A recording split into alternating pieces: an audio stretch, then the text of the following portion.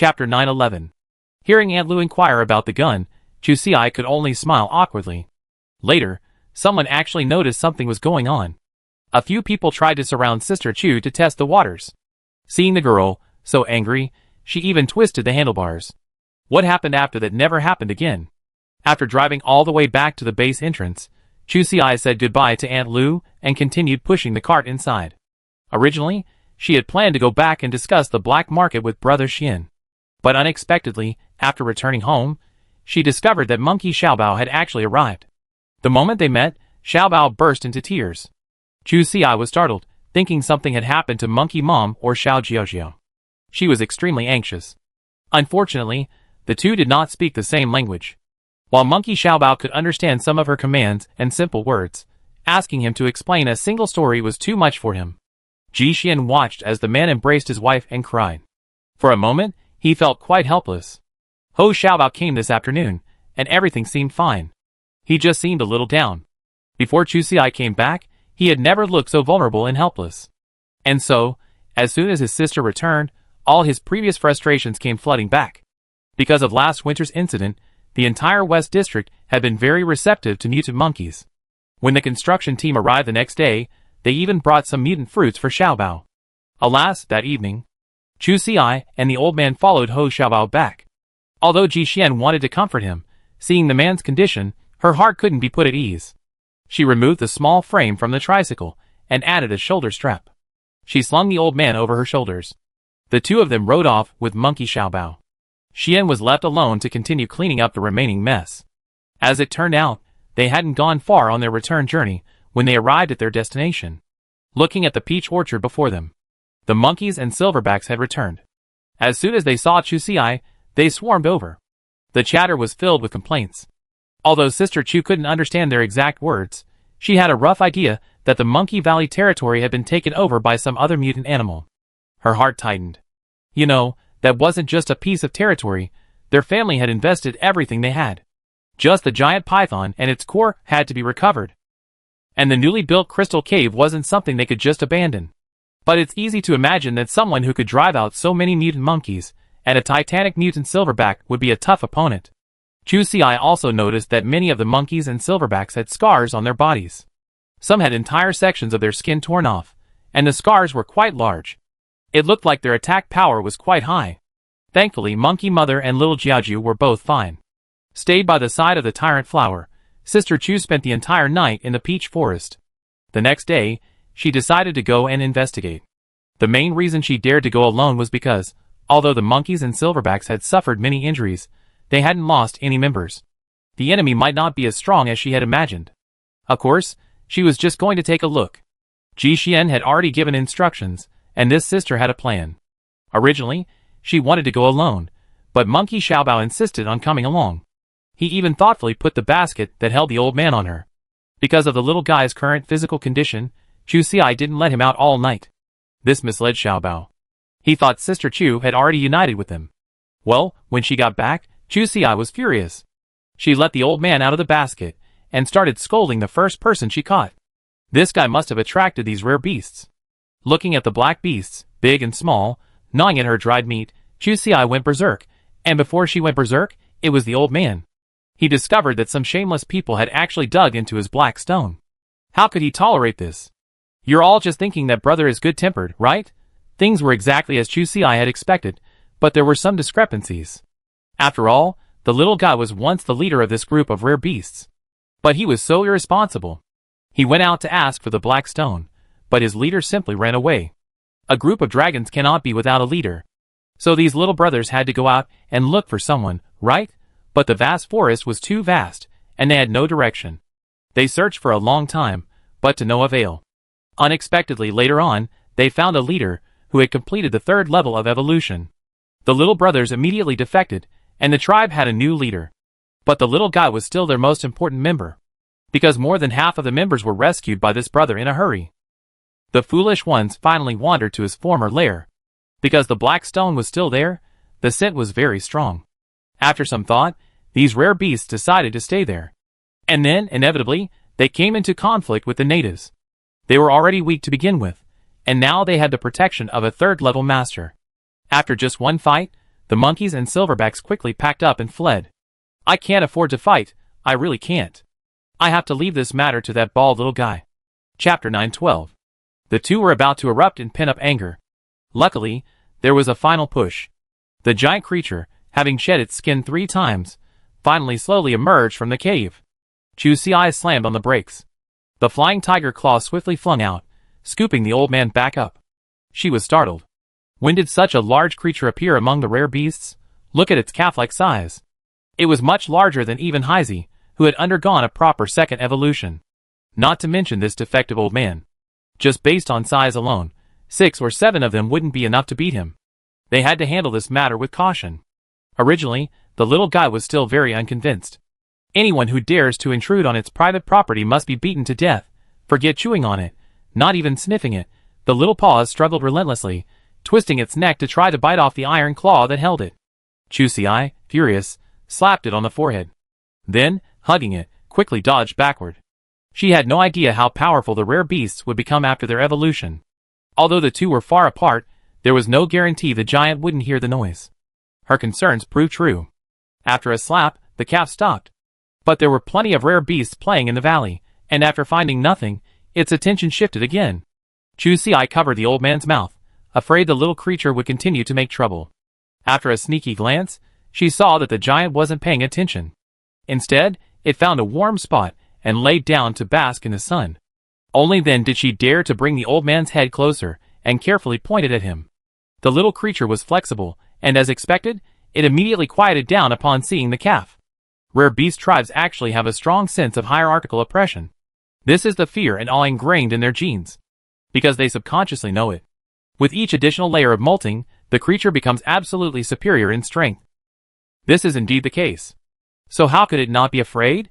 And the reason the old man had dared to challenge Big Black before was primarily because, despite their different body sizes, both were at the level of tumult strength. Even so, he was badly beaten. Thankfully, the little creature's evolutionary path wasn't straight, having taken some crooked and unconventional paths. It was lucky enough to catch Big Black off guard, resulting in a bitter victory.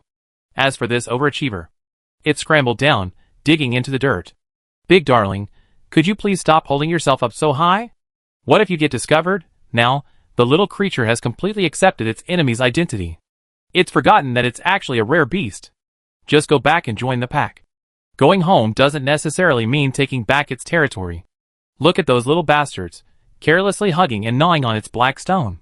The little creature is furious, feeling that these bastards have already left it behind.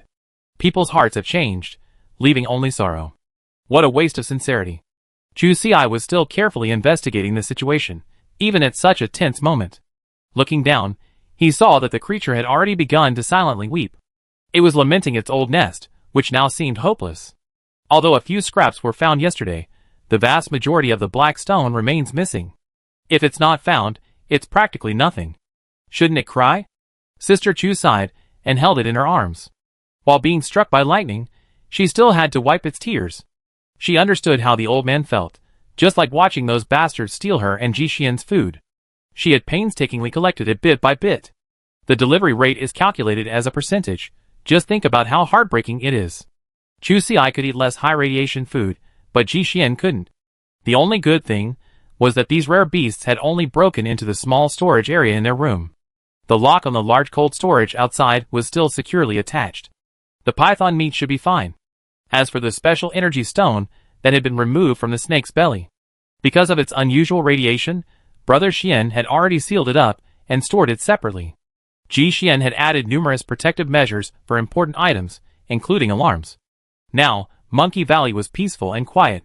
Clearly nothing had happened. Sister Chu took a deep breath and sat back down. How could she reclaim her territory? She had no hope of relying on combat power. Trying to rely on just 2 of her own to fight a whole group of enemies was clearly irrational. Now, the only things she could rely on were her own clever brain and the master's devious methods. The hide of the rare beast, while tough, was not insulated. The most likely method of attack was electric shock. As for the source of the electricity, Chusi wasn't worried. Although they couldn't return home, Brother Xian had installed a number of hydroelectric power plants along the river, more than enough to power the little creature. And she couldn't sit idle either. She had to use her fearlessness of electricity. When the time came, The big guys would fight the big guys, and she would go and mess with the smaller ones. From so many batteries, she could just pick up a few and dig out some wires to connect to her body. The girl clenched her fists. We are so brave and confident. We are not afraid. Chapter 9:13. After taking the old man to recharge, Sister Chu felt she was ready. All she had to do was wait for the battle to begin. But she never expected the little guy to be so timid. Even if it was fully charged, it would still spark if it just stood there. But the sight of that third-level creature from afar made him completely cower. One more step, and he'd be dead. Sister Chu was full of energy. But she glanced down at her comrades. What a loser. Even before the fight even started, he wished he could drape a piece of white cloth around himself, fearing he might accidentally get hurt. Their own fighting power was constantly failing to mobilize. Chu Si was helpless. There was no way she could go it alone. The girl knew her own fighting power. She could manage to maneuver among those little creatures. Luckily, only 2 of them had successfully shed their skin once. She then began to think guerrilla tactics might work. But all of this presupposes that Grandpa can restrain the calf. Otherwise, Sister Chu will go in alone. She'd just be a food delivery. But I really can't wait any longer. This afternoon, Chu Si saw a few mischievous little beasts taking an interest in the cold storage door lock. After the previous incident with the monkey stealing food, Brother Xian had specially installed a deodorizing treatment when reinforcing the cold storage door. This also prevented those mutants from constantly sniffing out the scent and lurking around. This is the main reason the contents have been preserved until now. But, if the lock is broken and the cold storage door is pushed open, the odor will naturally dissipate. How can the contents be preserved? Sister Chu's brows furrowed tightly. Everything else is fine, but that giant python can't afford to suffer any mishaps. This is a great treasure for strengthening your physique. It must not be given to outsiders. Chu Si has been in the Wasteland for so long, but this is the only time she's encountered this special mutant beast. For Ji Xian's future health, she must protect it. But seeing the old man's drooping expression, I decided to conduct a pre-battle mobilization. No matter what, it is the key to victory in this battle. There are no better options, so Sister Chu can only release a few small spiders into the valley. Partly to observe their living habits.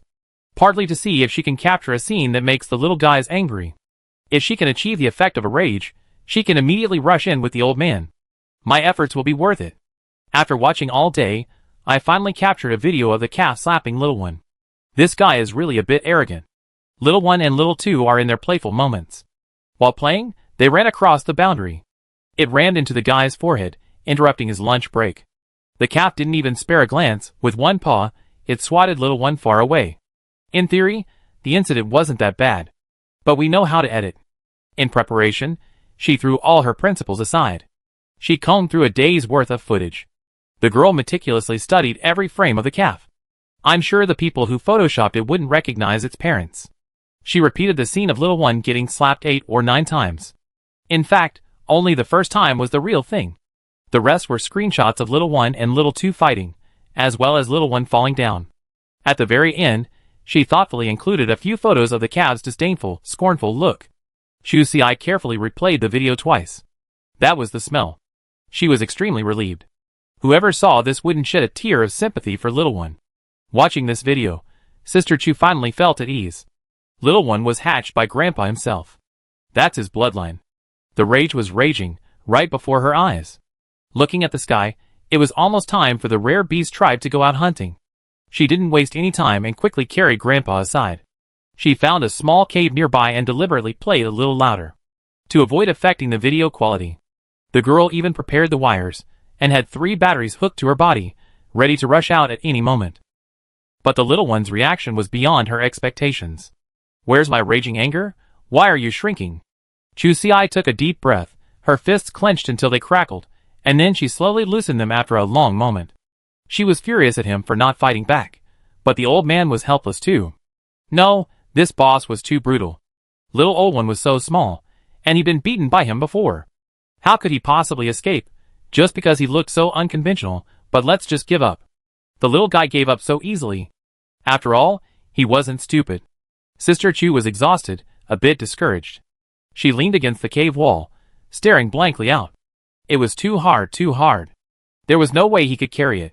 But the old man had adapted well. Compared to the front lines, this was safer.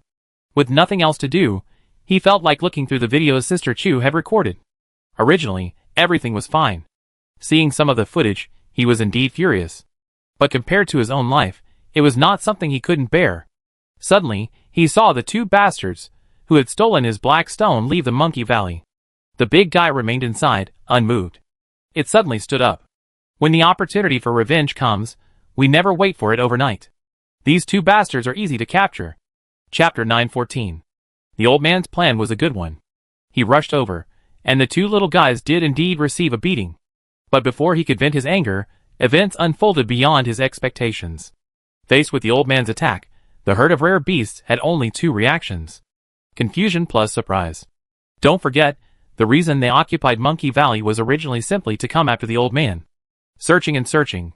Now finally found. Although the leader has changed, he remains their most important member. The little guy had originally planned to quietly put him in a sack. Now, the two idiots roared excitedly. The calf rushed over at top speed. Watching the excitement was one thing. More importantly, a battle was bound to happen between the old and new leaders. There could be no better time than now. The flames of war were high. The excitement in his heart had almost died down the moment he saw the old man. To be honest, he was somewhat displeased. This was truly unpresentable. The old man didn't have the advantage of size, because he had advanced earlier. He was clearly still in the larval stage, but because of his gluttony, he had forced himself into the second stage of metamorphosis. He looked like a child who had secretly worn adult clothes. He was only slightly larger than the other cubs in the tribe. The original color difference had been obliterated by the lightning. Now, he looked extremely ordinary. It was so different from his expectations, which disappointed the calf. The little guy stood nervously, fully alert. Every time someone took a step forward, he took a fierce defensive stance. Take one more step, and he'd take off running. No, I can't stop it. I really can't. Chusi watched anxiously. What's going on? Back then, she'd been leaking electricity uncontrollably. What's going on now? Has she been frightened enough to control herself? A spark would only exacerbate the conflict between them. Seeing the direction the little creature was fleeing, Sister Chu's eyes suddenly lit up. Not bothering to hide herself, she immediately lured the battle towards the alligator snapping turtle's territory. Why hadn't I thought of this before? It's a prime location for them. This would greatly compensate for the old man's inability to attack from a distance. Although, if he tried hard, he could occasionally produce an arc of electricity. But the efficiency was poor, and the intensity was low. But in the alligator snapping turtle's territory, it was different. There was a swamp here that could slow the rare beast down, and water everywhere, making it an excellent conductor of electricity. The little creature's method was to make a last-ditch effort, and then retreat immediately. The calf was stunned. But he was a member of the herd after all, so he took a leisurely stroll and chased after him. He leisurely watched the old man run for his life. The atmosphere became somewhat relaxed. But Chusi didn't have that privilege. While most of the rare beasts in the herd knew of her existence, the newly appointed leader was unaware. At the sudden appearance of a human, its alarm bells immediately rang, and its combat awareness soared to a peak. Thankfully, Chusi was incredibly familiar with this area. Even so, she felt two flying tiger claws were no longer enough. She ran until smoke was rising from under her feet. Finally, just as the calf was about to catch up, they finally reached the territory of the alligator snapping turtle. The old man had been running like crazy, but he didn't wait a moment. His big baby was the first to pass. Not long after, the calf simply ignored him. In the end, the little guy ended up running in a line with the rebellious tribesman. He was a little confused. It took him a long while to react. So, the big baby wanted to support him. He was overwhelmed with emotion. So, he lay back and watched with a clear conscience. Look, they had entered the territory of the big guys. The little guy was extremely excited. He knew all too well how dangerous this place was. After being scratched several times, Chusi finally rushed into the swamp with the calf in his arms. Using the momentum to jump down, he even kicked the alligator snapping turtle's neck, twisting it. You can imagine how powerful that force was. As they went down, a few bubbles emerged. In the swamp, Chusi finally managed to control the calf's range. She had already unloaded her battery and, holding the calf, began to electrocute it. It was indeed a creature that had shed 3 layers of skin. After finally knocking it unconscious, Chusi was barely breathing. A claw flew out. But it missed its target and landed directly on the muddy surface, slowly sinking deeper. Thankfully, the little creature finally had its senses. It scurried over, grabbed its claw, and wrapped it around the neck of a snapping turtle. Then, With a grunt, it found the turtle's neck and bit down. The big creature was injured, but not seriously. But it was irritated to death by me. I didn't want to bother with it anymore and just walked away. Sister Chu was also pulled free by the immense force. Though utterly discomfited, the new leader of the rare beasts had been brought down just like that. After being thrown to the ground, she coughed a few times, not daring to rest for a moment.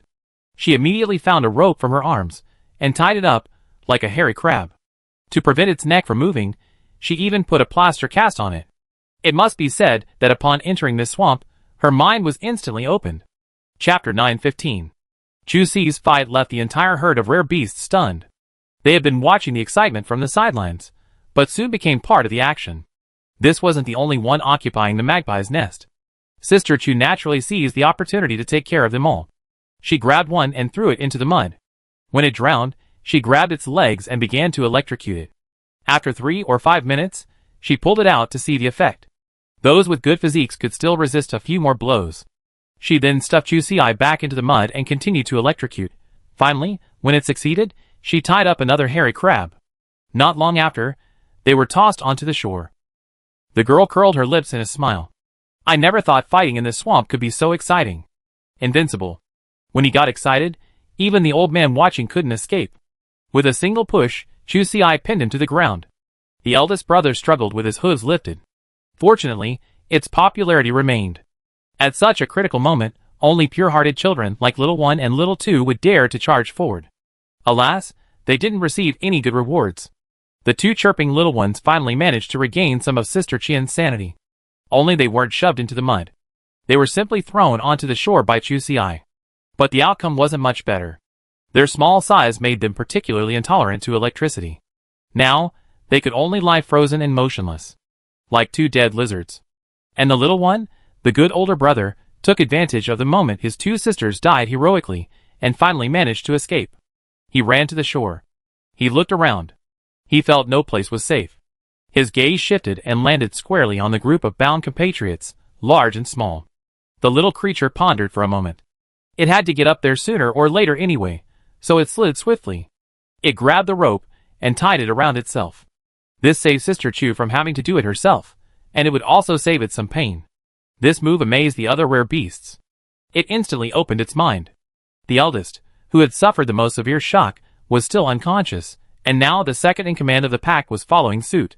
The remaining few all scurried over. In the end, the last two couldn't join the group because they didn't have enough rope. Watching Chu Si emerge from the muddy lake, the two little creatures were terrified. With a final slap, they attached a large blade of grass to the end of the rope. After making themselves unconscious, the other two finally felt safe. They were stared at by a group of small eyes. Sister Chu was helpless, so she picked up the largest one and dragged the rest of the group along. Some of the bondage techniques were so poor that they kept falling as they walked. The ropes would break if they bit too hard. The path back to the valley was a source of worry for these little creatures. The girls were too lazy to bother with them. These rare animals were so unruly, she wasn't going to stay another day. Sister Chu went into the cave and rolled out her small electric stove, hooking up a flatbed truck. She put all the rare animals into sacks. Today she had to return them to their nest. After loading them onto the truck, she felt a wave of regret. This thing, once tamed, would definitely be a great help. Finding the iron cages they used to keep fire ants, Chu Si used brute force to carve out several holes. She stuffed each of the rare animals into them, one by one, with their bodies tied up. Their heads poked out from the reserved holes. After a few days of starvation and a bit of food, her status should be firmly established. It's like training hawks. You can stuff the little ones in one by one and look into their confused eyes. Occasionally, you want to hook your feet to scratch them, but alas, you can't reach. Your little eyes looked around. There was endless confusion in them, no fear at all. They stared at each other for a long moment. The girl took a deep breath, exerted force with her hands, and instantly destroyed the cage. She couldn't help but chuckle at herself. I'm afraid even other labs can't compare to the treatment I'm receiving. It's better not to do such a wicked thing. As for whether these rare beasts will attack again, we can't completely ignore it. Pry open the mouths of all the creatures to prevent them from taking advantage of the opportunity to bite. Those who had narrowly escaped death were now all electrocuted. Chu Si took a knife and implanted subcutaneous positioning chips in each of the drooling mouths. After confirming that they were all properly charged with bioenergy, The girl checked the positioning. All is okay. Throw them all onto the truck and send them back to their lair. That way, even if they wanted to counterattack, they could deploy in advance. Knowing the rare beast's weaknesses, capturing them wouldn't be difficult. But next time, with this kind of grudge-making tactics, I'm afraid we won't be able to leave any alive. The girl threw all the rare beasts into the truck bed. Luckily, only the little bull was larger. The others combined were only about the size of this one. The e-scooter could still pull it. Chu Si symbolically covered it with some weeds and tied it tightly with ropes to prevent anyone from watching from the road. She wasn't afraid of robbery, but she was afraid of word leaking out. That would be endless trouble. In the afternoon, the girl set off with some dry food. Passing by the mutant alligator snapping turtle's territory, they saw that the group was actually preparing to move. The iron tortoise, who couldn't be driven back by countless ferocious beasts. Now, it had fallen to these rare beasts. Chu Si glanced back at the cart, reaffirming his resolve to send them away. This truly is a case of people hating dogs, to a certain degree. Chapter 916. Chu Si hurried along the way, hurrying along at all costs. Most of the rare beasts that had been stunned by the electric shock finally woke up. The vast majority were extremely well behaved. For those that weren't, a couple of drops of bittering agent in their mouths would make them behave themselves. But the calf wasn't one of them. The leader's authority was unchallenged. Especially since Sister Chu was still human. The hatred was even stronger. The girl was helpless. Even after downing a small cup of bittering agent, the creature remained stubborn and unyielding. As for offers of dried meat, they proved even less effective. She held her cheek. The moment the creature opened its mouth to howl, she punched it shut. But she hadn't expected the effect to be so profound. The calf shook its head in pain. She saw blood dripping from the creature's mouth. Chu Si was shocked to realize that his punch had actually severed the calf's tongue. This big guy was just unlucky. It was so stiff just now, but the bittering agent must have worked. It couldn't even bring its tongue out of its mouth, so it just hung there. But Sister Chu, due to her poor perspective, didn't see it at all. This is what led to the current tragedy. But that's not right. The resilience of this species is obvious to all. How could they be afraid of such a small storm? Chu Si had seen it before. The old man had all his legs severed. He still jumped around happily. It was only a serious injury, but there was no sign of death. But the girl had accidentally found the rare beast's weakness. They have thick skin, and their arms and legs can easily fall off. But the tongue couldn't. While it could grow longer, it had too many nerves connected to it. Chu Si's blow undoubtedly ripped off a layer of its skin. The calf roared in pain twice, then collapsed with a mouth full of blood. His eyes rolled back. Looking at the toppled figure, the woman still clenched her fists, standing by with a slight sense of bewilderment. Although she was a bit impatient, she never intended to actually kill a rare beast. After a while, she stretched out her finger to feel its breath. Thankfully, the force was quite strong. The pain alone was enough to make it faint. The fearful looks in their eyes frightened even the usually daring rare beasts. So brutal, this human was so brutal. Moving his small body, he spontaneously approached the old man, the second most powerful person in the entire tribe. And then, he was electrocuted. It was an accident, so sudden and unexpected. The girl rubbed her forehead. She had deliberately not used the 2 remaining batteries, just to deal with emergencies. The old man, on his part, thought it had finally grown. The result was truly remarkable. She looked at the little creatures, tumbled into a heap. She sighed helplessly. After confirming the calf's vital signs were normal, she quickly cleaned up the bloodstains at the scene. These days, rare animals are extremely sought after. Thousands of people, carrying specialized equipment, roam the forest, ready to find bargains. She had a car. Even though she had sprayed odor-blocking spray before setting off, she didn't dare take any chances. Afterwards, she quickly moved to another place to spend the night. She found a cave and pushed the car inside. She placed the rare animals at the very back. She took precautions outside the cave. Tonight was exceptionally quiet. Except for the old man, who dared not show his face, all the others had died. The little fellow, lying there, wasn't idle either. Through Big Baby's 2 moves, it finally understood its place. It turned out it was the little henchman. It was a man of its time. The next morning, just as Chu Si was dozing off among the rare beasts, Big Baby quietly went out hunting for food. Alas, its small size meant it couldn't bring back large prey. It only managed to catch a mutant rabbit. This was already a good choice for its diet. The mutant mouse was also Big Baby's little treasure, but after all, it was a little small, not enough to express its sincerity. Chu Si accidentally dozed off for a short while. But when he woke up, all the rare beasts were gone. She couldn't help but curse. How could they lose half of what they had given? As soon as they emerged from the cave, they saw the little creatures sitting upright in a row. Even the calf was awkwardly hunched over, its butt facing people. Its rebelliousness was on full display. After Sister Chu's beating, its prestige among the rare beasts had greatly diminished. But even though its inner strength had been lost, its strong pride held it together. Last night, the little creatures discussed it for a long time, but ultimately didn't dare to flee. This guy could pull out his tongue, which was terrifying. But I had been with her for so long, and nothing had happened. So the rare beasts decided to acknowledge the thief as their father. If I behaved well, the butcher's knife wouldn't fall on me. Alas, they realized it too late. The previous leader, so clever, had already brought back the prey. I even ran around a lot, and got some fruit. How could the other rare beasts compete for it? Chapter 9:17. Although the rare beasts were all for accepting the thief as their father, it was a common sentiment. Unfortunately, Chu Si had no intention of accepting it. These little creatures are so troublesome. How desperate must she be to take on all this trouble? They weren't lacking in combat power these days.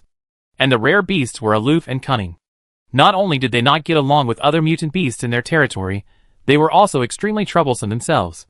How many eyes were fixed on them right now? Among them were some extremely formidable and powerful forces. Sister Chu had absolutely no need to take any risks. If she did, she would lose more than she gained.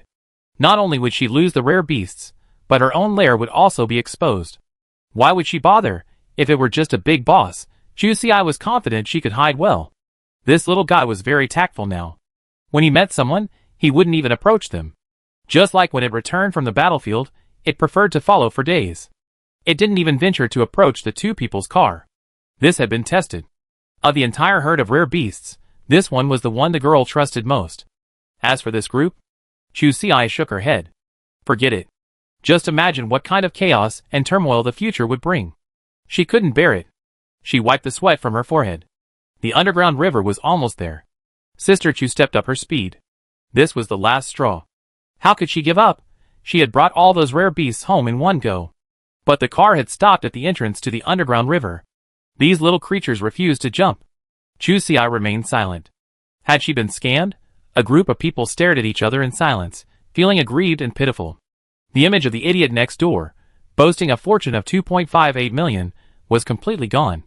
She narrowed her eyes. She was certain it was a scam. But the girl thought she had no conscience. They had really tricked the wrong person. This sister was so annoying. One kick after another, one after another. Then, there was the sound of bang bang as they plunged into the water. All the way, Chu Si had tied ropes around their waists, fearing any of them would get lost and go out to play. Even when they were in the car, she kept them in the car. This made it easier to deal with them all at once. Just throw the calf in, and the rest would be easy. The old man cried out. Chu Si slapped his forehead. I forgot. Before throwing it in, I forgot to untie her thing. But it wasn't a big deal. The rare beasts were all tough kids. They wouldn't get hurt if they fell directly off the cliff, not to mention there was water below to cushion their fall. She looked down. She saw a patch of fluorescent blue below. After a long gurgling sound, the little creature finally climbed up the rock face with a confident look. Fortunately, the fish in the river weren't interested in the ropes. This allowed it to struggle up, dragging its entourage of fellows along with it. Sister Chu couldn't see the details inside, but she saw a lot of blue light following the rare beasts onto the shore. She looked at it. Why did it look so much like an electric arc? This wasn't right. Even if it was a leak from the old man, it shouldn't have been this kind of localized, continuous power generation. Suddenly, an idea struck her. Remembering her last near miss, another name immediately flashed through her mind. Mutated. Electric eels. She pulled out her night vision goggles, put them on, and used her flying tiger claw to quickly descend. Sure enough, those creatures biting the rare beast. They were indeed electric eels. They were clearly still tiny. They were only about half an arm's length long, skinny, and if you didn't look at their color, they looked a lot like knife fish. But these creatures, regardless of size, were incredibly powerful. 4 or 5 of them were hanging on one rare beast. It was quite a burden for them. Only the old man was still powerful. The more electricity it used, the more comfortable it felt. It was only the wrong timing today, otherwise, this place would have been a paradise. This? Chusi's eyes lit up, but unfortunately, she didn't bring the barge over. Even though her healing abilities were stronger now, she wouldn't dare go down alone in this piranha-filled water. Otherwise, she really should have gotten some of these things back and tried to dig a canal in Monkey Valley. This would not only improve the monkey's territory's defenses, but also make it easier for the old man to charge his batteries. There were only so many batteries, so every penny saved was a penny earned. After all, if a rail fight broke out, she might not even have enough for herself. Not to mention, raising electric eels would also provide a greater source of protein. This was a great opportunity for both the monkeys and the two of them. Kill two birds with one stone. It was rare to come across such a desirable species. Chusi was incredibly excited. Now her only concern was the giant electric eel. She could handle the little ones and the piranhas, but she couldn't handle the giant one. She was afraid she'd flip over. Hanging on the cave wall, she observed carefully for a while, but didn't notice any unusual splashes. After the old man dragged his stunned companions ashore, he quickly reunited with Sister Chu. With the little creatures following her, no spider was willing to pay any attention to them. After a moment's thought, Chusi explored a distance toward the river's outlet. She discovered that the tunnel ahead had become significantly narrower, with many more branches. But in such conditions, the large creature couldn't possibly get through. This reassured her. And this was precisely why the young eels had chosen to remain there. Electric eels are very generous. They are known for their generous hearts and healthy bodies. When it comes to eating, they don't discriminate between species. This was a difficult situation for these young eels. The bitterness of this experience is beyond the imagination of outsiders. Who could possibly know the immense effort they had to put in to escape their mother's mouth? Chapter 9:18. Chusi was naturally delighted to discover something as valuable as an electric eel. But on the other hand, she also discovered a fatal problem. Because of these creatures in the water, the rare beasts were truly unwilling to return. They weren't stupid. No matter how you looked at it, Monkey Valley was better. Who would be so desperate as to seek out trouble here? Besides, the biological community of the underground river was far too monotonous. After living here for a while, the rare beasts had long since had enough. Opening their eyes, they saw only two edible foods, mutated spiders, and the mutant piranhas in the water. They had already had enough. Now, because of the electric eels, piranhas were forced to drop from their diet. Those days were unimaginable. The rare beasts conspired and quickly climbed out of the cave. They sat down in a row on the cart. The look they gave Sister Chu was a more docile one than ever before. Chusi held her forehead, thinking of the group of snapping turtles forced to move, and then thinking of the monkeys and silver shells still wandering outside. The girl truly couldn't smile. Her eyes narrowed, and her fists clenched. No matter what, she had to get this mess done today. Besides, the existence of mutant electric eels wasn't entirely a bad thing for rare animals. In fact, after Sister Chu's last experience of being chased by a giant eel, fishing at the river mouth had long ceased, and no one dared to venture into the underground river anymore. Although the giant electric eel didn't appear very often, but life was limited, and no incredible wealth had been found in the underground river. Who would be willing to risk their life? If you think about it this way, it's a disguised way of protecting the rare beasts. At the very least, it's much safer than Monkey Valley. After all, the trend of capturing rare beasts is rampant these days. Several traces of human activity have been discovered outside Monkey Valley. This is why Chusi dared not allow them to live permanently. Now she had the resolve. The only remaining question was how to find a home for the rare beasts. The girl pondered over it, but couldn't come up with a good idea. How could she create a safe hunting area for these rare beasts? The underground river system was extensive, and her plan of cordoning off an area was unrealistic. Even if her initial plan succeeded, the only tools she could use to demarcate the area were various high-strength iron nets. But the piranhas in the water were not to be trifled with. Even without someone who could violently charge the nets, they wouldn't be able to withstand their fierce teeth. Suddenly, she thought of a place. During the downpour, Chusi was pushed along with the boat to the innermost cave. The space inside was enormous. A small platform on the side could accommodate the barge. Adding the uneven terrain, there was enough space to dig a bottomless watering hole halfway up the mountain. She could also catch some piranhas and raise them there, which would be enough to feed the herd of rare beasts. Perfect. Sister Chu turned to look at the group still docilely sitting on the cart. A bright smile curved her lips. This was truly exciting. Although the rock was hard, digging the hole alone was indeed a struggle.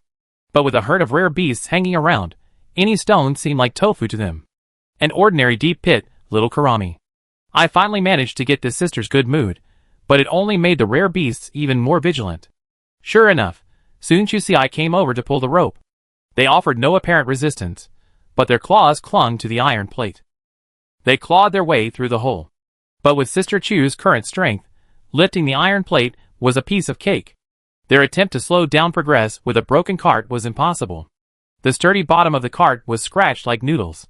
No matter how reluctant they were, the most these little creatures could do was to pull a few pieces of iron off. There was no way to avoid entering the hole. Thankfully, this time, Chusi didn't choose the water route. They could only reluctantly follow him. But even with a destination in mind, Chusi still struggled to get there. Before, they were swept along by the current. The entire route was a blur, with no markings made. She vomited throughout the entire process before finally finding her spot. The girl sat on the platform and rested for a while before continuing with her next arrangements. Remarkably, the rare beasts actually liked this place.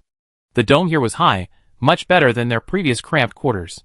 The space was spacious, allowing everyone to dig a hole in groups of 3 or 5, or to live alone. The air flowed well. There was no light. But that wasn't a big problem. While Chusi was directing the digging of the pond, she suddenly saw a small beam of light overhead. These creatures were still unaware of Sister Chu's plan to raise fish. The little creatures also knew it wasn't safe outside. From now on, they could live in the cave and quietly go out to hunt. As soon as they saw the passage above was opened, the rare beasts that had been digging the pit scattered. She turned to look at the old man, but naturally he caught nothing. This guy had always been the ruthless one who would knock down the first person and then take the top spot. Chapter 919. Watching a row of his minions disappear into the cave, Chusi was anxious, and the calf even more so. He immediately wanted to follow and see what was going on. But how could he do that? Look at the size of that thing, then look at the cat hole on top. The girl grabbed it and grabbed it. She wiped her face, feeling really worried. Each one or two of them were a hassle. Originally, she strongly disapproved of the rash hole up there. Now, if this thing also wanted to get through, it would have to use a dog hole to poop in the water tank. The risk of exposure would skyrocket. Another sinkhole was created. With the foundation laid by the underground base discovered last time, a similar sinkhole was dug there. What was released was definitely a treasure hunt signal. By then, these rare beasts would have to move even if they didn't want to. How could Chusi let that happen? She pulled a few small mechanical spiders from her arms, preparing to send them off to explore the situation. But things weren't going smoothly. Because it was deep underground, the radiation intensity was somewhat reduced. The spiders were still under control. But as the altitude climbed, after just 462 meters, their signal became extremely poor. The magnetic field was being strongly interfered with. Looking at the distorted signal coming back, Sister Chu frowned. If the other opening was truly in a high radiation area, that would be a good thing.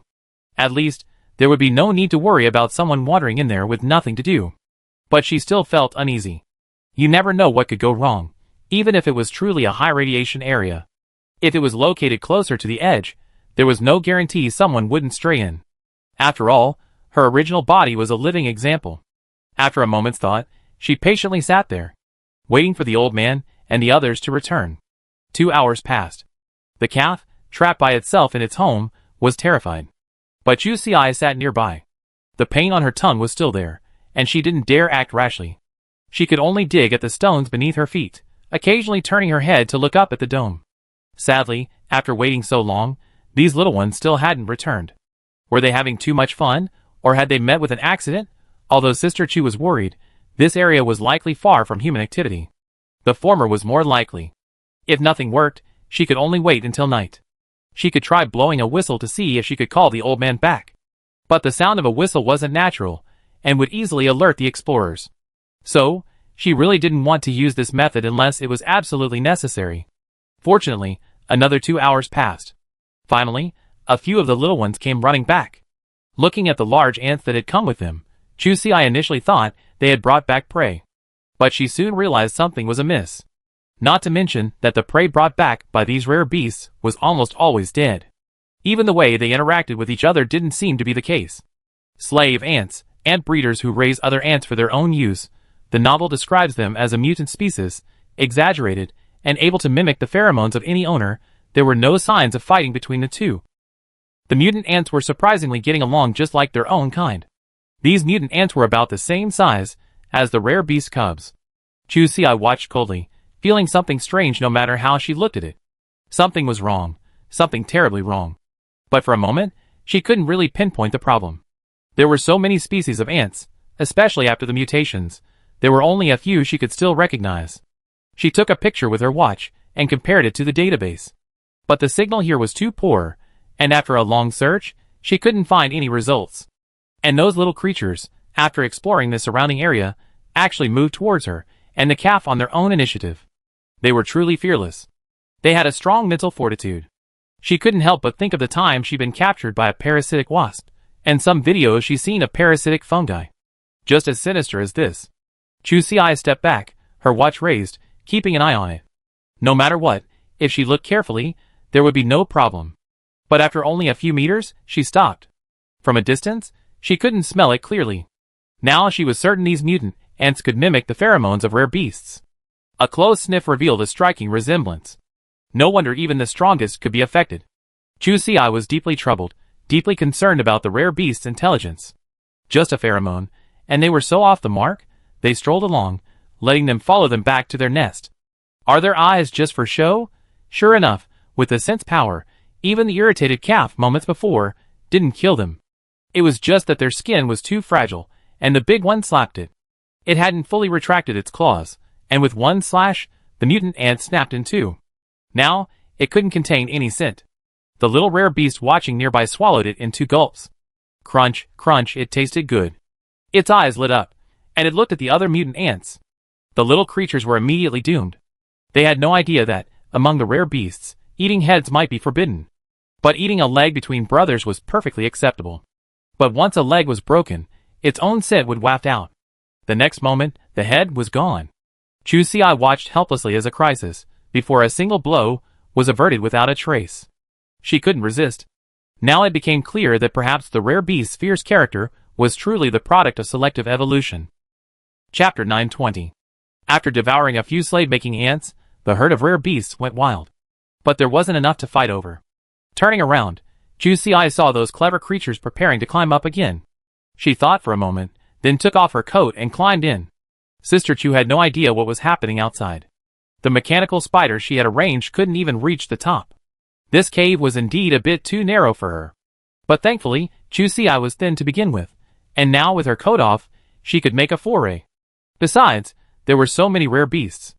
She could handle the narrow areas too. It would take a lot of effort. At the very least, it was much easier than climbing around the mountain. Otherwise, just finding the cave entrance alone would be a struggle. The little light above her head had long been blocked by the group of little creatures that had rushed up first. The girl trudged forward in the darkness. She wasn't tired, but she was aching. The tunnel here is truly narrow. At first, to make it easier to push, she kept her arms elevated above her head. Now it seemed like a complete mistake. As long as she pushed against the wall with her feet, there was no chance of sliding down. But once inside, she couldn't lower her arms, she had to keep them lifted. After a while, Sister Chu felt her shoulder joints were no longer working. They were extremely stiff, and her muscles ached. At first, she could still bear it. But the height of the tunnel was far beyond her imagination. After crawling for a while, her muscles twitching involuntarily, she gave up. Just as she was about to call for help, she suddenly remembered that the guy hadn't returned since leaving. Now, Chusi felt less worried about its safety. It was just that the naughty kid had suddenly gone silent, and she felt a little uneasy. She looked up, wondering how long it would take to reach the top. As for the ground below, her control was declining, so the speed must be quite fast. Just as she thought this, the girl felt a gust of wind coming from above her. She wanted to raise her hands to block it. But her arms were already numb, and she was too slow to block the attack. The spikes on the rare beast's back left wounds on her head and arms.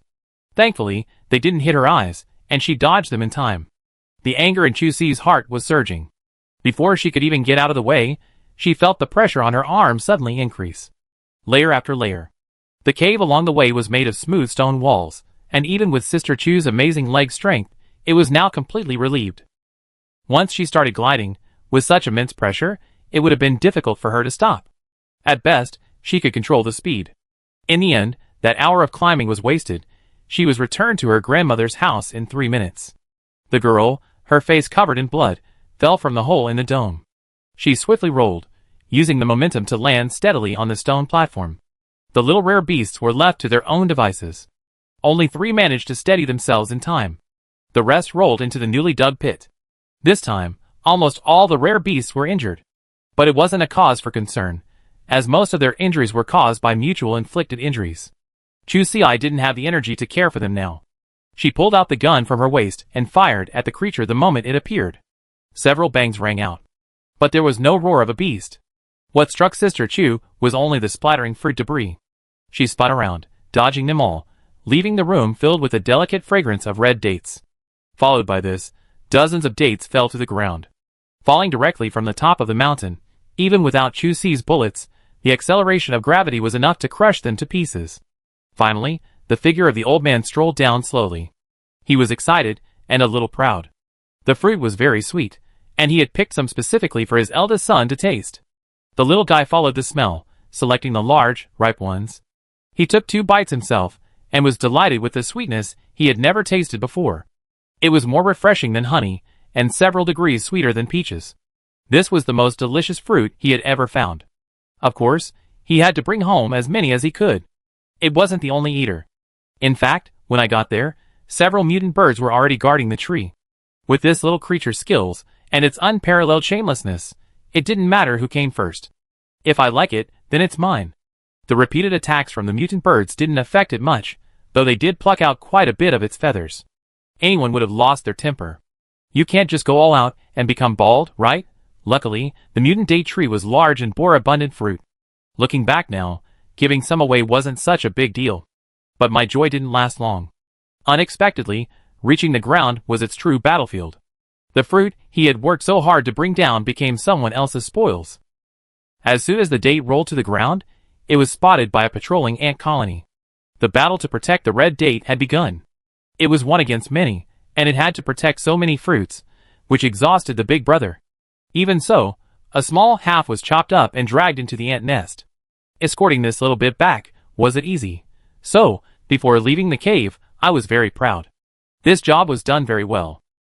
Chapter 921. Finally, he escaped the swarm of ants. Following a trail of fruit, the little guy finally reached the cave entrance. For the sake of efficiency, and to prevent further complications, the old man set all the red dates tumbling down. I arrived a little later. The young man landed perfectly on the pile of debris. This made him, who had been trying to boast and claim credit, freeze in his tracks. The old man was a little confused. Things seemed a little different from what he had imagined. I knew it would be this guy. Chu Si lost her temper. She dug out a water bottle and washed the blood off her arms and face. She placed the energy stone on her palm, and within moments, all the wounds had scabbed over. And how could the remaining rare beasts care about such minor injuries? By now, they were already roaming the cave, searching for red date scraps to eat. They tasted truly delicious. The slave-making ants, previously clamoring for their lives, were simply put aside. The old man only realized belatedly that he had to quickly defend the fruits of his labor. He had finally accomplished something significant. He couldn't let those ants take advantage, only to have the spoils taken away by these little bastards of his own species the very next moment. The battle was fierce. The one getting beaten deserved the punishment. The spectators, their mouths slurping, never stopped eating. There was no time to rescue them. Looking at its resentful companions, it was overcome with grief and immediately wanted to move. Back to Monkey Valley. The mutant monkeys and silverbacks were far superior to its shameless brethren. That was its home. Unfortunately, its enthusiasm was overflowing. Chu Si didn't give it a chance to strategically approach. She gestured, telling it to stay where it was. Just kidding. Sister Chu had at least witnessed the entire battle. Only the calf survived. The other rare beasts were constantly forced into single combat. New wounds piled on top of each other, and even Sister Chu, known for her toughness, couldn't help but feel a little annoyed.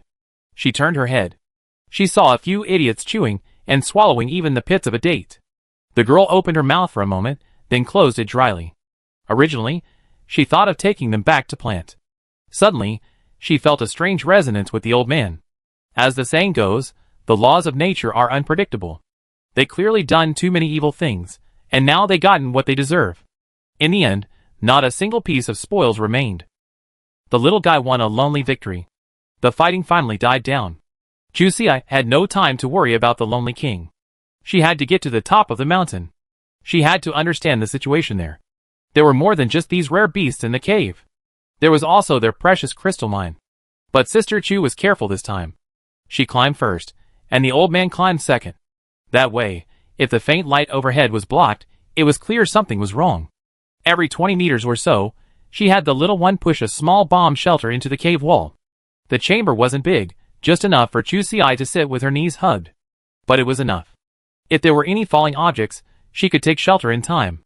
Crawling for a long time, she could relax her arms and legs inside. This would prevent any further slowing of reaction. Otherwise, Sister Chu's head would never have been injured. Including the effort of digging, it took 3 hours before Chu Si's head finally emerged from the cave. I have to say, the location of the exit was well chosen. All around was nothing but gravel and weeds. It was even more hidden than a rabbit hole. Even if someone were passing by, they hardly noticed this anomaly. Besides, its size wasn't very recognizable. It could have been a rat's nest, or something. Besides, this was a high radiation zone.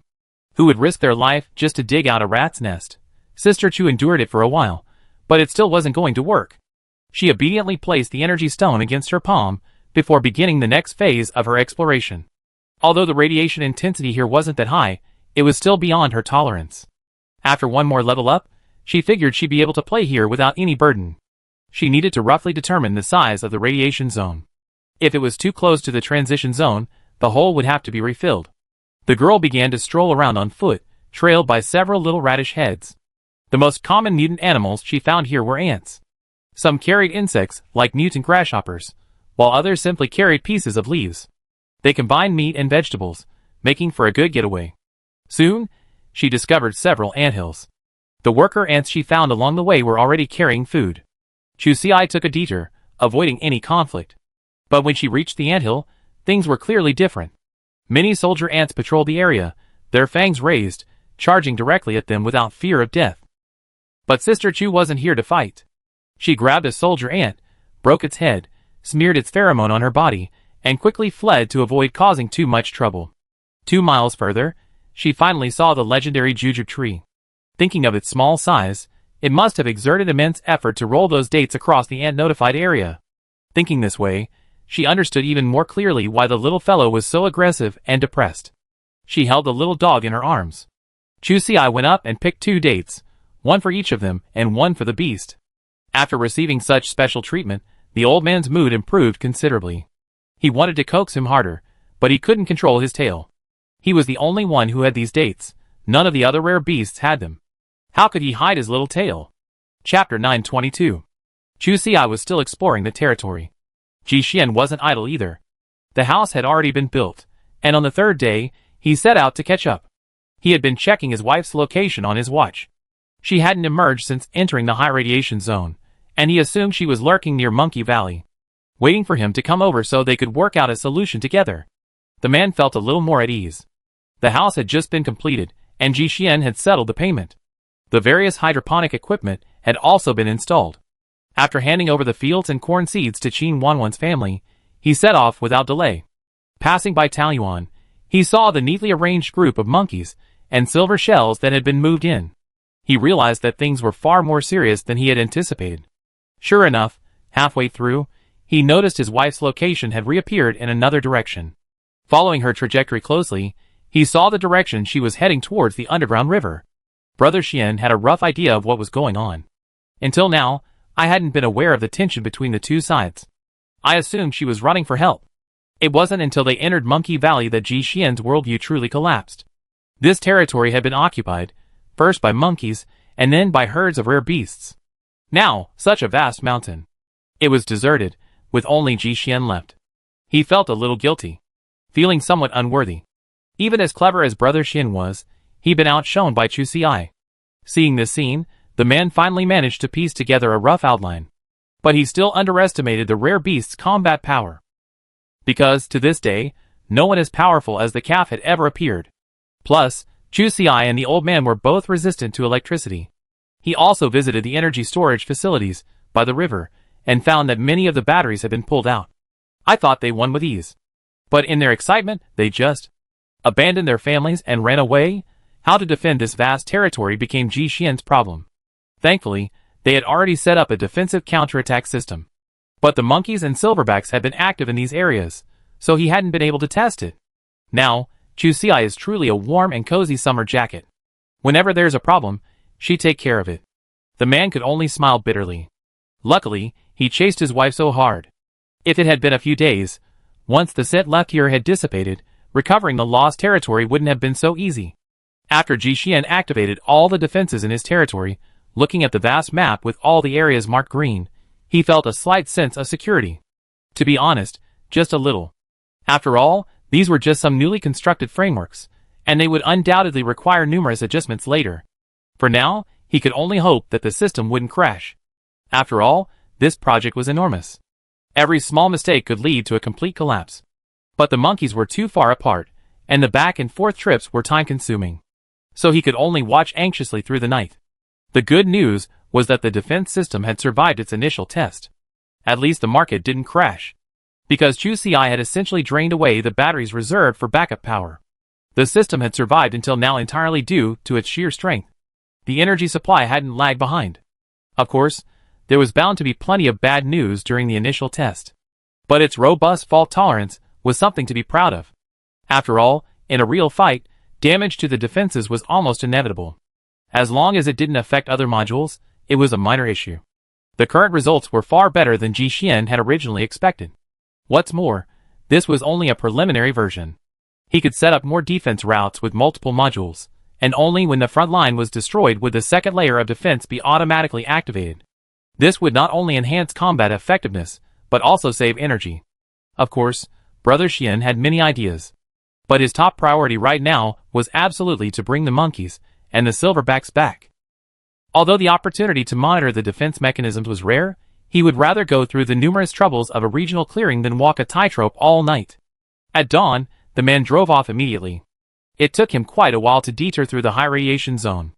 Even with all his might, it took him more than half a day to reach his destination. But the monkeys were cautious, and despite Jixian's immense efforts, not a single mutant monkey was willing to trust him. This thing is so wicked. It's obvious they're here for help. Haven't they been beaten enough? It's a bloody story. Anyone who goes back is an idiot. Are the peaches bad? Or are their skins too thick? The situation remained at a stalemate. Chusei only remembered her heroic feat after finishing her work. She was so anxious she didn't even take the iron cart.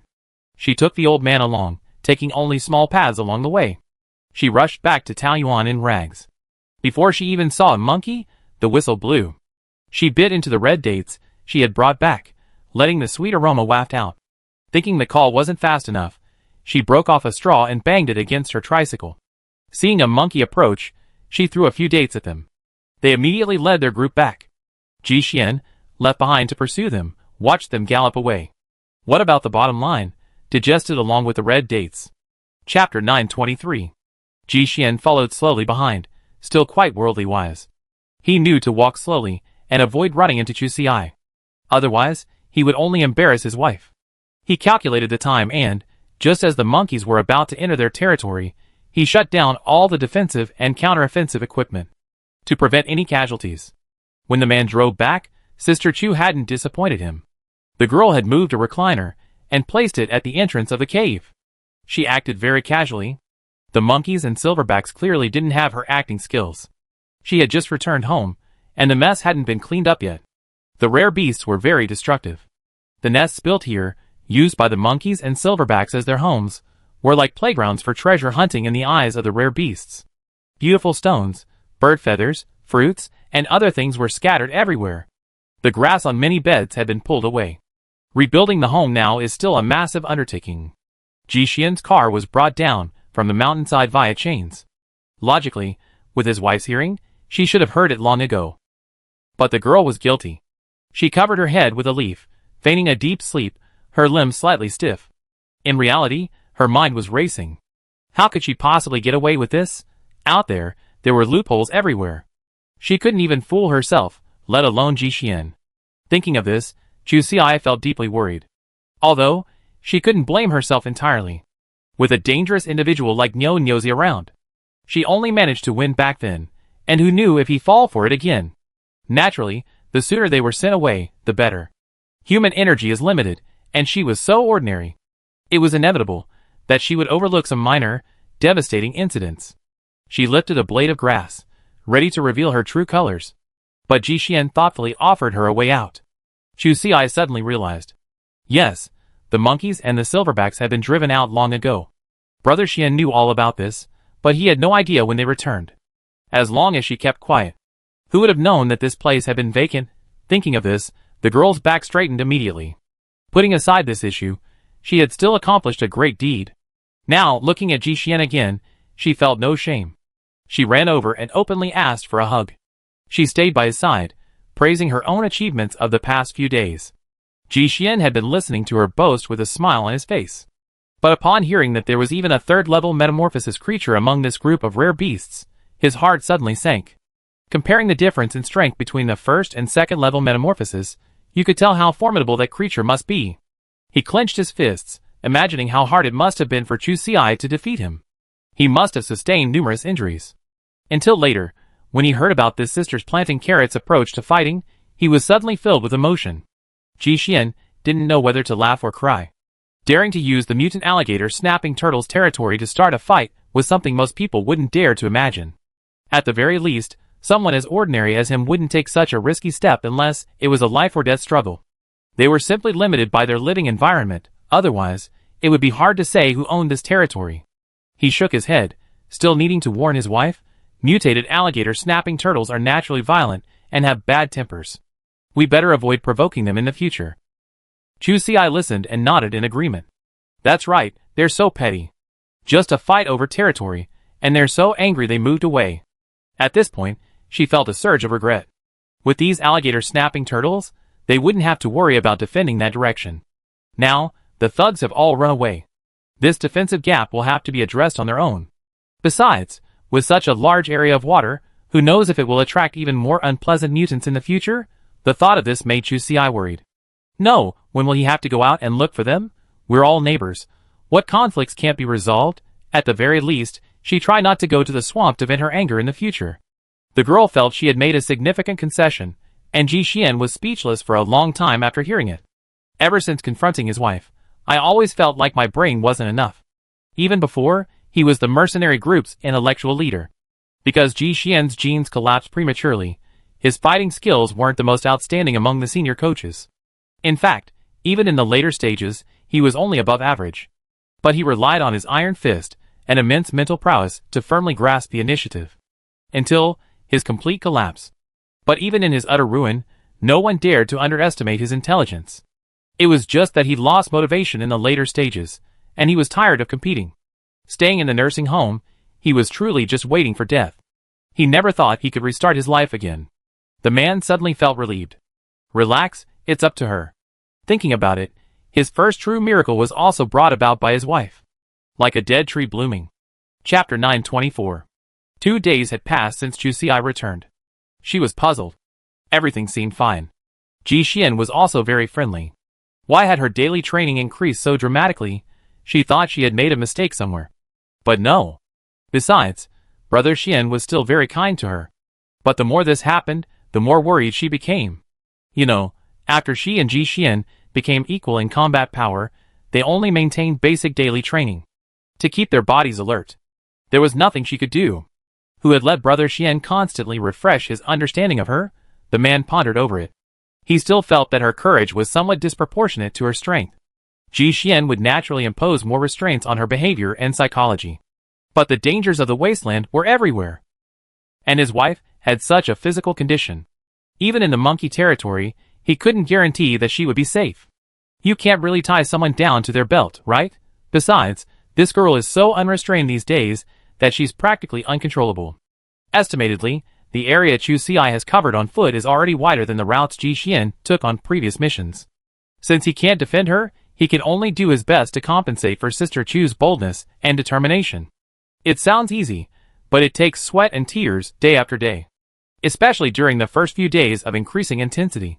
The girl was exhausted and exhausted. The only good thing is that they're not so rushed anymore. Sister Chu can sleep until 4:30 every day, eat dinner, and start training at 5 o'clock. He punched hard in Monkey Valley, sweating profusely. There were also a group of monkeys and silverbacks nearby. Even worse, there were those little monkeys and gorillas who, when excited, would join in the fun and do a few demonstrations. This caused a burst of excited roars. At that moment, Chu Si truly felt as if her roles had been reversed. She felt like the juggler in the crowd, the one who could spin on a single wheel. But come to think of it, it made sense. They were originally brothers. Now, she felt like a family with the monkeys and gorillas. She finally finished the first half on time. She took a deep breath, unburdened herself. She sat down on the stool, her legs weak. It was true that Xiao Bai had stood up under her watch. And that wicked little fellow had taken advantage of her sitting position and tried to drag Chu Si's stool away. If he caught him, he would have given her a good beating. Just as I was thinking this, I watched him drag the stool out to play. The girl's legs were shaking. She glanced at the gravel on the ground, but she didn't kick it. Forget it. She deserved it. Who was I to take the lead in spoiling her? After the critical period, even monkey mommy Xiao Bai stopped doting so much. It was Sister Chu who took the brunt of the responsibility. Anyone who dared to bully her would be punished. Later, there was someone like Big Brother who helped the bully. Just grabbing a stool when someone was weak, he already grown up to be quite upright. Watching the happy figure walk away, Chu Si finally understood herself. Also, she had a deeper realization. See, when you're in a weak position, even the most well-behaved ones dare to show off. So she had to train hard. If she had to be the one pulling out the stool. Ji Xian saw his wife standing by the table. Just as he was about to return to serve the soup, he noticed her catching her breath. He immediately returned to training mode. The man paused, silently returning the snake soup to the pot. It continued to simmer. He didn't know whether to laugh or cry. He had said so much before, but his wife clearly didn't take it to heart. He had been a little worried. He hadn't expected her inner drive to be sparked by something as playful as pulling out a stool. After all, it was a lucky coincidence. It just benefited Xiao Bai. Thankfully, there was still light on the path of righteousness. The little monkey was showing off to his mother. The albino monkey's status was higher than Sister Chu's only in the first few days after its birth. Since Sister Chu had rescued the little one, the mother had indeed been very fond of him for a few days. But he had already raised him. Even its ability to stir up trouble was no less than that of an ordinary little monkey. Its novice protection period had long since passed. Stool Wu arrived in front of its mother, and the young man was immediately met with a fierce fight. Then, the Queen Flower carried the stool back to her eldest daughter. Before Sister Chu could fully release the energy she had just aroused, she was taken back by her mother and forced to rest. It stroked Chu Si's hair, which seemed soaked in water, without disdain. It then pulled a large peach from the waste bag made for it by its eldest daughter, wiped the peach hair, and placed it in front of her. It signaled with its eyes, "Eat." Then, it plopped down next to Chu Si.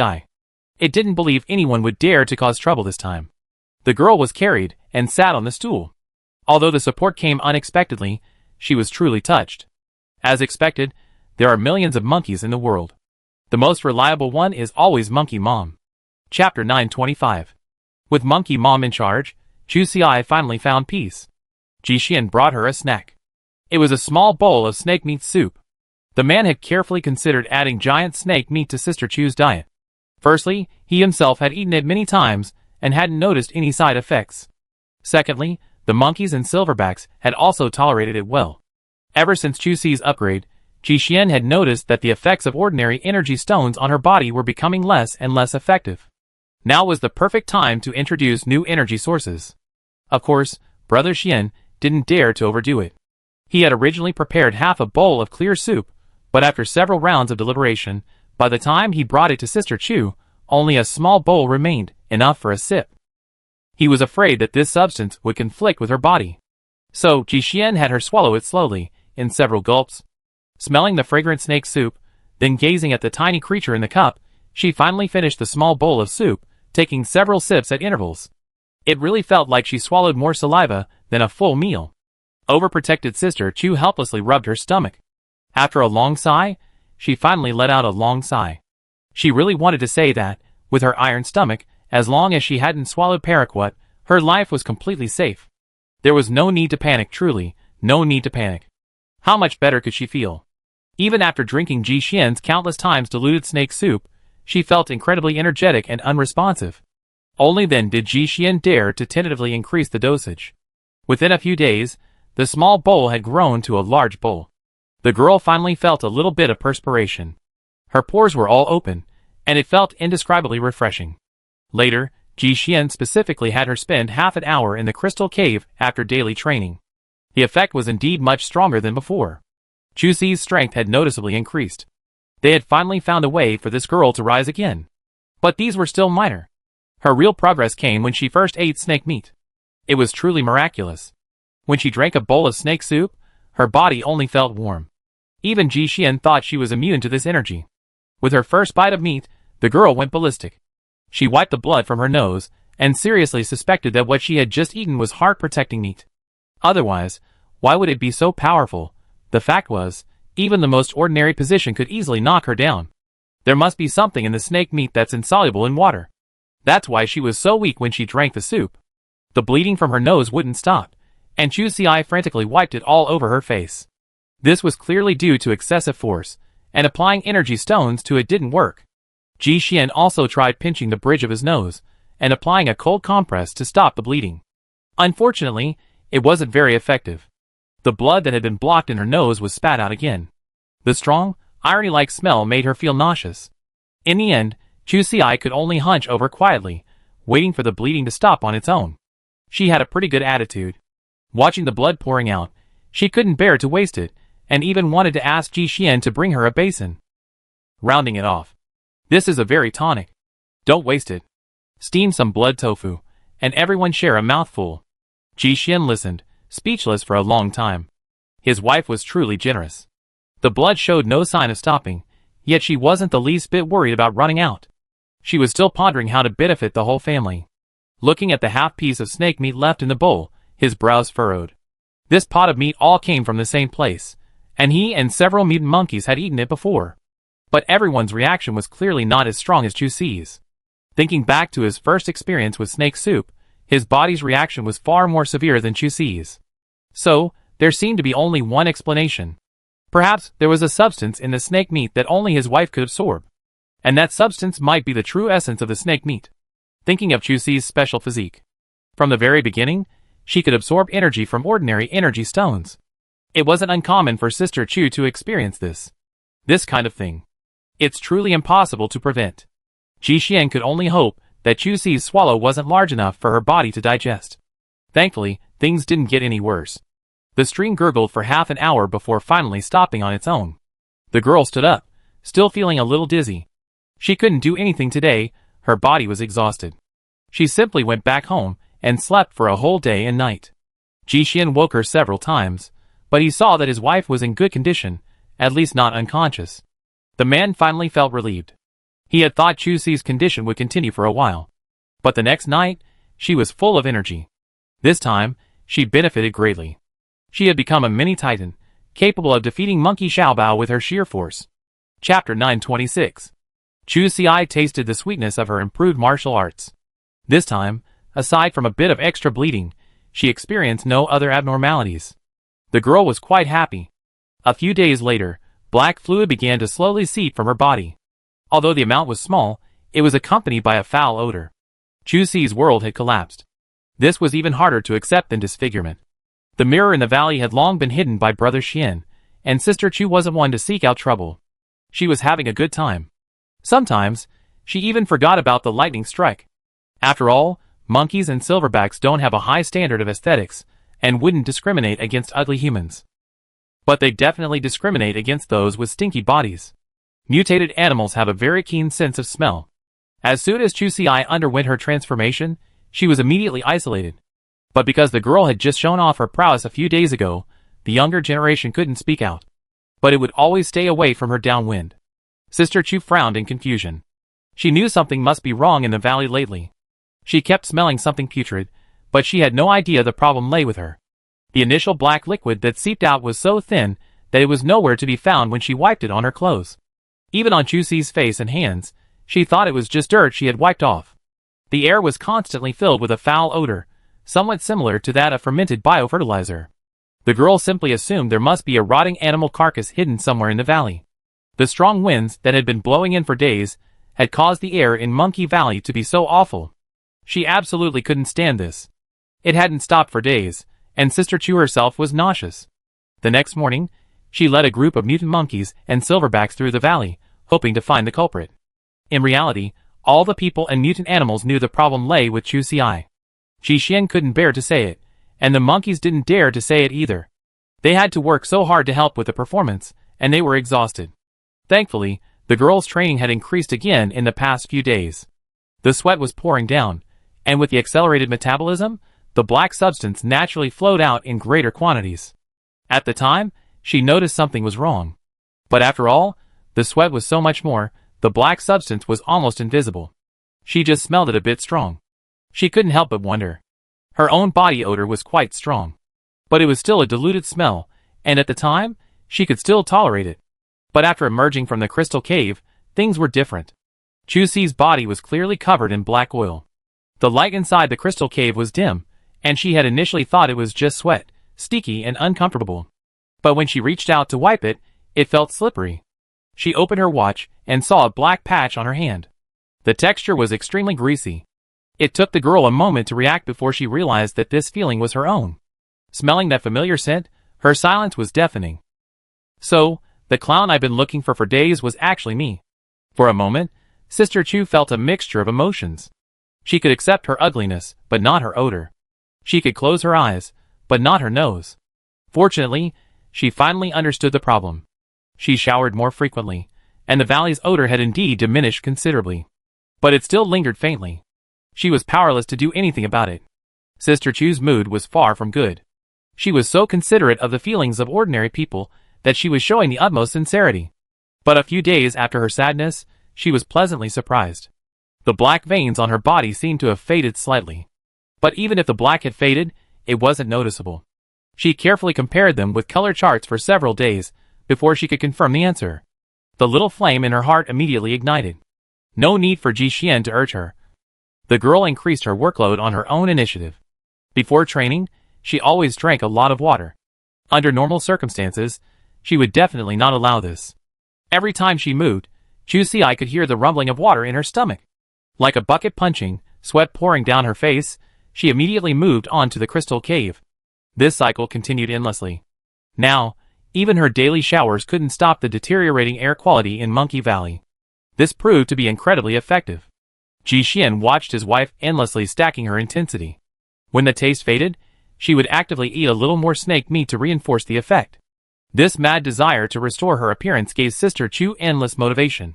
She was like a perpetual motion machine, feeling no fatigue at all.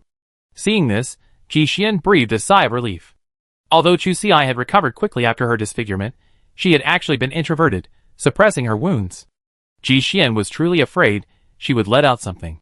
Now, that energy had finally been released. Everything was moving in a positive direction. It seems that his wife's face may be able to recover completely without any upgrades. Chapter 927. With the intake of snake meat and increased training, the lines and veins on Sister Chu's face are visibly fading. In recent days, her greatest joy in her free time has been taking pictures.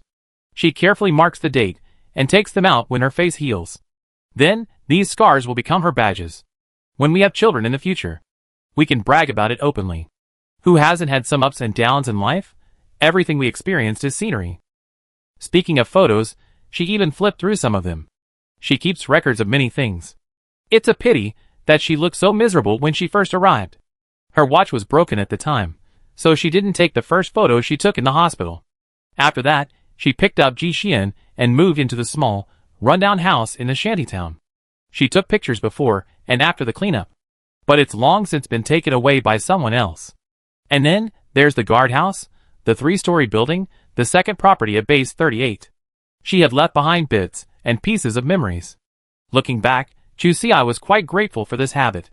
In fact, she had never imagined that the path she had taken would be destroyed so quickly.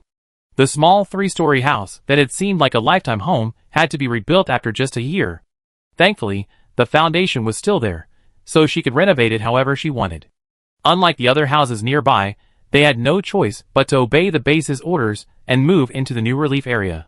Flipping through the photos, there were still a lot of food she had collected. And the dog-bitten hairstyle Brother Xian had given her the first time he'd done her hair. To this day, it was still unsightly. After much deliberation, she decided to delete it. Keeping it around for too long inevitably breeds anger. It had been a while since this happened, and bringing up old things wasn't her style. If she didn't delete it, She was afraid she'd lose control and smear Ji Xian by shaving his head. But this man was so tactless. Seeing Chu Ci trying to delete it, he reached out to stop her.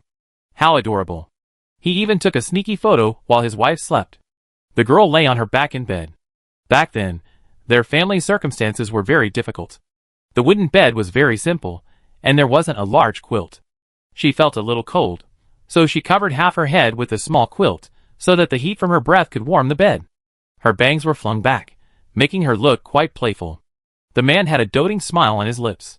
Chu Ci also quietly leaned over. A man in love. Aw fuck, that idiot from the next village. She couldn't stand anyone ruining her image like this, not even Ji Xian. Those bangs, combined with her completely defenseless expression after being completely exhausted, made her look a bit like a sugar baby. Now, even if Brother Xian boasted, he couldn't keep his treasure. Chu Ci took his watch and examined it closely. Really, you wouldn't know until you check. What kind of aesthetic is this? After struggling to delete it for a long time, she returned the watch to Ji Xian with a serious expression. The girl's expression was quite complicated. She had always wondered why such a handsome man like Ji Xian would be willing to date her. At that time, Sister Chu was still a little hesitant, afraid that she would trap the heart of a handsome young man with a so-called favor.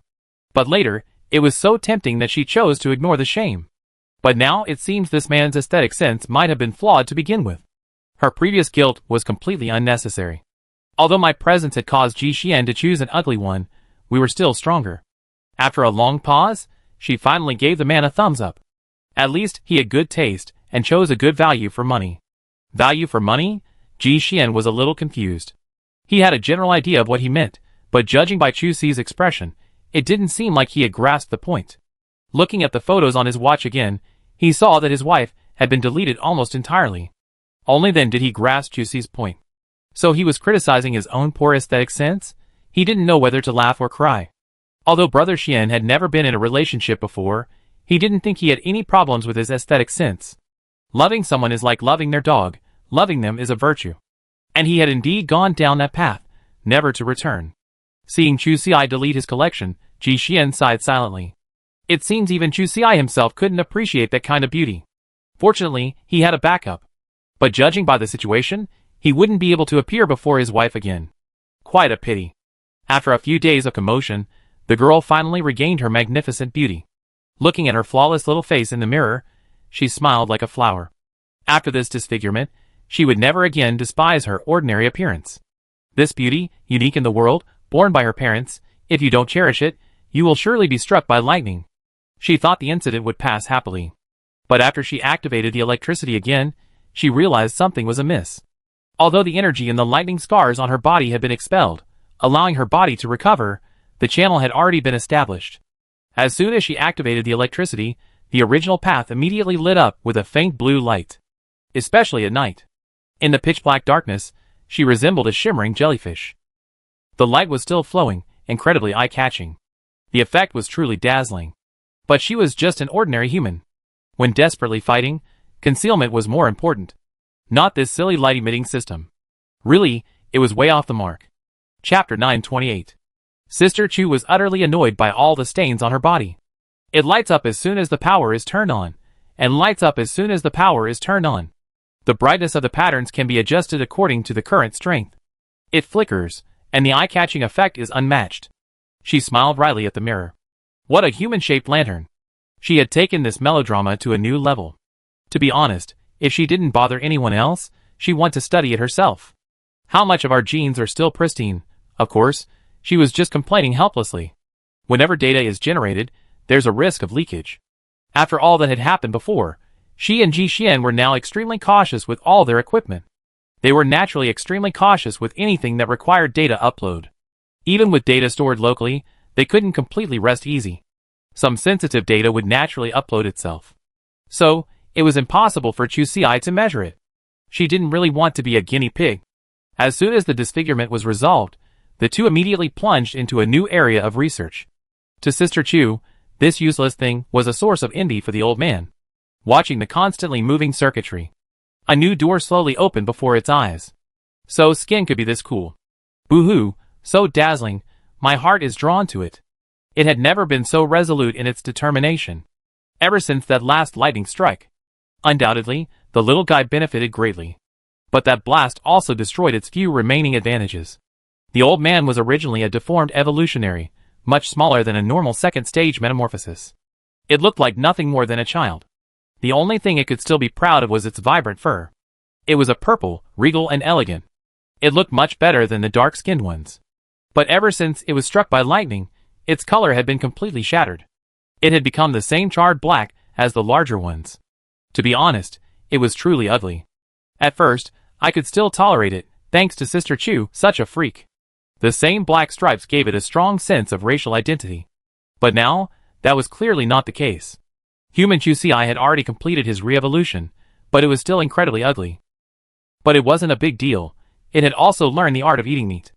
Sister Chu had been trying every possible way to deal with these troubles. She hadn't noticed the little guy's abnormality in time. She hadn't been seen for a few days. No one took it seriously. After all, the rare beast races were independent, and Grandpa occasionally had to go out and collect black stone. He was quite busy. On the third day, Ji Xian made time to prepare some snake meat for his wife's nourishment. But when he opened the warehouse, he realized something was awful. The little creature had slumped to the side, a large chunk of meat missing.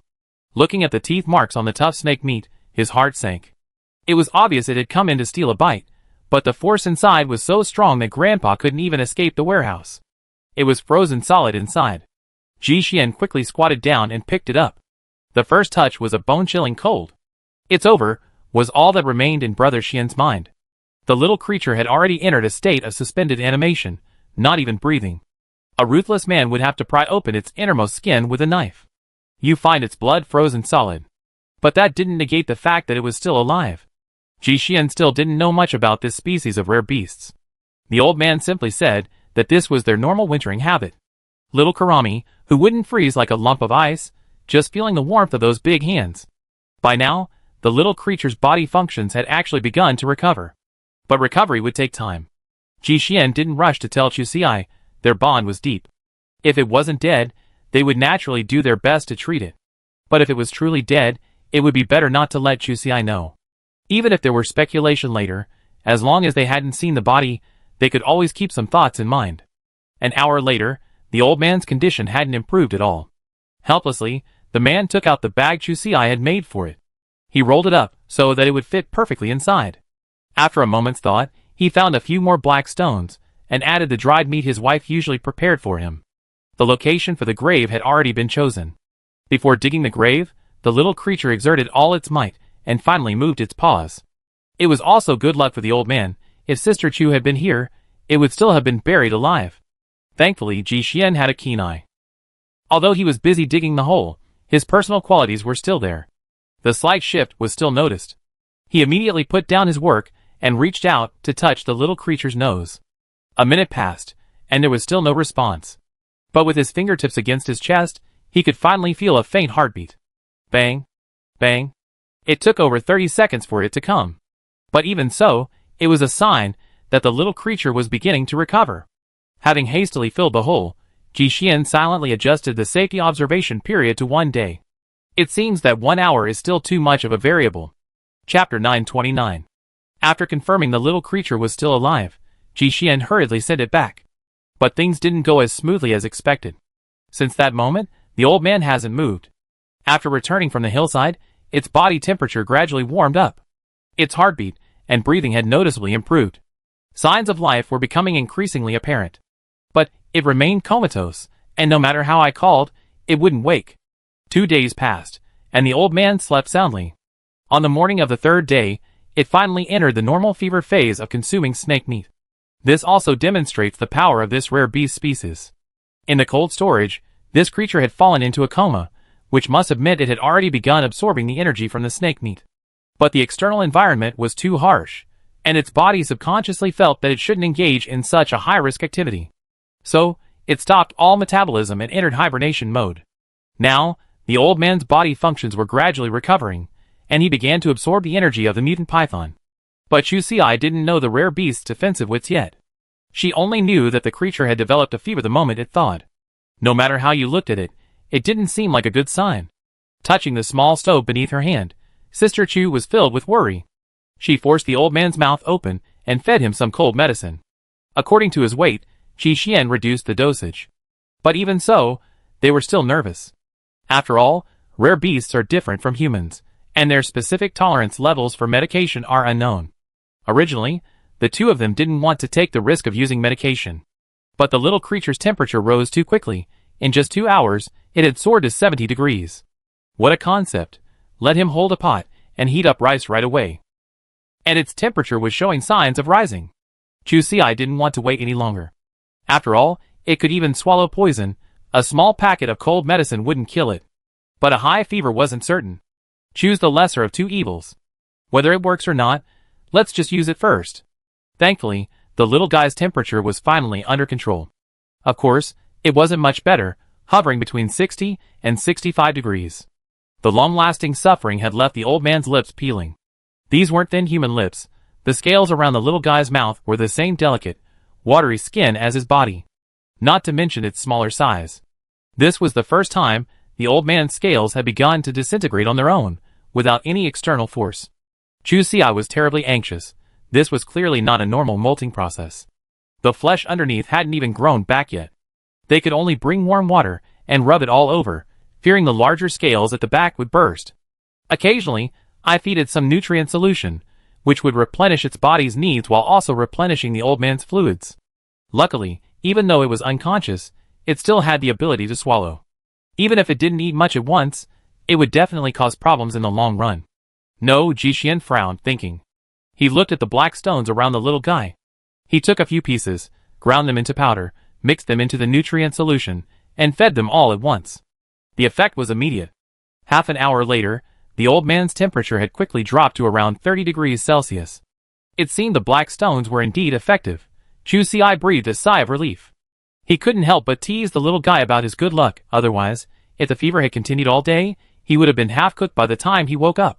But the relaxing time only lasted 2 hours. Perhaps the energy from the black stone had been completely absorbed. The old man's body temperature was rising rapidly, like climbing a ladder. Thankfully, they had finally found a way this time. The skilled grinding of the stone into powder lasted all night. The smiles had long since vanished from their faces. After a night of hard work, they had finally figured it out. The little creature's body temperature was being suppressed entirely by the black stone. Once it was consumed, it would immediately rise. Things were inevitably taking a turn for the worse.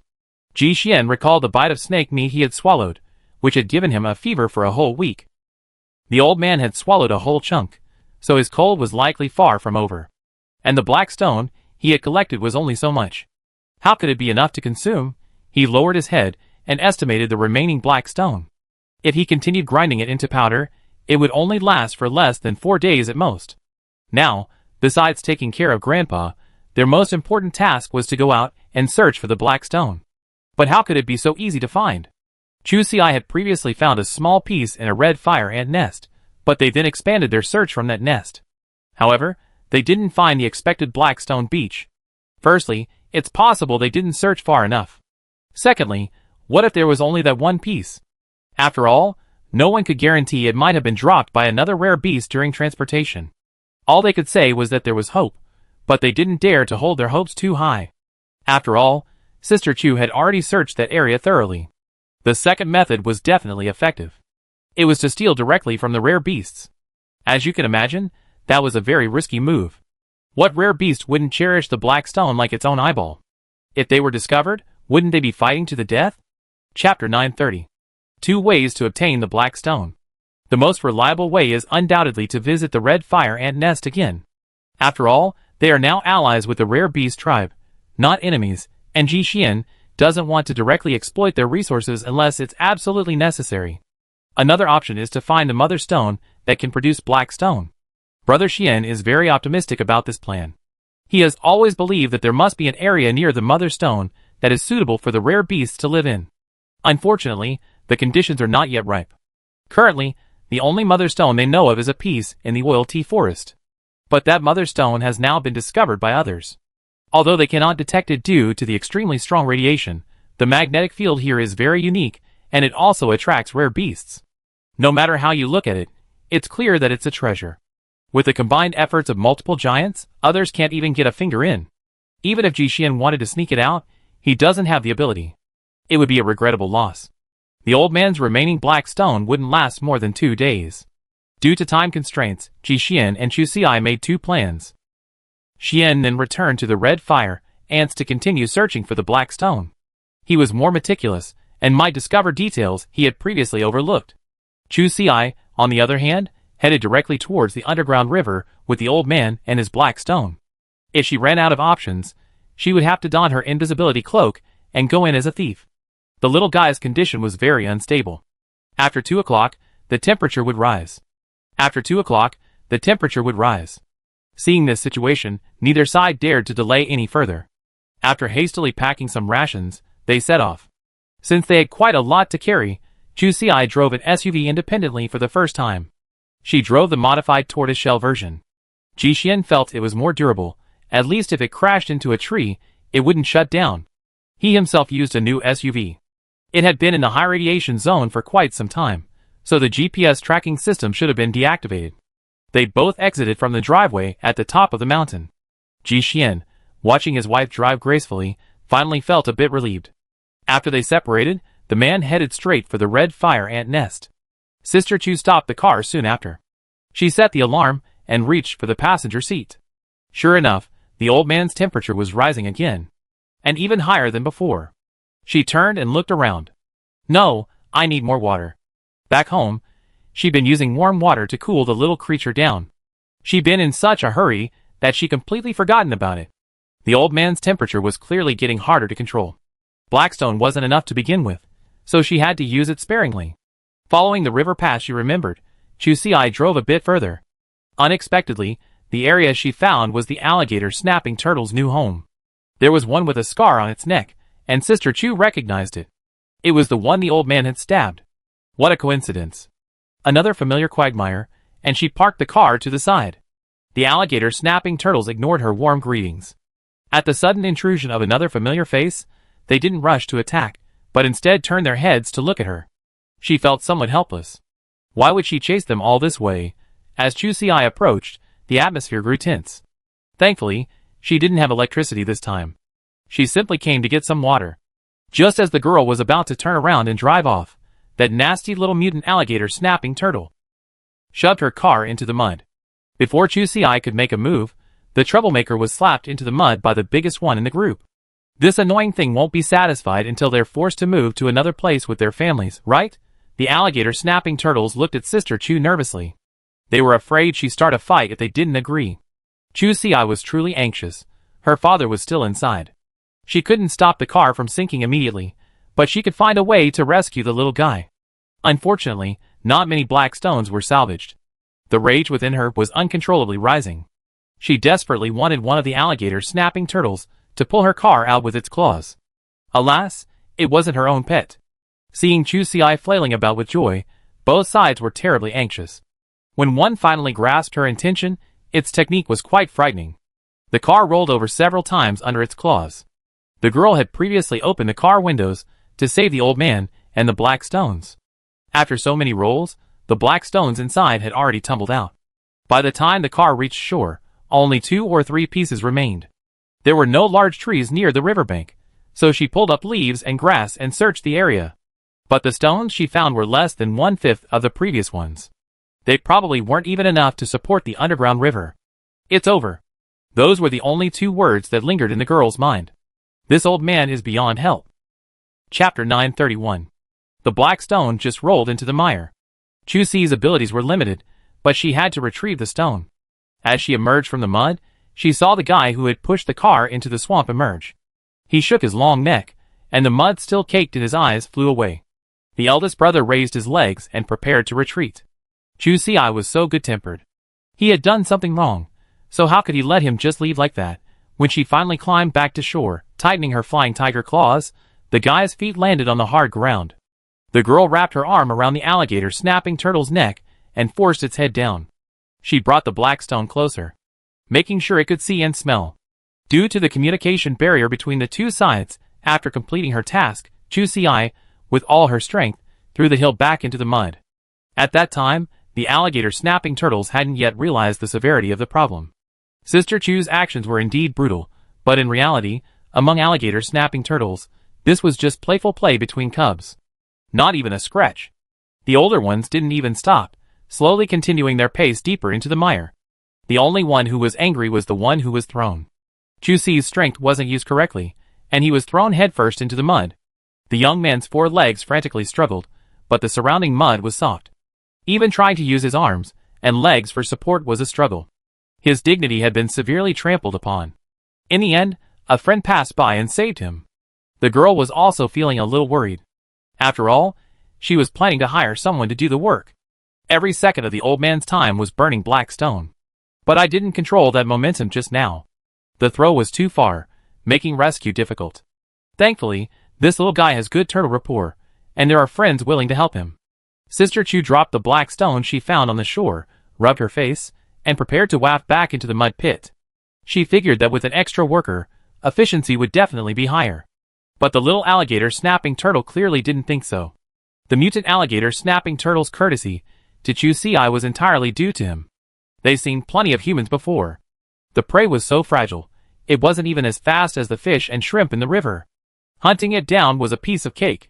It was just a shame it wasn't as bright and fresh, and the taste was a bit off. But the roles of hunter and hunted never changed. From the perspective of the powerful, Chusi's behavior was quite provocative. It cannot bear. There was a small fire in his eyes, and he wanted to teach her a lesson. The young man's ambition should be protected. Unfortunately, Sister Chu doesn't have time today. The only thing that could greet it was a slap in the face. Snapping turtles have never experienced this kind of bird spirit, and their wide-open mouths are filled with a row of extremely sharp fangs. This did cause harm to Chusi. In order to remove the jaw, both of her hands were cut. But now, all familiar mutated animals know about the fight with Chusi. Don't see blood unless necessary. The consequences for the little snapping turtle can be imagined. Reality taught him to bow his head. In the end, the guy who was anxiously preparing to take revenge for his dignity could only open his mouth half open and obediently got into the mud again. This time, Chusi led him to get to know the black stone that he had dismissed before. As expected of a species that can live in the mud, it was much more efficient than Sister Chu. After a while, it emerged with a black stone in its purse. It was only because its jaw was still dislocated that it was in a rather awkward position. The girl reattached the bone, and things were back on track. And her shocking move was surprisingly effective. Watching their friend get beaten, the surrounding snapping turtles pondered for a moment. They finally decided to follow the situation and adapt. Having their jaws dislocated was truly tragic. Compared to that, searching the mud below for some black stones didn't seem so unacceptable. Sister Chu was so clever, she felt obligated to help. She immediately took out all the dried meat she had prepared for the old man from the trunk. They were all baked, some honey-baked and some charcoal grilled. They all smelled delicious. Chusi didn't really know what they tasted like, but she shared whatever black stone was brought to her. Their large size and the small pieces of meat were a complete mismatch.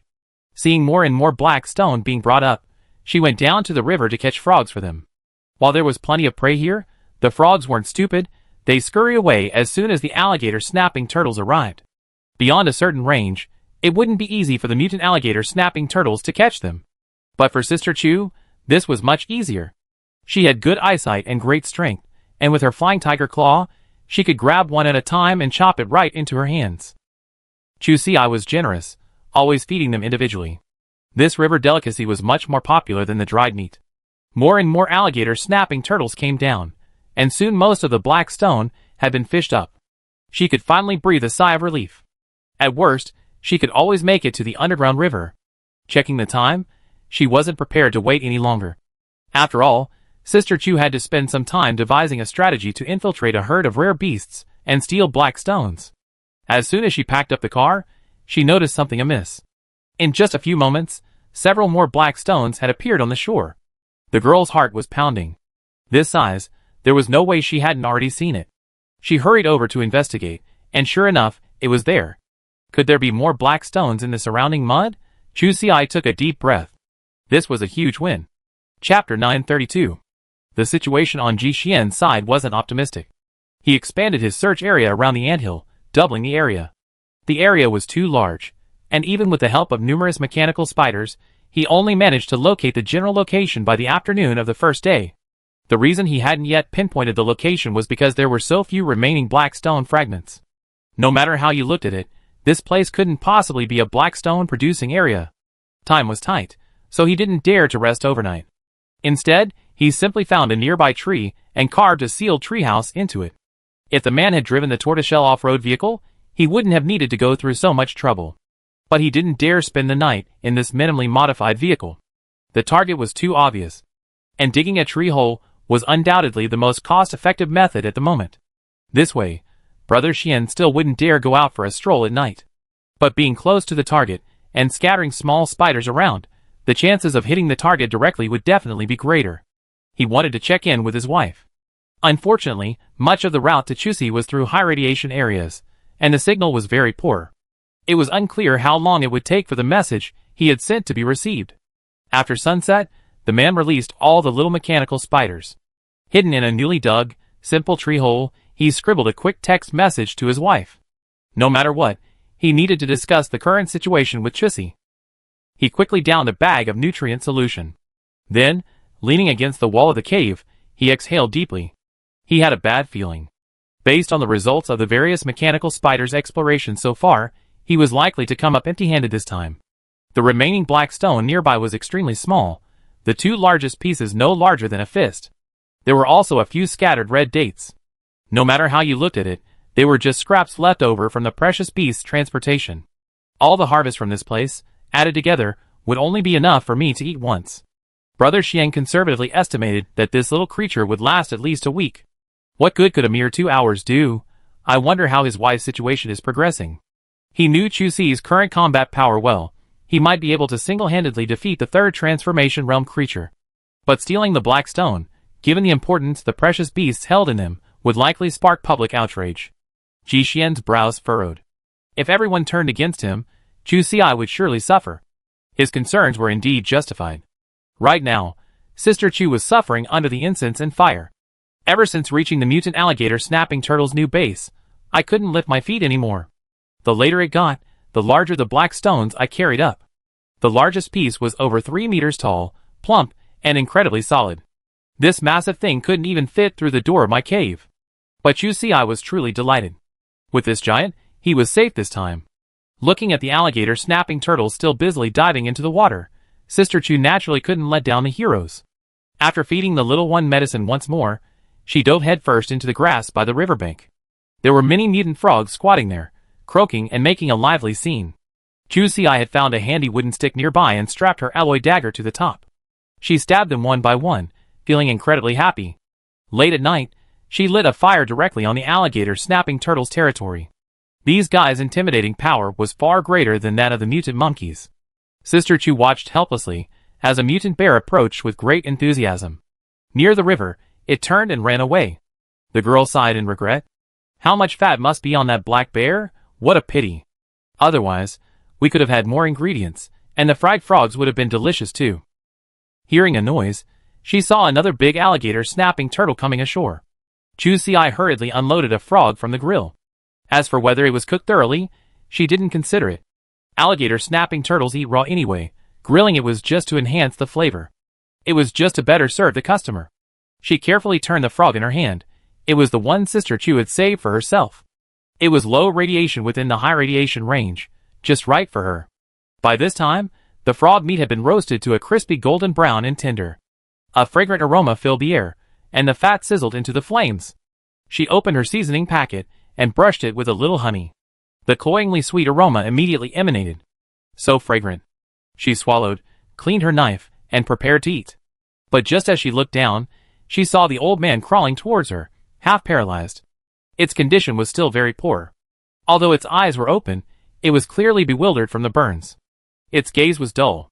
The mutant python was very strong, and it was clearly not time for the little one to wake up yet. But smelling the roasted frog, and thinking about the fact that it had only been drinking nutrient solution mixed with black stone powder for the past few days, that taste. She was just unconscious, not dead, and her sense of taste was still there. It wouldn't cooperate unless I forced it. Now that I had finally encountered a delicious meal, I had to do my best to wake up. Sister Chu was speechless. This was just for a bite of food? Chapter 933. Chusi hadn't expected the old man to wake up so easily. Although it didn't seem to have much effect on cooling down, but after regaining consciousness, his spirits had improved considerably. Despite his sickly condition, he still managed to help his beloved dissect the frogs while eating. That creature's claws were far more effective than a dagger, easily opening the stomach. The girl skillfully pulled out the mutant frog's intestines, like a professional butcher. Since her upgrade, Chusi's sensitivity to energy stones has become even stronger than before. Now, she can accurately sense the location of an energy stone simply by stroking it through the thin intestinal membrane. It was much more straightforward than before, and it didn't affect his appetite at all. She accurately picked out 2 energy stones with her knife and discarded the frog intestines. Chusi nodded. Although both were only F grade, she was already extremely satisfied. After all, these were just incidental gains. Blackstone is the capital. Watching the growing harvest pile up on the shore, Sister Chu's joy was reserved. The most excited, of course, was the old man. The little guy, who had never bowed his head before the alligator snapping turtle, had now become its nanny. It eagerly followed every alligator snapping turtle that came up. That servile attitude was something even Sister Chu had never experienced. It was obvious. All its dignity had been traded for food. Chusi couldn't bear to watch it. Most importantly, the old man was still sick. It was quite capable of its own business. It hadn't helped at all with the frog catching. It was just trying to look good. It was unbearable to watch. The alligator snapping turtle was already busy, having finally made it to shore. How could it possibly notice the old man? He could easily have kicked it into the mud. This isn't some alarmist claim, it actually happened. The mutant turtle is enormous, and its field of vision is high. Like a truck, it has many blind spots. The alligator snapping turtle's eyes are located high up on the sides of its head.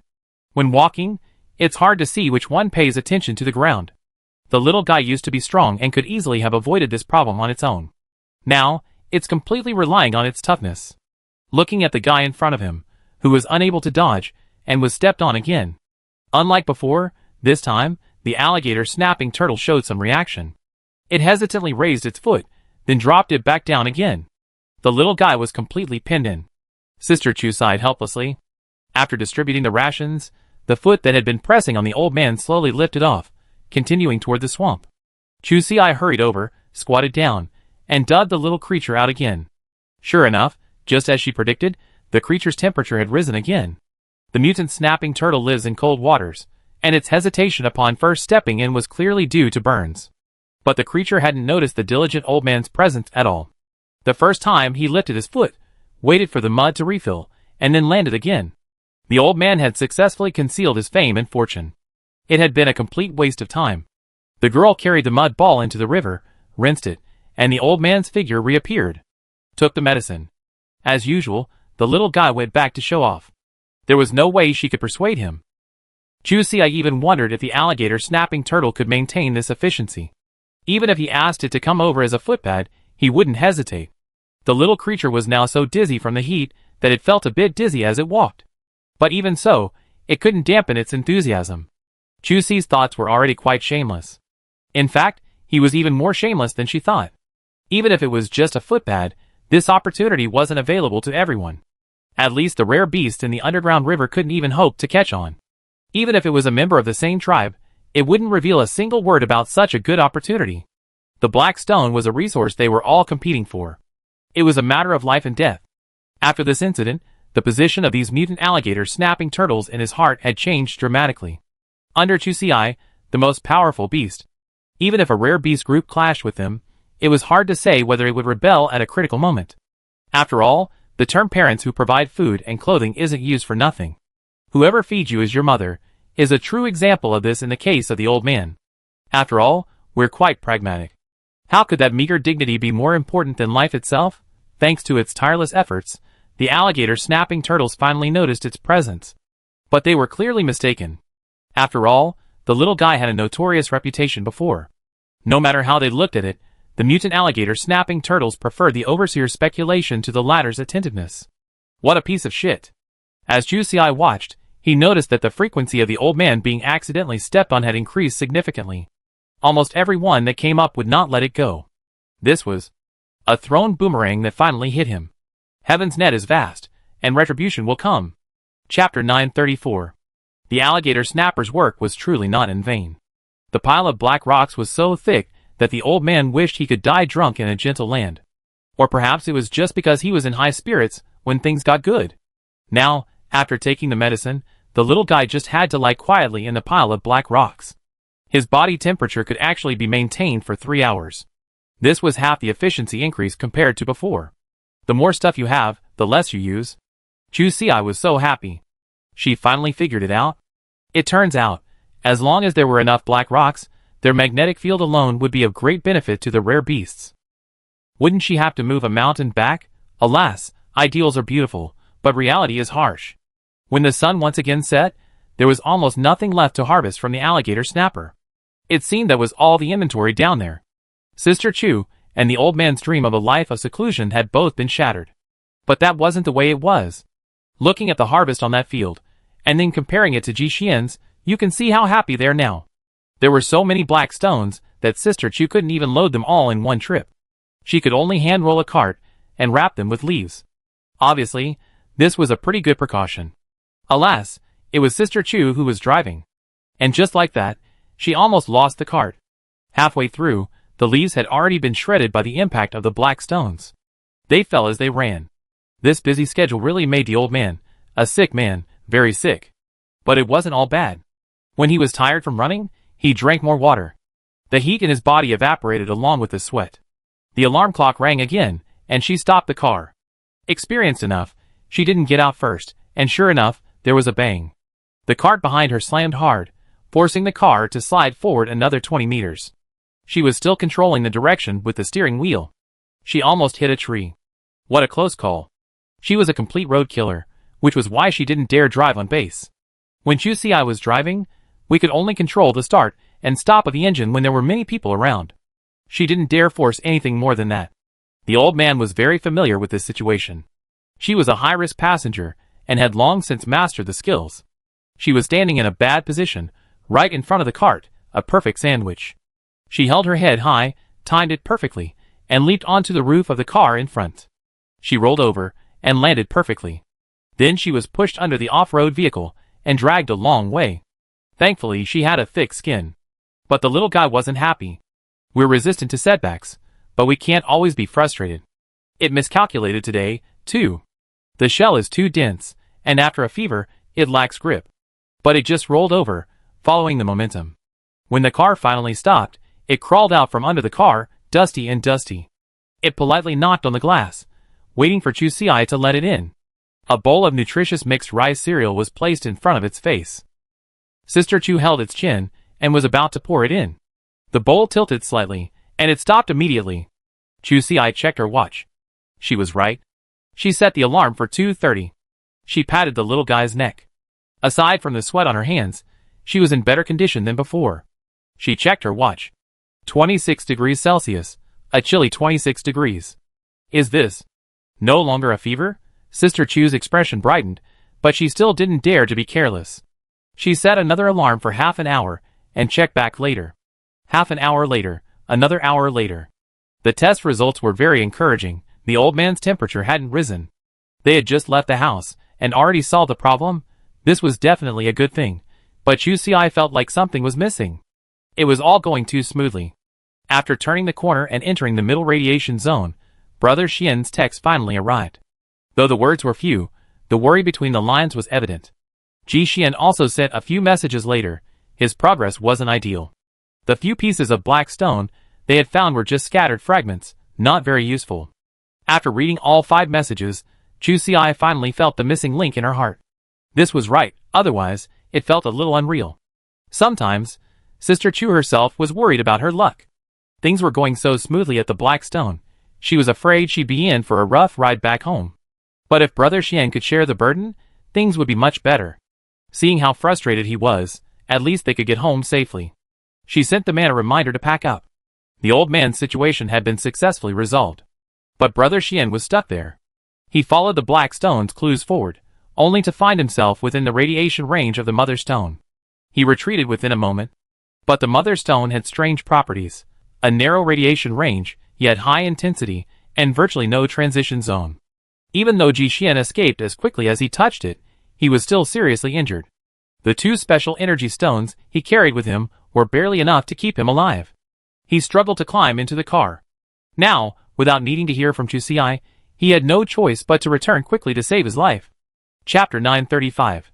Ji Xian drove recklessly all the way, a mad race against death. In the end, he finally made it back to the valley. He and his wife were right behind each other. Sister Chu was quite happy to see them both.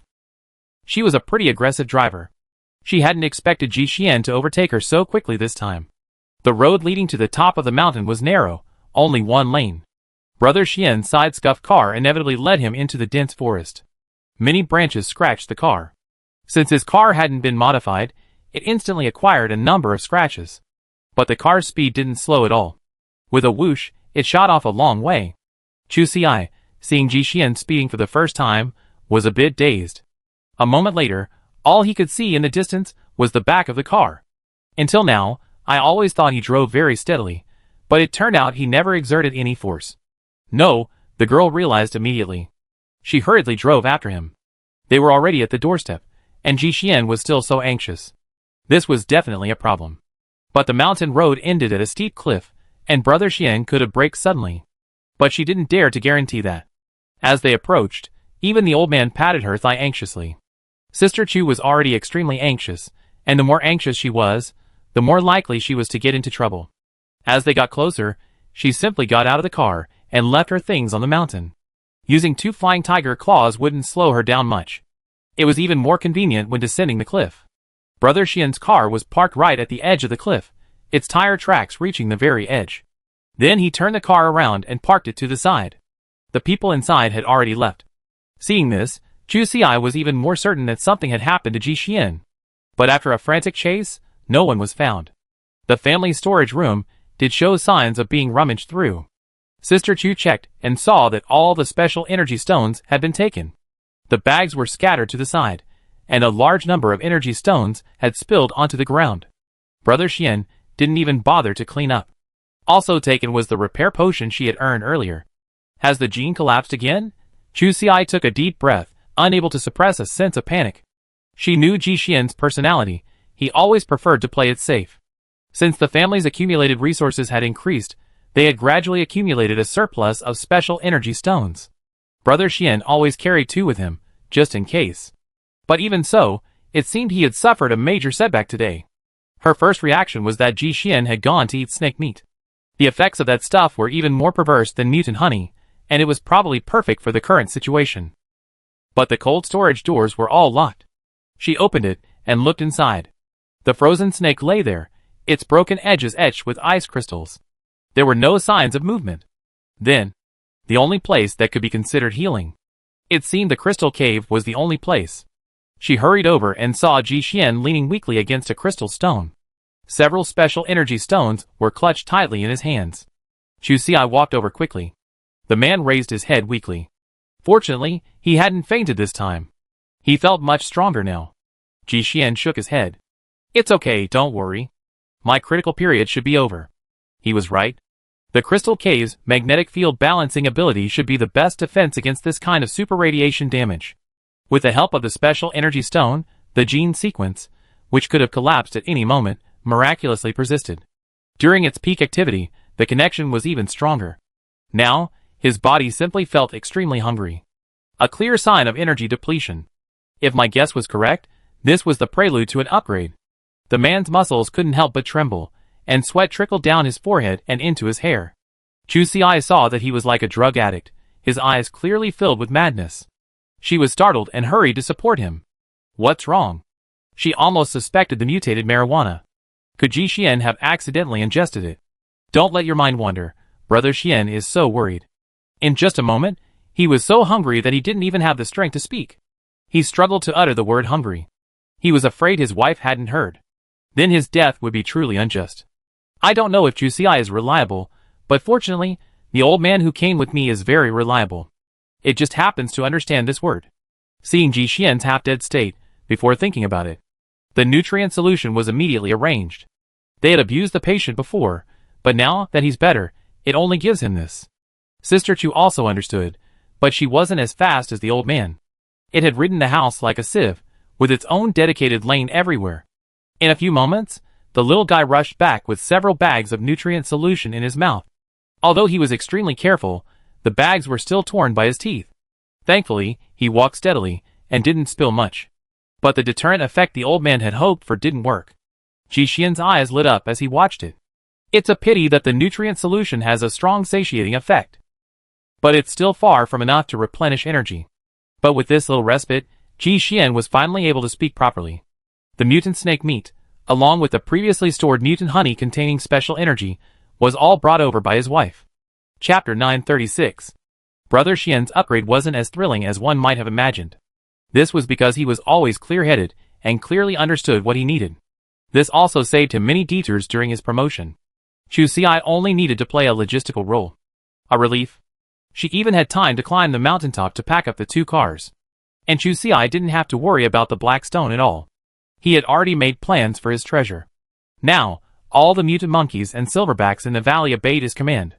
Although they didn't speak the same language, bringing the monkeys and silverbacks to the mountaintop wasn't a problem. Afterwards, he would bring down a piece of black stone, and the others would immediately follow his example. By the time Sister Chu remembered this, all the black stone had already been moved to his lair. The whole house was like a mountain of gold and silver, and he was perched on top. He was so comfortable. Life was so beautiful. It completely forgot about Ji Xian's patient. By the time the old man finally emerged from his land of comfort, Brother Xian had already passed the critical period. He had successfully upgraded and emerged.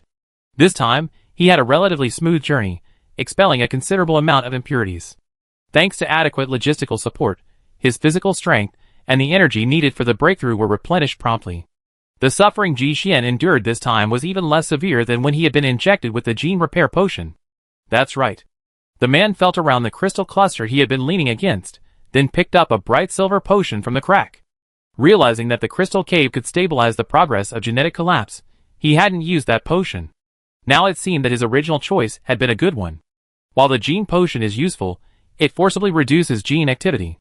Using it during the upgrade process undoubtedly pauses the process. That definitely wouldn't be the result now. After showering, Ji Xian stood in the valley, repeatedly clenching his fists, feeling the change in his strength. It felt like he at least tripled in strength. While still not as strong as his wife, if she didn't overdo it, he could still hold his own. Looking at Chu Xi's excitement beside him, Ji Xian smiled faintly. Around? The girl was completely unsportsmanlike. The young man's physique had become even more muscular. His torso was firm, and he could move with his hands. Unfortunately, the man didn't give her the chance to act dirty. Using his clever strength, he tossed her to the ground. And then? It was just a matter of time before he acted dirty. Brother Xian gave a helpless, wry smile. Is he honorable in defeat? After all, Ji Xian had been so much outmatched by his wife before. He went from being an instructor to being a jerk. He was certainly somewhat frustrated. He had his own pride, and wanted to build a strong foundation for Chu Xi. As a former mercenary and a top student, it was honestly difficult for him to cultivate the self-awareness of a gigolo. It was simply too difficult before. His wife's progress was like a monkey soaring through the sky. If she didn't poke a hole in the sky, she was lucky. But now it was different. He had found his own path. His direction had long been clear. He took steady steps, and never stopped growing stronger. Ji Xian's method of growing stronger might be much faster than that of an ordinary person. But compared to Chu Xi, the difference was far greater. She always played by unconventional means. It's difficult for ordinary people to embark on the path of lightning body tempering. But Chu Xi did it. She wobbled along the way, like she was walking a tightrope, but the results were surprisingly good. It was beyond her comprehension, and she had somehow managed to form a decisive battle with the old man.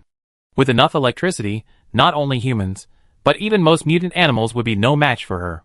The girl pressed her elbow against Ji Xian's chest, and nibbled on his chin. She smiled brightly, her teeth gleaming with pearls. Ji Xian felt a jolt, and smiled along. After finishing her work, Chu Xi finally remembered to ask, "Why are you suddenly advancing?" Although Brother Xian had been working hard before, he seemed to have no idea how to advance. The crystal cave was useful, but it was mainly used to balance energy. The actual amplification effect was not as high as they had previously imagined. Ji Xian also meditated inside for a while. But the crystal cave's effect, at most, is to turn two into two ones. Creating something out of nothing is incredibly difficult. But now there's the Mother Stone, the thing that can instantly elevate 0 to 10. In fact, once Ji Xian figured it out, he realized the Mother Stone's importance. It's crucial not just for the old man. With the right balance, it can actually be used to raise the level of any animal. Of course, if misused, its most common use is to instantly ascend to the heavens. And the Mother Stone's magnetic field is unique. Its high radiation area is actually quite limited. The outer layer is a nearly negligible transition zone. But the outermost layer is a purified, low radiation zone. With it, they can endlessly produce soil with medium and low radiation levels. The last piece they discovered is now locked up by various organizations. The two can't steal it even if they want. And this one, Ji Xian wasn't going to let go. Chapter 937. The Mother Stone's preciousness is undeniable, but transporting it is a problem. Its radiation field is too strong. No one can get close to its core. Not Chusi, nor the rare beasts. But there's a solution, it's just a bit clumsy. At worst, they can just dig up the surrounding area. If anyone else were to do it, it would be a massive undertaking. The average person's physique makes it difficult to even approach the Mother Stone's radiation zone. The area required for construction would be enormous. And if they accidentally crossed the boundary during excavation, the only outcome would be death. So, even though they discovered the Mother Stone in the Great Black Territory for quite some time, they still can't move it.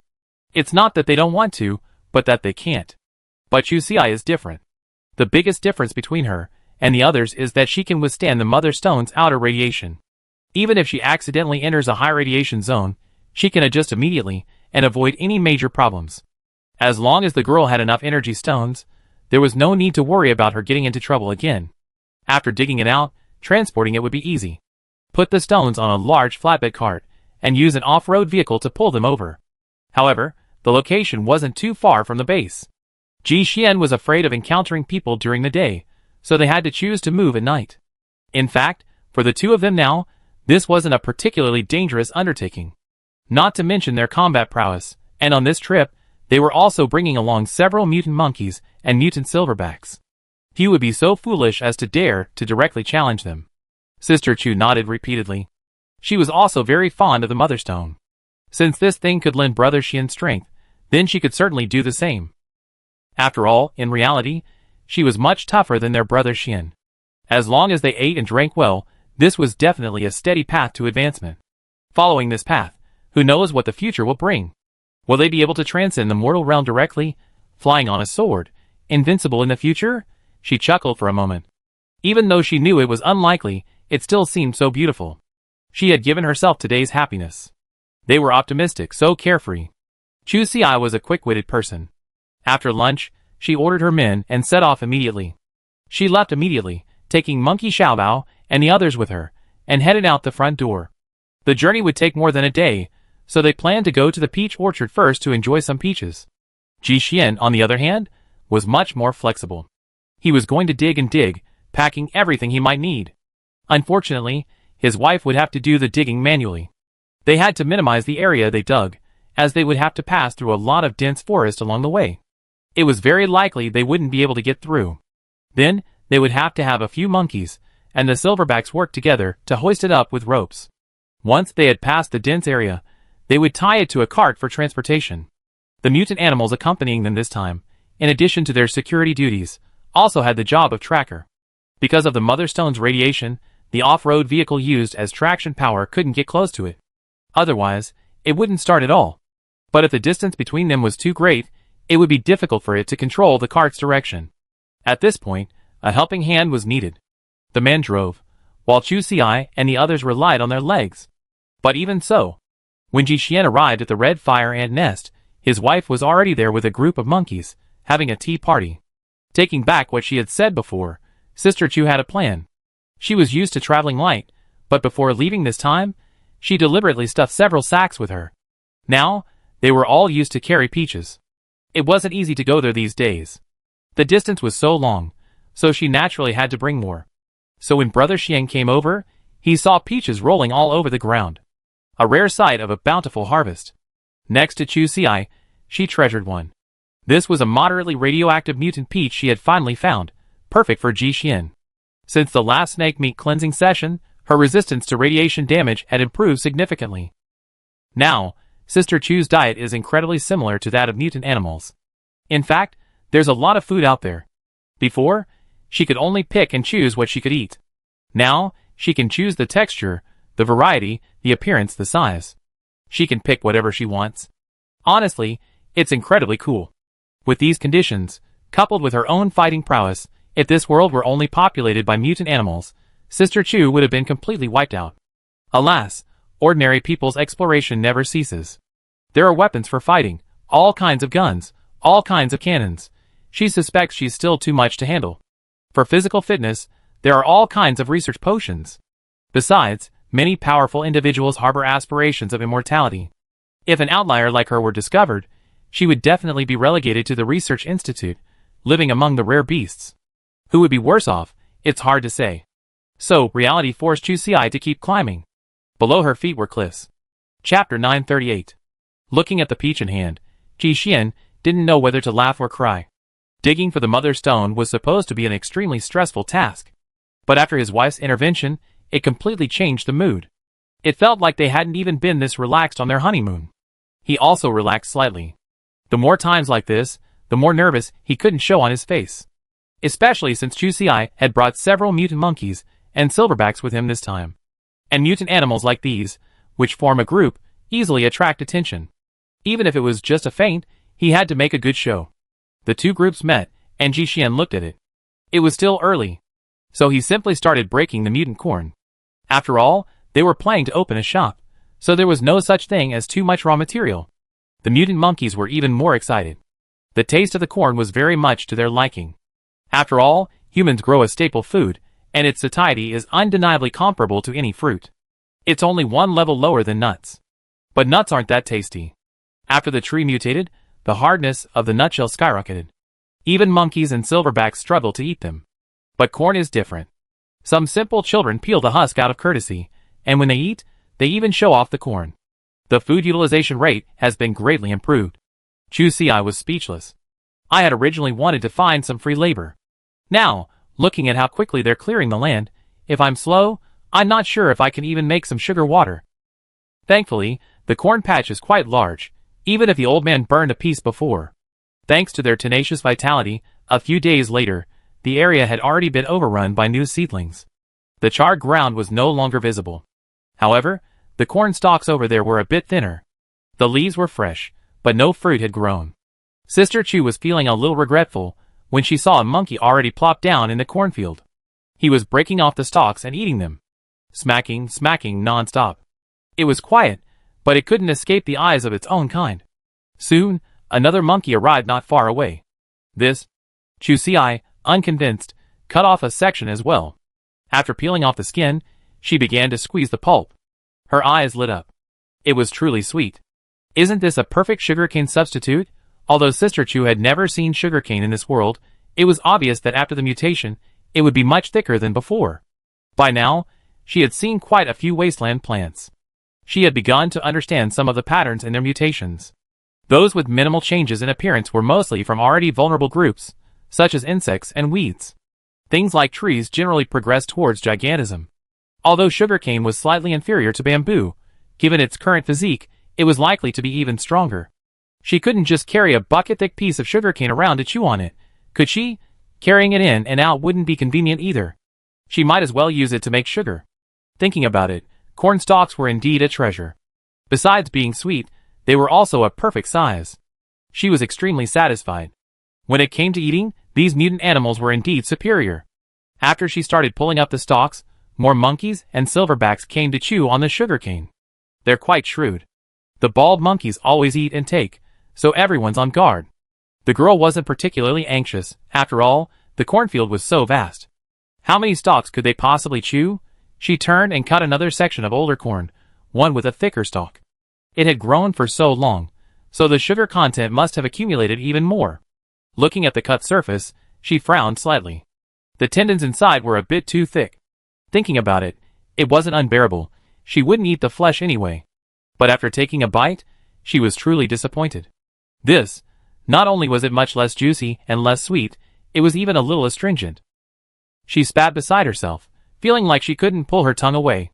There was no fraternal love at this moment. Chu Xi turned and joined the scramble for corn stalks. And now, she didn't forget to call the old man over for help. That mouth was no slower than her knife. It's a shame that Brother Xian didn't join the fray. Since his upgrade, he's still yet to prove his prowess. Intervening at this point would easily lead to rejection. Right now, we still have to deal with these mutant monkeys and silverbacks, so a conflict isn't appropriate. Besides, even if a fight is necessary, it should be done quietly in Monkey Valley. After all, his current strength has already surpassed the upper limit of a genetic warrior. Don't let him get himself involved before Chu-Si's situation is resolved. Many years ago, men understood a truth. No matter how powerful your fighting ability, once exposed, it's no longer a killer move. But this isn't entirely a bad thing. At least with more monkeys prying at the pole, there will be fewer people competing for corn. Watching the competition intensify, Chu-Si even engaged in a fight with the monkeys. Ji Xian couldn't help but laugh. Look how anxious his wife is. Why is it so? Once he gets back, he just needs to plant the corn seeds. It won't be long before she'd be munching on the corn stalks. But this is all part of the tribe's activities, a form of healthy competition. It helps consolidate Chu-Si's position. Really, among mutant animals, no fight is in vain. Chapter 939. As the sky darkened, Chu-Si had already gorged herself on a bellyful of sugary liquid, burping. She leaned back in the passenger seat, the car window already closed. In the cornfield, several mutant animals lay huddled together. They had completely ripped apart the red fire ants' territory, so naturally, these little creatures would seek revenge. They had already swarmed out, scrambling to crawl onto the monkeys and silverbacks. But these shameless creatures were too thick-skinned. When they had enough, they would pluck them all off and toss them into their mouths, crunching and chewing like a protein boost. After they finished their own catching, they would even help each other. Their movements were incredibly skillful. They would part the dense fur, searching, and when they caught something, they would toss it directly into their mouths. Sister Chu hadn't taken it seriously at first, thinking it was just normal hunting. But the more she looked at the skillful movements, the more familiar they seemed. No matter how you looked at it, it looked like a loving interaction between monkeys, like they were catching lice. Especially that identical tossing action into their mouths. It was practically identical. Chu-Si's face turned a little green, and she turned away silently. The only thing she could still appreciate was the word dirty. Especially since the girl had eaten quite a bit today, any further staring would be rude. She covered her face and turned away, not wanting to look any further. Ji Xian's focus, however, was clearly much more serious. Monkey Xiaobao and the others were eating mutant fire ants. Even among mutant animals, they were notorious. Ji Xian's brows furrowed slightly. He was a little confused. The mutant monkeys and silverbacks had thick fur, so they weren't afraid of bites, which he could understand. But there was no protection in their mouths, and yet they dared to eat directly. This was far beyond his expectations. The man lowered his eyes. Through reflection, it seemed the only reason was the snake meat they devoured. Before, he assumed they simply enhanced their physical strength. But now, that perspective was still narrow-minded. Chu-Si paused for a moment, then noticed that it was already dark outside. She nudged Ji Xian and suggested, "Take me to dig for the mother stone first." She had to do this job. The mutant monkeys and silverbacks were only late-stage transporters, so they wouldn't be needed for the time being. She simply took Ji Xian and quietly left, sparing them the trouble. They were just in the way. Sister Chu had been around these guys day and night, and knew their personalities all too well. When they were doing things, they might not be noticeable. But when they were dragging their feet in various ways, they were definitely the uncrowned king. Just thinking about it made her anxious. But at last, her tiny eyes met the old man's pair of tiny black beans. The creature had also eaten its fill, its tail wagging gracefully. The girl's eyes lit up, and she slapped her forehead, instantly realizing. How could she have forgotten such a large labor force? Black stone grows within a high radiation zone, and rare beasts can enter to collect it. The range that old man can enter must be much farther than her. Chu-Si's lips curled up in a smile. She watched helplessly, as the little tail froze in midair. It's quite agile, little thing. It's a pity that Sister Chu wasn't going to let it go. The two of them got out of the car. Ji Xian took his mining tools, such as a pickaxe and chisel, and a rope. Chu-Si went over and picked up the old man and left. They chose not to drive, naturally wanting to make as little noise as possible along the way. Their movements were naturally noticed by Ho Xiaobao and the others. But since all their belongings were there, Chu-Si didn't call them, and they were happy to relax. After quickly running to two spots, Ji Xian finally found the place. There was nothing unusual around. Not even a single mutant animal carcass. This was a key reason why humans hadn't discovered the Mother Stone. Perhaps due to some unknown factor, the magnetic field emitted by the Mother Stone automatically repelled mutant animals. Only these humans, abandoned by the Wasteland world, felt no repulsion. Although extremely dangerous, It also proved true that fortunes are intertwined with misfortunes, and misfortunes are intertwined with fortunes. Precisely because they lacked this protection, they were able to directly observe the Mother Stone's existence. Only then could it be put to good use. Chu Xi roughly estimated that the influence of this Mother Stone was approximately 3.5 to 6 miles in diameter. It was still too large. They would have to travel through dense forests the entire way. To conceal their tracks, cutting down trees to clear a path was impossible. So, bringing the old man here was absolutely the right decision. And Chu Xi, ever since being struck by lightning and eating giant snake meat, now feels incredibly awesome. But Sister Chu actually had a pretty good idea. The last time she was so awesome, she almost got stuck in there and couldn't get out. Now, Chu Xi was only going to go in and investigate the situation. Then she would quickly withdraw. This time, she was thoroughly prepared. In addition to 2 bags full of ordinary energy stones, she also shared 3 special energy stones and 3 small pieces of snake meat from Ji Xian. This time, she went in completely prepared. Chapter 940. Chu Xi had his plan complete, even going in a bit to prepare. Just waiting for the master to go in and get to work. Unfortunately, it had never been one for serious work. Big Baby was afraid of the radiation from the Mother Stone, so he didn't dare go in on his own. Could it be that he wasn't afraid? At first, the little guy naively thought Chu Xi had discovered the Black Stone again. He was leading it to steal the tower. The master was incredibly excited. But once he ran inside, he discovered that even the scraps had been stolen. It was mined thoroughly. Seeing there was no profit to be made, the master naturally wanted to withdraw immediately. The Mother Stone's radiation was so strong that even rare beasts didn't want to stay there for long.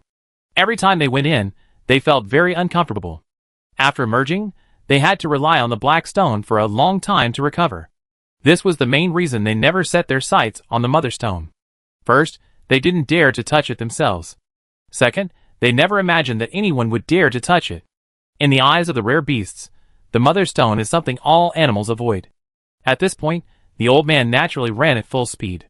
Before leaving, he didn't forget to remind his precious treasure. But good things don't come easy to the beast. Chu Xi simply grabbed it and pinned it to the spot. She patted the little creature's head and soothed it. Be good, get back to work. Are you kidding me? She could let it run away now. I had put in so much effort to explore this deep. I had planned the excavation route for it. These trips in and out had consumed a lot of energy stones. Sister Chu couldn't let all her previous efforts go to waste. But the truth was, she had a good idea. Because she couldn't stay in there the whole time, she had handed the task of digging to the old man. But without anyone supervising, this guy absolutely doesn't do anything serious. As soon as she left, the little guy immediately escaped from the other end.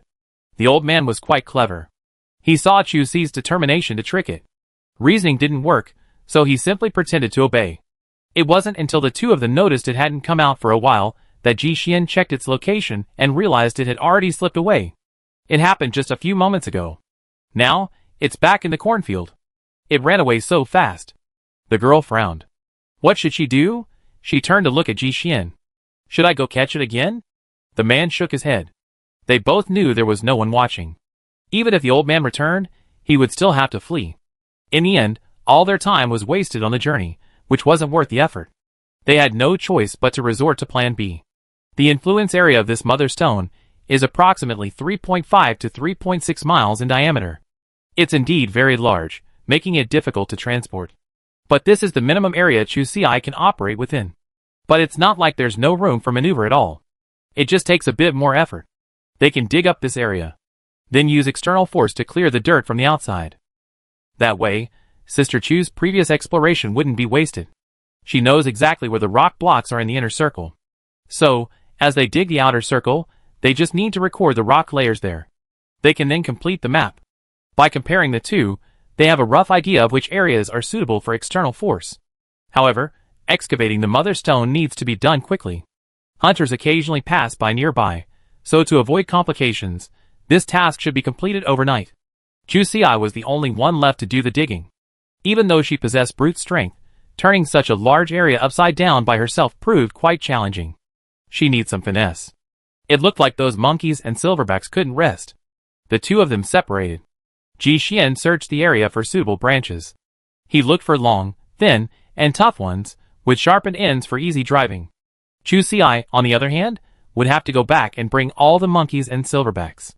Jixian provided all the tools. Just wait for Chu Si to return, and then, according to the explored locations, he would drive the nails diagonally into the ground one by one. Then, the helpers would pull them outwards, and a large area would be lifted up. Doing this several times would definitely save time compared to Chu Si digging directly. Sister Chu drove the car directly over when she returned. The cart was also filled with dirt they dug elsewhere, ready to be used later to fill the pit. Originally, it certainly wouldn't have been enough. But now, with their own method of crushing the stone, maybe they could actually take the mother rock with them. Jixian figured it out later. As long as the dirt was pulled out, they could use external force to knock down the dirt around the mother rock from a distance. It wouldn't be affected by the radiation. At most, there would be some difficult to handle associated minerals left around. But the actual area was far smaller than they estimated. The plan was settled, and the two men immediately set to work. It took until the latter half of the night for all the preparations to be completed. Chu Si went over to set the stakes, and the monkeys and silverbacks were quite capable. These guys were already very strong, and now, after eating the snake meat, their strength had been significantly increased. Because it was a phased task, the girl had originally thought it wouldn't take more than 3 or 4 hours. Yet the progress was surprisingly rapid. The most time-consuming part was actually the work of driving the stakes. 2 hours later, a large clod of earth was uncovered. Chu Si marked several fixed points on it.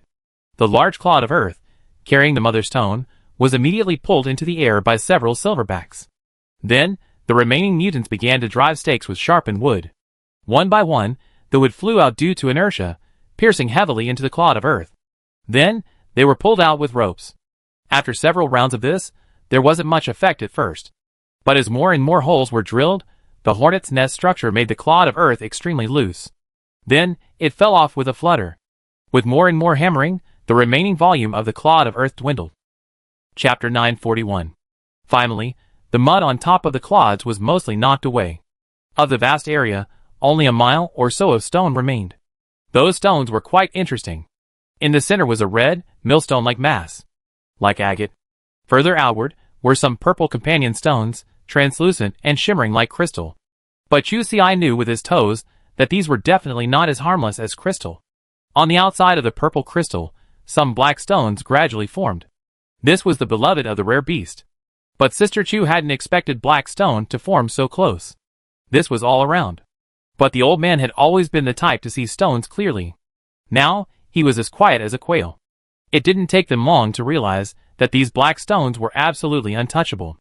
The reason was not hard to guess. Although the black stones were non-radioactive, but if the fire is too strong, water is no longer its nemesis. It's clear that the black stone can't suppress the reaction of the mother stone's radiation field. The pain inflicted by the water vapor is no less severe than a direct burn from the fire. Even the usually generous Sister Chu had no desire to investigate this hot potato. No matter how you look at it, he's not a good person. From a distance, Jixian tied a rope around the mother stone, and then tied it to the cart. Ropes had already been secured around the cart. If the location wasn't right, the silverbacks could simply pick up the cart and move on. This way, they wouldn't have to worry about the cart getting caught behind the vehicle when turning. Afterward, Sister Chu had nothing to do. She then took the remaining mutant monkeys and cleaned up the large pit they had dug. Now that the mother rock had been removed, the remaining residual radiation had no effect on them. The waste soil was pushed back into the pit, and then the soil they had brought with them was added. After compacting it, some weeds were transplanted on top. The spread was large, quickly covering the entire area, and the mutant grasses thrived. As long as the root system wasn't completely destroyed, they would survive even without watering. Chu Si had even thoughtfully found some rocks for the landscaping. So, it was a perfect fit. She was beautiful. She was very pleased with her masterpiece. As long as no one pulled up the weeds, no abnormality would be noticed. And this problem could be completely remedied by letting the weeds grow for a day. In the end, she didn't rush to leave. Jixian was so anxious to stay alive last time. So much so that he hadn't even dug up the low-radiation soil nearby. She couldn't miss it. In Monkey Valley, with the mother stone now in place, soil for planting will no longer be a scarce resource. Besides, Brother Xian is the only protected species in the entire mountain. Food needs aren't that urgent. This soil can be taken back to base. After all, there's a shop behind it. She had contacted 911 before. Although corn can grow in water, its growth isn't as good as she had expected. Chusi's biggest fear is that it won't produce ears in water. If leaves grow on the stem, then it's dead. After all, it's a native plant. Without soil, it can't survive. Sister Chu had brought quite a few sacks on this trip. After all, the peaches were finished, and they came in handy. As for not having a car, that wasn't a problem at all. There were so many monkeys free to use. Besides, Monkey Xiaobao had long been a regular at the base. No one in the entire West District was afraid of him. Because he followed his rules so well, he even became something of a mascot. When I went to see Sister Chu, they weren't home. Their house had already been renovated. I was afraid it would jump directly to the second floor and collapse the building's support. If that happened, Sister Chu would definitely have to kill it. So I waited quietly at the door. It was so big, it was like a guard dog. And it was so obedient. As long as you didn't make any aggressive moves, it wouldn't even look at you. Even when ignorant children threw stones at it, Monkey Xiaobao dealt with it with intimidation. Although it scared them to the point of wetting their pants, but for adults, who had truly witnessed the brutality of mutant animals, Xiaobao's temper was not too good. Many people quietly took photos together. At any other base, this would be something to brag about.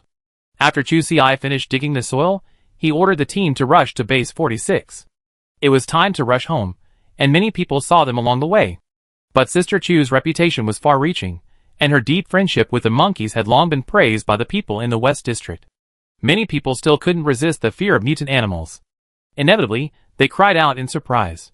If they had encountered an ordinary group of mutant animals, they would have been in great danger. But Monkey Xiaobao and his friends were as disciplined as an army. They didn't even approach, clinging to a nearby tree, and soon disappeared. After the shock, all that was left was endless amazement. Some brave ones even trotted over. But their limited speed meant their efforts were in vain. It wasn't long before Chu Ci and his team arrived at the base gate. To avoid unnecessary trouble, she sent most of the monkeys back, leaving Gu Nian with only Monkey Xiaobao and Xiaochu No. 2. The sacks on their backs were strung together like a string. Sister Chu, on the other hand, was very low-key. She carried one monkey alone, striding forward with a swift stride.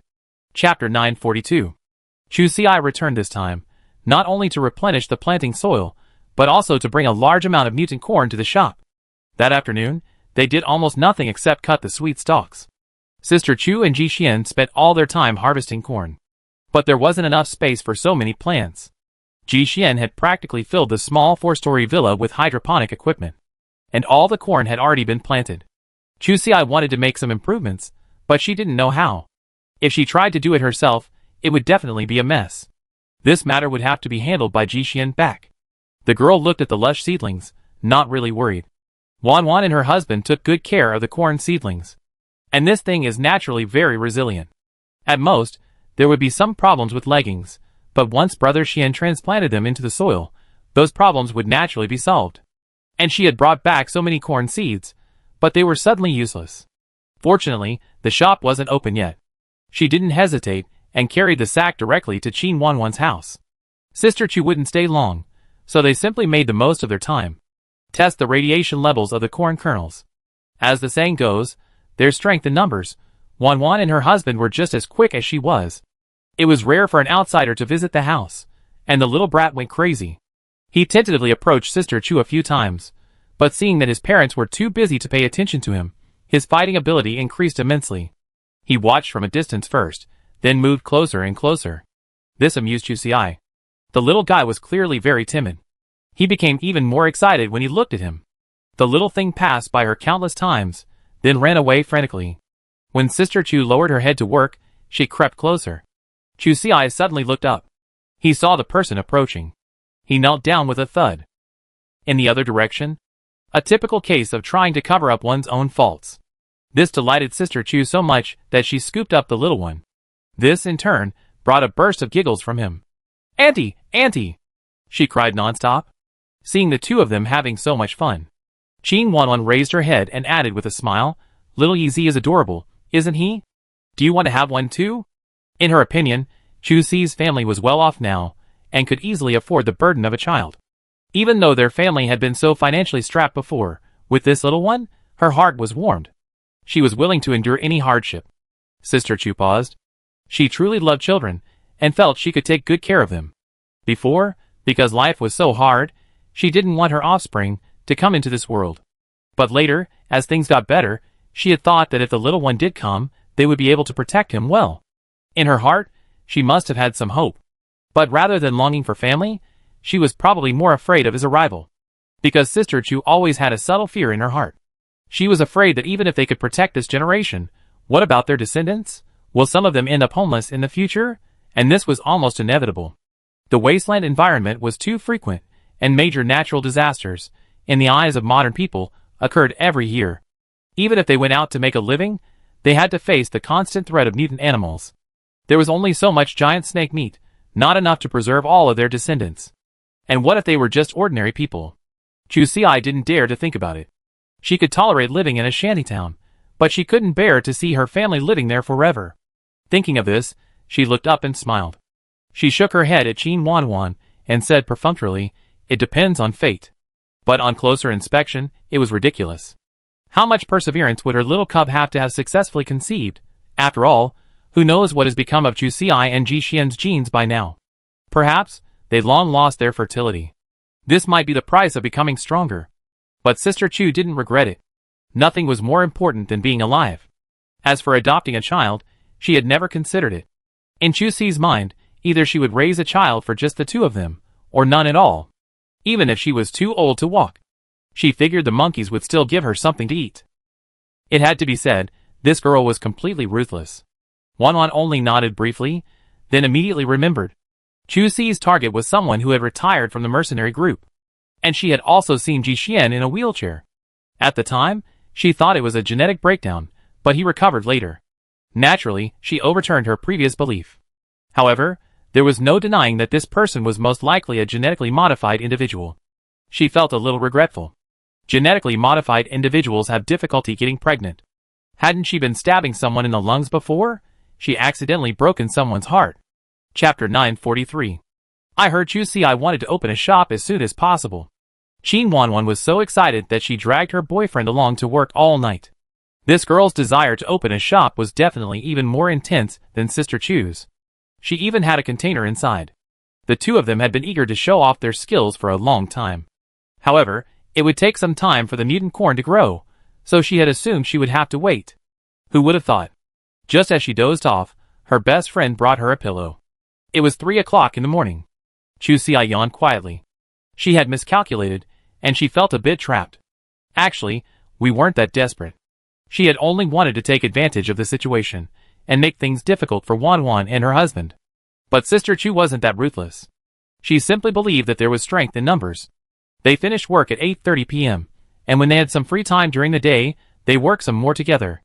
But who knew Wanwan's enthusiasm would be completely jacked up? Chu Si was forced to stay put, forced to work an extra night. She couldn't speak out her frustrations. After all, she had been the one who started this whole thing. How could she have run away first? She even stole glances at the two of them several times. She wondered if she was being deliberately retaliated against. Really, what a big deal. What's going on? Can't we discuss it? How could they be so wicked? In the end, no one had time to bother with her. She was working so hard. The corn kernels flew through their hands at a swift pace. As for Chu Si, it was obvious she was more passive and slacking off. She couldn't help it, she was just too sleepy. Now, she ate well and slept well.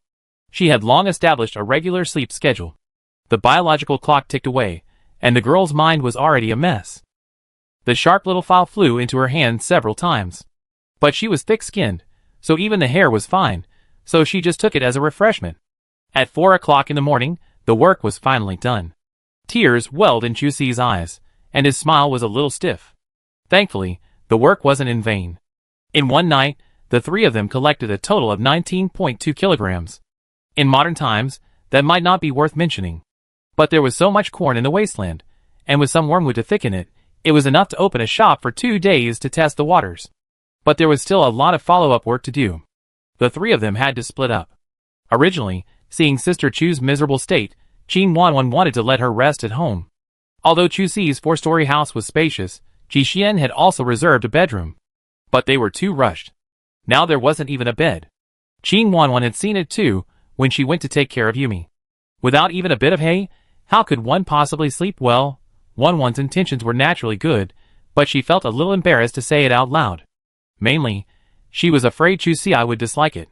After all, the small room they exchanged for was so small that you could see the bottom at a glance. The couple's bed was just to the side. The little one had already fallen asleep there, and his sleeping position was quite unruly. Every night, he rolled around and moved back and forth. The couple could only take up one bed, and that wasn't enough for the little one. Wan hurried over and carried her son to a corner, making room for Chu Si. The girl immediately declined, knowing it was a good intention from her best friend. But I understand their difficulties even better. Besides, the couple had been busy all night. In terms of Ironman skills, they couldn't even compare to me. Such a good model employee couldn't be wasted all at once. It's better to balance work and rest. But before 911's excitement had even subsided, she turned around and was looking for something else to do. Chu Si ran as fast as she could. She kept self-examination. Why hadn't I realized before that this girl was such a tough, practical person? She's got everything under her belt. She sees things through to the end. Chu Si was truly scared. If she didn't leave now, she might not be able to leave again. But I couldn't help but sigh. Wan's boyfriend seemed quiet, but he loved his wife dearly. After that failed marriage, he must have seen her insecurity. So he just followed her silently. He did whatever his wife said. He never hesitated, and in fact, he was a ruthless person, hoping to slowly open her heart. My best friend's position in the family was definitely secure. But Chu Si also understood that 911 had completely transformed herself. Rather than being a delicate little flower pampered by men, she preferred to be a career-oriented woman. This also explains her radical approach to opening a shop. This girl had completely abandoned men. She considered this budding shop her right-hand man. Chu Si shook his head and smiled bitterly. Although her development was a bit abnormal, it wasn't a bad thing. At least there was no need to worry about her ruining her reputation. Wan definitely cared more about this shop than she did. Chu Si thought about it, and decided to go home and bring back some ingwa to use as a thickener. This shop couldn't fail, it had to be a huge hit. Chapter 944. After returning home, Chu Si patted her coat in the bare-bones bedroom and slept soundly. Because 911's enthusiasm was so high, she woke up and thought, I can't let anyone down. After washing her face, she headed straight for Old Lee's shop. They still needed packaging bags and sealing equipment before officially opening. But upon arriving, she realized she'd been overthinking it. High-tech products like preservatives and thickeners. The old man recommended a bunch of them to her. As for preservatives, Chu Si could understand them somewhat. After all, it was hard to guarantee that all the food could be bought in a day. If it went bad, she'd be heartbroken. Now, this corn porridge wasn't just any corn gruel made in modern times. It was a life-saving ration. It was precious. As for thickeners, there was really no need for them. She had prepared for that. There's still some ingwa at home, which can last for a while. Look at this silly girl being so stubborn. It worries Old Lee to death. He's heartbroken. Why is she so unwilling to listen? The old man glanced outside the door. He also refused to listen. He dumped bottles of thickener directly into her purchase basket. He quickly wrote out the order and started charging. Sincerely discounted, 138 points. Chu Si, there's a lot of stuff. Judging by the price, it should be worth it. But it's all wasted. Why can't she get over this forced consumption? Old Lee was heartbroken. Chu Si had bought a lot of stuff. Considering their old acquaintance, he gave her 20 points. The old man clutched his chest and tearfully earned her a small profit of 20 points. Don't think it's too much, this is a fair price. In the Wasteland, every shop makes at least a 50% profit. For many items, they start at least double the price. This one, I'm truly honest. Come to think of it, the old man was quite pleased with himself. It's rare for him to be a good person. He felt his image instantly become much taller. Sister Chu still looked helpless, with the watch shoved in her face. This girl still refused to pay. Old Lee was also worried. He looked outside and saw no one had come in. He hurriedly explained, hurry and take it. I can't hurt you anymore. Thickeners don't have much energy, and don't taste great when added to rice paste. But they can actually increase satiety. This was a secret he learned about after hearing about Ji Xian and Chu Si's shop. Thickeners aren't necessarily good, but they do have a significant effect on nutrient solution. Otherwise, even if the nutrients in just a few sips of water were rich, they wouldn't last long. If the young couple hadn't helped him out in difficult times before, how could she possibly deserve this treatment now? And she still didn't appreciate it. He had gone to great lengths to find some inferior products. She couldn't even buy them at regular stores. Seeing the old man fuming with rage, Chu Si quickly transferred the money and left without a second thought. She knew oldly meant well, so she bought it this time. But deep down, she still felt it wasn't necessary. After all, their product was low-end. Even though it was cheaper, its effectiveness was definitely not as good as those regular nutrient solutions. The price of a bottle of thickener is quite high, so she wanted to save money if she could. We're a business, after all, at least we have to make sure we're operating at a profit, right? But my expectations were too low. Experience always pays off. Once I bought something, I can't just leave it gathering dust. Before the items officially went on sale, they compared them. As a result, even someone as simple as 911 would rather spend an extra point to buy something with thickener. Their appeal was quite simple. Only the stomach knows whether you're hungry or not. The same portion, with just a little thickener, can last for at least 2 meals. Even if it deceives the body's perception, everyone welcomes it. But if you add a little more rice porridge, it'd be digested in an hour, and consumers won't buy it. My stomach knows whether I'm full or not. Chu Si was forced onto the shelves, and a new ingredient list was finalized. Taking a sip of her homemade plastic liquid, the girl's face turned bitter. No wonder the taste was so familiar. It was exactly like the nutritional solution sold by the general public. Unfortunately, the market wouldn't allow it. Chu Si finally looked at the ingredient list. Water ranked first, at least 95%, followed by cornstarch, then thickener, and then a tiny bit of caryopsis powder. Finally, there was a little honeydew gifted by 911. She had good intentions, but the high-tech technology had overwhelmed her, making it impossible to detect any sweetness at all. It was all in vain. You know, at the beginning, she had been thinking about being a conscientious business owner. Chapter 945. It was through her own business that Chu Si finally grasped a glimpse of the truth of this world. It felt helpless, yet also cruel. She discovered that the thickener simply couldn't be removed, because its filling effect was like the mint flavor in toothpaste. It might not have much effect on cleaning teeth, but the refreshing taste of it would give the person brushing their teeth a deep sense of identity. Even if it was like trying to cover up one's own faults, it was still a joy to do. After all, in the harsh conditions of the wasteland, food and clothing are always people's top priority. No one knows how much energy your body absorbs from a tube of nutrient solution. But whether you're full or not is something you know for sure. This feeling of a satisfied stomach has become another added value of the product. It's a helpless compromise made by the Wastelanders to the external environment. Now, this little bit of satisfaction is all that remains. Chu Si still wants to forcefully strip it away, but naturally no one will buy it. But Sister Chu still has some skepticism. When the store opened, she specifically prepared 2 products to gauge market reaction. One was a yellow bag, containing the usual thickener, and sold for 1.5 points per small bag. The other was a green bag, devoid of the high-tech ingredients. Chu Si, in pursuit of a more refined taste, added a bit more caryophyll powder. The 2 cost about the same, but this one definitely tasted better. The price was the same. On the first day, the green bag stole the show. After all, Wastelanders don't have useless tongues, who wouldn't love a good thing? But just 2 days later, things took a dramatic turn. Many people even returned with merchandise to exchange.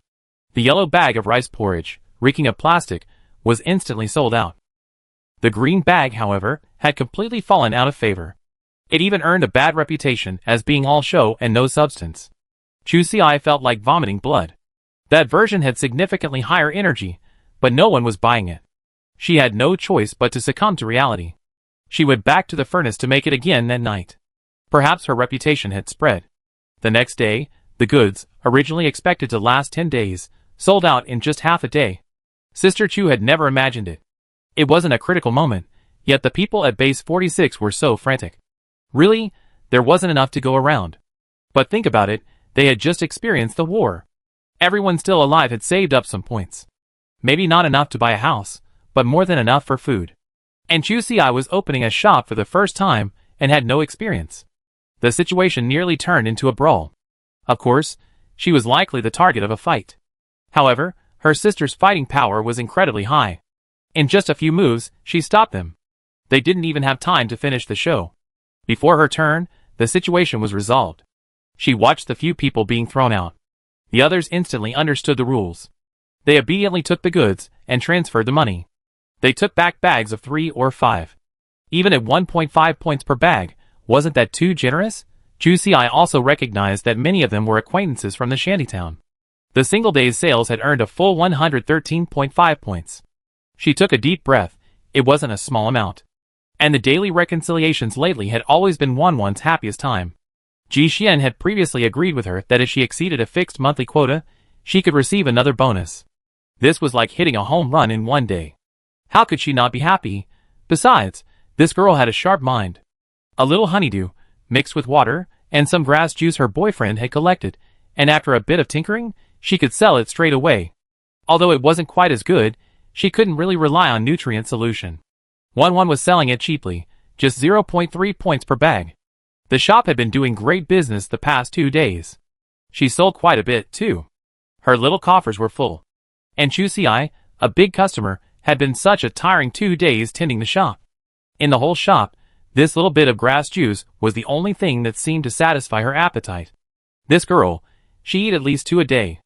And Qin Wanwan didn't want her points. After all, the aphids were brought back by Sister Chu, and they were still growing on someone else's corn. Their family only contributed a few leaves, so how could they possibly ask for more? Besides, Wanwan now had a stable source of income, and life was no longer as difficult as before. She also wanted to treat Chu Xi better. In this regard, she was truly sincere. Wastelanders rarely treated others to meals. But during the few days Sister Chu stayed at the base, she had forced them to stay. It was as if she truly treated them as family, and she didn't expect anything in return. Chu Xi was helpless. Even if she had good things to give away, she could only find new ways to improve the little guy's diet. Every day, she fed him diced meat porridge and steamed corn rice. In just 4 days, the little guy had gained some weight. The results were quite noticeable. Chapter 946. Chu Xi's business was gradually getting back on track. Within a few days, all the porridge made from the mutant corn was sold out. The shop didn't do any promotion. That it could still be effective was something Sister Chu had never expected. Originally, it was just a trial run. The result was an immediate hit. It had to be said, it was a great start. But precisely because of this, the shop was forced into an awkward situation of not being able to make ends meet. Even after Wanwan's last bit of stock was sold out, at 4 o'clock in the afternoon, they had no choice but to hastily close the shop. There was no other way. Chu Xi's family only had a few provisions left. She still had to eat. So even if there was more money outside, she could only watch anxiously. The girl was truly worried. The shop was able to make money because it relied on its own supply of corn. If it were to buy it from outside, it would definitely lose everything. But the crops in the small villa had only been planted for a few days. Even if the mutant plants grew rapidly, they were still a long way from bearing fruit. Her food supply simply couldn't form a closed loop. To be honest, Sister Chu had considered this issue before. But she had just thought in the wrong direction. After all, life in the wasteland was difficult. Unless they were starving, who would be willing to spend their few points on things? After all, saving money wasn't easy. She knew the hardships well. Even Chu Xi had already prepared for the worst. The preservatives she bought were the most expensive of their kind. It would keep the produce fresh for at least 2 years. She had thought it would give her some cushion in case the produce didn't sell. However, the result was far beyond her expectations. The girl's effort, so hard, had gone in the wrong direction. Thinking about it now, she spat out a mouthful of blood. It was entirely her fault for her lack of market research. The people of Base 46 had been living a turbulent time. The prolonged war had left the people homeless. Without shelter, without food, and constantly threatened, their lives were under threat. Everyone knew how difficult life was. Now, having just fought tooth and nail in the war, the few points they had earned were naturally best spent on food. Sister Chu's small shop truly spoke to the hearts of the people. She was especially conscientious. When they heard the goods could be stored for 2 years, any hesitation would have been disrespectful. So, Sister Chu and her group were like ducks being forced onto the shelf. In a comedy, there's a touch of tragedy. Even Wanwan's goods were sold out. Although, most people complained as they bought. There were plenty of complaints. After all, there's no thickener in it, so buying it feels just like drinking a beverage. It's clearly food, yet ordinary people feel like they're being shortchanged. Chu Xi, being dragged along, was easily persuaded. Suggestions for improvement abounded, and the girl's face was numb from laughter. This shows the depth of public resentment. Even after Qin Wanwan made her first fortune, she hesitated about whether to make the same improvements. But in the end, she decided not to. For one thing, the price of her product had already been announced. And the investment in thickeners wasn't small, So once they were used, the price would undoubtedly increase. Although consumers may be excited now, they may not be willing to buy once the products are fully stocked. Secondly, she was afraid of stealing the store's business, which would be unethical. This girl has always been very clear about her role, and would never easily overstep her bounds. This is why Ji Xian is increasingly confident in his silly wife's playdates. Otherwise, just based on Brother Xian's subconscious reaction, she would probably be able to find no trace of her with Chu Ci. There would be no further complications. Therefore, 911 would never harm Chu Ci. Her benevolence and righteousness are evident. But Sister Chu stabbed her in the back. That grass juice caught the girl's eye. There's no way around it. The difficulties are there. The landlord's family has run out of food. A shop that's only been open for a few days can't just close down like that. If that happens, what credibility does the shop have, especially for selling food like this?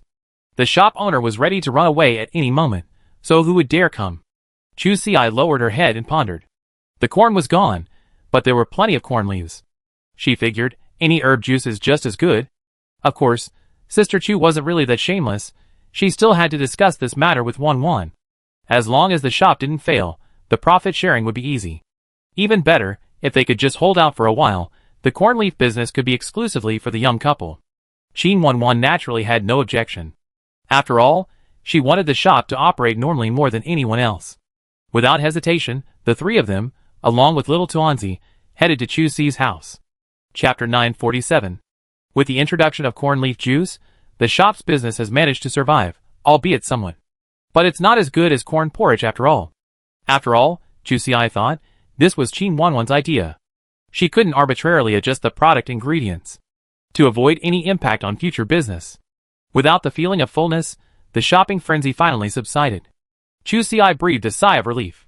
To be honest, this was exactly how she had imagined opening a shop. Because of the previous frenzy, she always felt uneasy. There's an old saying that goes, if virtue doesn't match the position, disaster will surely follow. In recent days, she's been feeling quite unworthy. And secretly, Chu Ci feels that this money is not something they can earn. It must be said that her sixth sense is quite accurate. If this good business keeps going for a few more days, the merchants in the base might just take action against her. Although Chu Ci had deliberately adjusted the positioning of the corn paste before selling it, to prevent it from impacting the sales of the nutrient solution, Sister Chu had always only been aiming for a share of the low-end market. But even so, she undoubtedly took advantage of some people's pockets. Who in the Wasteland would complain about a low price? The reason nutrient solution can sell for 3 or 4 points a bag is also the result of capital price manipulation. With no other choice, everyone had to buy this. And now, a fool had come along and directly broke this rule. Thankfully, Chu Ci still had some sense.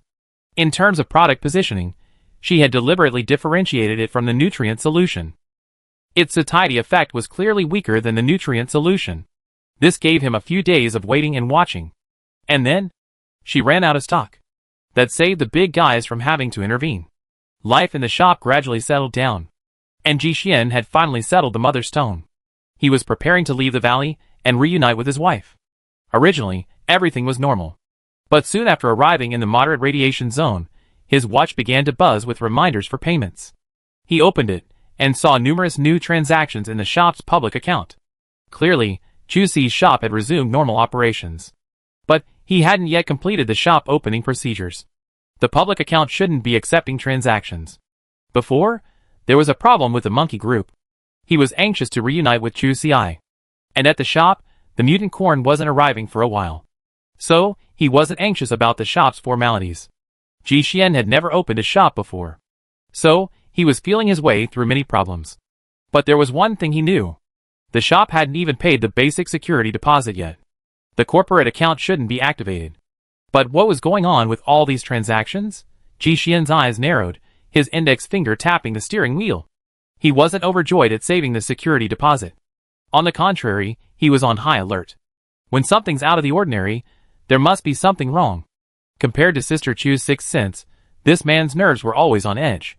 In his view, whether good or bad, the whole story had to be revealed. He absolutely couldn't remain silent.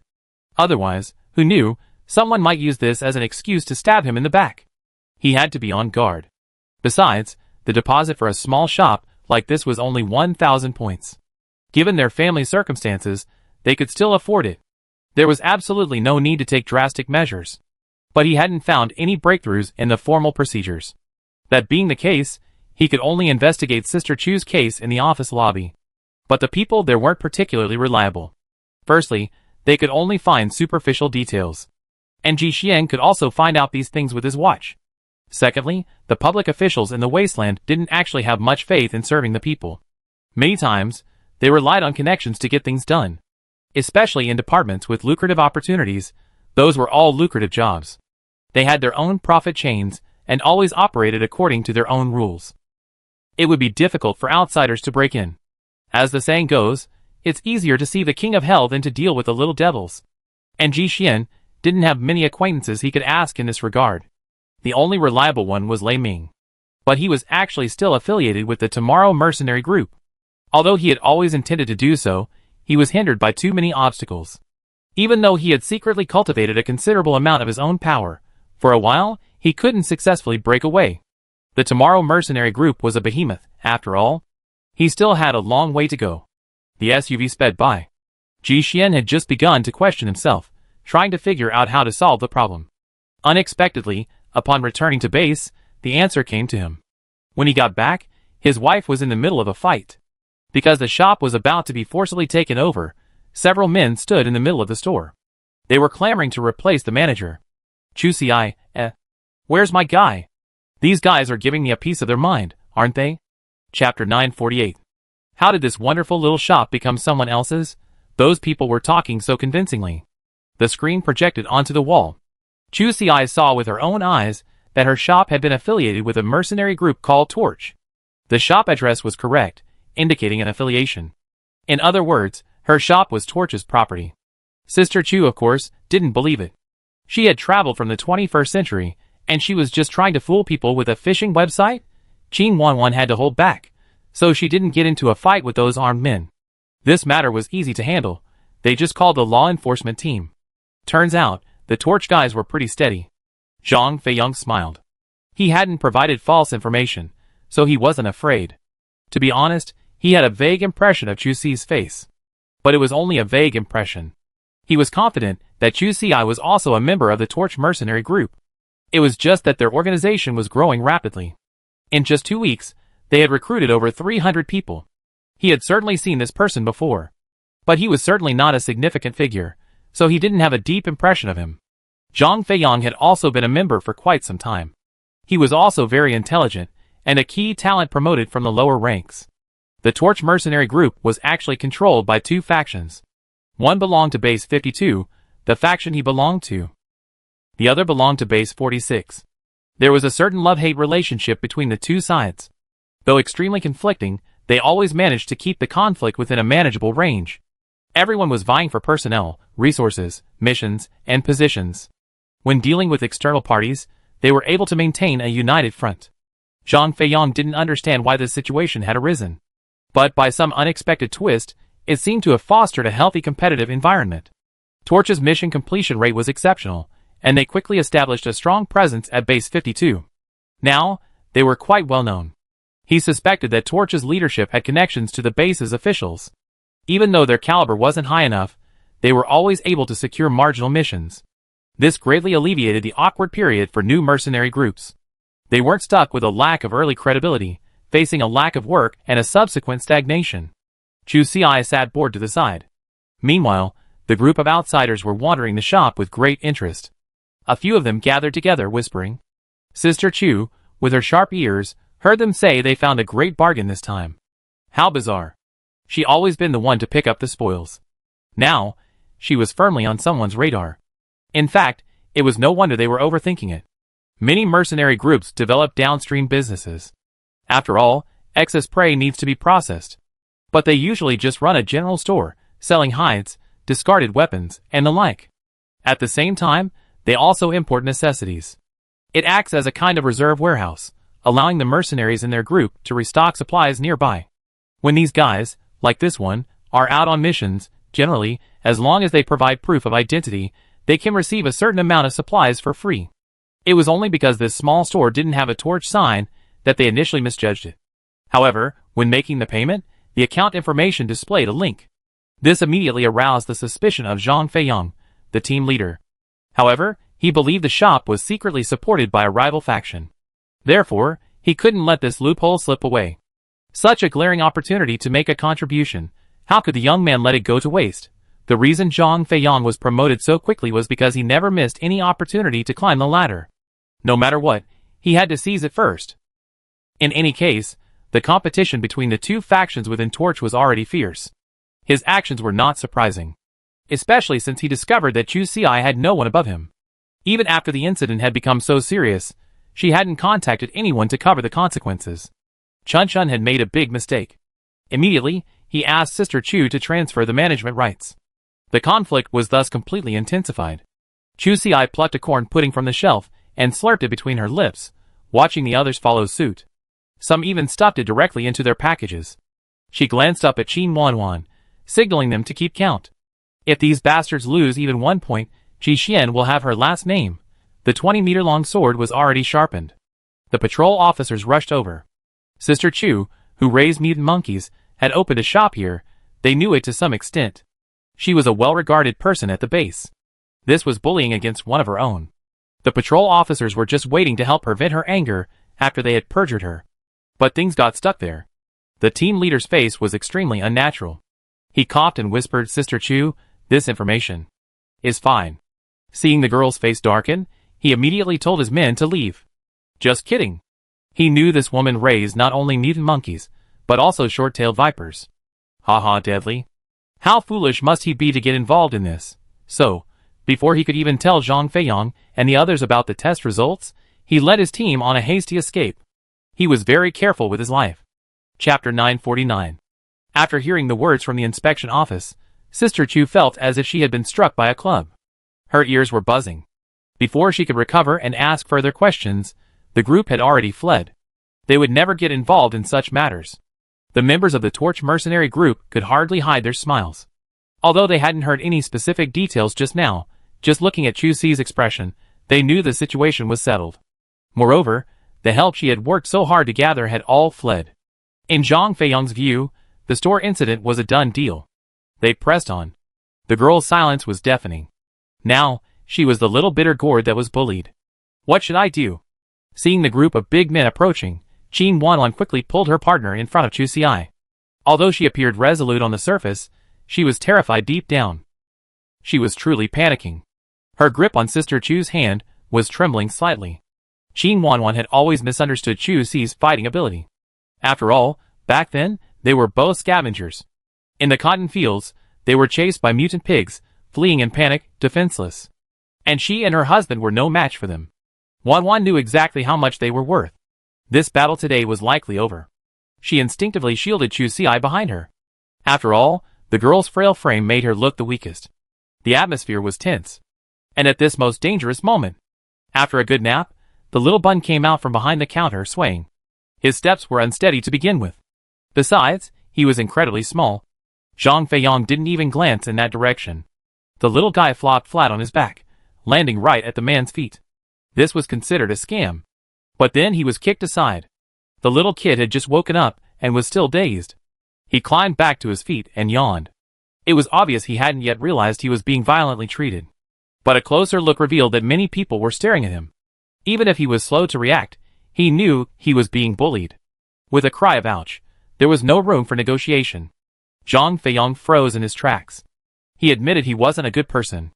But he hadn't meant to bully a baby. But an apology was out of the question. Now, with the two sides at loggerheads, he couldn't run over and lower himself. Mom! Auntie! The little one was crying and wailing. At this point, his vocabulary was still extremely limited. When something happened, the little one's first instinct was to look for his mother. And Chu Xi had been feeding him delicious food daily. A revolutionary bond was quickly established. His father, who already had a low presence, was simply ignored in this life-or-death crisis. Hearing the wailing, Qin Wanwan immediately ran forward and brought her son back. And Sister Chu finally pulled herself out of her trance. She took a deep breath. She pulled a dried fish from her bag and handed it to the little baby. In fact, by that moment, Zhang Feiyang had sensed something was amiss. But for a moment, he couldn't figure out what was wrong. Something felt off. Isn't this person too calm? Normally, ordinary people would instinctively avoid them if confronted. Under the pressure and fear of force, they would generally choose to retreat. But this store manager actually had the energy to comfort the child. The man's reaction was incredibly quick. After all, it wasn't anything particularly sudden. Some people are just more resilient. There's no guarantee this girl is truly clueless. Zhang Feiyang took another hesitant step. Then, he flew out. The others immediately prepared for battle. But before they could even touch their rifles, they all landed outside. Although Chu Xi was furious, she held fast to her boundaries. Ji Xian's countless nagging had urged her to control her fighting power while at the base. Suppressing her anger, she simply unloaded all the group's guns inside the store. She didn't escalate the fight. But the force was definitely not light. Several people were thrown to the ground, unable to straighten themselves for a long time. Zhang Feiyang was the most unlucky. He landed precisely on the curb, breaking the bones in his right leg. His face was a tinge of green and blue from the pain. He gasped and groaned. But before he could recover, Sister Chu, the killer, emerged from the house. She turned and quickly closed the door. She walked towards Zhang Feiyang. By then, Brother's face had already turned a pale purple. But he was lucky. After seeing the man's broken leg, Chu Xi stopped attacking him. She saw the tricycle parked at the door, still emblazoned with a torch symbol. Chu Xi hadn't yet calmed down. She threw the men onto the cart one by one. They were all taken to the administrative hall. She just couldn't believe it. Her little shop hadn't been completely resolved yet. Investigate, must investigate.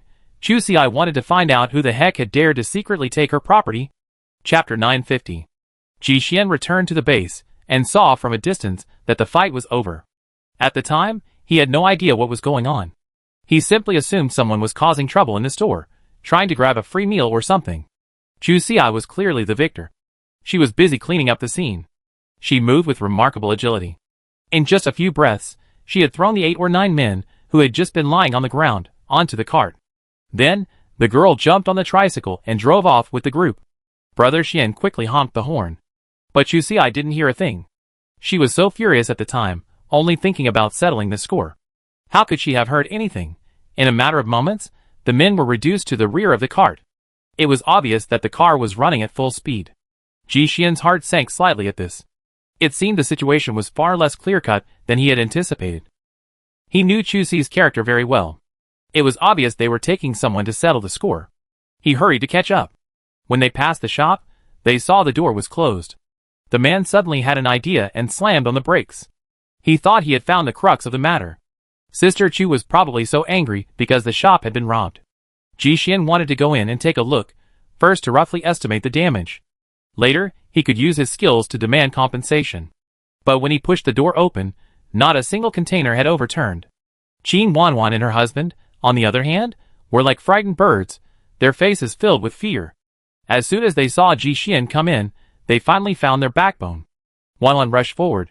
She was really anxious. The group had already drawn their guns. Their fighting power had escalated to a level they were completely unable to counter. After all, the two were, after all, ordinary people. In ordinary fights, at most, they would resort to cold weapons.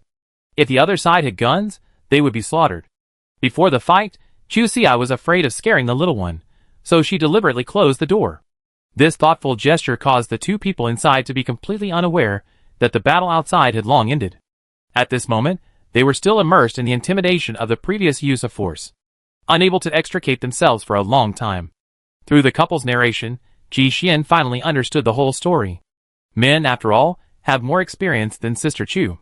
Combined with his wife's previous good deeds on the battlefield, he immediately grasped the crux of the matter.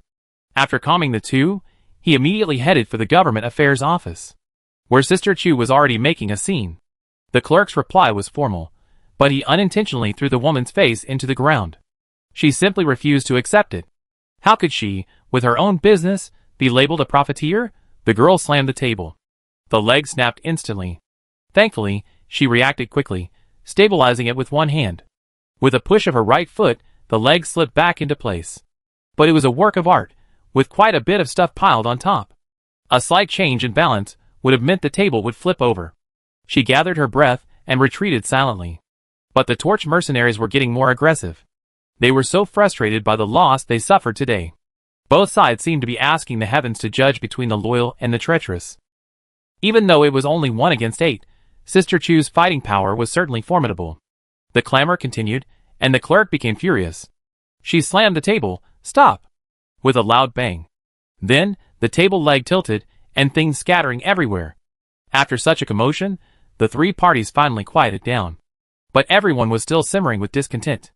But in this case, the individual and the organization were two separate areas of responsibility, making it difficult for a young woman like her. No matter how bad it was still the same data. Tears welled up in Chusi's eyes. She was truly distressed. But after all, her fighting ability was there, and Zhang Feiyang was still limping, so no one dared to push her too hard. The situation remained awkwardly frozen. It was no wonder that no one had been able to find the right direction. Truly, Sister Chu's identity was too deceptive. No one would have thought such a vulnerable person could be considered the head of a mercenary group. Several grown men gathered in a circle, looking at Sister Chu crying awkwardly, like children who had made a mistake. Zhang Feiyang was utterly worried. He couldn't understand why things had turned out this way. They were clearly the ones injured, all right. And the investigation had indeed shown that the shop belonged to their mercenary group. At any rate, he had a legitimate claim. Why was he still feeling so aggrieved? By the time Jixian arrived, they had all calmed down. Seeing the new arrival, he breathed a sigh of relief. Finally, someone he could communicate with. He was practically suffocating. Brother Xian wiped his wife's tears and took the man away. Zhang Feiyang's idea was right. He was indeed easy to communicate with. But the result was earth-shattering. What was going on? Hadn't they previously investigated the ownership of the shop? At the very least, they should have been illegally affiliated. How can we get to the bottom of this? Has the Torch Mercenary Group become private property? Ignoring the question marks on their heads. Look, Chu Xi has stopped crying. She was so emotional just now that she is still hiccuping. Ji Xian looked at her with amusement. He whispered, "Do you want revenge?" The girl nodded resolutely. "This is a must." Chapter 951. Ji Xian was also extremely annoyed with those people. Chu Xi was clearly affiliated with the Torch Mercenary Group as its direct legal representative. And yet, this matter was handled privately. This was definitely against the rules. The man looked at the Torch Mercenaries' registered address. Base 52. He frowned slightly, thinking that someone there must have used connections. So, Sister Chu hadn't even shown her face, yet she was being labeled a mercenary organization. This is the legal representative. If anything goes wrong, they bear primary responsibility. The bottom line has been crossed. Given Ji Xian's personality, it was obvious that they were doomed. As for the small shop at home, there really wasn't anyone operating it. It was a system-managed operation. But come to think of it, those people weren't exactly stupid. The legal representative has obligations, but they also have rights. And the fact that they had placed the blame on Chu Xi was a deliberate decision. Before confirming the hire, an investigation was conducted. Unfortunately, the person entrusted with this important task proved somewhat unreliable. Although he was an official at Base 46, he was a spy by profession, and therefore subject to supervision. A man shouldn't dwell too much on certain things, or else it would easily draw attention. This wasn't what he wanted, and the information he ultimately retrieved was merely superficial. Of course, it was certainly sufficient for ordinary people. For Chu Xi, it wasn't quite enough. To make matters worse, he had been lurking at Base 52 for years. He didn't know much about Ji Xian. In the end, the information he received was only that little. Even less than the neighbors knew. He looked at it. Chu Xi, 21 years old, outstanding citizen, residence, Xiqing District, status, married. Partner, Ji Xian, outstanding citizen, retired mercenary. Ordinarily, this outstanding citizen title would have raised some eyebrows. After all, in peacetime, those who earned the title of outstanding citizen had some foundation. But things were different now. Why would everyone be clamoring for military exploits? After the collision between the two bases, especially the subsequent aircraft loss of control, outstanding citizens were no longer uncommon at Base 46. The man nodded secretly. The spy transmitted the information he had painstakingly gathered to several of the organization's most core management. And so the matter was settled. This was exactly the kind of legal person they wanted. An honest, ordinary citizen, always guarding their own little piece of land. She was said to have a mercenary group under her name. Chu Xi couldn't believe it herself. If everything went smoothly, she could have kept it a secret forever. But it didn't go smoothly. Just half a month later, the truth was revealed to the real perpetrator. They were forcing her to discover the truth. To be honest, finding this result, except for Ji Xian, who had anticipated it, everyone was stunned. But that didn't stop the two from settling scores.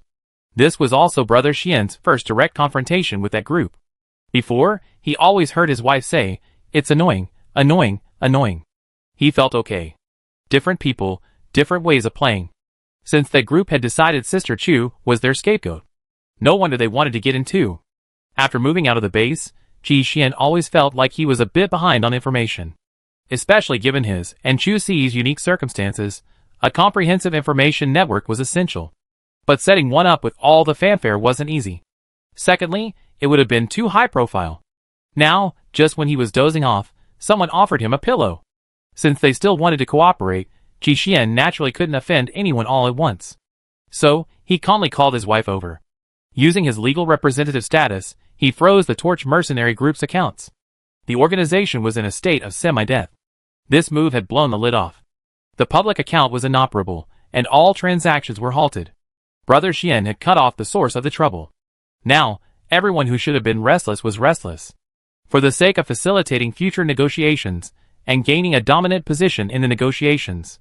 So, Qi Xian chose to make their top management furious.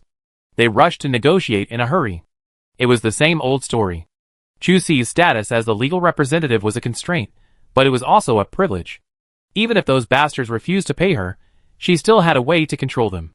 And there was only one legal representative. As happy as she was when she initially tried to shirk responsibility, she must be just as frustrated now. Any change in the legal representative required their own consent. The occasional account suspension was enough to make them suffer. After the matter was settled, Qi Xian ignored those people and left with his wife. They had to stay at the base for a few more days. This would prevent the Torch mercenaries from finding a contact point. Such thoughtfulness. Chapter 952. The Torch mercenaries reacted swiftly. But their headquarters was at Base 52. Even if they had rushed there immediately upon receiving the message, the journey would have taken some time. But just a few days had been enough to throw the group into chaos. Brother Xian's decisive move was far more effective than he had imagined. The group set out in a jeep at dawn, shortening the time it took to set up camp. During the day, they had very little time to rest. All 3 meals were eaten in the car. The march was pushed to its limit. Finally, at noon on the 4th day, 3 vehicles arrived at the base. Qi Xian sat in the inn and checked the time. It was half a day earlier than he had expected. It seemed these people were desperate. He shook his head. To be honest, he felt a little disappointed. The people who arrived today probably weren't very smart. The timeline was too tight. They wouldn't have an advantage in the subsequent negotiations. The man plotted in his mind. Perhaps, he could reap even more core benefits. As for the entire mercenary group's top brass, he wasn't making any rash statements. Because he had never met them. But from his wife's previous description, the leader of the faction at Base 52 seemed a tough nut to crack. Although the 2 factions within the mercenary group seemed evenly matched, a little deeper dive revealed a number of hidden schemes he had kept. And things were proceeding according to his plan. If he hadn't stumbled today with Sister Chu, given the current trend of the Torch mercenary group, he might have taken sole control within 2 years. It's just a shame that man's luck wasn't good enough. He had dragged Qi Xian into this without realizing it. In reality, he was quite safe. Under the circumstances at the time, the Torch mercenary group was Su Tao and Wu Yu's domain. And Chu Si, as an unrelated third party, was a weakling. She was destined to have limited vision, making her a perfect target for exploitation. Add to that her life-saving grace, and the damning evidence against everyone.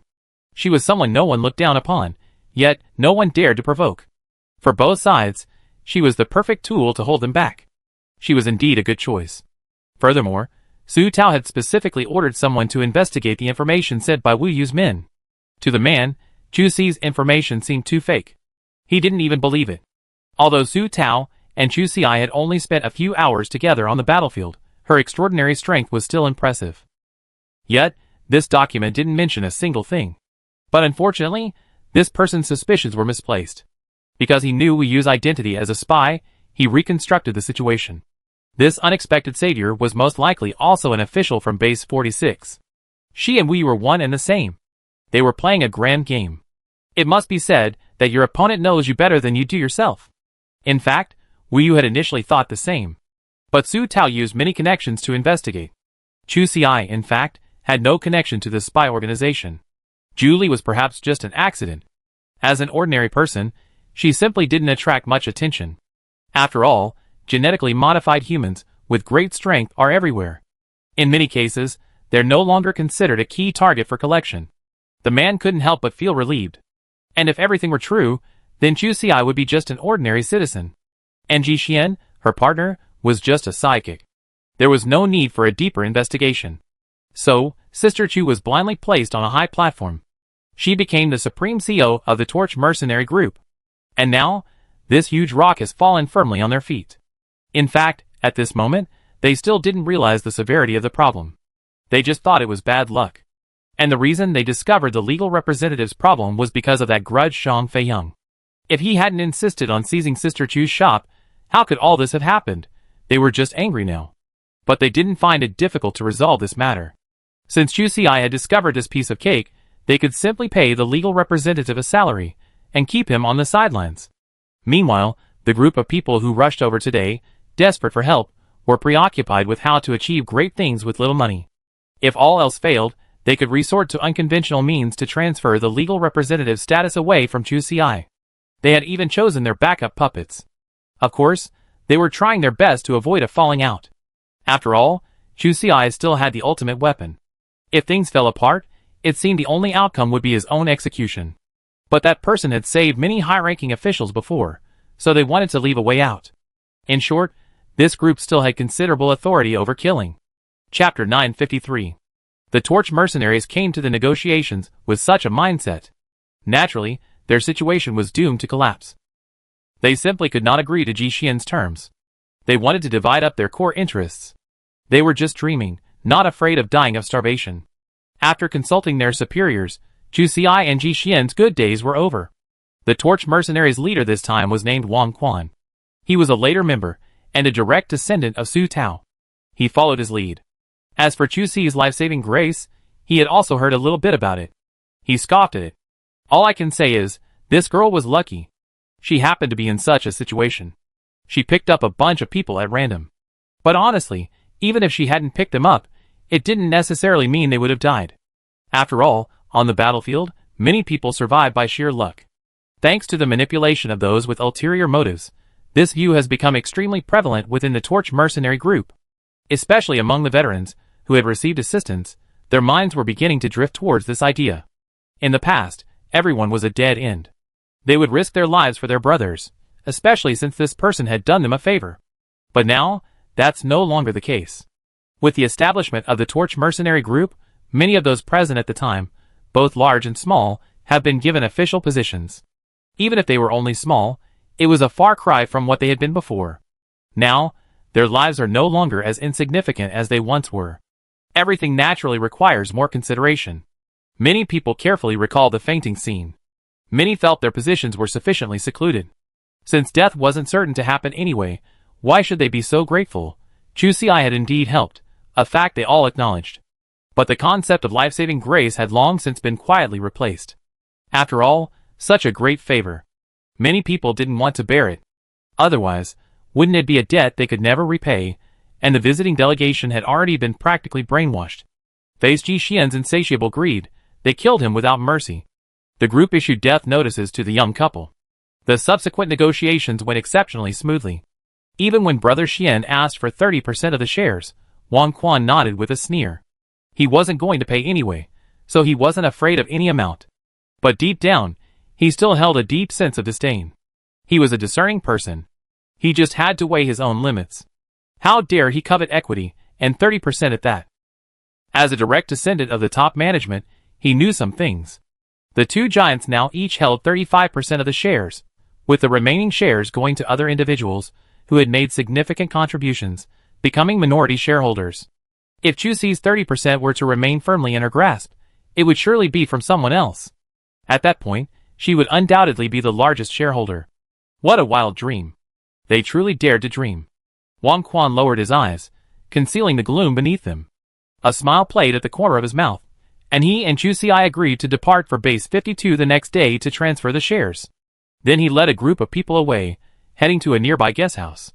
The man's gaze was sharp, clearly murderous. He mentally judged Chu Xi and Ji Xian. As expected, they were short-sighted and greedy.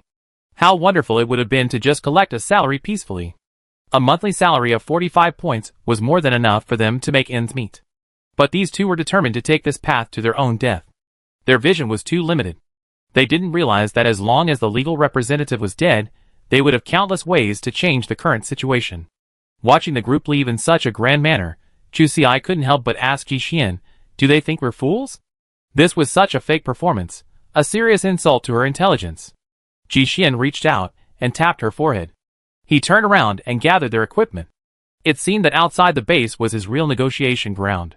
He had to make more preparations. After all, the other party was a mercenary group, each armed with firearms, and their combat effectiveness was not weak. I absolutely couldn't let myself get caught in a trap. The man pondered for a moment. In addition to his conventional weapons, he loaded a few more high-efficiency tranquilizer rounds. He had made a concession regarding his battle strategy. He better try to avoid casualties. After all, he was truly useful to the Torch mercenaries. Unless absolutely necessary, it was best not to become a mortal enemy.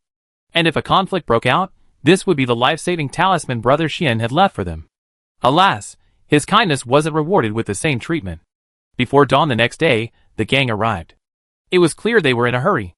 The speeding car stopped short upon entering the dense forest. But even with guns pointed at them, the two weaklings showed no sign of panic. Chu Xi even found time to jokingly say, "Take them out and kill them. Find a place without surveillance." They were surprisingly nice. Chapter 954. The sudden showdown caught Wang Quan off guard. His heart couldn't help but race. Something wasn't right. These two men were definitely wrong. And now, with a gun pointed directly at their heads, they showed no sign of panic. Wang Quan's sixth sense told him they were in danger, but his body was still a step behind. After all, subjectively, they had the upper hand. No matter how you looked at it, this was a sure win. A wave of dizziness washed over him. Wang Quan's body went limp, and he lost consciousness. The gun slipped. Chu Xi reached out to catch it. After all, it was loaded. Don't let it go off accidentally. Almost instantly, the Torch mercenaries, who had been watching intently, all fainted. You're kidding. Those high-efficiency tranquilizer bullets weren't given for nothing. As soon as the car stopped, Ji Xian brought up the dish. The preliminary results of the tranquilizer bullets were good. It was colorless and odorless, perfect for a surprise attack. It was considered a high-end material seized from Venom Fong. Before, Bowen had tipped him off that Lei Ming had captured several Venom Fong weapons developers. If this type of tranquilizer bullet could continue to be mass-produced, he might consider purchasing some regularly. He and Chu Xi were alone out in the field, so they couldn't be too stingy with their protection. The man glanced at the people slumped in the seats and nodded secretly. It worked quickly, too. He was quite satisfied. He exchanged a glance with his wife. Then they both pulled out ropes and quickly tied up everyone in the car. This matter needed to be resolved quickly. Brother Xian had assumed they would take action at least a day later. By then, there'd be nowhere to go. We have to spend the night outside anyway. Now was just the right time. We could even go back for dinner. The two of them swiftly moved all five of them to the back seat. Ji Xian snatched the intercom from Wang Quan. He switched to the public channel and declared war. Chu Xi, on the other hand, was responsible for confiscating the other's loot. She tapped on her watch to transfer the money. It must be said that except for the team leader, who had 432 points, everyone else came from a poor background. Isn't that the old saying that a poor family makes a rich journey? He was coming out with the car. His watch only had 27 points. Sister Chu was truly humiliated. The people in the other two cars, upon hearing Ji Xian's frank words, felt no better. To be more precise, they were completely dumbfounded. To be honest, they hadn't really taken the two seriously before.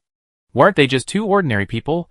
Even after the car stopped, they didn't even get out, simply waiting. Waiting for the expected two gunshots. But Ji Xian's appearance caught them off guard. Captain Wang and his men remained silent, clearly having been caught off guard. Everyone immediately went on alert, raising Chu Xi and Ji Xian's danger level to the maximum. But it was a pity. It was too late. The Torch mercenaries' recent smear campaign also played a significant role. It caused them to lose their basic judgment. And they directly led to the death of their own teammates. The Torch mercenaries were professionals after all, and their reactions were not slow. Their immediate intention was to drive over and outflank them. After all, they had the advantage in terms of both numbers and vehicles. As for the hostages in that carload, if there were any alive, rescuing them along the way would be the best. Even if there were any, the competition within the mercenary group was fierce. Not tripping each other up was already a good thing. Killing Chu Si would be a great achievement. How many people, eager to climb the ladder, were just missing that one opportunity? And, the more sacrifices, the greater the achievement. This shortcut to advancement was an unspoken secret. As the saying goes, teammates sacrifice themselves to the heavens, and their power is boundless. Sadly, that passion was extinguished by Ji Xian. Last night, he had already planted bombs on all 3 cars. In a real fight, the 2 of them wouldn't be afraid. But it certainly wouldn't be that easy. Besides, negotiations would take some time, and he wasn't prepared to expend too much energy on these people. Chu Si went down and watched them tie each other up. She gave the last person a tranquilizer injection. Soon, everyone was pulled together. Tied up, they sat in rows on the grass. Ji Xian took Wang Quan's watch and video called Su Tao. He naturally wouldn't take his subordinates hostage. And Brother Xian's bargaining chip was still Chu Si's legal representative status. He still had to show off his strength, just in moderation. Now, with these displays of combat prowess, coupled with Ji Xian's impressive resume, the Torch people should understand that unless Sister Chu herself unfroze the account, the others would be helpless. They could only endure. But the mercenary group couldn't truly cease operations. New negotiations were imperative. But Su Tao and Wu Yu would never agree to a 30% stake. But Brother Xian's desire wasn't this at all. As the saying goes, if you follow the highest standards, you achieve the middle. And if you follow the middle standards, you achieve the lowest. To truly achieve your goals, men must first set a condition they absolutely won't agree to. Just to start with, to throw out some ideas. Chapter 955. Su Tao himself couldn't come to a decision about the equity distribution. He was still trying to trick the 2 into going to base 52 first, so they could sit down and discuss things in detail. The Torch mercenaries had a good idea. Once they were on their territory, wouldn't they have the final say on how things would proceed? It was a nice thought. Unfortunately, Ji Xian wasn't buying it at all. It seemed Su Tao hadn't yet considered them on equal footing in the negotiations. He couldn't help but sneer. Why is it so difficult to establish effective communication? Brother Xian said directly to his wife. No more waiting. Let's get in the car and leave. He turned back to the screen and said goodbye to the people in the conference room. How about we suspend this negotiation? Everyone's busy. We can discuss it in detail next time. He was feeling lighthearted. After all, they weren't the ones who should be anxious right now. And with the Torch mercenaries' accounts frozen, those people were suffering real losses. Of course, things couldn't just end like this. If Chu Si just walked away and disappeared for 7 or 8 days, their mercenary group would truly be unable to sustain itself.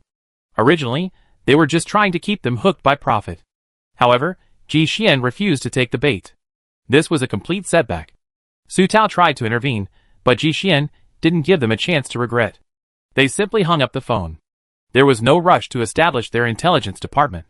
After all, the 2 of them were constantly hiding outside. Even if someone wanted to find them, it would take considerable effort. And, most importantly, in Brother Xian's eyes, this intelligence department was nothing more than a supporting tool. This effectively gave them an extra layer of danger interception. The sooner a danger signal is known, the better. Intercepting it would be the best. But even if it can't be intercepted, Ji Xian also set up a protective barrier outside Monkey Valley, as well as armed attacks from the monkeys and silverbacks. That was their ultimate defense. The man didn't have to rush. This matter had to be resolved first. To avoid the subsequent operational complications, even if they could join the Torch mercenary group in the future, it would be better to deal with it all at once. He had to make the group realize their place. Now, he and Chu Si had the upper hand. They didn't have to fight or compete. But they definitely had the right to compete. As the saying goes, rushing in is not a good deal. Ji Xian decided to give them enough time to think. Compared to the man's calm demeanor, the Torch mercenary group was in an uproar. He stared at the suddenly black screen. Su Tao was so angry that he crushed the cup. His previous pretense of superiority had become a complete joke. His probing wasn't without basis. But he had misjudged the issue. Su Tao assumed that Ji Xian and Chu Si were after more profit. That would naturally require some wrangling. But he was wrong. Their focus had never been on the potential dividends. They weren't short of money. Naturally, they had the nerve to quit. But the Torch mercenaries didn't. Su Tao let out a deep breath. He hadn't expected to encounter 2 such fools. There was no way he could just watch the situation deteriorate. He had no choice but to lower his composure and dial Wang Quan's video call again. Ji Xian stood there, counting silently, waiting for their call back. Looking at the screen that had reactivated, he didn't act pretentiously. He simply clicked the connection. Now, the two sides finally had the feel of a formal negotiation. This wasn't just a joke. Su Tao's smile faded, because he had truly gotten his piece of the pie. But the situation was even better than expected. Brother Xian hadn't asked for too much. In the end, he only asked for 5% of the equity, and an intelligence department tied to it, completely under Chu Si's control. He wouldn't be involved in any other matters. After a discussion among the senior executives, the matter was settled. Everyone could accept the fact that each party would take a small cut. Most importantly, Chu Si wouldn't mess around within their existing sphere of influence. He would just give away a small amount of money. Everyone could still accept that. As for the so-called intelligence department, everyone sneered in disdain, secretly calculating how long it would take for him to fall. Is intelligence work something that just anybody can do? Information about key figures is simply out of reach for the average person. Even if they did, they wouldn't dare sell it. And no one would waste money on such trivial matters. This was a surefire deal. Don't those spies sent out cost money? After all, they were short-sighted. Such a decision would only drag them down. After the equity was directly transferred from the system to Chu Si's name, the video ended again. Ji Xian's goal had been achieved. As for the Torch mercenary group, no one left their seats. Su Tao sat at the head of the table, and tapped the table lightly. He said to his subordinates, "Find an opportunity and kill them. Greedy people, if kept alive, will only be a nuisance. They can only blame themselves for overstepping their bounds." Chapter 956. The Torch mercenaries waited and waited. They wondered when Chu Si and Ji Xian would officially enter headquarters and start their work. Their death was imminent. Yet, those two, so radical, vanished after the agreement was reached. That's not quite right. While they were absent, their information department was indeed active. The person leading the team was Fu Bowen. Ji Xian had acquired a skilled soldier directly from Lei Ming. The young man had been forced to train for the better part of 6 months. Now, he was in good hands. Brother Xian had invested heavily this time, not only exchanging benefits with Lei Ming, but also redeeming Fu Bowen from the Tomorrow mercenary group. Of course, Captain Lei's connections also played a role in this. His influence was now growing. He had seized the opportunity during the 2 years of turmoil at the base. He had accumulated a considerable fortune. But the members of the Tomorrow mercenary group weren't fools. When the pie gets big, people will naturally come to share it. He's now stuck, with no chance of leaving the organization. But Fu Bowen is different. He's Lei Ming's right-hand man, but as long as they can hold on to their assets and prevent them from transferring them, the loss of personnel will only be detrimental to Captain Lei. To be honest, when Ji Xian first contacted him, he felt a bit reluctant. After all, he'd been promoted and nurtured step by step. Now, he's reached the point where he can handle things on his own. There are many things he could just hand over to Fu Bowen without having to deal with the information himself. But out of consideration for Ji Xian, he still said he asked. Lei Ming trusts Brother Xian's character. Knowing this, he definitely wouldn't discuss it with the guy in advance. Captain Lei was still cautious. He planned to slowly reveal Ji Xian's treatment. After all, the offer of redemption was too tempting. He had to hold back. But he simply couldn't resist. Calling him into his office, Lei Ming simply started talking. He said Ji Xian wanted to take him away. Before he could even say what it was about, the brat was nodding like crazy, his mouth stretched to the back of his head. "Are you willing?" The words got stuck in Captain Lei's throat. Even a blind man could see he was willing. Very willing. Fu Bowen was so tactless. He promised to do his job well in the future. He wouldn't let down the soldiers he had trained. Lei Ming, He felt like a mouthful of blood was stuck in his chest. After a long pause, he could only ask helplessly, "Don't you understand the treatment?" After all, Fu Bowen was now his second in command. The monthly stipend was far superior to what a blank mercenary could get before. The young man shook his head and smirked, his denial resolute. "No need. Brother Xian would never cheat me." Captain Lei chuckled twice, his temper completely extinguished. He could see that Ji Xian had absolute trust in that foolish man. He couldn't help but ask, "If Ji Xian pried into the group's secrets, would you tell?" The atmosphere suddenly fell into an eerie silence. Both sides had a clear answer in their hearts. Fu Bowen murmured inwardly, "That group is definitely up to no good." How could he not tell? After all, Brother Xian would never harm him.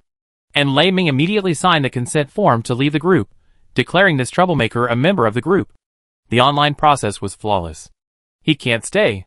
This troublemaker absolutely can't stay. It turns out that the smooth operation of their branch until now is entirely due to Ji Xian's personal integrity.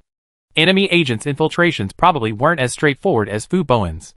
Lei Ming had always thought his straightforward personality was just a facade.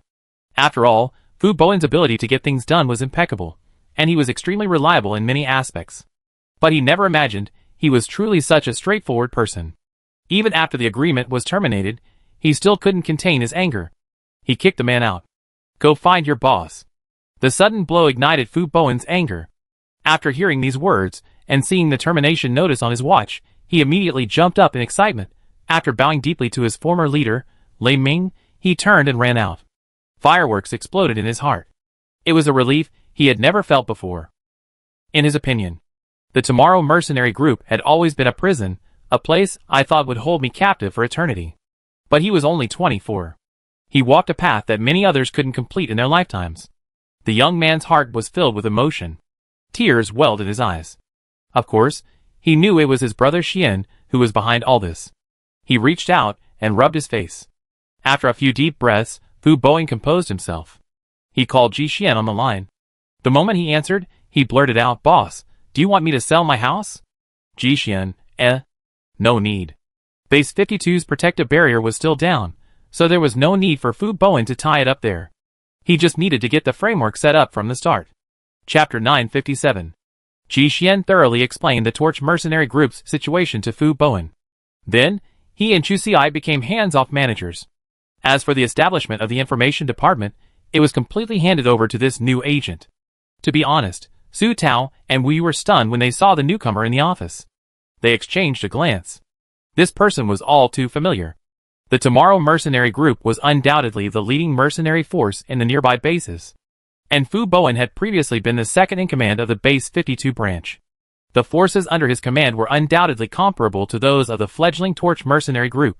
Although they had made some progress thanks to their connections, they were far behind those established factions. Everyone was well aware of this. Fu Bowen stood at the doorway, glancing inside. The two leaders of the Torch Mercenary Group, stunned for a moment, quickly regained their composure. He smiled, rose, and ushered the person in. After the cordial invitation, he finally took the first seat on the left. Su Tao and Wu Yu breathed a sigh of relief. They'd been worried that this big brother would come and take over the entire Torch Mercenary Group. After all, he truly had the ability. This guy had truly earned a reputation at Base 52. Everyone was puzzled. Why would such a person come to help Chu Ci? They wanted to test him, but they didn't dare. They were afraid of a backlash, leaving them with no chance of success. Thankfully, Fu Bowen was quite reliable and knew his place. He had at least given them some respect. He sat there, observing the relief that emanated from those people. Bowen's lips curled up, a hint of sarcasm. He couldn't understand how such a coward could possibly go toe-to-toe with the boss. It seemed his brother Xian had accumulated quite a bit of merit recently. However, Fu Bowen didn't say much. After all, Ji Xian had previously explained that his primary mission was to secure control of the information department. As for the rest, there was no need to worry about it. They were simply trying to use the Torch Mercenary Group as a cover. The reason Ji Xian went through so much trouble was because this cover was sufficiently secretive. It actually operated a business. Their true purpose was easier to conceal. Fu Bowen's work progressed rapidly, with seemingly uninterrupted progress. He was afraid he would bring up the equity issue again. Previously, these shareholders had complained that Ji Xian's request for 5% was too much. Now, it seemed that was simply too restrained. The meeting's progress was repeatedly raised. The meeting, originally scheduled for 2 hours, was abruptly compressed to 15 minutes. There wasn't a single unnecessary word. Everyone was worried that this great god would react and add more. Thankfully, their worries were unnecessary. Fu Bowen's focus wasn't on that. After signing the agreement granting the department independent authority and resources, he went straight to his office. The interior was immaculately decorated, with large windows and leather chairs. The only unfortunate thing was that some other people's files hadn't been moved yet. He gestured for someone to come in, and pointed to a file that had been left on the corner of the desk. The person quickly picked it up and ran off, delivering it to Su Tuan to his new office. It was obvious that this office wasn't meant for Fu Bowen in the first place. They had only assumed the arrival would be Chu Ci and her gigolo. To further undermine their power, the information department had its office in the utility room. There was only a broken table there, and even the matching stool had to be brought in by someone. But now it was Fu Bowen. How could they dare lure anyone there? Now, they had truly shot themselves in the foot. All the probing tactics they had prepared before were now useless. Using them again would only serve to arouse ridicule. Su Tao's things were scattered in a pile. He looked at the documents on the table, his face livid. He was furious, but he dared not vent his anger. After all, Fu Bowen was from the Tomorrow mercenary group. Who knew the power behind him? Now, they had to bear the consequences of this treachery. After everyone left, Fu Bowen closed the door and cleared all the surveillance cameras that had been installed in the room. Afterwards, he happily filmed a video and reported his progress to his boss. Watching that show-off, Ji Xian smiled helplessly. Just as he heard Sister Chu's voice, the video call was disconnected. Sorry, his wife just finished the shower, and he had to go blow-dry his hair. Bowen glanced at the darkened screen. He felt he should get used to it. After all, a mere humble figure wasn't worth the attention. And after he finished his side, Ji Xian and Chu Xi really had to get busy. Information department, although they were planning to use the system for their own use, there had to be external business, apparently. And deploying large quantities of surveillance cameras was the couple's job. From ordering, processing, to retrieving information after installation, everything had to be done meticulously. After all, the information they were trying to eavesdrop on couldn't be leaked. Otherwise, it would bring them endless trouble. Chapter 958. Fu Bowen's situation is progressing very smoothly. Now, the shop is back on track. Chu Xi had thought she could return to her comfortable life. But she was clearly overthinking it. Only when Ji Xian returned carrying the 3 large frames did Sister Chu realize. So, he had been holding back this big trick for her. The man opened the box, revealing a slew of second-hand equipment. Chu Xi knew a bit about this stuff. After all, she had been a Wastelander for over a year, and had seen a lot of similar stuff. Looking at the military green exterior, Sister Chu picked out a second-hand locator from the box. It was covered in mottled scratches. Some of the locators even had a chip on the surface. Even though it had been piled up in the box, it had gathered a lot of dust. She was a little confused. What do we need this for? Chu Xi knew that they had established a new information collection center. But aren't the main targets the base's top brass and key personnel at the biological testing company, using these second-hand, obsolete items to deal with them? They probably wouldn't even pass the first round of search and scans. She wasn't worrying out of place. Whether it was Mr. Li before, or the biological company that later apprehended De Hay, their security measures were actually quite formidable. This fist-sized object would be incredibly conspicuous wherever it was placed. Ji Xian nodded, and pulled his stunned wife aside. The man opened the remaining 2 large boxes. They were filled with obsolete military products. You guessed right. This is indeed for surveillance. But their target is the mutant animals outside. And this is just a small part of it. The large shipment Brother Xian ordered is still to come. Seeing the confusion in Sister Chu's eyes, he smiled and changed the subject. Actually, I thought about it before, just doing a show project. But fake is fake after all, it won't withstand scrutiny. Now, we have the resources and the platform. So he just went all out. Chu Xi was genuinely dumbfounded. What was going on? With the resources and the platform, why would we need to monitor mutant animals? How difficult would that be? Just to serve as a warning, but how would they monetize it? Besides, there are so many mutant animals out there, they can't possibly install them on every one of them. Sister Chu's suspicions were strong. But what seemed completely impossible to her was indeed Ji Xian's general plan. Our monitoring is divided into 2 parts. The first is the core personnel at the base, and some of the companies. Because they have so many secrets to hide. Like Chu Xi's uniqueness, and the existence of the old man, the mother stone, the giant snake, and the crystal cave. These are all things that must remain hidden from the public. Now, even Lian Jishuan is considered an outlier by others.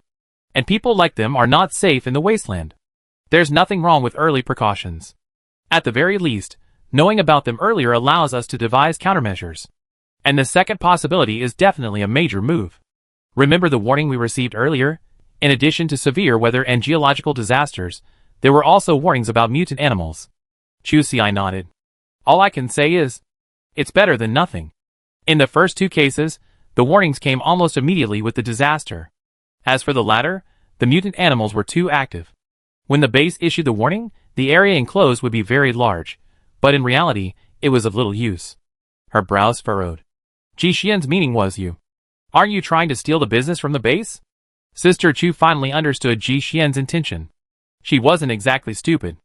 Almost instantly, she grasped Brother Xian's business opportunity. He wanted to sell real-time data on mutant animal activity areas. It was a great idea. I was sure there would be plenty of hunting teams willing to buy it. But Chu Si's brows knitted together. Let her be self-deprecating for a moment. How could they expect them to handle something that so many bases couldn't? Wouldn't that be a real struggle? Ji Xian couldn't help but smile. It was clear from his wife's first reaction. Her primary concern wasn't safety, but the sheer number of mutant animals. This also revealed the biggest difference between them and the base officials.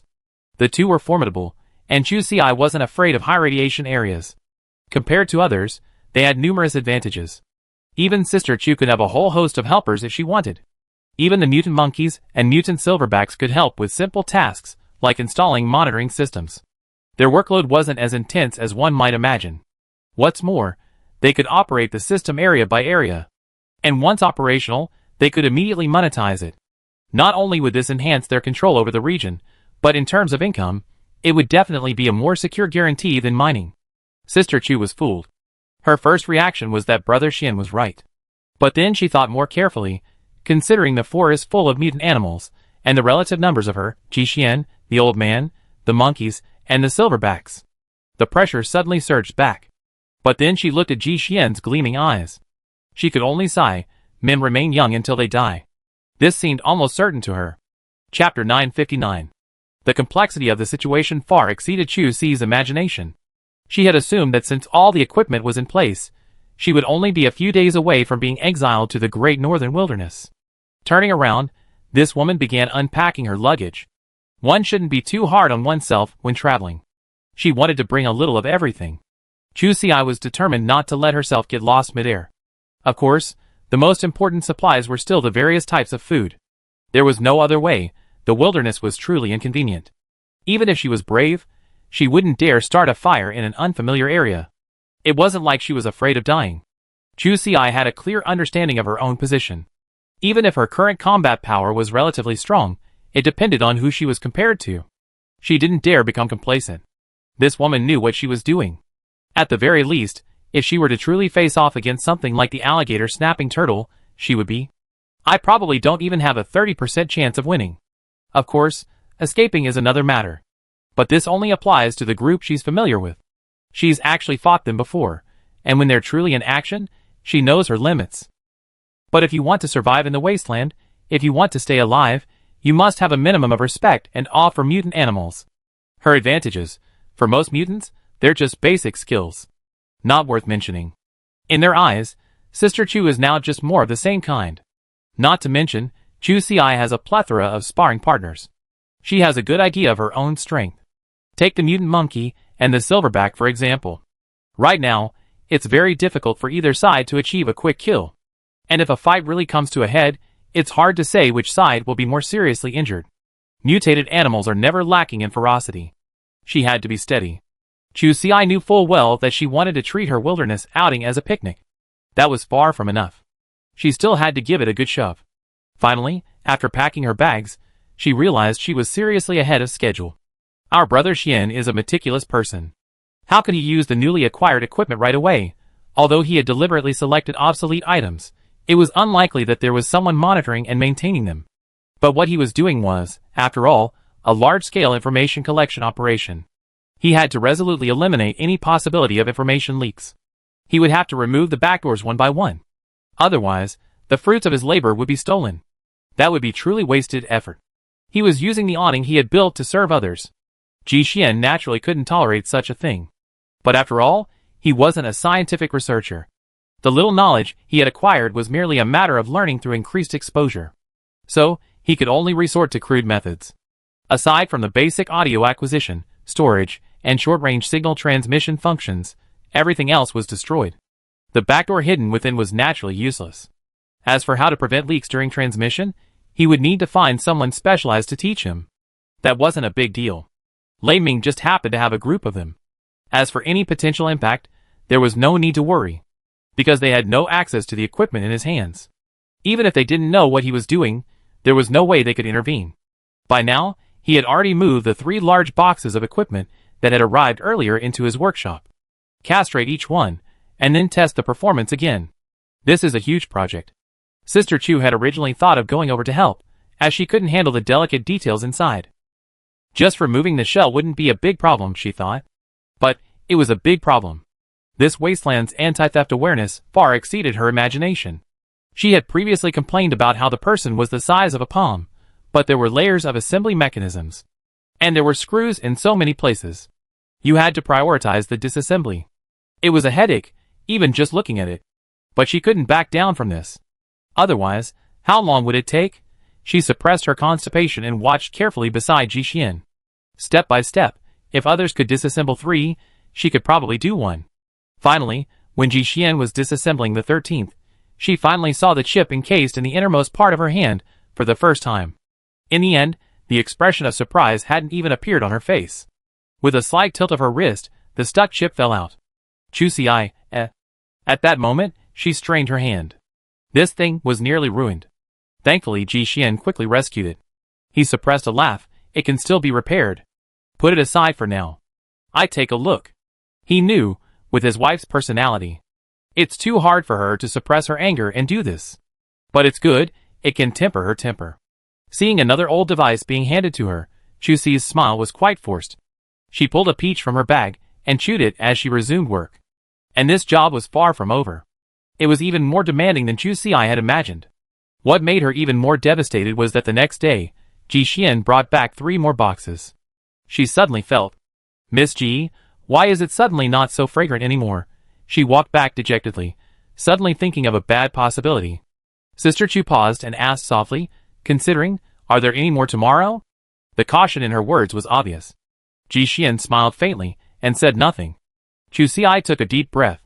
He really wasn't a human being. Chapter 960. Tonight is the night for screwing.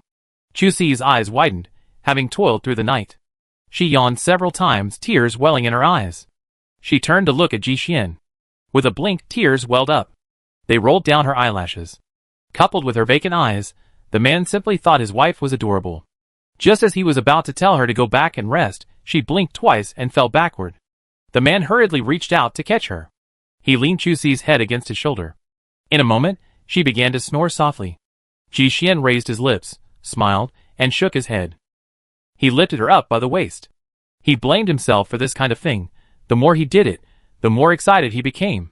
The more difficult it was, the more excited he became. When he looked up, most of the time had already passed. A big reason for Brother Xian's low efficiency these past 2 days is that he's been disassembling and reassembling the surveillance equipment he's recovered. Ji Xian wanted to verify the function of each piece. This sparked a surge of research enthusiasm in him. Naturally, the more he worked, the more excited he became. And his eyes were red. Our sister Chu was incredibly sleepy, but Brother Ji Xian's eyes were ablaze with excitement. Plus, his health was excellent now. Solid energy wouldn't be a problem for him. He could easily handle days and nights. With this energy, he naturally ignored the passage of time. Ji Xian had thought it was only 9 o'clock. After all, he still hadn't finished half of the nutrient solution he'd been given at dinner. But now, looking at his watch, it was already the early morning of the next day. Time flew by. But Chu Ci clearly disagreed with the man's sentiments this time. Even if she stared blankly at the stars, this sister's record would surely be longer than Brother Xian's. But considering the mental effort involved, she couldn't be bothered. The man put down his work and stood up, holding his wife. It had to be said that Chu Ci's life was truly rough. She had clearly returned home many days early. But the bed at home wasn't bought until Ji Xian returned. She had slept peacefully in the haystack for several days. The man had asked about it before. After all, Chu Ci was the one in their family who had the least money. But this sister was incredibly generous. She had turned the unfinished house into a campsite. With a roof over their heads and a guaranteed safety factor, Sister Chu was quite satisfied. Hearing this, Ji Xian was silent for a long time. For a moment, he couldn't quite articulate the feeling. A man feels he's brought up a good subordinate. She'd thrive anywhere. But this is his wife. Has he led her astray? Ji Xian reluctantly laid her on the bed. Watch her grumble and accurately snatch his pillow away. One pillow, one hug. She fully displayed her heroine aura. She kicked the quilt and left. It took up too much space. And Brother Xian could only stifle a laugh as he climbed onto the bed and hugged her. Otherwise, the bed might not be big enough for her to use.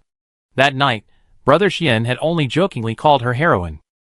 but who knew that the next day, she would actually follow that template. Ji Xian had spent the past 2 days modifying a batch of surveillance equipment. He had made a number of both large and small models. Next, it was time to test signal reception. And leaving this to Chu Xi was no problem at all. After all, it was just a test. What they wanted was data collection, so the safety factor was completely within controllable limits. During this time, the two of them would act separately. Ji Xian would set up the base stations while ensuring that the information could be transmitted directly back to the final base station within the base. Naturally, he would be busy as he made his way back. Sister Chu's job, on the other hand, was to spread the detectors. Since she had to consider both species and regions, she would definitely be traveling. But the man never expected that. Those bastards of the Torch mercenary group, unsure of Chu Xi's true background, had come up with such a shabby trick as the beauty trap. Not long after returning to base, he received a provocative photo. The picture showed a fair-skinned boy who, in modern terms, had a good appearance and a bit of a student-like air. He was sitting in the back seat of a car, while Chu Xi was driving. But it was clear she was in a good mood, her mouth stretched to the back of her head. Her tiny teeth bared their teeth, gleaming brightly. The Torch mercenaries had really put in some effort this time. The man they had brought in bore some resemblance to Brother Xian. He perfectly matched Chu Xi's aesthetic preferences. It was just that his pretty face characteristics had been amplified, making him look especially like an honest child. It had to be said that this look really struck a chord with Sister Chu. A quick glimpse of him in the wilderness was like a breath of fresh air. Later, seeing him being chased by mutant rats, she naturally wanted to save him. It was rare to find someone so pleasing to the eye. It would be such a shame if he died like this. Of course, our Sister Chu wasn't completely foolish. Although she hadn't realized she was being tricked by someone with her beauty, in the Wasteland, trusting someone so credulously was a sure sign of imminent doom. And the only person she could trust was, no more, no less, Ji Xian. But no matter how good her husband is, it doesn't stop her from simply admiring him. Handsome men have always been a public resource. When fate strikes, who wouldn't want to take a second look? Chapter 961. Chu Xi had never expected that after finally doing a good deed, she would be stabbed in the back. Ever since the frail young man in the back seat got in, she had been trying hard to control her instincts and not look behind him. She was self-conscious and had completely fulfilled her duties. But this young man was inhumane. Thankfully, Chu Xi reacted quickly and took action as soon as she was secretly photographed. The car slammed to a halt. As the man in the back seat leaned forward, she grabbed his wrist with one hand. Unfortunately, she was still a little slow. The successful message screen flashed before her eyes. She exited and saw that it was indeed Ji Xian's account. She took a deep breath and clicked on the sent picture. She immediately clicked it off. She couldn't bear to look at it again. She couldn't bear to look at her big, happy teeth baring. The angle the guy had chosen for the photo was too tricky. There really wasn't anything between the two of them. Being treated like that, she felt like King Zhou, the boss, on vacation with his mistress. God have mercy on her. Since running into this troublesome creature, she only uttered 2 words. One, no thanks, followed by a thank you. The other, get in the car, followed by a request for help. Chu Xi admitted that the boy's appearance was indeed quite pleasing to the eye. But we're not so superficial. Ever since getting in the car, she hadn't even glanced back. Otherwise, she wouldn't have been able to take advantage of him like this. The girl's brows were furrowed tightly. Looking back, the light was chilling. Meeting that sharp little gaze, Lin Yanqiu subconsciously flinched. Alarm bells were already ringing in his heart. A stiff smile formed on the man's face. In his mind, he already been cursing. To be absolutely sure, he even muted the camera on his watch. How could something go wrong at this point? How could the man have known that Chu Xi's 5 senses were far superior to ordinary people's? Even the breath he held while taking the photo was perceived as an abnormality by her ears. This preset plot naturally went further and further off the rails. And now, Shaolin's good days were over. Especially when Ji Xian called her later, her face turned green. Bad luck. He's here to settle the score. Even looking at this pretty boy now, she felt nothing but hatred. But we weren't wrong to begin with, so of course we weren't afraid. Still, she felt a little guilty. After all, she hadn't kept a close eye on him, and had upset her wife. That was her fault. At critical moments, Sister Chu was always very aware. Leio's gaze swept over Lin Yanqiu again. It must be said, this guy has a strong will to survive. As soon as their eyes met, he immediately opened the car door and rushed out. But then, Chu Xi kicked him, knocking him to the ground. He was smacked in the face. That little fist, mastering the power of striking a bull from a distance. Lin Yanqiu could only lie flat on his face, hunched over, holding his head, trying his best to protect his vitals. But after all that work, he still felt like there was very little good flesh left on his face or body. Everything was accelerated. Sister Chu's small flying punches didn't last very long at all. It looked like the effect was almost there. She took a breath and adjusted her expression. Then, she answered Brother Xian's call. Now, it was her turn to endure the cold. Even more, this was a professional beauty who could freeze people. Chu Xi could only withstand that chilling look for 3 seconds. Then, the camera immediately switched to the pretty boy. Sure enough, upon seeing Lin Yanqiu's miserable state, the frost on Ji Xian's face visibly melted a little. The girl couldn't help but breathe a sigh of relief. Brother Ji's jealous nature was a bit scary. Thankfully, her efforts had found the right direction. Now that her life was over, she had to concentrate all her efforts to seize the opportunity and remove this thorn in her side. To save her brother from remembering her and making things difficult for her. Lin Yanqiu's heart was stabbed again and again. First, the disparagement of his appearance. Then the ultimate blow of his combat power. Chu Xi analyzed the situation with Ji Xian bit by bit. No matter how she tried, there was no way she could fall in love with a man who would be chased and beaten by rats. She hadn't expected that before she could even calm him down, she already broken the defenses of the man lying on the ground. The breakdown came so suddenly. Chu Xi was still trying to comfort him when he heard him scream and stand up. Tears and nosebleeds streamed down his face. His eyes revealed a tragic and resolute expression. With a roar, he ran into the woods. Chu Xi was initially intimidated by him, but he quickly realized that no matter what, he couldn't just let him go. He hadn't even tried anything yet, so why was he running? A stone he kicked up hit the man's knee. With a thud, the man fell to the ground. The man had gone completely mad, extremely fragile. It was obvious that he was in a state of complete mental collapse. He raged at the wasteland surroundings. It was filled with deadly radiation and enormous mutant beasts. He couldn't eat enough, couldn't wear warm clothes. When had he ever suffered this before? The man's neck stiffened. Just kill me! I had enough of this awful place. Chu Xi, This line sounded somewhat familiar. Chapter 962.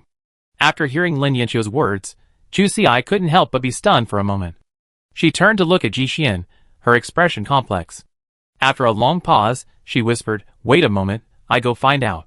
She couldn't help but take this matter seriously. Perhaps she contacted a fellow villager.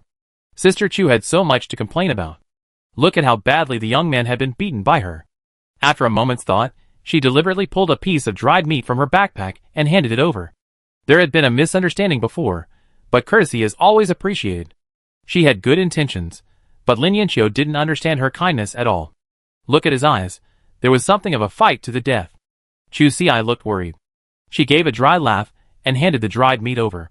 Lin Yanqiu's eyes widened, but he still resisted the intense hunger and didn't reach out to take it. This was the devil's fruit. In his eyes, the frail Sister Chu had long since become synonymous with the devil. This man was too brutal, every inch of his flesh bearing witness to blood and pain. Seeing he remained indifferent, Chu Xi lost her patience. She didn't dare ask directly. After all, there were no shortage of lunatics in the wasteland, and she didn't want to put herself in danger. After a moment's thought, Chu Xi had no other choice but to strip the man's clothes off and examine him closely. Lin Yanqiu was genuinely shocked. He couldn't understand why he couldn't avoid losing his virginity. When he first came here, thanks to his skin, he was lucky enough to be rescued and brought back to the base. But unfortunately, he was sold to Nanfeng Pavilion. You can imagine what kind of fate awaits someone like him, a weaker beauty than Huajiao. Naturally, he resisted. But in this unfamiliar environment, he didn't dare force it. He feigned illness for several days, preserving his chastity. But how could his boss let him rest every day? He was about to be forced into a job. The man's luck was that he encountered another turning point. The Torch mercenary group wanted to send someone to get information from Sister Chu. Although they still had to use the Mei Nanji, he had a lot more buffer.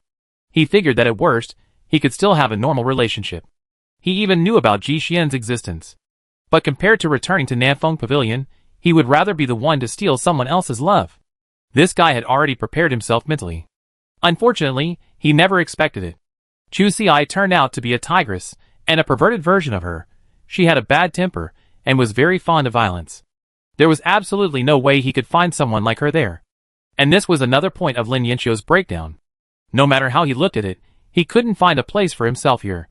Even if he ever fought with his wife, he only get beaten. It was too hard, he wanted to go home.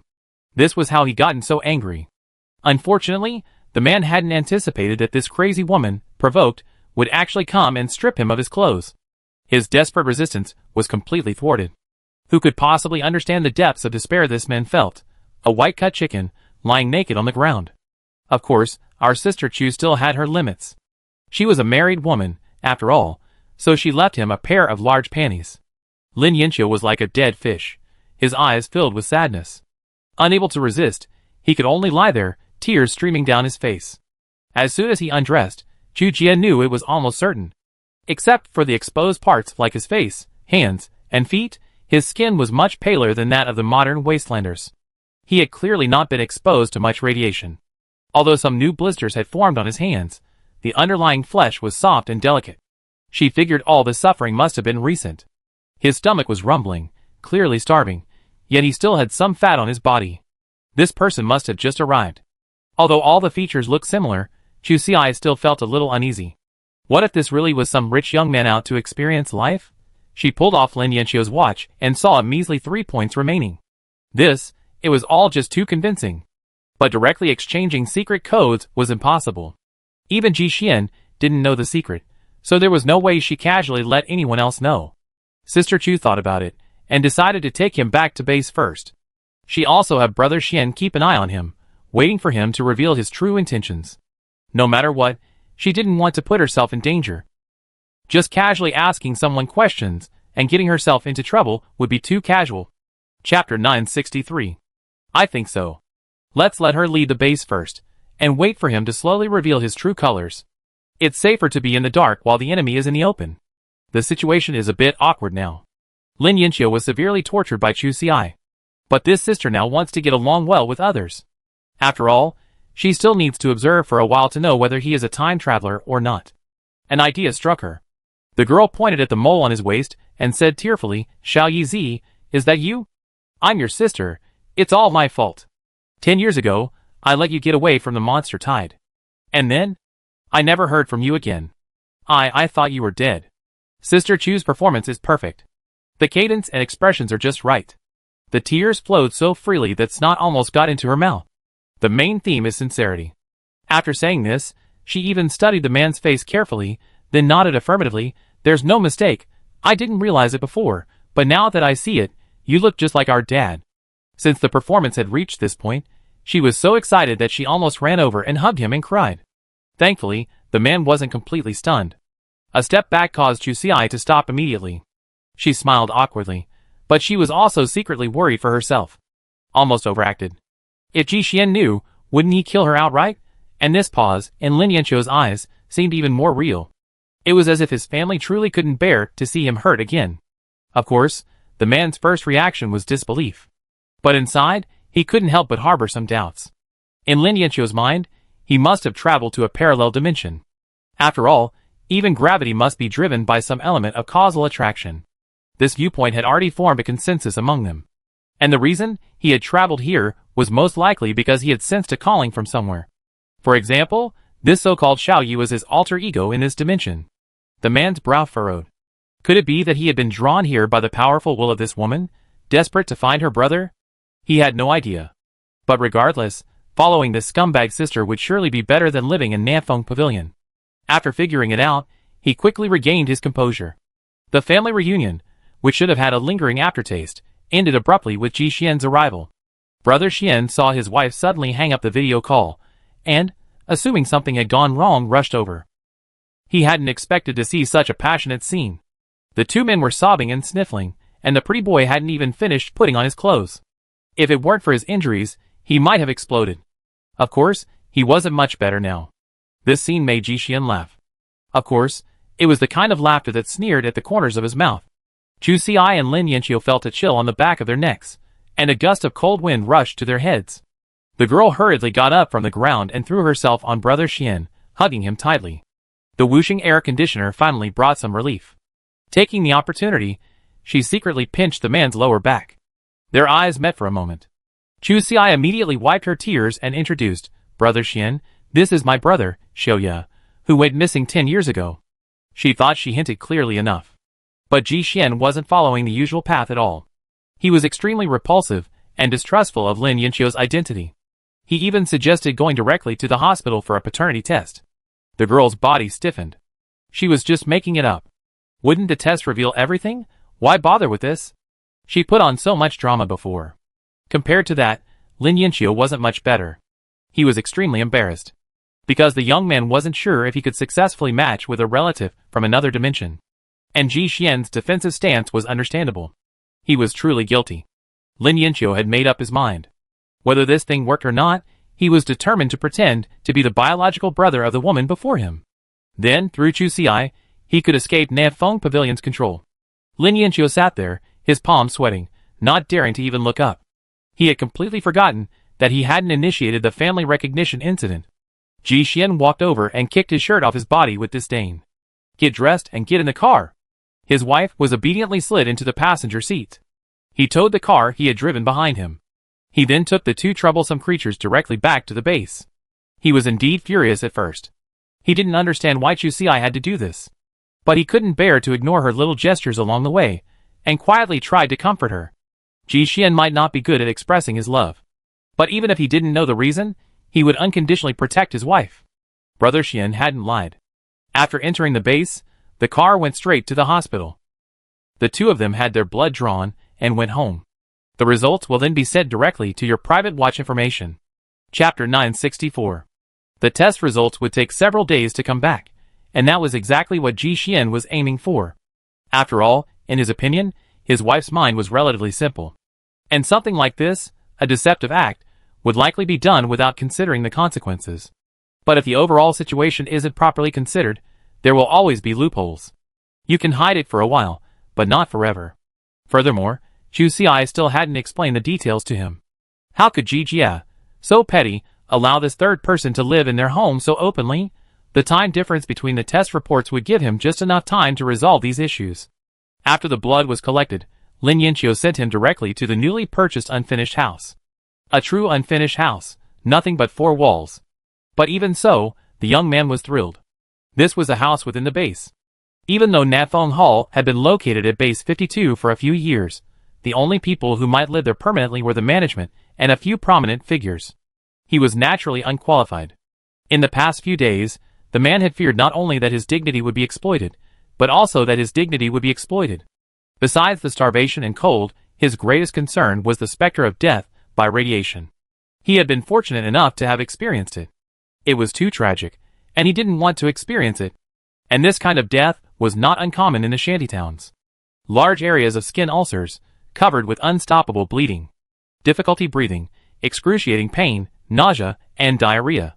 In the end, death, a completely undignified death. Since what he had seen, Lin Yanqiu's first goal had been to escape Nanfeng Pavilion. And his ultimate goal was strikingly similar to Chu Xi's. Just move into the safe zone and live there. Even if it meant an ordinary life, he was prepared. Lin Yanqiu's arrival was a catastrophic start. Even Sister Chu was in a better position when she came here. At least she was free. But this brother spent all day in the Nanfeng Pavilion in the shantytown. He received even more negative information. The daydreams he heard most often were those of minor officials, who dreamed of being redeemed and living in houses in the safe zone. Note, there were no tall buildings or large courtyards. Everyone simply thought it was a good thing to have a place to stay. And this was almost as good as the treatment of a courtesan. Of course, this was just a thought. Most people died there dreaming. But now it was different. The appearance of Sister Bianbian could very well allow this brother to achieve both his first and second wishes. If at first, he had been somewhat resistant and doubtful about becoming this crazy woman's brother. But after figuring it out, he could only see endless benefits. But the higher his expectations, the more uncertain he became. After hearing Chu Xi's description of his physical features, Lin Yanqiu was confident that this person was most likely him. But Ji Xian's appearance filled him with a sense of crisis. It wasn't that he truly had any feelings for that scumbag sister. This person was indeed too rational at first glance, and certainly not as easy to fool as that crazy woman. And he could see it. Ji Xian had no fondness for him. He might even be quite repulsed by him. Not having him placed at his home was a clear signal. He was absolutely certain that if the kinship test failed, he would be kicked out immediately. Living in a new house, he inevitably felt a sense of reluctance. This reluctance reached its peak the next day, when Chu Si brought him breakfast. Besides the watery vegetable soup, he finally had his first proper meal. A small piece of aged pork was a supreme delicacy for him. Lin Yanqiu's last remaining doubts were completely dispelled. He had previously feared he'd been tricked. Perhaps giving him the family's most precious food was only for a long-lost family member. Looking at this girl now, she no longer looked so repulsive. This person must be his sister. Ji Xian watched with a worried look on his face. No matter how you looked at him, this guy didn't seem smart. Last night, he heard his wife explain the reason. It was ridiculous, but surprisingly Ji Xian quickly believed it. Because there were traces of something. His first reaction was that Chu Si was just like that. That would explain some of the conflicts between the two when they first started living together. For example, she clearly grew up in a shantytown. But her social awareness was often significantly behind the times. She had a limited understanding of many things. Even after I started, she was still quite confused. Most importantly, she wasn't addicted to watches at first. It was only after the man herself that she modified one using his appearance. This thing is far more important than a modern cell phone. You could even say your survival depended on it. The most important function of the watch is to detect the radiation level of food. Without it, you couldn't even scavenge. Not to mention the other functions, like warnings about radiation zones, which are extremely important. And Sister Chu, on the other hand, lived calmly for a few days. Looking back now, it all seems extremely abnormal. Ji Xian had clearly felt this way long ago, but at the time, even his own survival was extremely difficult. He didn't have the energy to speculate. And now, everything lined up. But he didn't expand on the topic. Everything about time travel stopped with Lin Yanqiu. Chapter 965. On the topic of time travel. Ji Xian didn't want to delve into it, but Sister Chu was just playing it off. It wasn't that she was playing it off. After all, with Brother Xian's intelligence, she had explained Lin Yanqiu's situation so clearly, there was no way he hadn't figured it out. The two of them had to test each other to see if this person was truly a time traveler. If Chu Si tried to hide it, she would definitely be full of loopholes. Although she didn't admit it, her carefree attitude in the discussion was almost as good as speaking it out loud. Ji Xian understood what Chu Si was saying. But there was one thing he couldn't understand. Lin Yanqiu, no matter how you looked at her, was a weakling. Especially since she had been the first to provoke him. Although Brother Xian didn't say it outright, in his eyes, she was absolutely a coquettish, slutty woman who was unbeatable. How dare she set her sights on his wife? Men naturally viewed her with a negative filter, at a distance of 800 meters. So the first time Chu Si went to deliver breakfast, he was treated to extra ingredients. Just a trial run. Of course, he knew the man was still useful, so he didn't kill him. But he couldn't expect a day or two of stomach upset to heal. At one point, the young man was so distressed that he thought he had a terminal illness. For several nights, he cried until dawn, clutching at straws. Seeing that he was being tortured, Chu Si had considered going over to offer some warmth. After all, family ties need to be cultivated. But his eyes accidentally met with Brother Xian's, and a layer of sweat broke out on his back. Dangerous, too dangerous. Chu Si rubbed her brow, thinking she had too many good days. For the past 2 days, she'd been thinking about how to get some benefits from other time travelers. She almost forgot about the debt she owed to her eldest brother. Now that she thought about it, this was probably Lin Yanqiu's retribution. She must not fall into it again. She looked up at Ji Xian, a bright smile on her face. But unfortunately, she didn't receive the same response. The girl's heart sank. Has Ji Xian started a cold war? But he made breakfast as usual.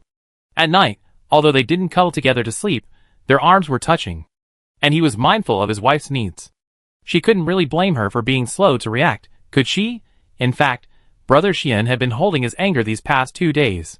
While Chu Si had some issues, they weren't really that big of a deal. She could correct them immediately. She immediately beat that pretty boy so badly that his parents wouldn't recognize him. But for some reason, she couldn't let go of the anger inside her. So when his wife first offered some warmth, he followed suit. It was a small profit. And that suppressed spark of desire nearly burst forth again today. He pondered for a long time before figuring out the problem. Although both of them had been harassed by the opposite sex before, back then, Chu Si hadn't even glanced at them. So he could act completely indifferent. And the reason for his current mood swings was because Ji Xian realized that Chu Si could indeed be attracted to other beauties. Such a handsome man could suffer from appearance anxiety, that was impossible. Because Brother Xian didn't want to waste time on internal conflicts. Since he couldn't guarantee that someone more beautiful than him would appear in the future, but the problem can't be solved at its root. Then, of course, one must look for bright spots in other aspects of oneself. Compared to the brothel scene. As a serious Wastelander, Ji Xian's primary admiration is always military prowess. Naturally, Chu Si's primary attraction is only strong combat power. After setting his goal, this guy completely strayed down the wrong path. But the effect was surprisingly good. When Ji Xian's combat power surpassed Chu's sisters again, and the gap widened, he kissed his wife and became more discerning. In fact, in Chu Si's view, a battle between the two sides was completely unimportant. But what troubled her was the physical training that started again at 3 o'clock. It's easy to go from frugality to luxury, but it's difficult to go from luxury to frugality. Thankfully, it wasn't all bumpy. That masculine face, sweat dripping down to her waist, the spot chosen was just right. It's just that the constant nosebleeds weren't good for her health. But this reaction foreshadowed the success of Ji Xian's plan. He was very satisfied. And at this moment, the man took the first firm step. That evening, he drove back to Monkey Valley to pick up a small piece of snake meat. He began to train frantically.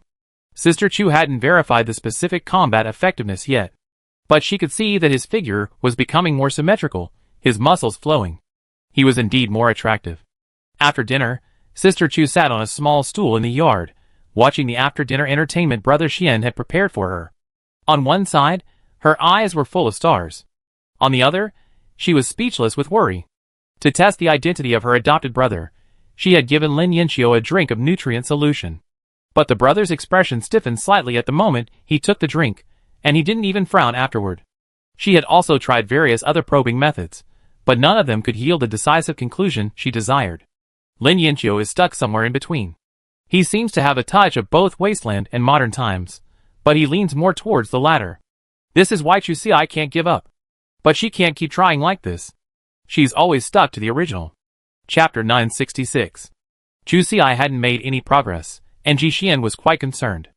Of course, he was more concerned about Sister Chu's inefficiency. This was nutrient solution consumed daily. Even if he had food, he couldn't let his wife squander it like that. Ji Xian wasn't prepared to wait any longer. And if he discovered this guy wasn't worth the money, then he'd have to wait for the reckoning. After breakfast, Brother Xian had his wife bring him over. He needed to confirm 2 points. First, he had to see if Lin Yanqiu was truly a time traveler. If not, then there was no question. If he was, there were 2 possible scenarios. The first was that he was definitely a time traveler. But he was useless. There was no need for them to keep him. The second was that, like Chu Si, he possessed special abilities. Then it would depend on the cost-effectiveness. And Sister Chu's biggest hope was, naturally, that she wasn't running a charity, so of course she wanted to recoup all her investment, with interest. In her opinion, as a protagonist who had traveled through time, even a little Karami like herself possessed 2 skills.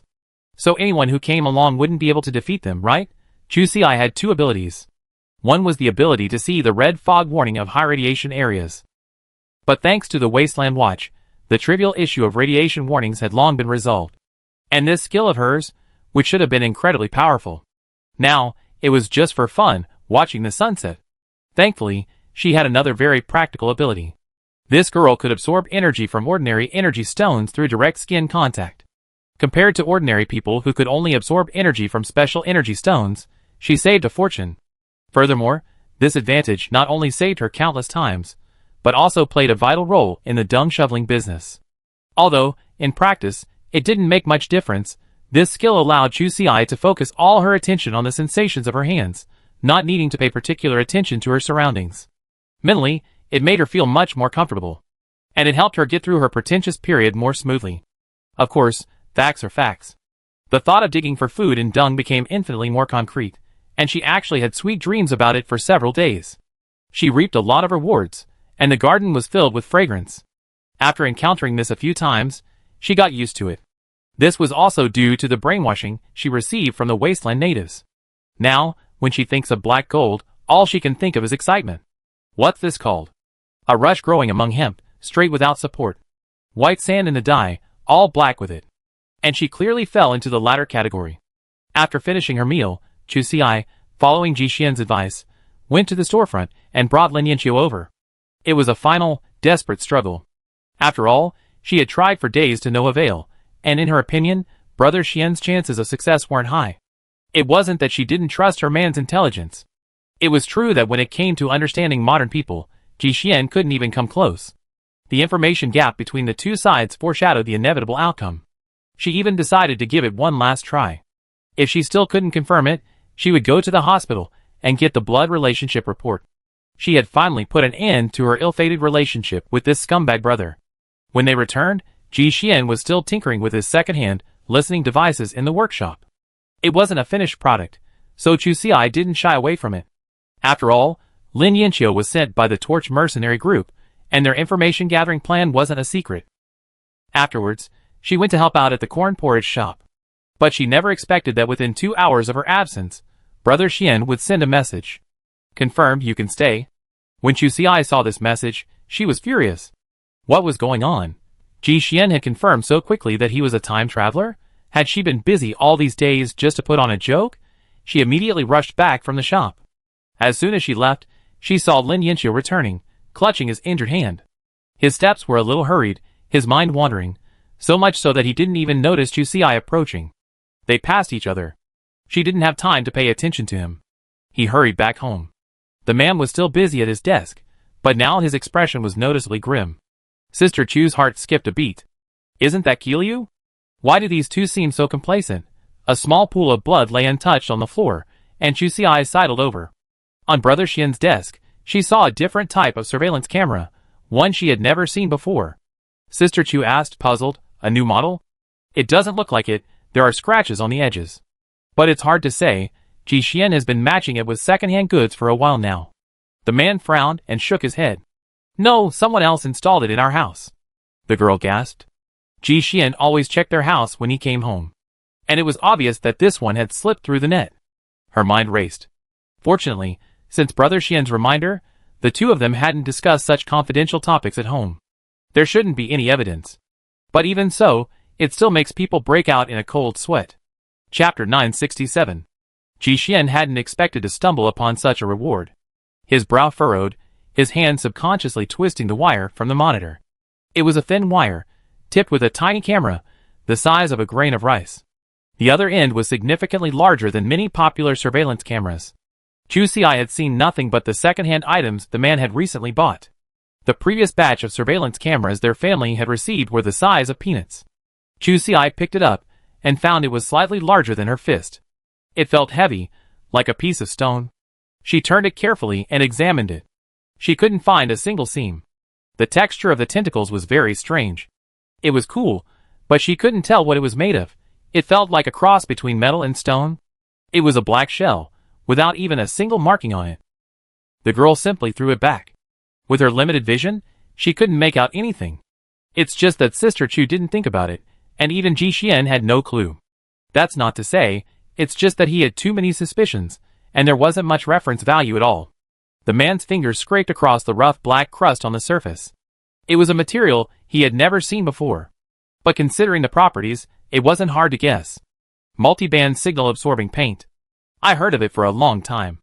I didn't expect to find it in my own home today. This stuff is incredibly powerful, a military product. It's the kind that absolutely cannot be sold on the black market. Its performance is excellent in every way, not to mention its anti-detection properties. Even the tiny camera at the very top is well concealed. It's made entirely of photochromic glass, perfectly blending in with the surroundings. Even as the wall darkens over time, it automatically adjusts accordingly. It's incredibly concealed. It can only be spotted in rare circumstances. For example, under strong light, its reflection might differ slightly from the wall. But this also requires a keen eye. Because if you're not initially focused on that spot, with a quick adjustment, the camera's color-changing function will compensate for this flaw. So, this is also a matter of luck. But with a well-chosen location, this situation can be completely eliminated. And theirs was installed. In the shade of the light. Barring any unforeseen circumstances, it should have remained undetected for the rest of its life. To be honest, they were being extremely cautious. Who, then, could have pulled off such a scheme? Ji Xian had never seen one before. But it was obvious that the most likely location was Base 46, where they lived. And their house had only recently been built. This surveillance system was likely built into the building during construction. Never mind the construction workers. Furthermore, such resources were not readily available to those individuals. Who could it be? Ji Xian frowned. His first thought was Oldly. But then he shook his head. Impossible. While that person certainly had the wherewithal, he wouldn't do it. Elderly only had a specious clue, but Ji Xian truly held their lives in his hands. During the last confrontation, the two men had implanted remote bombs on almost all of their core personnel. This was all known, so they had to carefully consider their actions. This wasn't worth it. And the risks of such overreaching spying far outweighed the benefits. As for leaking it to other officials at Base 46, Ji Xian had his doubts. First, only what one knew was valuable. Otherwise, it lost its meaning. Elderly would never do that. It would tantamount to weakening his own power. He might even resort to using his own power to cover up for the two. Because the old man had to be constantly on guard, fearing that if something went wrong, Ji Xian would indiscriminately blame them. Ji Xian pondered this carefully. That left only the Torch mercenaries, who had a clear conflict of interest with the two. Despite their limited power, they possessed the potential to accomplish something. Both sides of their organization had official connections to their respective bases. Obtaining such a monitoring device was possible. But there was a fatal problem. The conflict had only occurred in the past 2 days. And the two had been living at the base for most of that time. Even if they wanted to take action, it wouldn't be easy. The monitoring device was embedded directly into the wall. Even if they found a time when the two were away and drilled a hole in the wall, the smell of fresh mud and that tiny shadowy patch couldn't deceive anyone. It couldn't have escaped Ji Xian's eyes. So Chu Xi was puzzled. How did they find it so hidden? Ji Xian was helpless upon hearing this, and could only say it was a lucky coincidence. It should have been buried in their house forever. But as luck would have it, it happened to Lin Yanqiu. Chapter 968. The matter of the surveillance camera remains unresolved. Chu Xi's question hit the nail on the head. Did Lin Yanqiu discover it? How did he find it? Chu Xi's mind was swirling with questions. She had tried so many methods before, but none of them could determine if the guy was a time traveler. But how long had Ji Xian been with him? He'd been busy with so many things. From confirming his identity, to using the group to discover this hidden surveillance camera. At best, it was only 2 points. That efficiency was a bit too high. Chu Xi's smile was forced. The difference in efficiency between the two sides was truly appalling. She needed to learn from them. But what she had thought was a big bomb turned out to be just a few casual conversations between the two of them. Lin Yanqiu's character wasn't high. After Chu Xi left, he faced Brother Xian alone, feeling guilty. Soon, cold sweat broke out on his forehead.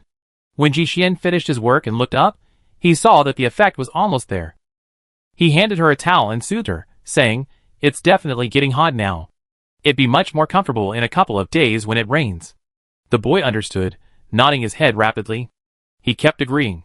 Chu Xi slapped himself in the face. This reaction was too modern. If he didn't need his brain, he might as well give it away. Since Lin Yanqiu couldn't measure up to modern standards, why couldn't he measure up to the standards of a Wastelander? It really is like a single leaf blocking the view of the forest. It was also because the weather was so nice. It was so rare for the weather to be calm and peaceful, so she had really forgotten about this matter. Wastelanders' aversion to rain and snow emanated from their very nature. Lin Yanqiu's worst reaction would have been hesitation. If this was truly a genuine Wastelander, his knee-jerk reaction would have been that Brother Xian had told a bad joke. He might still harbor offensive intentions.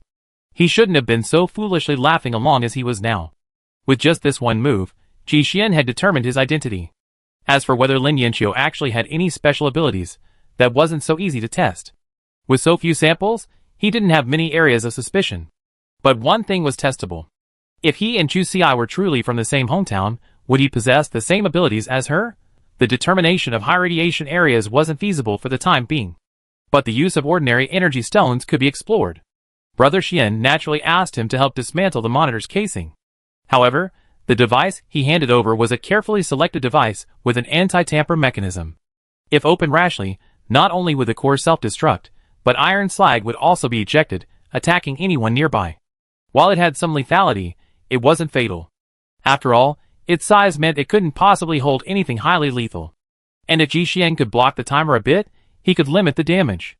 But Lin Yanqiu's sensitivity far exceeded his expectations. After removing all the screws, he reached out to twist the lid, only to fling it away the next instant. Thankfully, it didn't open completely. Although the mechanism inside was triggered, the force of the iron slag couldn't even force the lid open. Ji Xian thought he dodged a hurdle. But this guy was somewhat frightened by the Wastelanders. His first reaction after throwing the object was fear. After all, the monitor belonged to Ji Xian. And now, because of his mistake, he had destroyed it. He was afraid that Brother Xian would come after him. For example, he would ask him to pay compensation. Or perhaps, he would use this as an excuse to refuse Chu Si's recognition of his relationship. Men weren't really stupid. Lin Yanqiu was deeply aware of Ji Xian's hostility towards him. His situation was already dire, and he couldn't withstand even the slightest turmoil. So, naturally, he was extra cautious when facing him. But the more nervous he was, the more likely he was to go wrong. After the booming explosion, Lin Yanqiu's first reaction was to run over to check the monitor for damage. And then he got burned. The skin on his fingertips was peeled off, and blood dripped down. He screamed in pain. It was really painful. Just kidding. Although the iron sand inside didn't come out, the explosion was real. How could he possibly get away with touching this iron shell now? This operation left Brother Xian speechless. Thankfully, the task of creating the wound was successfully completed. As he went to help the man, he took the opportunity to apply an ordinary energy stone to Lin Yanqiu's skin. Ji Xian carefully observed the wound. There was no effect. Not even the blood flow slowed down. Now, it was almost certain that, although he didn't have the same ability as his wife, he was no match for her. Ji Xian looked up and saw Lin Yanqiu sitting there blankly, forgetting even to cry. He stared stiffly into space. After Ji Xian removed the energy stone, he slowly regained his breath. He then hurriedly said goodbye and left, his mind wandering. And this surveillance camera was what Brother Xian had removed from the wall after the man left. He had noticed that whenever Lin Yanqiu sat there, his eyes would subconsciously gravitate towards the several locations where he had installed the surveillance camera. And this was the only place he didn't know about. He had a vague idea, but he never imagined it would actually be revealed. After searching around, he found his base camp. But no matter what, the sooner the problem is exposed, the better. Chapter 969. Lin Yanqiu returned to the house. At this moment, he had no intention of caring for his burns. He felt completely dazed, his mind replaying the sensations from just now. It was as if his soul was floating outside his body. His feet were treading on cotton. The world before his eyes was hazy, but a few bright lights shone brightly. It felt like a dream, a strange feeling. Lin Yanqiu realized it immediately. This was his golden finger. The man couldn't help but feel excited. God still loved him, not leaving him to fend for himself in this shabby place. Life's surprises, though belated, have arrived, but unfortunately, the surprise lasted only a short while. Before long, his world returned to peace. Lin Yanqiu had always believed that those white spots were his chance. But unfortunately, there was no way to verify it yet. The effect of the white light was fleeting. But after a short delay, it all disappeared. Besides, Ji Xian was right there, so how could he dare act rashly? He still had some sense of caution. So he hurried back. After returning, Lin Yanqiu stared intently at the roof, hoping to re-enter that magical scene. He lay on the straw, his burnt, peeling hand resting on his side. He stared intently at the roof, occasionally glancing around. But half the night had already passed. Sadly, not even a hair had been felt. The young man was busy trying to figure out how to activate it. And Brother Xian had already arranged a way out for him. After dinner, the couple still stayed by the brazier. Ji Xian spoke of his future plans for Lin Yanqiu. Sister Chu listened disjointedly, a small stick in her right hand, intently picking at the newly popped popcorn from the brazier. The day's events had long since settled between the two of them.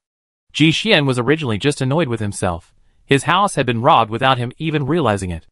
But the solution was already there. In reality, they weren't the ones to worry about. It had to be said, the girl was truly lucky. She hadn't gotten this brother for nothing. He was absolutely worth the money. For the two of them now, even adding a powerful fighter wouldn't be as effective as having such a complementary talent. With this little brother, from now on, they wouldn't have to worry about any surveillance equipment in their living environment. Like the various equipment they had previously purchased, and the captured off-road vehicle. While it saved a lot of effort, it was also very frustrating to use. They were afraid of exposing their location. And once Lin Yanqiu screened them.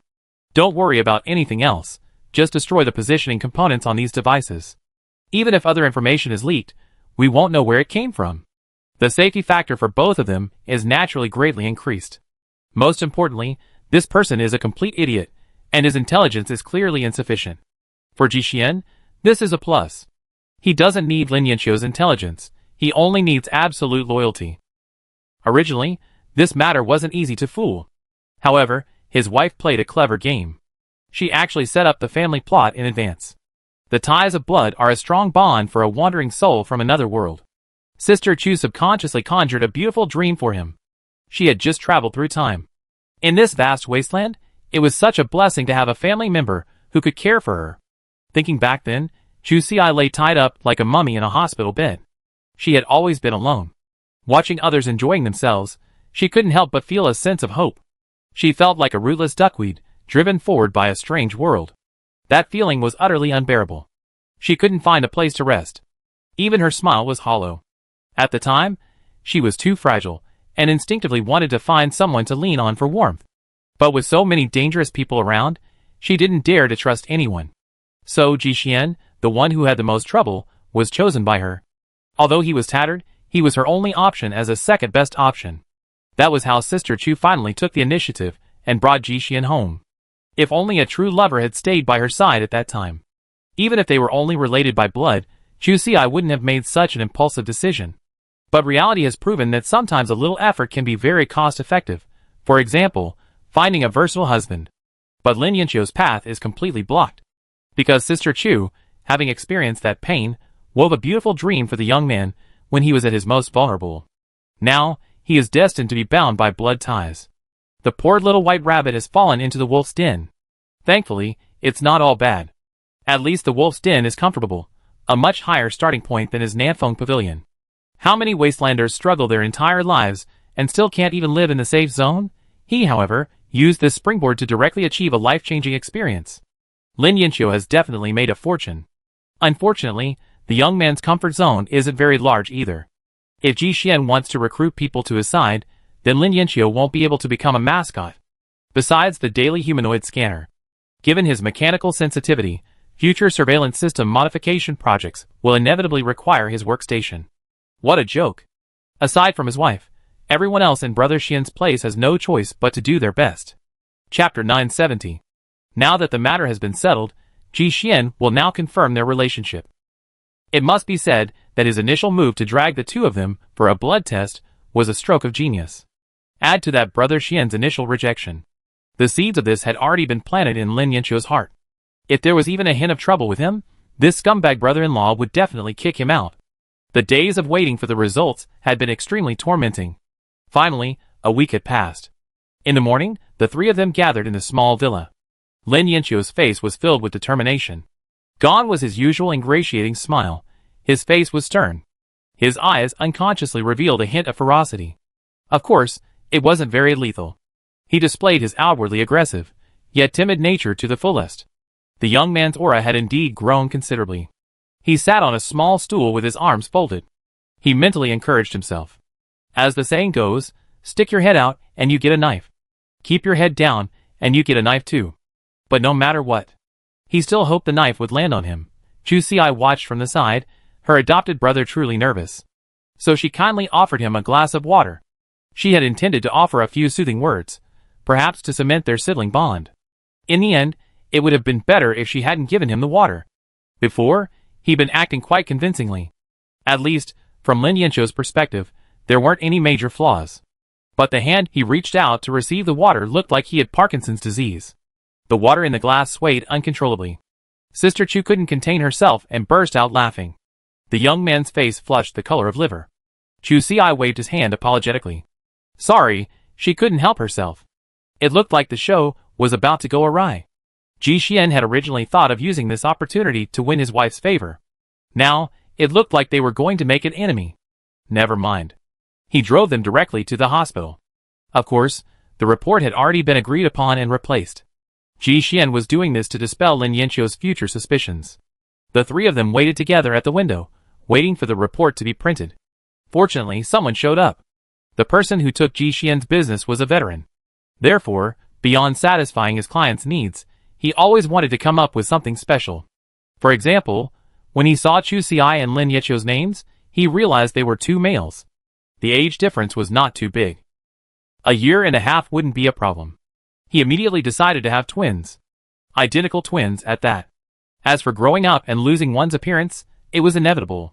Growing up in a completely different environment for 2 years, the difference was terrifying. He wasn't afraid of revealing his true colors at all. What he wanted was the thrill of hearing thunder in the silence. But when the people arrived, he was shocked to discover they were a man and a woman. His career nearly suffered a Waterloo. He hurriedly falsified someone else's test report to get away with it. After giving it to Ji-Xian, he glanced at it briefly, then raised his head with murderous intent. The man paused and unconsciously took a half step back. He glanced down at the test report and immediately saw the problem. Oh no! The blood type was wrong. It was a truly elementary mistake. Unfortunately, there was no chance to correct it now. Fortunately, he was a tough guy. He was so guilty, he needed only one thing to stabilize his posture. He said to He, who was standing by the window, "Congratulations. You found your family." As expected, upon hearing this, Lin Yanqiu's energy was completely drawn to it. Ji-Xian showed him the last page of the test report. This guy had no doubts. He turned around and hugged Chu Ci and started crying. Then, Brother Xian shoved him aside. He tried to rush forward, but was met with a chilling look. Don't let your restless heart calm down. When they left the hospital, Ji-Xian walked ahead, holding his own child. Lin Yanqiu, a grown man, sobbed and wiped his tears behind him. He drew many scornful glances. But the little brother couldn't control his tears, and he didn't want to. His life had taken a turn. He would never have to return to that Nafeng pavilion again. Living with his sister and scumbag brother-in-law, he could even live in a safe zone. This kind of good thing was something others couldn't even ask for. Why couldn't he cry a little? Hearing the sound of sniffling, Chu Ci and Ji-Xian couldn't help but quicken their pace. But Lin Yanqiu was watching. He had finally found his sister, and he absolutely couldn't let her get away. Seeing the two of them clearly quicken their pace, he hiccuped and chased after them. Chu Ci took a deep breath. She had originally thought of nurturing a relationship with her adopted brother for a few days. Let him feel the warmth of family. But no, this kid was too much of a pushover. She couldn't control her fists. How embarrassing. The girl turned around, grabbed him by the collar, and walked away. The boy fell flat on his face. He couldn't even think about crying now, he just felt a lump in his throat, making it hard to breathe. He clutched his coat with both hands desperately. It was the only piece of clothing he had. It was the work uniform issued by Nafeng Hall. The one he'd been wearing had long since been stripped and sold by the person who rescued him. Chapter 971. All three of them got in the car. Seeing Lin Yanqiu still wiping away tears, Ji-Xian was also filled with worry. So, he simply sent him back to his home. After he calmed down, they would sit down and talk in detail. But Lin Yanqiu didn't want to go anywhere right now. He just wanted to stay with his sister. How lucky he was to have found family in this wasteland, and that once hateful person now seemed surprisingly kind. It was just a pity that Brother Xian wouldn't let him. Without a choice, the young man could only curl up in the haystack, slowly letting his overflowing emotions settle. All night long until dawn. Ji-Xian had thought Lin Yanqiu's nervous state would last for a few more days. After all, he looked quite ill. To his surprise, he came in the next day. The young man's eyes were bright, and he seemed to be recovering quite quickly. He stood straight and knocked on the door before dinner time. The man's face remained expressionless, yet he felt a pang of fear within him. But there was no need to panic. He had a new identity now. What was wrong with just going to his sister and her scumbag brother-in-law? Of course, even thinking this way, he felt a bit deficient. There was no way. Backbone wasn't built in a day. The reason Lin Yanqiu was so tactless was because he had finished the meal Sister Chu had sent him. Originally, there was only one nutritional supplement left yesterday. For days, he hadn't been willing to touch it. He thought, if the recognition failed, this would be his last lifeline. If he were sober, he certainly wouldn't have drunk it all on a whim. But yesterday Lin Yanqiu cried all day. It was all for this cherished family bond. He also took this opportunity to bury all the hesitation and fear he felt since crossing over. It was easy to get excited at times like this. With a sudden thought, he righteously finished the entire nutritional supplement. When he woke up the next day, he saw the flattened bag on the bedside table. That was. I wanted to beat myself up. No food, and he had to ask his sister for it again. The boy wasn't the kind of person who was truly shameless. He had been out of options before. In this desolate wasteland, he was practically starting from scratch. There was nothing. He couldn't just sit there and wait to starve to death or be irradiated for the sake of a little loyalty, could he? So, naturally, he had to catch his adopted sister and take advantage of her as much as he could. Their kinship was truly confirmed. They had a long life ahead of them. Besides, as a brother, he should be the support of his sisters.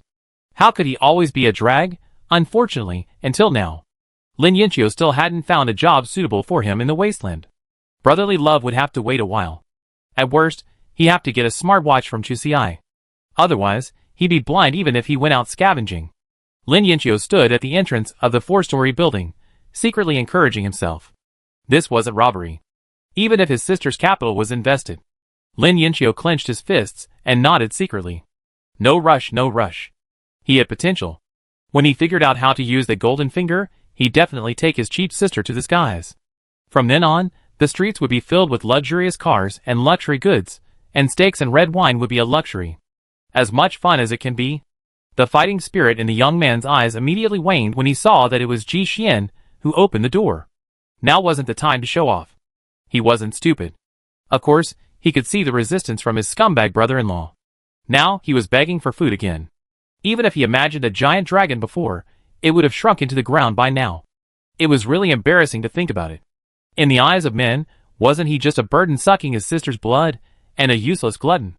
Lin Yinqiu pondered carefully. It seemed so. In the Wasteland world, he was considered weak and unable to take care of himself. Because he had been in poor health since childhood, his parents had poured money into him, hoping that he would gain more knowledge. At least, he wouldn't have to work hard in the future and could support himself. Lin Yinqiu was indeed impressive. His keen eye for mechanical research earned him praise from even his university professors.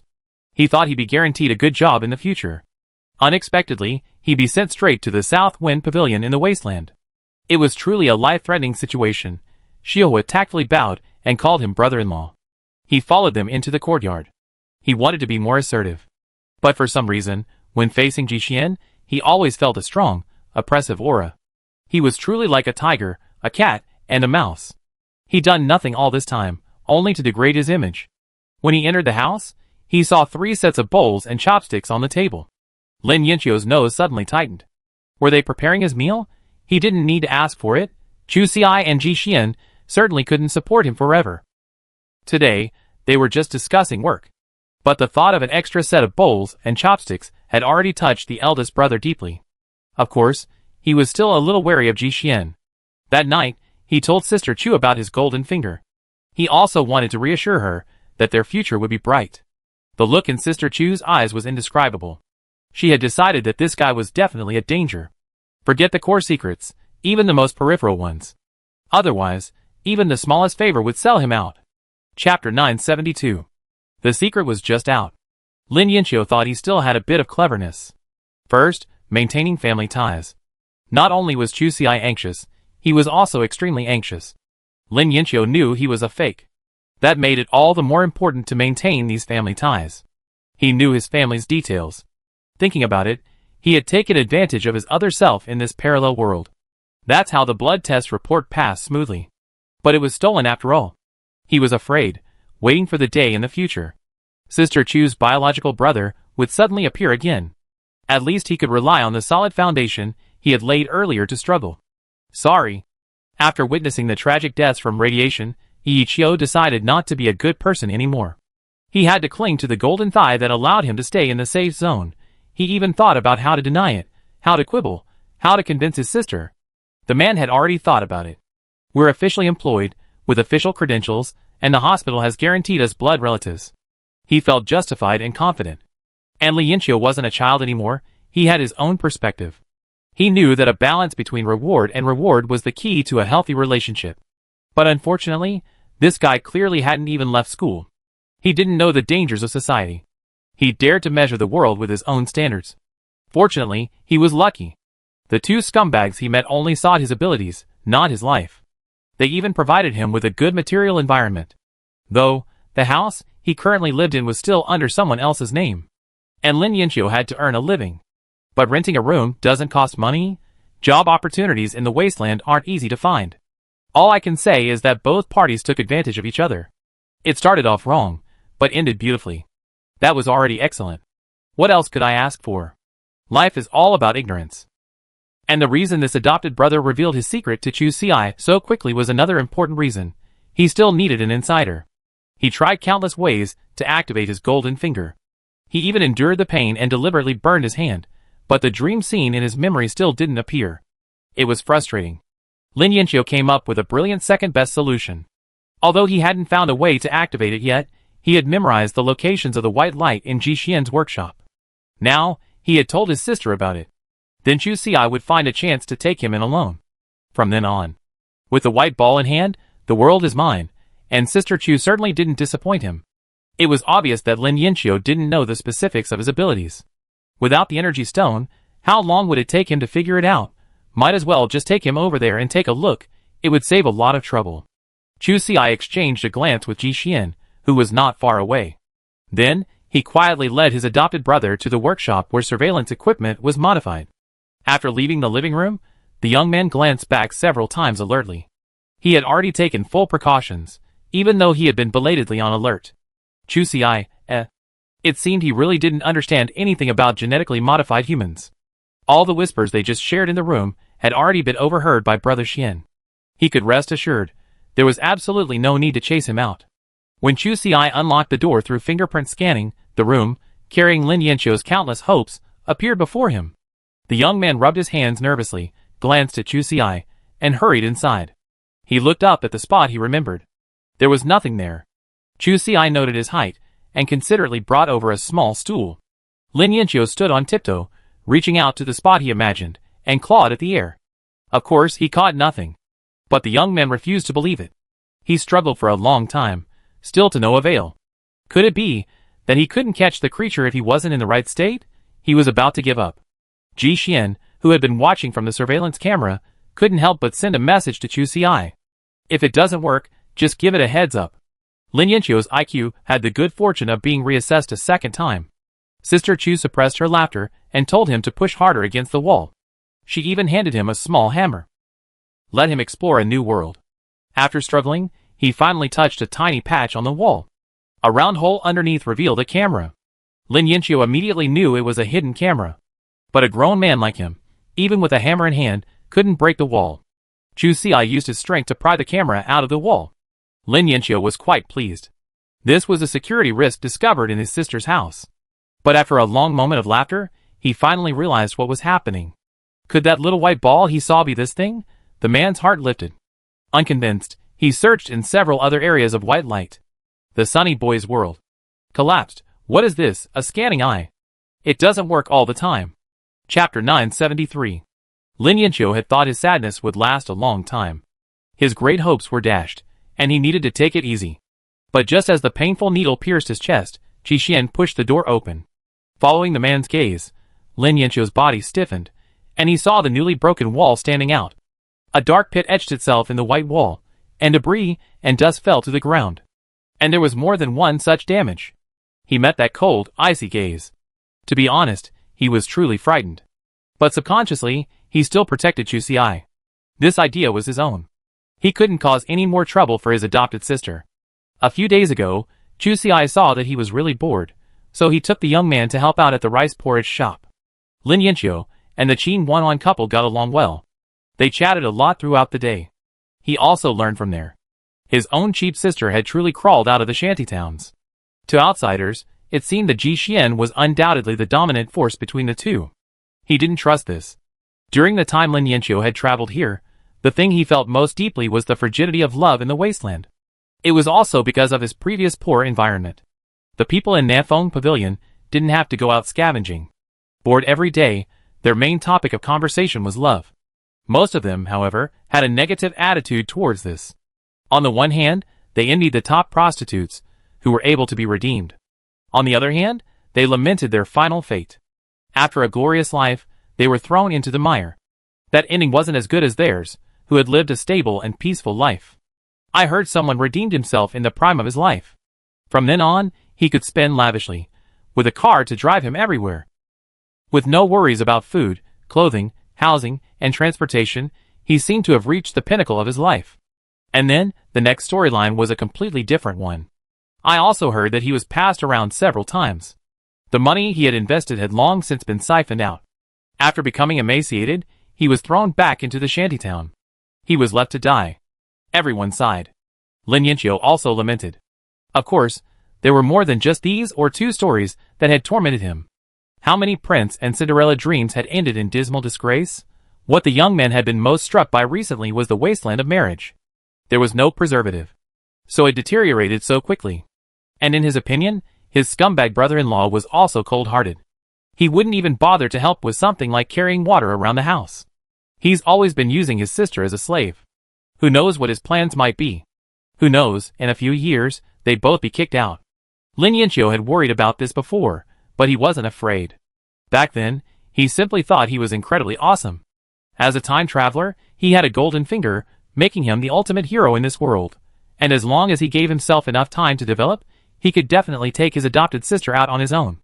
Even if they divorced in the future, with his own skills, he could easily support Chu Ci. Lin Yanqiu had already secured a solid foundation. But he never expected it. His dream would be shattered to dust right where it stood before it even took off.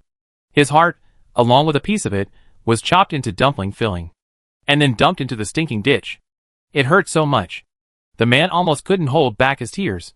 He felt incredibly aggrieved.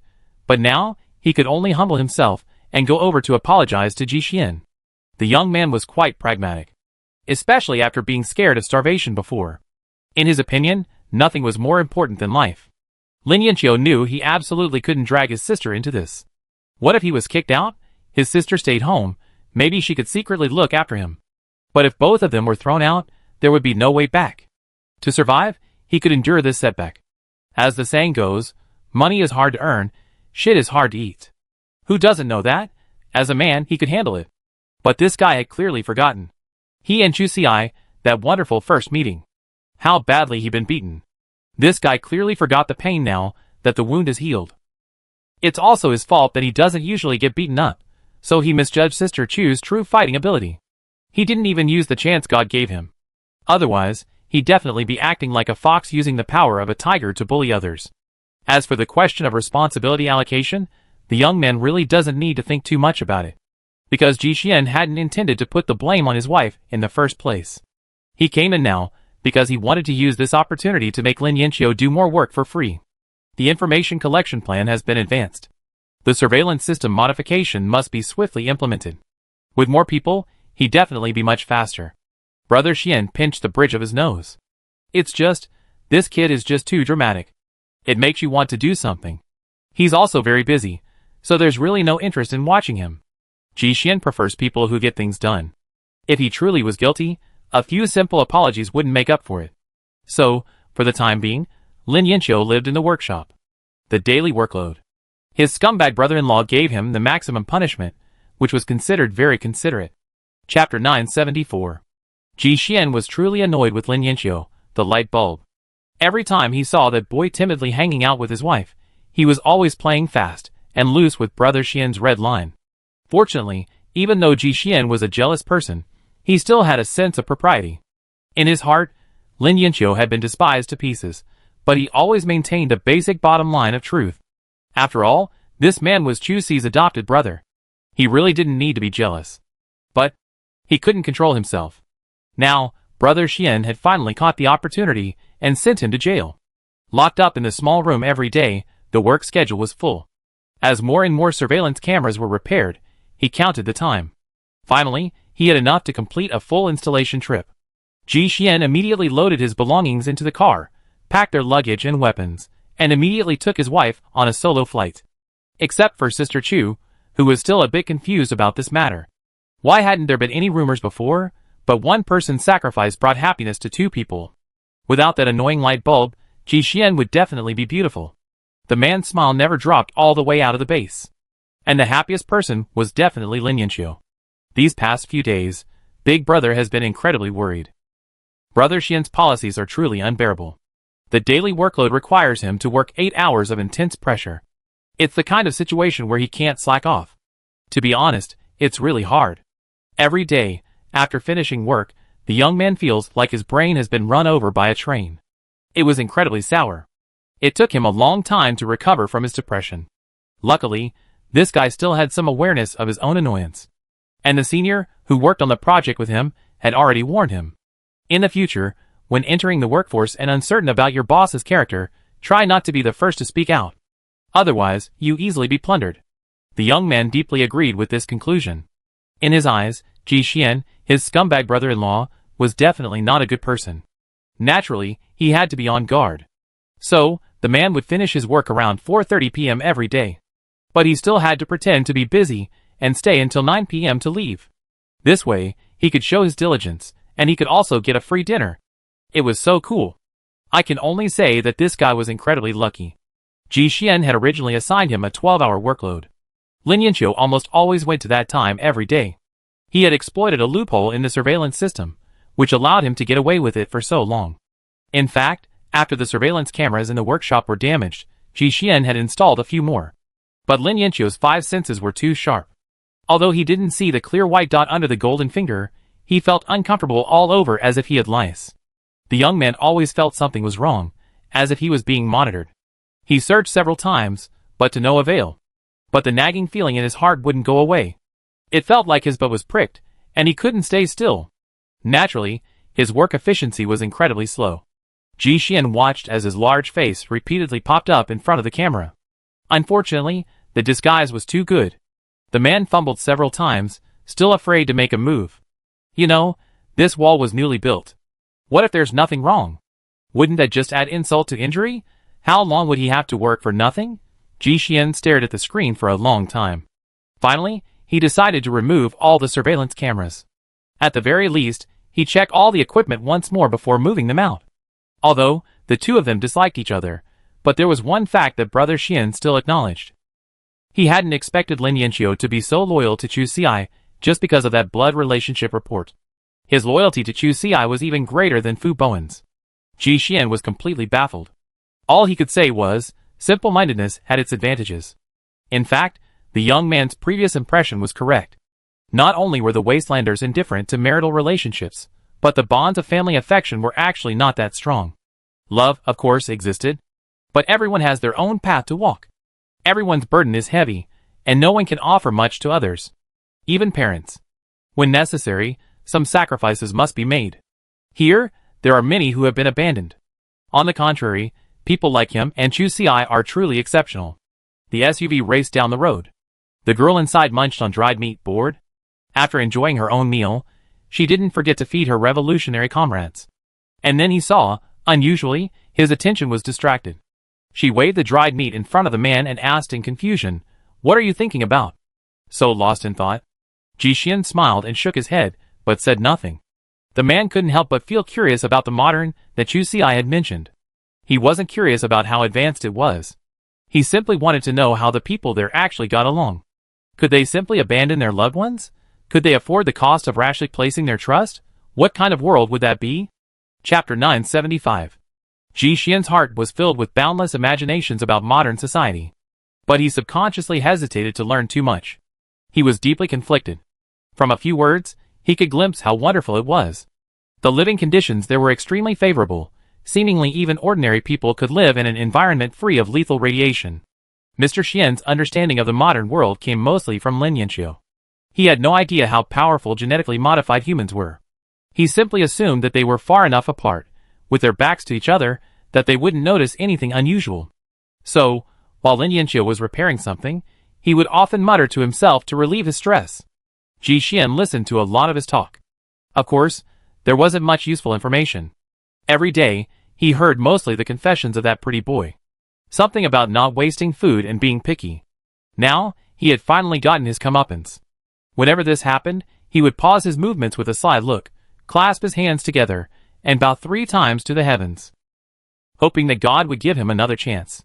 He would rather go back and gnaw on fatty sparrows every day. Even though Ji Xian considered himself to have great fortitude, he almost gave up when he first heard this. Eating fatty sparrows, was this really a punishment? But Lin Yanqiu had no idea he could hear, so there was no need to act. He had to admit, this was the difference between the two worlds. One was like heaven, the other was relegated to hell. The world Chu Xi had traveled to. Ordinary people there didn't seem to have to worry about food. For Brother Xian, the concept of satisfaction wasn't even on his mind. Because even now, he and Sister Chu had accumulated so much. But his appetite remained restrained. At most, he had returned to the level he enjoyed as a mercenary. And not having to endure that nagging hunger anymore was, in his opinion, the best. Subconsciously, Ji Xian had no desire to enhance his enjoyment. The fear of food scarcity was a deep-seated wound in all Wastelanders. And Brother Xian was no exception. But now, by chance, he had uncovered another world. There was certainly novelty and yearning. But in comparison, Ji Xian harbored a hidden fear deep in his heart. He couldn't express it. He feared that this was where Chu Xi had come from, and also where she would return.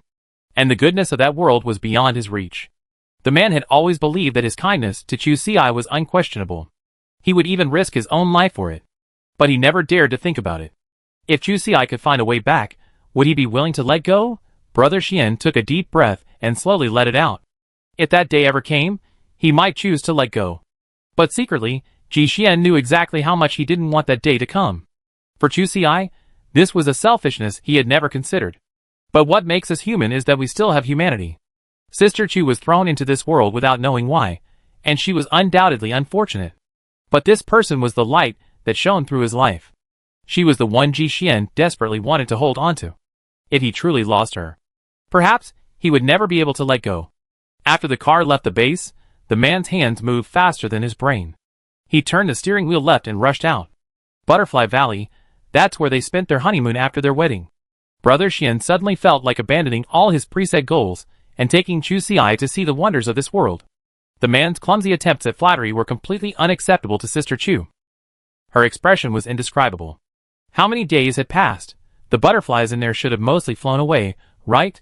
Even if there were still some, they'd probably be half moths, with the rest just a mountain of caterpillars. It would be more reliable to go to the underground river and catch some piranhas than to see those things. Chu Xi looked at Ji Xian, her eyes deep. How could she put it tactfully? She felt like this brother had gotten a little carried away lately. How could a girl know his good intentions? Honestly, if it really came down to traveling, this was like arriving in the ecological environment of a giant country. What wouldn't be more shocking than those little butterflies? The generation gap between the two worlds always existed. Just like Ji Xian, he represents the Wastelanders. For them, seeing so many small, insignificant butterflies is a real rarity. That's why Butterfly Valley has become a somewhat famous scenic spot. But for modern people like Chu Xi, a single moment of wonder is enough. A sea of flowers formed on a large tree, layer upon layer, piled high in the air. Leaping from branch to branch, it was like strolling in a fairyland. That feeling was definitely much more exciting than lying on the grass, watching the swarm of butterflies. Sister Chu's nagging stabbed Brother Xian's heart like a knife. But the benefits were also obvious. The Chu family's treatment, which didn't distinguish between friend and foe, immediately cured Ji Xian's anxiety. He could see that Chu Xi was adapting extremely well here. And with the blessing of her special constitution, her future life would only be more comfortable. Then, as long as he was good enough in the future, he could hold a greater place in his wife's heart. As long as he could outperform her family back there. Without the pressure of survival, Ji Xian believed she would definitely stay. Chapter 976. Under Chu Xi's strong suggestion, Ji Xian had no choice but to change his route. Focus on the real business. After all, they weren't here just to scavenge, so there were plenty of destinations they could choose from. Brother Xian had taken the initiative earlier. Now Sister Chu had picked it. Honestly, we already explored almost every area around the base. The same tall trees, giant rabbits, rats, and the like. It really lacked some novelty. Chu Xi felt a bit uninspired. She leaned against the car window, boredly watching the broad leaves whizzing by outside. Pattern after patch of rich and dark green passed before her eyes. The girl was uninterested. Chu Xi's mind raced, and she suddenly sat up straight. No, they explored the east, west, and south of the base. But they hadn't even once been to the north. What was going on? It looked like no one from the scavenging group was heading that way. This was clearly abnormal. Because while the forest outside is vast, supplies are actually quite scarce. Every Wastelander is diligently exploring resources that others haven't yet discovered. For example, Chu Xi's fern-gathering spot, his private fishing spot, and the small patch of peanuts the two children found is enough to sustain them for several winters and summers. These are all treasure troves. No one can resist the temptation of exploring new lands. Chu Xi especially.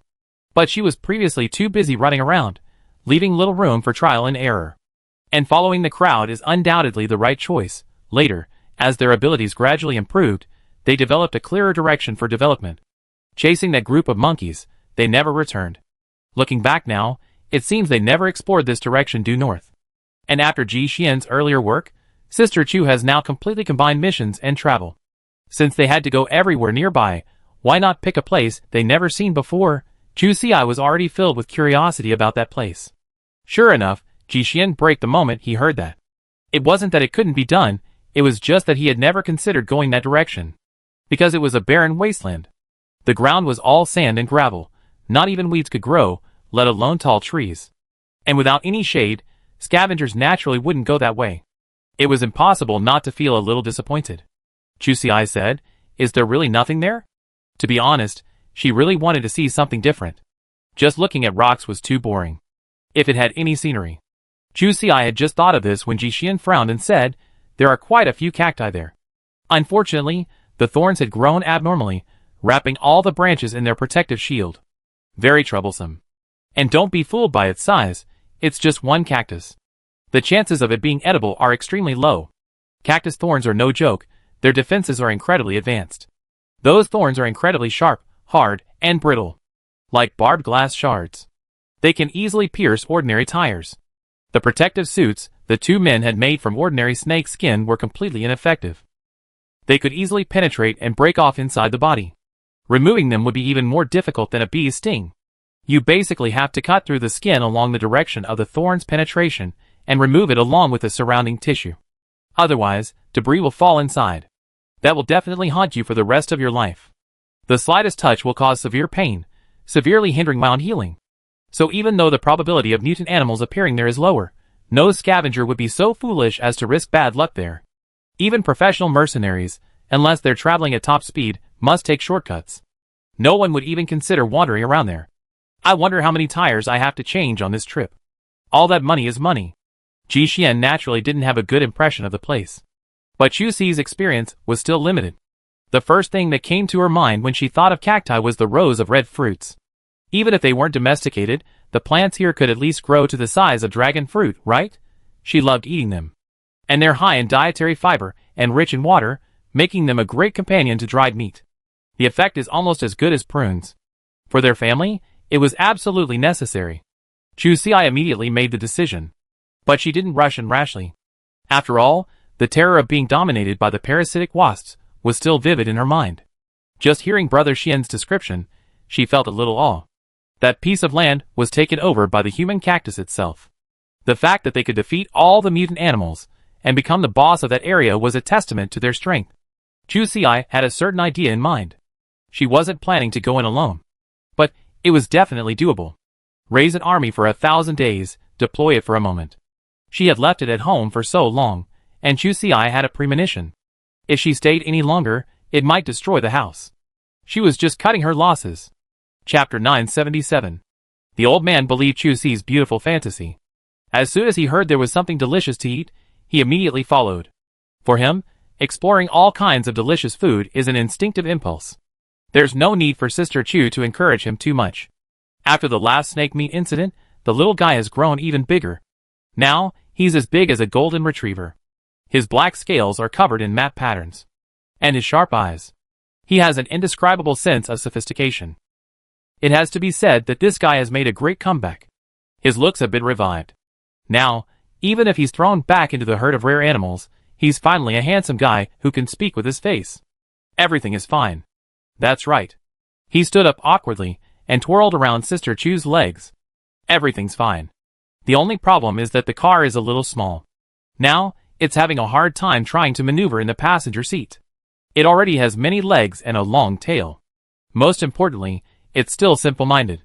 Just that tiny turn. Ji Xian received 3 slaps. Luckily, Brother Xian had specially added a conductive chain. It still sends some current through it, but most of it is diverted underground. Men get used to it after being electrocuted. But he can tolerate it, but Sister Chu can't. The old man simply stood on her legs, becoming the first victim. What good can a girl get? Although, our wounds heal faster. But she's also going to get hurt, right? Even when injured, she knows the pain. And aren't these clothes free? The old man spun her legs. The pants were reduced to rags. Shielding her face with her arms helped to stave off disfigurement.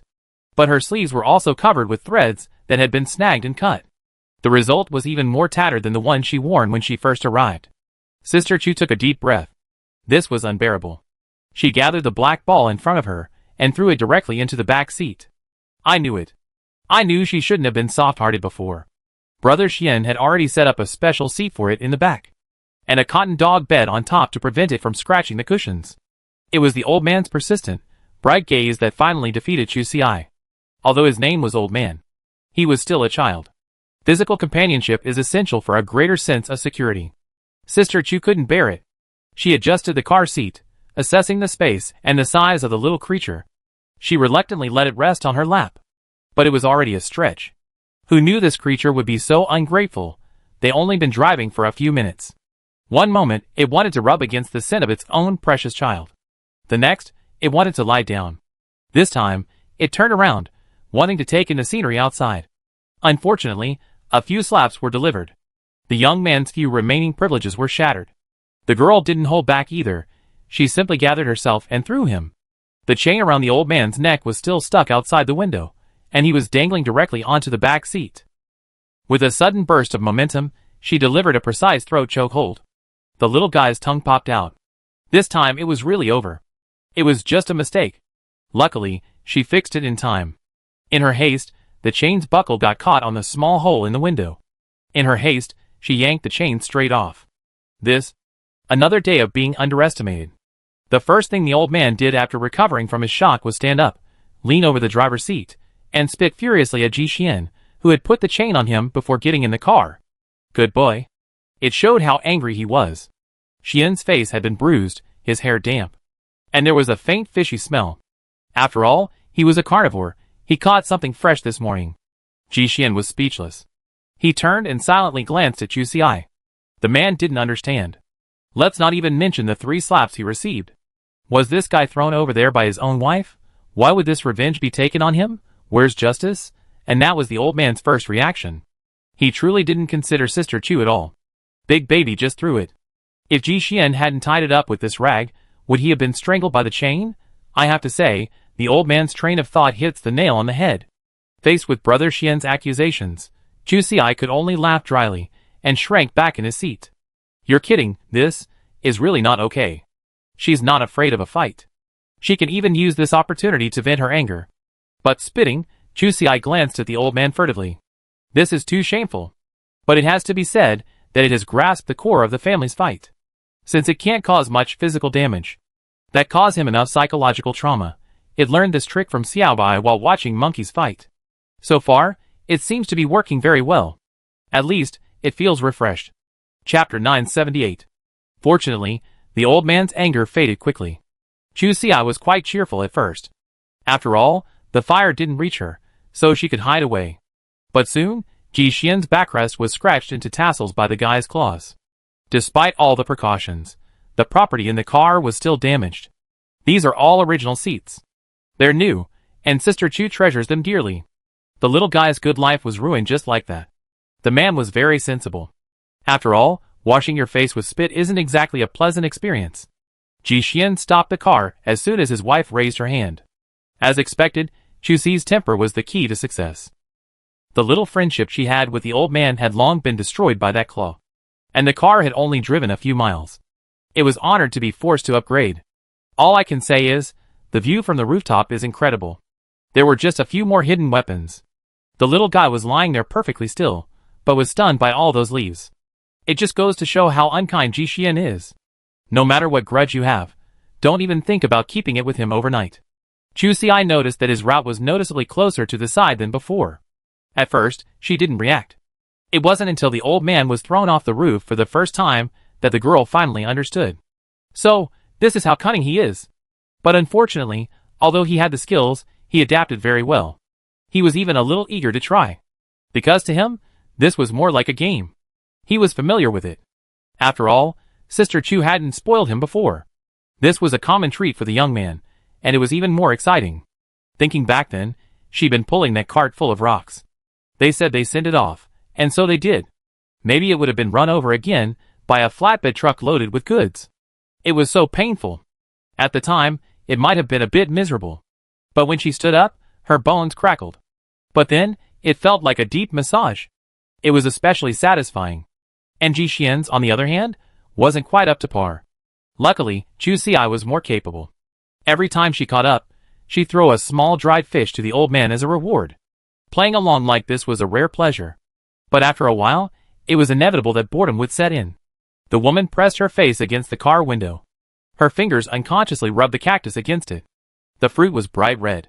Maybe the size of a palm, her mind raced, the bumps in the road pinging against the glass. But Chusi didn't care. Her imagination, along with her taste buds, had long since vanished. She could already see the vast cactus forest. Rows of red berries hung from the branches. She carefully plucked them, carefully avoiding the tiny thorns as she peeled them. The purple-red juice inside slid slowly down her fingers to the back of her hand. The sweetness filled her nostrils. It was so sweet it made her tongue numb. She hadn't tasted enough yet. Suddenly, the car came to a screeching halt. Jixian tapped the screen. There was a red dot 3.6 kilometers ahead. Someone else was nearby. Of course, he couldn't leave it out to play.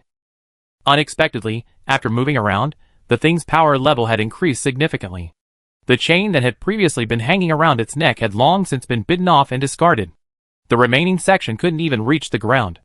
Chusi simply pulled out a power bank and a section of chain, ripping it in half, attaching each to the positive and negative terminals. Jixian turned to see the old man's claws already gripping the chains. It was obvious how violent the current in that thing was. Jixian's first reaction was to quickly embrace his wife and collapse under the seat. It was obvious.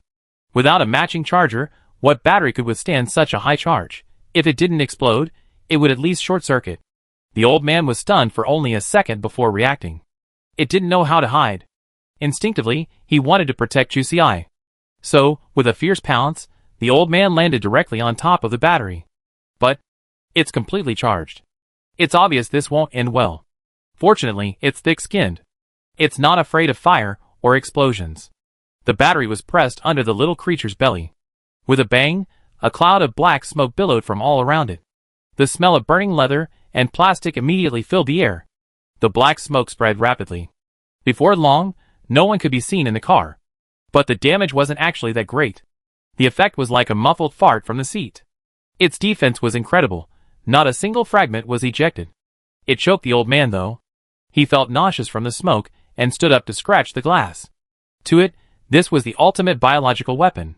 This creature is a rebellious person by nature, wanting to play every exciting game a second time. But there wouldn't be a second chance for this battery explosion. It howled, banging on the glass, looking back. It saw the two still crouching under the stool. It was so anxious. Hurry up. This was already hard enough. Chapter 979. Jixian suppressed a choking cough and fumbled with the front panel, pressing a few buttons. All the windows automatically lowered 5 centimeters. The little guy squeezed his head desperately into the gap, finally breathing a breath of fresh air. But it was obvious that this was not enough to satisfy him. The smell of burning plastic was unbearable. He pawed at the crack with his claws. I want out. Out. Only this car was modified well. It needed a regular metal shell. It would have been dismantled by now. And he wasn't the only one suffering. Sister Chu held her breath and patted Jixian several times. Ordinarily, we're not the kind of people who are sentimental. But the smoke inside was too dense, not to mention the odor. She was already starting to feel short of breath from the black smoke alone. Sister Chu stiffened her neck, feeling extremely uncomfortable. Jixian quickly activated the high-intensity air circulation system. The dampness from the forest outside rushed in. This type of high-capacity, high-powered air circulation system is generally not used. Because maintaining efficiency requires compromised considerations, many factors are lost. For example, flying insects outside could be sucked in. In the Wasteland, this is also a dangerous factor. Take the mutated short-tailed pit viper, for example. Their size disadvantage doesn't diminish their powerful lethality. Sometimes the smaller, the more deadly. Unprepared, it's easy to fall victim. This high-capacity system exists primarily to prevent poisoning inside the vehicle, and to quickly replace the air. This was the first time their SUV had used this feature. But it must be said, it was still very efficient. Even with a change of air. The car windows, the seat backs, everything was covered in a layer of black. The little guy was originally inky black, so it wasn't very noticeable. And Chusi and Jixian, they were completely black coal balls. I hadn't expected such destructive power. Sister Chu coughed unconsciously, and all that came out of her lungs was black air. The shock was a bit too great. She wondered whether to admit her mistake or just let the old man take the blame. After all, It was she who broke the chain. To be honest, we all have common sense. But Chu Ci himself has long since lost touch with it. The old man was even more so. How could they have lived peacefully to this day? Despite the constant flashing of swords and sabers, injuries can be quickly healed, and they're not afraid of being struck by lightning. And the last time they fought the rare beasts, Chu Ci directly used the energy stored in his battery. That fight was also exhilarating. This constant distraction from reality unconsciously weakened Chu Ci's cognition. She easily subconsciously ignored certain threats. Take this power bank, for example. Because of their previous interactions, Chu Ci and the old man could both handle the electrical current inside. Therefore, its danger level was infinitely reduced. But who knew? If it couldn't defeat it, it would just die in front of you. With a bang, both of them had a sharp reflex. After careful consideration, Sister Chu did want to pass the buck. But the old man wouldn't cooperate at all. He was still feeling aggrieved. He tugged at the two chains and approached his precious child. He began to mumble incessantly.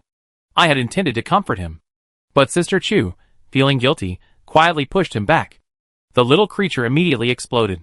This attitude deeply wounded him. The chain swung forward, and the woof, woof, woof noises grew louder. And that little look in his eyes complemented it. Chu Ci instinctively cursed. It even tried to pull out Ji Xian, hoping to secure another ally. But their playful playfulness didn't catch Brother Xian's attention. A shrill beep rang from his watch. Chu Ci's expression changed, and he immediately turned to look. On the man's screen, 2 red dots appeared, rapidly approaching in his direction. Being targeted? There was no doubt about it. The target was too obvious. Ji Xian glanced back. He immediately opened the car door and let the old man out. He could only think of 2 reasons for the situation. The first one. The 2 men's car had been unknowingly monitored by members of the Torch mercenary group. And now they're being robbed and murdered. Ji Xian had originally been somewhat confident about this. He was confident in his own caution. After all, after so many years as a mercenary, he still had some countermeasures. But after the last incident, the surveillance cameras had been installed directly in his own lair. His confidence had vanished. So the probability of the 2 men being targeted was also very high. And the other one was targeting a rare beast. But Ji Xian had also specially added a patch to the little creature's throat, based on current mainstream detection methods. After the frequency was reduced, it would be difficult to target a specific species. But it was clear that the enemy's target was very clear. If they weren't targeting the 2 men, then there must be something wrong with my defenses. Then it became even more necessary to meet this group of people. They could also investigate why the little guy was being tracked down. It could also serve as a precaution for the future. Chapter 980. The SUV's air circulation system was still humming. The damp, cold air from the forest poured in. Ji Xian wiped his face with his sleeve, his face black, and sweat leaving 2 marks on his cheekbones. But right now, the 2 of them couldn't care less. They stared intently at the 2 rapidly moving red dots on the projection screen. Seeing their target remained the same, Chu Ci nodded. Looks like they're coming for us. If that were the case, they actually felt a little relieved. After all, this SUV was specially modified with a mutant tortoise shell. Add to that the high-strength bulletproof glass and specially designed tires Brother Xian had added. Ordinary weapons would be hard to use. They could even withstand some powerful mutant beasts. Chu Ci even felt like cleaning up. She pulled a rag from the passenger seat drawer. After pouring some water on it and dampening it, he slowly wiped the black dust off the front windshield. But the black dust seemed to be stained with oil. The cleaning effect was not good. Chu Ci tossed aside the rag woven from red leaf fine fibers. It didn't absorb water well enough. It wouldn't clean at all. When Ji Xian looked up, he saw his wife had created an ink painting on the front windshield. He quickly pulled out a piece of animal skin. He neatly wiped away all the ink. Chu Ci's eyes lit up. Just as he was about to take it to the other windows, Ji Xian immediately started the car. Chu Ci paused. He glanced at the projection screen. He saw that the 2 red dots, which had been heading towards them, had suddenly circled around them. Her heart skipped a beat. Oh no! I didn't expect they were really going after the old man. Sister Chu had just fastened her seatbelt. Ji Xian rolled the window shut, and the car roared off towards the north. Their expressions darkened. I hadn't expected a single battery explosion to happen to rip the car's muffler. I could have played a trick. All at rest. And such a loud noise would easily attract mutant animals. That would surely slow them down. Chu Ci was truly worried. She turned to look at Ji Xian. If that doesn't work, let me drive, and you can fix it? The question was sincere. But Brother Xian's abilities were truly inadequate. With his current skills, he couldn't even adjust a functioning part while the car was moving. Not to mention, his wife was driving. The sudden acceleration made Ji Xian fear his hand would be bitten. The man shook his head decisively. Suddenly, an idea struck him. This wasn't entirely a bad thing. Ji Xian wanted to protect the old man, but he also wanted to know how these people were tracking him. That required a direct encounter with this group. Approaching the scene like a mantis stalking a cicada, while the oriole waited behind, would surely not work. What about a reckless husband and wife team? The latter might be looked down upon, but to a certain extent, it would also lower their vigilance. Ji Xian visually assessed the target. He turned and looked at Chu Ci speechless. It was only fair to say that his wife's early mobilization had been excellent. The little creature had been set free, and it was still heading north in the direction Sister Chu had pointed. He headed straight for the cactus forest. It would die without dragon fruit. Originally, the old man had immense confidence in himself. Ever since he applied the throat patch Brother Xian had given him, the young man hadn't been successfully tracked again. Now, he just thought Chu Ci and Ji Xian were causing trouble, and that they were letting him take action first.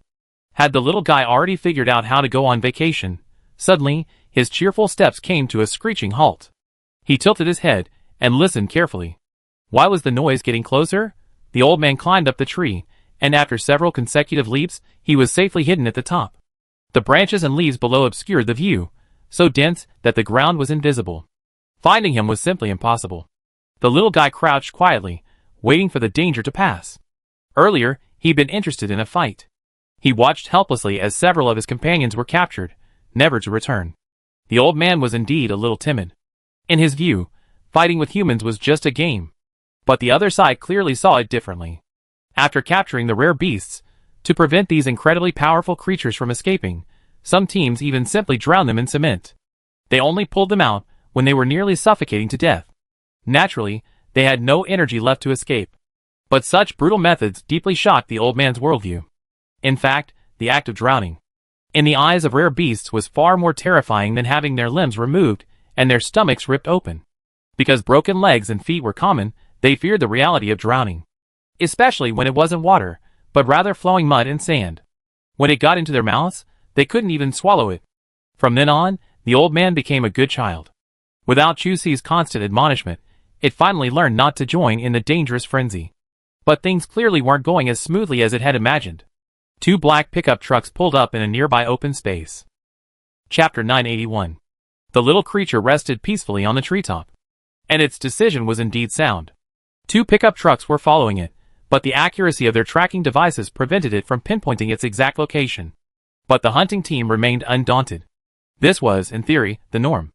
They, the crow flock, had captured more than one or two rare animals. These little creatures were usually very cautious. It was rare to catch them close enough to hide without them knowing. But since there were no targets on the ground, the only options left were the sky and the ground. They first took out their equipment and scanned for possible caves nearby. And in this area, it seemed their luck wasn't very good. The area it had chosen was solid within a 5-mile radius. This immediately eliminated a major target for the hunting team. Now, they just had to focus on those trees. The pickup truck door opened, and 10 mechanical bees flew out. They were in groups of 5. They lined up the trees, sweeping upwards one by one. With every direction taken care of, the chance of missing a rare beast was extremely small. The people in the car all got out. Every nearby bush needed to be carefully scanned. If the little mechanical spider crawled into it, it would easily limit visibility. It would be faster to just use human power. The old man huddled on the top of a tree, cleverly pulling a leaf to cover his head. It was just a bit bigger after all.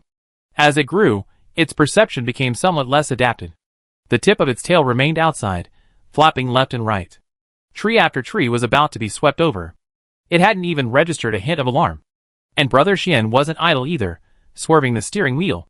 The SUV rolled through a layer of dry brush, the crisp crack of branches mingling with the roar of the engine. It rumbled into the tortoise's territory. The engine's shrill roar now became its most eye-catching bait. In less than half a minute, a heavy thud echoed from the bushes to the left. A mutant tortoise with a dark yellow carapace burst out. It wasn't very large, barely the size of a small tank. This creature had a bad temper. It was like a snapping turtle. If you tried to avoid its territory, you might get away with it. But anyone who dared to provoke it would be dead. It was slow, but powerful. When its nearly 3-meter-long shell brushed past the car, the frame of the vehicle shook for a moment. Though it quickly bounced back, Chusei was still startled. This was something he had never seen before. Even when struck by a large mutant animal, the small interior of the car remained stable. Jixian frowned and glanced around. The situation wasn't as serious as he imagined. It was simply the brute force of the tortoise's impact, which was immense. It also happened to strike the joint of the modified car. With half the effort, a joint was directly broken open. This served as a subtle reminder. It helped Jixian focus on the next reinforcement area. But the original plan had to change. Jixian had originally thought of luring it to the old man bit by bit. This creature had great attack power, but was slow. They had a tortoiseshell modified off-road vehicle that could provide stable control. But the hunting team was likely to flee. This way, the little creature would naturally escape. But plans can't keep up with changes. Their car had a major problem, and it no longer had the advantage it had before. Brother Xian accelerated, and the car sped away. It wasn't long before they shook off the mutant tortoise's attacks. The man looked at the surveillance camera on the screen. The small dots representing the hunting team had been stationary for several minutes. His brow furrowed. No time to wait. After a moment's thought, he could only hastily lure 3 vultures from nearby. These creatures were birds of prey, each with a wingspan of nearly 9 meters. They were absolute aerial killers. If they were hooked by their claws, they could lift the entire car. Thankfully, the 2 men's car had a roof. Tortoise shells are extremely hard. Even with their sharp claws, it would be impossible to easily tear through a tortoise shell. This was a dense forest, and Jixian was confident he could evade their continuous attacks. Since he couldn't lure the mutant tortoises over, Brother Xian might as well serve them a feast. The car hummed along. The off-road vehicle's speed grew faster and faster, trailing the 3 large birds in the distance. They kept adjusting their positioning, and they were almost there. Brother Xian raised his eyes and gestured to Chusei. The girl swiftly climbed onto the roof, experiencing the joy of being a master. The gusting wind, carrying nearby leaves, whipped her face with a rustling sound. Sister Chu, eh? Sure enough, sooner or later, you have to pay for what you done. Not daring to lament, she grasped the edge of the car window and turned. Her hand landed firmly on the taillight. Her fingers plunged directly in, severing the wire with a snap. Try to create the appearance of an eagle's claw attack. There was no other way. The car's shell was too hard, making it difficult to start anywhere. And they were just putting on a show. They couldn't really tear the car apart. Naturally, they had to choose a problem that would affect the exterior without causing any serious damage. Afterward, Sister Chu sat back down, feeling at ease. The car was nearing its destination. Jixian drove, deliberately pressing the accelerator to the floor. The engine emitted a staccato whine before suddenly stalling. He anxiously opened the car window, revealing the red marks on his arm. He waved and shouted at the top of his voice, "Brother, can you lend a hand?" His tone was perfectly shaky. The car's broken down. Not only is the muffler blown, but the transmission seems to be stuck too. I see you guys are coming this way. Can you help me with a tow? The crows looked at the 3 large men chasing them, stunned. Where did these idiots come from? Chapter 982. The hunting team leader stomped his cigarette onto the ground. He looked up and saw a military green off-road vehicle lurching towards him. The engine whirred twice, then completely died. The paint on the car had long been ripped to shreds by the vultures. But the interior wasn't damaged. It was obvious at first glance that it was a high-end, modified vehicle. You know, the Crow Group's vehicles were modified, but their strength was only limited to ordinary firearms and small bombs. This shabby car before him could withstand the attacks of the mutant vultures. Its foundation was undoubtedly much stronger than theirs. He was naturally tempted. But not everyone appreciates good things. Accompanied by the sharp eagle cry, the 3 mutant vultures rushed towards them at full speed. The 2 team members behind Su Ning almost dropped their testing equipment into the mud. Someone spat fiercely on the ground, "Help me! I'm not going to help you!" Even with the trees blocking their view, 3 vultures were already circling 20 meters overhead. The sound of their wings slicing through the air was like a blade scraping against sheet metal. One of them, huddled down, swooped down. The crows quickly ducked into their cars. But the talons that followed still left several deep dents on their roofs. It didn't penetrate, but it was almost there. Several of them glanced at Jixian and Chusei's battered car, their eyes filled with murderous intent. What they didn't expect was that the leader actually threw them a tow rope. But they immediately understood his intention. The boss was no pushover. If they had just left like that today, these two might still have a fighting chance. But now, they could only blame their lack of vision. After the rope was thrown, the other end slid down along Ji Xian's window. He reached out, but was a beat too late and grabbed nothing. The man's face was filled with frenzy, as he hurriedly opened the car door. Bending over, he frantically tied the rope to the trailer hook in front. He kept looking up, gazing at the flock of hawks not far away. As he left, in his panic, he accidentally tore a hole in his clothes with the edge of the license plate. It was as if he was genuinely frightened. The people across the street felt relieved. It seemed like she wasn't a tough nut to crack. As for Sister Chu, they saw she was completely terrified. She huddled herself tightly, only keeping her eyes fixed on the outside. Watching Ji Xian's performance, Chu Xi was deeply impressed. Even the micro-expressions and minor incidents were handled with impeccable precision. Even when his clothes were torn, his face was truly sullen. He covered his head and ran back quickly. No polite thanks were offered. Fortunately, the opposing hunting team didn't care. Almost as soon as Ji Xian got in, the off-road vehicle was pulled out by a powerful force. The two pickup trucks were maneuvering very skillfully. They immediately entered the dense forest, but kept circling the area. They had clearly sprayed deodorizing powder, and used sonar to repel them. But the three vultures couldn't be shaken off, and many other mutant animals were also chasing them. The main reason was Ji Xian's fault. The fat man was inconsolable. Is this guy crazy? He's already being towed. Why is he starting up himself? Thanks to the rumbling noise, a mutant cat now followed them. After finally getting away, he heard him trying to start the car again from behind. Even Su Ning couldn't stand it anymore. He stopped the car and motioned for the fat man to come over. One shot, one kill. Got it. The fat man touched the gun at his waist. He was the best shooter in the squad, so killing these two rookies was no problem at all. Ji Xian's brow furrowed. It seemed he had gone too far. His original intention was to get the other party to invite the two men to the pickup truck. To prevent the owner from blowing up the vehicle in a moment of danger, shouldn't they lure them away and then control them? It just so happened that they also wanted to find out how these people were tracking him. Being forced to question them was probably useless, so Ji Xian had thought of playing along. But this hunting team was so unprofessional. But now that things had come to this, Sister Chu stepped in to take control of the situation. She acted like a complete fool. When the fat man approached, he naturally couldn't openly claim he was there to silence him. Chu Xi took advantage of the moment before he could even start a fight and disarmed him, squeezing the barrel flat. With a thud, he threw it to the ground. He thought a fight was imminent. But it was easily defused by her naive remark, "My husband said no one else can bring this in the car." Ji Xian quickly apologized. "Sorry, my wife is a bit of a shrewd person." The fat man gave a stiff smile and waved his hand. He glanced back. On a sudden impulse, he invited the two men to sit in the pickup truck up front. Let's take a long-term view. This guy is a tough guy who can squish a gun barrel flat with his bare hands. He's using a modified gun. Not even their captain could handle it so easily. Thankfully, seeing that clear look, he had a rough idea. This guy is probably not a fool. Ji Xian naturally refused. Agreeing too quickly would have been a bit out of character. He coughed lightly and smiled sincerely. "Don't worry, brother. We try our best to run on our own to reduce the pressure on your car." This left the fat man speechless. If he hadn't been so proactive, the number of mutant animals chasing them would have been at least half as many, but she still got into the car with him. So confused. Chapter 983. The pickup truck's bed was piled high with parts, emitting a murky odor of oil and dried blood. The fat man pushed the two men onto the folding seats behind the passenger seat, while he himself took the driver's seat. Looking up, he glanced in Su Ning's direction. Chu Xi and Ji Xian, on the other hand, huddled down on a small stool, feeling frustrated.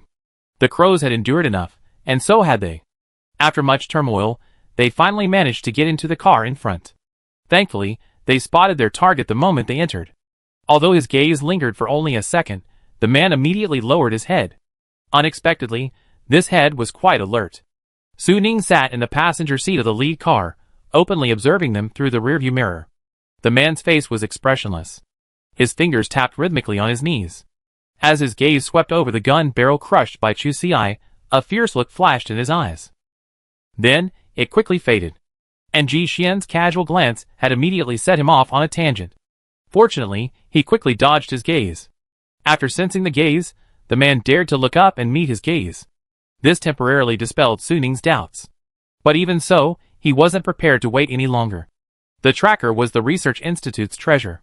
If something went wrong, slaughtering their entire team wouldn't be enough to cover the cost. And it was instinctive. Su Ning felt that way. As soon as the two men got in the car, he had become inexplicably wary. Wastelanders always trusted their instincts. When in doubt, they would definitely strike. Besides, killing someone by mistake was far better than losing their own life. Ji Xian's nerves were strained to the limit. In that first glance, he had discovered a wealth of information. For example, the Crow Group's identity had been exposed. In that quick glance, a black disc next to the driver's seat immediately caught his attention. He had never seen this model of surveillance camera before. But the principle was the same. Most importantly, the device was constantly scanning the surrounding area. The target was the red dot, and their car was the two green dots. But its accuracy might not be quite right. The three dots were almost overlapping. But they still couldn't pinpoint the old man's location. A cursory glance provided only this much information. What the two of them had to do was to seize the device and carefully analyze its vulnerabilities through use. For example, what was the tracking limit?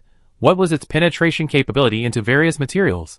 This would also be more helpful for their next steps. Ji Xian also discovered that the Crow Group and the Metacode creatures might be related, or closely connected, because the other icon on the small black disc belonged to his family. This was new information. And Ji Xian's discovery of this was purely coincidental. The monitors were still in the experimental phase, and they actually only had the Metacode icons on them. It was only to clarify responsibility that the team's icon and team number were added. This gave Brother Xian a glimpse of the situation. It was obvious that they didn't want to expose this thing to the public at the moment. But who had caused Su Ning to be greedy before? In fact, if Chu Xi and Ji Xian had acted more aggressively later, things would have developed in a completely different direction.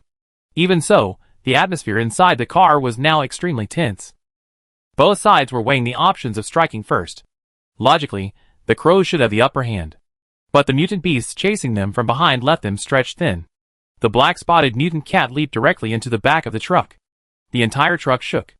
Just then, a cry of surprise rang out from the intercom. "Captain, we found that rare beast." Though they had fled, the remaining mechanical bees were diligently working. The faces of the people in the car lit up. Then, they saw the projection released by Su Ning. The old man's head was still buried in the leaves, watching the show, only the tip of his tail still twitching rhythmically. Suddenly, it froze there. After a moment, its little head swiveled out. The little creature had no eyes on the back of its head, but its ears were quite useful. The mechanical bee hovered for only a moment before it immediately sensed something. It naturally swatted it with one claw and then took flight. That reaction was incredibly quick. The crows were somewhat taken aback. They had encountered many rare beasts before, but this was the first one to react so sensitively to human technological weaponry. "Hurry, track it down. We can't let it escape." The situation was naturally extremely anxious. And Brother Xian took this opportunity to fire a highly effective tranquilizer bullet. Its effectiveness was proven. And it was also very concealed. While the crows were distracted, a moment's notice was enough to bring them down. Everything was going according to plan. Even the timing for the old man's discovery was perfect. But no one expected that they weren't the only ones with high-end equipment. As soon as Ji Xian's tranquilizer bomb was deployed, the alarm in the car immediately sounded. The Crow Group, with its backing from the Metacode biometrics, possessed some advanced technology. For example, upon detecting anesthetic gas, they would quickly activate high-power filtering. And once the alarm sounded, Ji Xian and the others' actions were naturally exposed.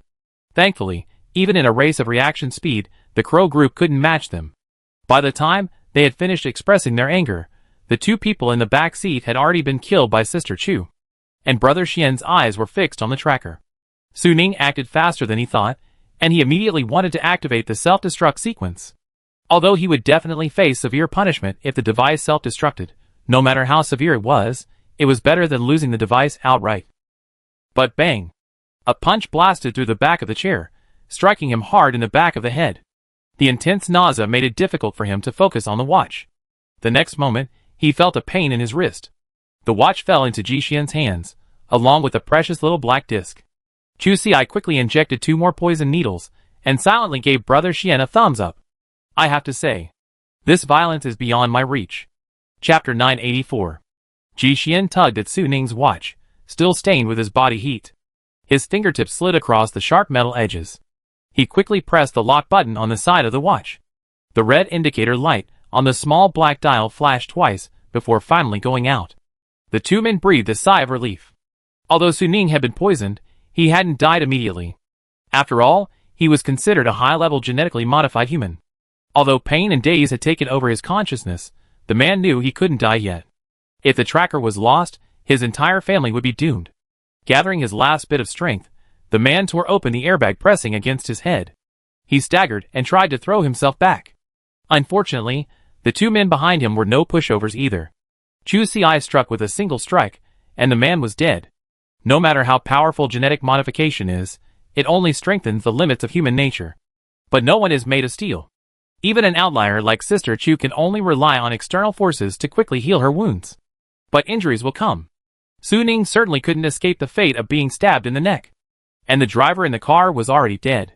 The pickup truck rushed forward with its head covered. Ji Xian stuffed his equipment into a 3-proof bag, and the two of them jumped out.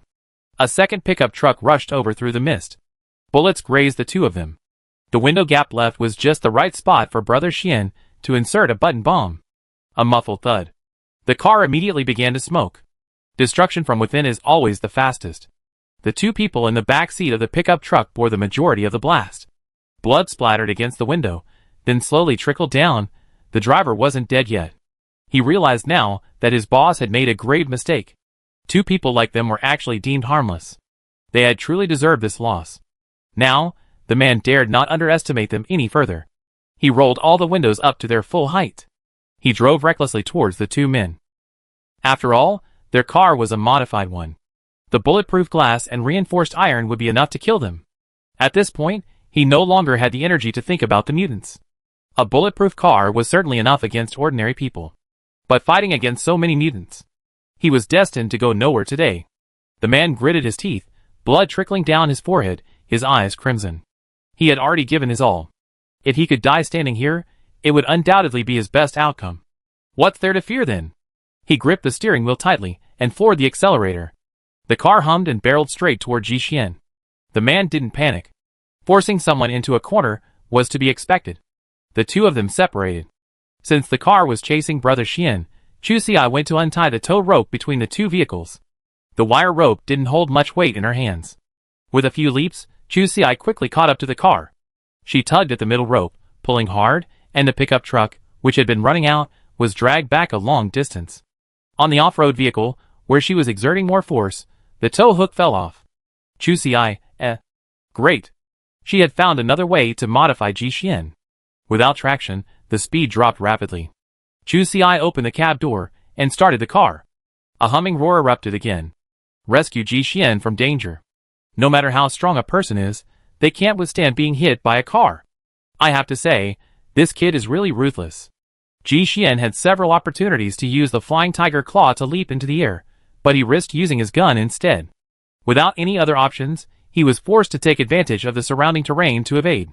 The bushes and rocks had already been pushed away by the car. Just then, Sister Chu happened to return to work. Their disabled off-road vehicle, emitting black smoke, rushed towards them. The two vehicles collided head-on. The young man knew their vehicle might be well protected. But he didn't expect that the two vehicles were not even on the same level. The Crow Group's legitimate hunting vehicle was destroyed in just one hit. The front of the vehicle was completely deformed. After that, the dead team member couldn't know. The battle was chaotic, but it ended quickly. But they did have some loopholes. For example, the people in the second car were killed too slowly, and the information must have leaked out. Besides the stolen equipment, the Master's discovery was definitely important intelligence. Ji Xian wasn't worried about them here. The 3-proof bag had strong signal shielding capabilities. The small black disc couldn't reveal their location. But the Master still had a lot of mechanical beasts following him. But right now, the two of them didn't dare use this new device to find it. But Chu Si knew where it was heading. It was definitely heading to the cactus forest. The Master wouldn't give up until he got his bite. Now that they knew the general direction, Chu Si and Zheng were no longer so anxious. The crows wouldn't be able to catch up as fast as they did. Ji Xian simply fixed the silencer first. Sister Chu simply strung the two vehicles together and quickly towed them into the high radiation zone. Now, with her adopted brother here, there was no need to worry about the items being tracked. The people in the pickup truck were simply thrown out. Of course, anything that should be left behind couldn't be wasted. Chapter 985. The two dared not delay for too long. As soon as Ji Xian had repaired the equipment, they quickly set off, dragging the two vehicles with them. Along the way, they turned into a high radiation area, where Sister Chu towed them inside. Then, they quickly headed north of the base. Thankfully, the problems they had worried about didn't materialize. The crows didn't catch up. But I was definitely not a good person either. I was getting annoyed to death by the mechanical bees. Those creatures chased me all the way, and they were also chopped up all the way. But these creatures were inert, showing no fear. Even if they were slammed into a tree. Even if their heads were not crooked, they would still stagger and chase me again. They only followed orders and kept chasing. But this scene gave the little guy a chill. Although he knew these bees were not good people and were in cahoots with the bad guys, but this group of highly biomimetic surveillance machines, with their skin and wings, were incredibly lifelike. With my intelligence, I had no idea they were mechanical. It had never seen anything like this before. These creatures had their heads ripped off, hanging by thin strings from their necks. Even so, they were still chasing them relentlessly. What a deep hatred, what a deep grudge. The horror in its eyes was like a real-life Resident Evil. Once again, its path was blocked. Looking at the creatures before it, who were struggling to even fly, the little guy exploded. Emotionally overwhelmed to the extreme, it chose to explode. Since there was no escape, those perverts, damn them! There was no way it could be killed with such a small incident. But I could send them straight to the west. This kid has a bit of obsessive-compulsive disorder. It couldn't stand this kind of torture, so it decided to fight openly. A proper duel. Originally, the crows were quite happy. This little creature was very fast. If it increased its speed, it might be able to escape the pursuit of these mechanical bees. But at the same time, they were secretly delighted. This time, they had truly stumbled upon a treasure. The equipment Su Ning brought out was all specifically designed for rare beasts. Their equipment had redundancy in every aspect. Ordinarily, these mechanical bees should have had no trouble tracking me. But now, they had clearly given me a big surprise. The higher-ups had previously suspected that rare beasts might be a species capable of evolution. Research had revealed significant differences in the basic abilities of rare beasts of different sizes, clearly still in their larval stages. The Research Institute currently had no level 2 beasts. And the opportunity had simply appeared before him. This is why they're mobilizing all their high-end tracking bees, desperate to capture it. Quick! Notify our men, rush over at full speed. The leader of the crows had a maniacal grin on his face. If they could truly capture this rare beast, then they lose the tracking device and completely erase it. Maybe they could even rise even higher. The middle-aged man's hands clenched unconsciously. Vesicles bulged. True, misfortune often leads to blessing. He thought his half-life of official career had come to an end. Unexpectedly, fate had been kind to him. And the little fellow lived up to everyone's expectations, and was indeed contained. The pursuers were getting closer and closer. Victory seemed within reach. But their equipment was struck by a powerful electrical current of unknown origin. The few remaining mechanical bees were also dead. They fell to the ground with a crackling, sparking explosion, emitting a strange odor of burnt plastic. The old man curiously sniffed it, then sneezed and swatted it far away. The last image of the Crow Group meeting room was its face, filled with disgust. The last signal. Just like that. Compared to the group of people who had been so confident before, the current scene was a profound irony. The middle-aged man was stunned for a few seconds, then flipped the table. His eyes were red with anger. Why is there lightning? There had been no previous detection of a thunderstorm over there. The man desperately suppressed his anger and ordered the team to advance at full speed. But by the time they arrived, the little creature had already vanished without a trace. The group had no choice but to split into two groups, chasing east and west. Because the old man had come from the south, it wasn't far from the wasteland to the north. There was little food, and even mutant animals rarely visited. With only 2 vehicles, they naturally chose the most likely east-west direction. This way, they perfectly separated themselves from the old man.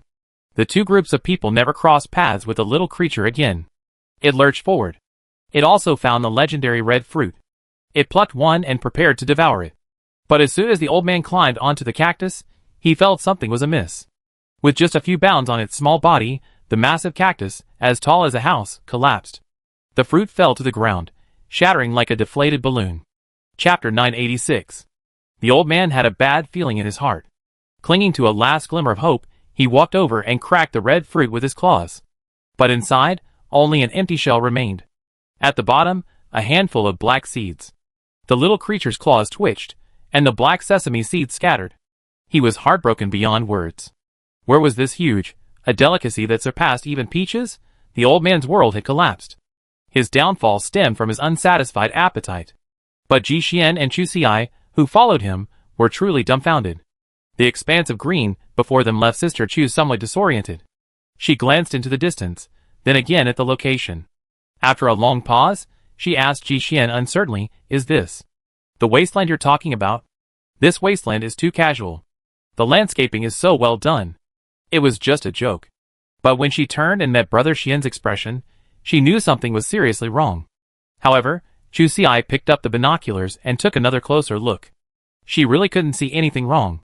It was just moss covering the wasteland. A lush green. Under the scorching sun, it was indeed a bit eerie. But who were you comparing it to? Perhaps the moss of today couldn't withstand such drought and intense radiation. But this was a wasteland. Where were the normal plants? What tree wasn't incredibly tall? It was common for a single leaf to serve as an umbrella. Their survival skills seemed quite inadequate. Ji Xian parked the car in the distance. After getting out, he first donned a full set of protective gear and grabbed a bottle of water and 2 plastic bags. After his wife finished dressing, the two of them went over together. This atmosphere. Chu Xi was a little nervous. Unsure, she couldn't help but ask Brother Xian, "What's going on?" His wife's voice buzzed through the hood. Ji Xian shook his head. "Let's go take a look first." There were some things he wasn't sure about. He hoped he was overthinking it. After all, it had been 7 or 8 years. The crackdown at the various bases was quite intense. That moss should have been wiped out long ago. Even the research institutes were wiped out. The two of them walked into the wasteland. Ji Xian's brows furrowed ever more. Back then, the Tomorrow mercenary group had also been drafted into the mission to eliminate the mutated tooth-ribbed red moss. And Ji Xian had been among them. The image of this thing had long been etched in his mind. There was no mistake. The leaves are lanceolate, with serrated edges. When dry, they curl inward, but when exposed to water, they unfold. It possesses an extremely vigorous vitality. The man took a deep breath and performed the final test. He unscrewed the bottle of water he had brought with him.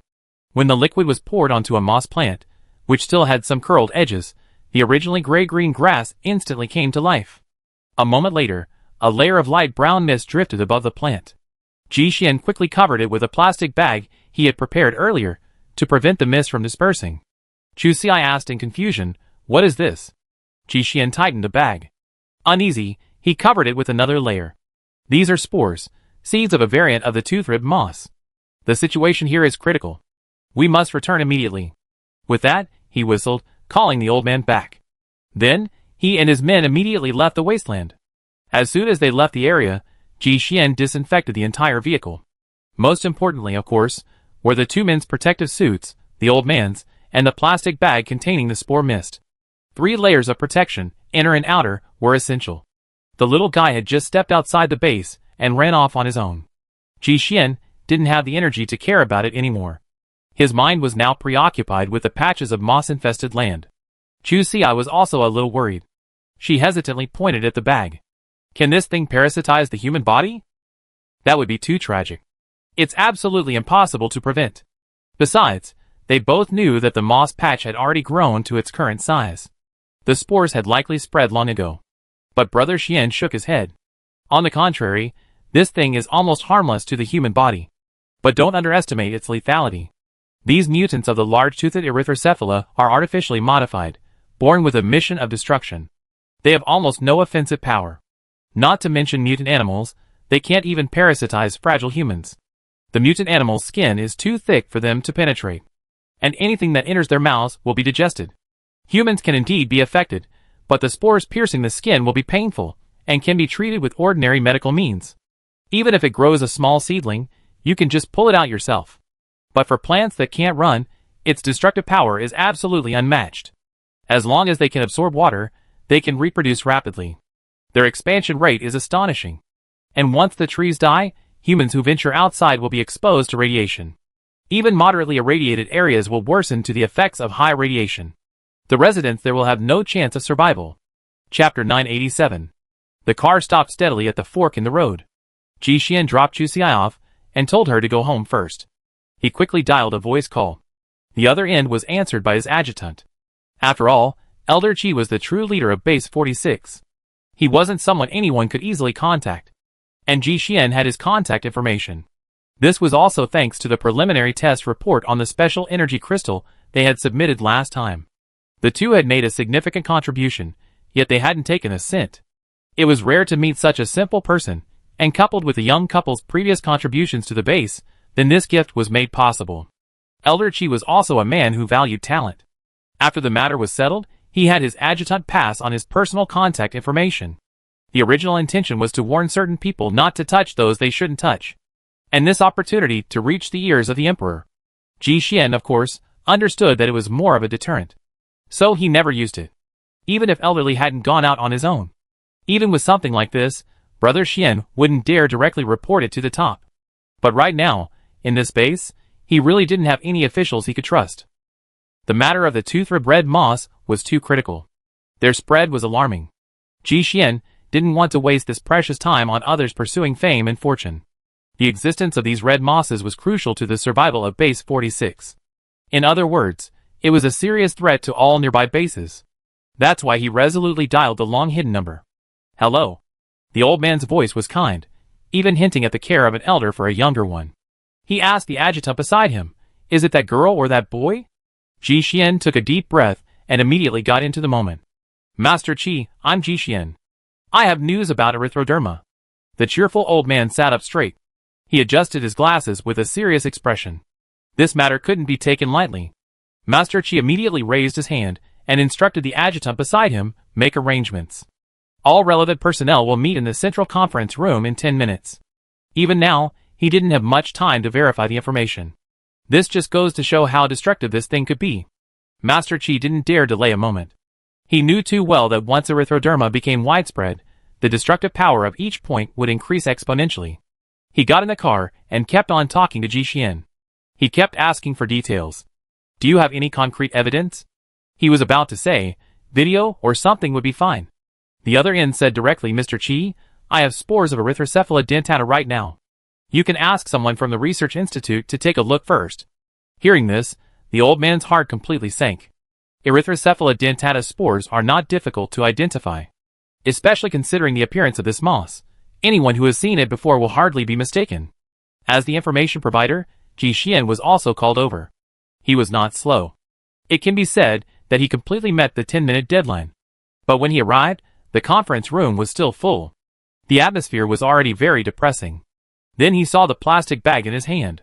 The light brown mist-like dust immediately made many people's faces turn pale. The old man sitting at the head of the right seat clearly had a short temper. He immediately cursed, "Those wicked creatures are at it again. It seems we weren't ruthless enough last time." No one agreed. Right now, everyone was most concerned about the extent to which these mutated Erythrodon stolonifer had spread. Ji Xian, as the first person to discover them, displayed the location and video projection. Fortunately, the situation seemed to be alright for now. The wasteland behind didn't border the surrounding forest belt. Although the spores spread quickly, they were still relatively fragile, and would die after just a few seconds of exposure to sunlight. So, in places like these, they could only rely on the mother organism to slowly expand outward.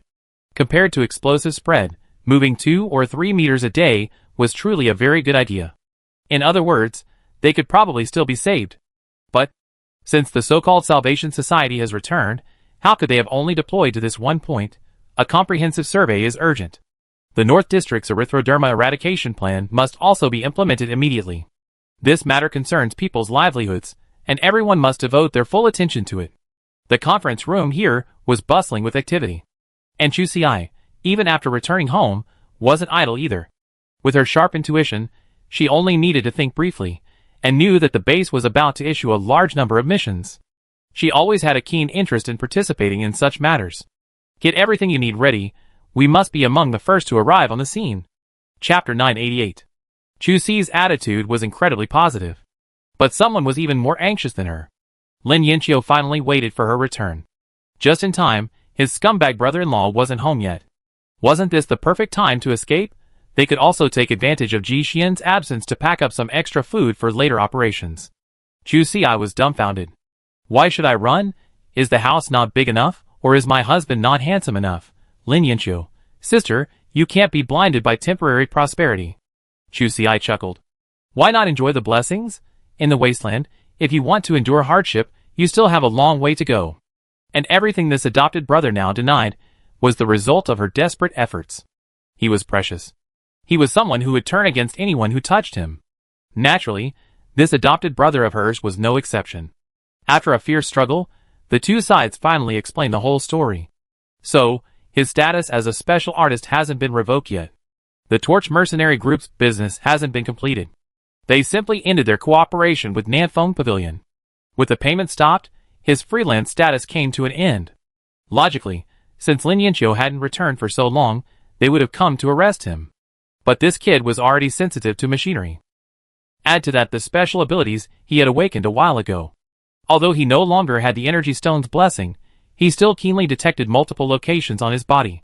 There were several non-sensitive patches, and he actually dug a piece out of the flesh on the back of his neck. Not to mention the locations hidden in his clothes and wristwatch.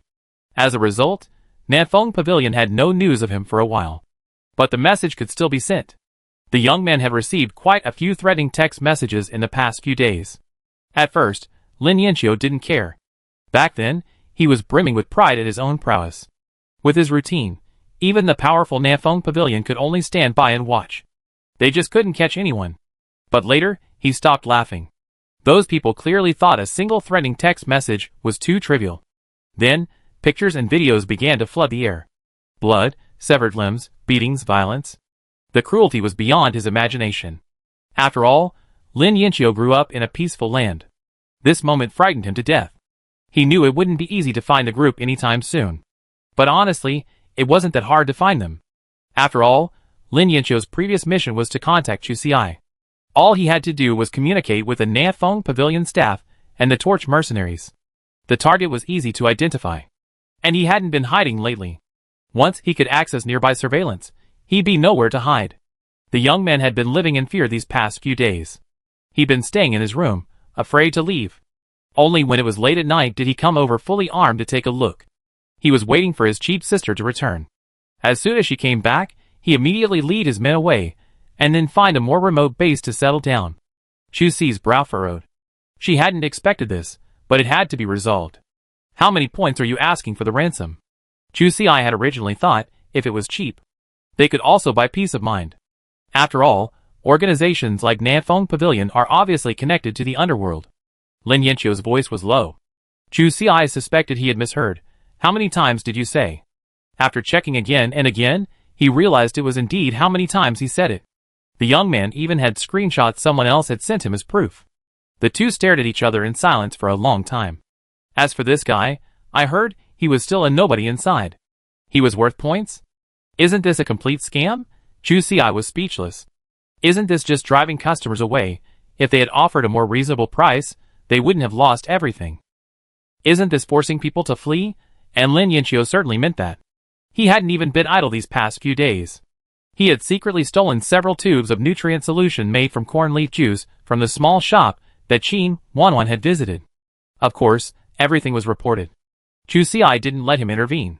At the time, she had simply assumed the young man had just traveled through time and was suffering from a food phobia. It wasn't a big deal. She figured he was her adopted brother after all, so a little privilege wouldn't be a big deal. Who knew? This brother was thinking so far ahead. He even mistakenly asked Chu Si to bring back some dried meat. That way, they could last longer. Sister Chu was speechless. She looked at her newly built little house. Don't I want this house anymore? And such a handsome husband. Lin Yanqiu was also worried. How could his sister be so confused at the critical moment? This house belonged to Ji Xian. What did it have to do with her? Could his sister be so naive as to think she could still get half of the property after a divorce? No, Lin Yanqiu shook his head. In his opinion, Chu Si was a legitimate Wastelander. This sister must have confused the right of residence with the right of ownership. Besides, doesn't he have any idea of what she looks like? The plain porridge and side dishes are just a side dish. Wait 2 years, or even longer until she's old and ugly. That scumbag brother-in-law might have a new husband. He checked everything out. Here, the owner of the house is the true owner. As for the others, no matter your relationship, they can be thrown away at will. Maybe she'd be laid off in a few days. By then, she won't even have the right to live there. Will the siblings just cry together? Chapter 989. Lin Yanqiu was so anxious. He kept urging Sister Chu to make up her mind. Take the long-term view. Brothers are like limbs, men are like clothes. Once they established roots, won't there be plenty of opportunities to change clothes? And during those days when Ji Xian was teasing Lin Yanqiu, he hadn't been completely unsuccessful. The young man had at least found his niche. He suddenly realized that, with his mechanical acumen, he could definitely make a living in the Wasteland. In the future, the siblings would move to a new base, and he would find a factory job. With his efficiency, supporting the two of them should be no problem. In that time, he would be in charge of making money, and Chu Xi would be in charge of protecting his personal safety. This concept was practically perfect. Sister Chu was pushed to the inner door. She clung to the doorframe and glanced back at her adopted brother. A meaningful smile played on her lips. Now she finally understood why Ji Xian was so annoyed with him. This guy is truly a bit of a fool. He might not seem very lethal, but he's a real wrecker. All day long. He's just looking forward to a farewell dinner. He's constantly trying to get Chu Xi, his cheap sister, to run away with him. Little did she know, this was actually causing Ji Xian serious harm. The house was in his sister's name, so the money was fine. They had a joint account. There was no way around it. That guy purchased a lot of goods, and the little money he earned might not be enough. And then, there were the monkeys, the silverbacks, and the old men. Brother Xian was truly just a pendant on his leg. When Chu Xi was around, everyone was at peace. Disappearing for such a long time, this matter is really hard to say. If Sister Chu ran away, she's definitely a scumbag who ran off with the money. I guarantee Ji Xian will be the one hurt the most. Under Lin Yanqiu's expectant gaze, Sister Chu slammed the door shut. After several days of traveling, she needed a good night's sleep. However, Chu Xi paused. The issue of my stepbrother being an illegal resident still needs to be resolved. After all, he's a legitimate member of their team. After all, we can't even not resolve the issue of his personal freedom. Chu Xi edited the entire story and sent it to Ji Xian. In the vehicles leaving the base, a row of military off-road vehicles sped by. Brother Xian was in the first vehicle, his face frighteningly dark. Even the Special Forces soldiers aboard were intimidated by him. This kind of patriotism is truly touching. Only the young man sitting next to him had an expression on his face that was hard to describe. This brother-in-law must be seriously ill, right? Under the camera at the door, they were discussing how to let his sister abscond with the money. The young man coughed lightly. Thinking of their friendship during the war, he couldn't help but suggest, if it doesn't work out, then divorce. Under the terrifying gaze, he still didn't dare to express the sentiment of if it doesn't work out, then divorce. The eldest brother suddenly changed the subject. If it doesn't work out, then tell your wife to stay away from your brother-in-law. That guy was clearly a troublemaker. Ji Xian nodded in agreement. The man gritted his teeth and replied to his wife, okay. That was all he could say. Lin Yanqiu was incredibly lucky. His scumbag brother-in-law still had a shred of humanity left. Otherwise, this guy would probably be packed up and thrown back tonight. From then on, his life would begin a new and challenging storyline. Let's wait. After all, he was his own brother-in-law, whom he and his wife had personally brought back. He had to be careful when repairing him. After all, he could still use him after a bit of cleaning. But this matter couldn't be reported right away, and he couldn't bear it any longer. Thinking for a moment, he sent another message to Chu Xi. The task of clearing the moss from the base would be coming soon. It was mandatory, and everyone had to go. And he had Chu Xi prepare a conspicuous protective suit for Lin Yanqiu. That way, the guy wouldn't die. When the spores drifted in and germinated on him, the guy would definitely be in trouble. Chu Xi read the message. There was a long silence. It was hard for Brother Xian, even coming up with this kind of chicken-egg-eating tactic. Sister Chu knew this man's character well. If Lin Yanqiu had been a little more reckless, he would most likely have been in for a different fate. She quickly fixed her equipment. She sent a close-up of the overall situation, along with the damaged parts, to Ji Xian. Brother Xian's cloudy sky immediately cleared up. With a sudden stop, he was back to work. For him, the storm had already passed. But Lin Yanqiu's sins were still to come. The next morning, all residents of Base 46 and the surrounding area received a mandatory mobilization order. Everyone trembled as they stared at the red headline. They thought another battle was about to begin. They took a deep breath and clicked on the notification. When they saw it was just a moss removal mission, their tense breaths immediately subsided. Most importantly, I already mentioned it. The base provides protective gear, and as long as you wear it properly, there's no danger at all. And the pay is generous. This is definitely a benefit, right? Chapter 990. The top brass at each base knew about the two-side moss. They were also well aware of its harmful effects. However, the last time this moss was targeted, it wasn't near base 46. For the ordinary people here, it was still a novelty. But everyone was not hesitant. In the Wasteland, official word still held great credibility. The people didn't doubt it. After all, there was no need for them to lie. This was a mandatory mission. We had to go, regardless of the danger. Fooling around was completely unnecessary. But now, everyone had a clear understanding. Even if it was a mandatory mission. In other words, there must be something fishy about this two-side moss. Perhaps if it were allowed to develop unchecked, it would be very troublesome. But the recruitment order also stated that as long as we wore protective clothing, we would be fine. And 100 kilograms could be exchanged for 4 points. It's far more profitable than picking up hailstones. I can only say that as soon as this news got out, everyone went wild. The people were beaming, rushing to the gathering point. The excitement was even greater than at the collective collection point. After all, gathering doesn't guarantee food. But digging moss in the past guaranteed a harvest. The people were beaming. They brought backpacks, sacks, homemade knives, and even freshly made long-handled wooden swords. The main goal was to make the most of everything. Everyone was doing their best to ensure efficiency. What was rare was that they smiled at everyone they met. This just goes to show how relaxed the volunteers were. This rare sense of ease contrasted sharply with the tense and solemn atmosphere among the base's higher-ups. There was no way around it. Their lives were already incredibly difficult. All they could see was the tiny patch of land before them. Chu Si left relatively late. Look at Lin Yanqiu, who was following her listlessly behind. This sister couldn't seem to put on a smile. She'd simply gotten up early and arrived late. She originally wanted to drop off a protective suit for her stepbrother. But this brother was always slow to act. It wasn't until Chu Si showed up that he opened the urgent document and took a look. The red characters glared. Lin Yanqiu's reaction was indifferent. There was no way around it. Online fraud was already quite common in their area. Not just any text message could make him nervous. Bleary-eyed, he finally regained his composure. He realized Chu Si had come carrying a ton of bags. The backpack was filled with ropes, a variety of tools, and she also brought 3 full canteens of water. Of course, the food was probably shoved at the bottom. But that didn't stop Lin Yanqiu. He could tell at a glance that her sister was getting ready to work. The young man's eyes froze for 2 seconds, then he slapped his forehead in disbelief. Damn, is this true? How could shoveling moss have become a mandatory task? Chu Si didn't have time to sit there with him. Put down the protective suit. After completing the KPIs assigned by Brother Xian, she was ready to leave. But Lin Yanqiu's mind suddenly raced. He grabbed the man and said, "Wait a moment." The young man glanced back. He had wanted to force his sister to sit down on a chair.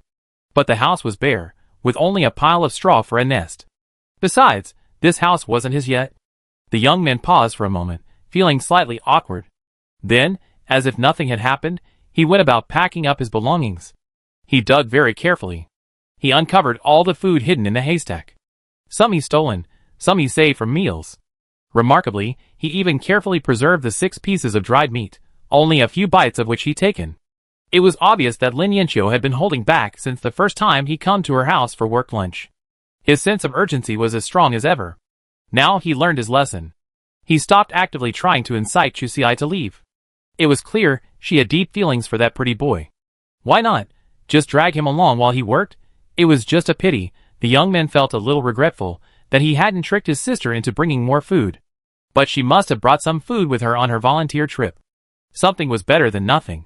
Lin Yanqiu was now incredibly content. Just getting the person away was enough. He wasn't asking for much more. Seeing him constantly rummaging through the haystack, occasionally finding something new, Chu Si was speechless. They were just going out to shovel some moss. There was really no need to take all their belongings with them. But it had to be said that this adopted brother was much more cautious than she had been when she first arrived. Of course, she was also broke back then. She didn't even know where to find her next meal, so she had nothing to hide. But while his attitude was commendable, it was really unnecessary.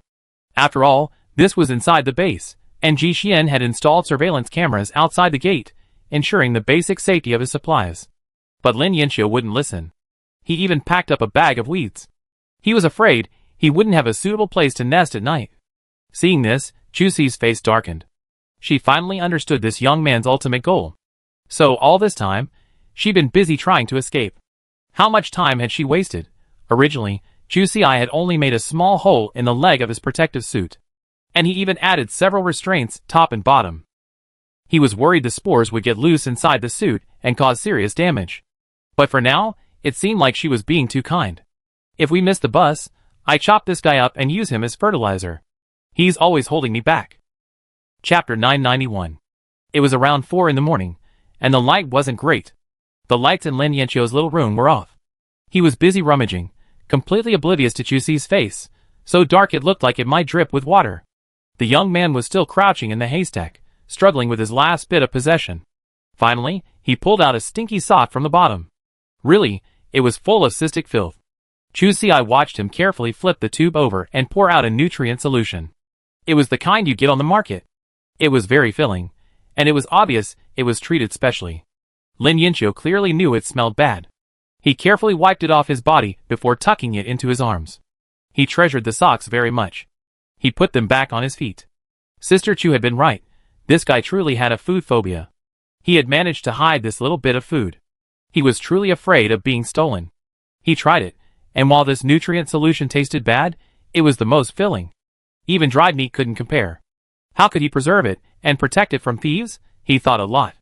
But it wasn't easy to do in someone else's house. He couldn't even dig a hole in the concrete floor. He was desperate. This guy had come up with this brilliant idea. Who could bear to stuff such a precious thing into their stinky socks? And what he was looking for was this kind of thing, hidden even in the dark. It might be a bit smelly, but keeping the food safe was better than anything else, wasn't it?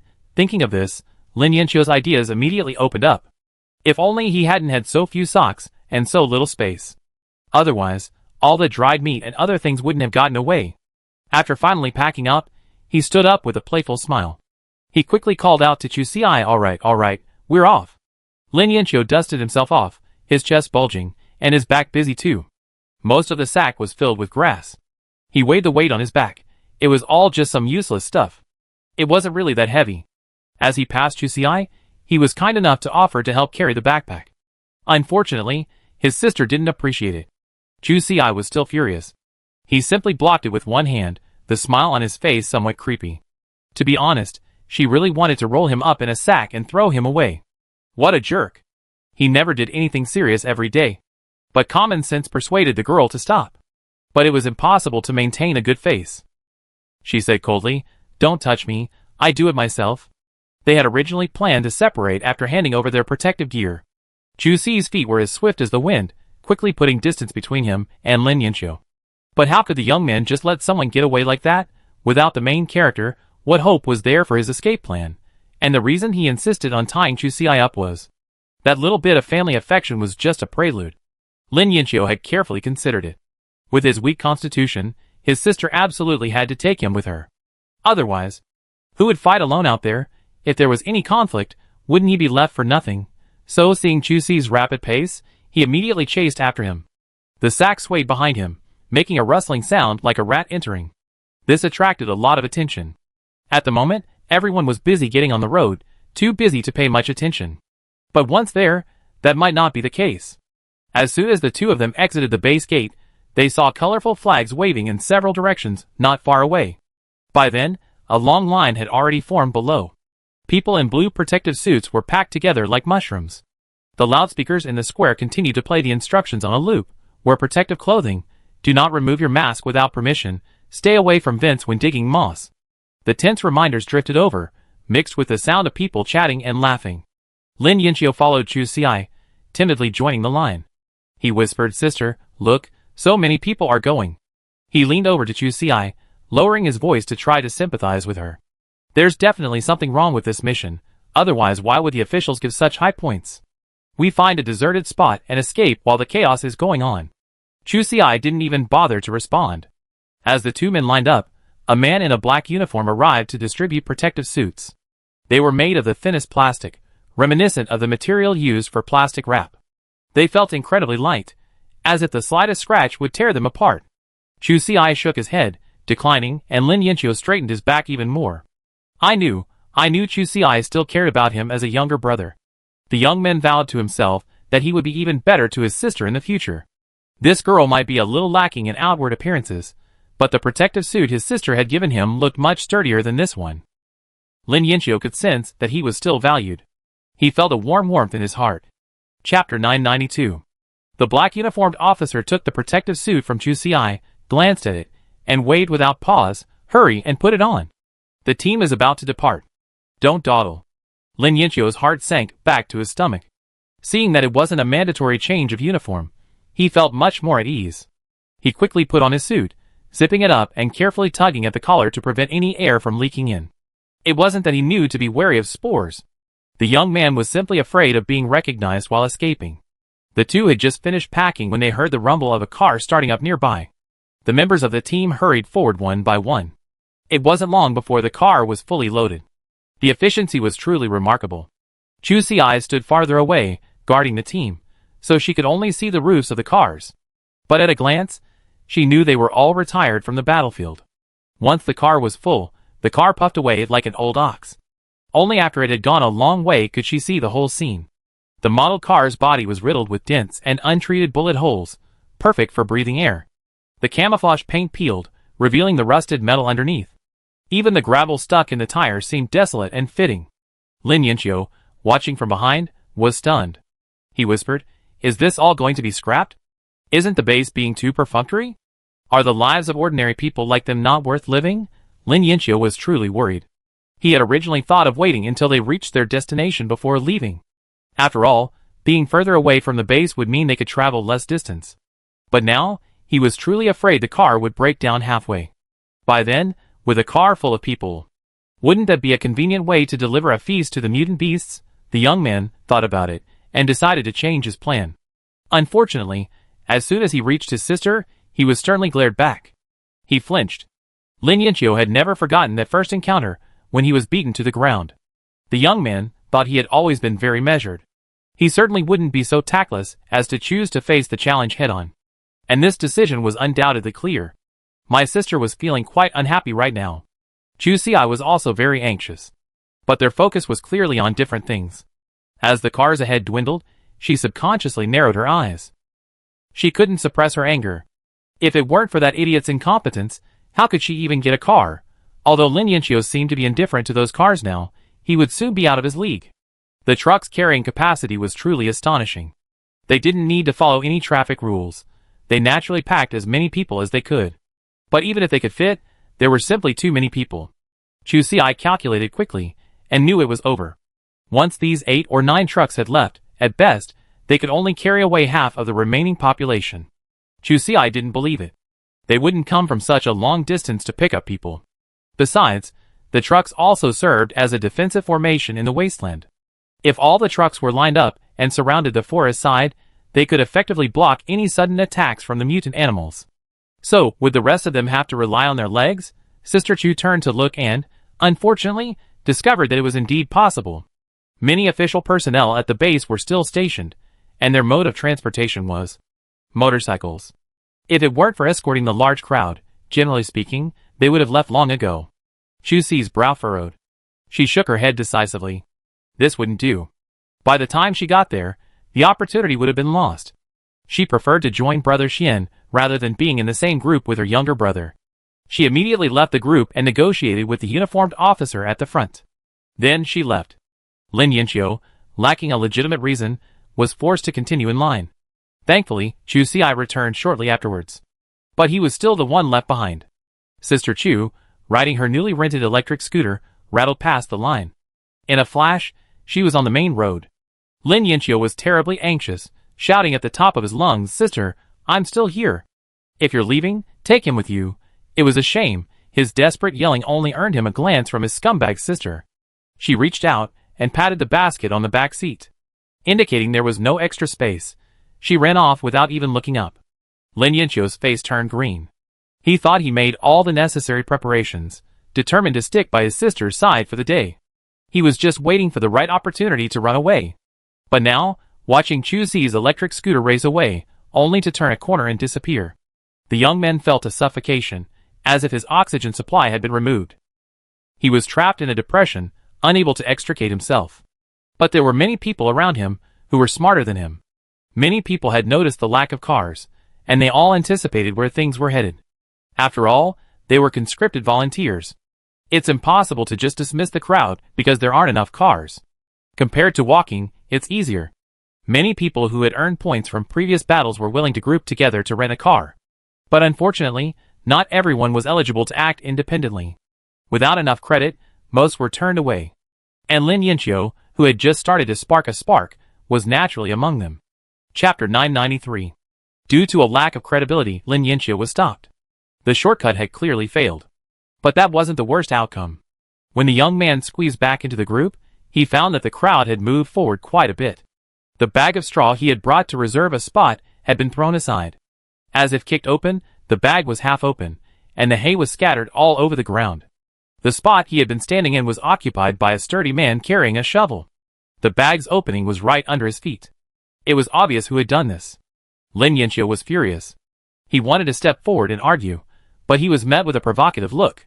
The man tightened his grip on the shovel and slammed it to the ground with a clang. Lin Yinqiu retreated. With his physical strength, he was no match for the opponent. He could only pull out his own sack with frustration, then run away without looking back. A clear paw emanated from behind him. The man cursed unabashedly, "This is the first time I've seen someone pack a bag of broken grass to look presentable." The laughter from the people around him made him flee in panic. Lin Yinqiu clutched his sack tightly and trotted to the end of the group. The young man lowered his head. Although he had escaped that situation, he still didn't want to look at the people around him. He feared that what he saw was just ridicule. The young man lowered his head and frowned, trying to relieve himself. He had done nothing wrong. The sack was his, and so was the grass. He could carry it wherever he wanted. He couldn't reflect on himself just because someone hadn't successfully stolen it. That would be truly foolish. But there was one thing he did need to adjust. In Lin Yinqiu's opinion, this world's admiration for the strong had reached a somewhat perverse level. It seemed that weakness was the root of all sin. Lin Yinqiu pondered deeply. Under external pressure, he finally understood how much Chu Xi must have despised him. No wonder, no matter how he tried to persuade her to defect, this sister wouldn't leave. Now, he suddenly understood Chu Xi. Survival in the Wasteland was already difficult. His sister probably needed more than just support. And compared to Ji Xian, he was indeed far inferior. He wasn't as good at making money as the other one. At crucial moments, he would only retreat into the background. He was truly terrible. The thought of escaping suddenly died down. With his current worthless status, what right did he have to ask for so much? Survival was the most basic need for him and Chu Xi. From now on, he'd be his scumbag brother-in-law's bootlicker. Only then can their life of idleness last longer. At this thought, the young man's Ren and Du meridians suddenly opened up. Then he rushed off in the opposite direction. But how? Lin Yinqiu is a practical man. He doesn't have many skills right now, but he has a lot of teaching resources. They even have a small website where you can buy materials. The young man steeled himself. Since he had already decided to take a different path, he decided to be decisive.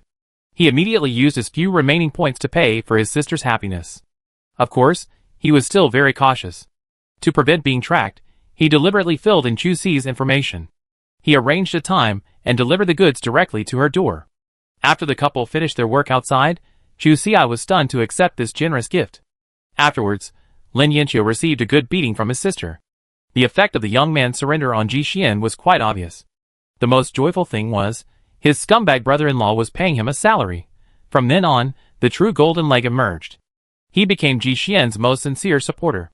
Since then, Lin Yinqiu has become much more pragmatic. The phrase Chu Xi heard him say most often in private was, "I will stick with my scumbag brother-in-law with all my strength, for 500 years. She was speechless. Forget it, just don't make a fuss. As for telling him about her true family situation, that was out of the question. Otherwise, if this adopted brother knew that the family finances were essentially controlled by his sister, I'm afraid Lin Yinqiu would immediately turn into a smug and triumphant villain. By then, it's hard to say whether Brother Xian would actually want to kill him. How could Chu Xi have time to think about her future happiness? She rode her electric scooter and took a shortcut. She plunged straight into the high radiation zone. It was a good opportunity to relocate the captured pickup trucks. She had hidden them nearby for convenience. But there was always the risk of being ambushed by crows. So, she circled around the high radiation zone. She'd definitely leave them blind. But once she got there, it was Chu Xi herself who was truly blinded. Where were the cars? Where were my two big cars? She turned around and looked around. This was definitely the place. They were surrounded by two tall, mutant banyan trees. She had hidden the two broken cars between their roots. Chu's eyes searched carefully, and could still see a lot of scratches. This was definitely the place. She was filled with doubts. She had deliberately walked along the grass and rocky beaches. The probability of leaving traces was low. It wouldn't be easy for the crows to find us. And they knew the car's most important positioning device was missing. There was really no need to waste precious special energy stones on two broken cars and the meager supplies inside. Chapter 994. Chu's mind was consumed by the lawsuit. She circled the banyan tree several times, but still couldn't find a clue. The mutant plants grew rapidly. This had once been her advantage, but now it was also helping another group of car thieves.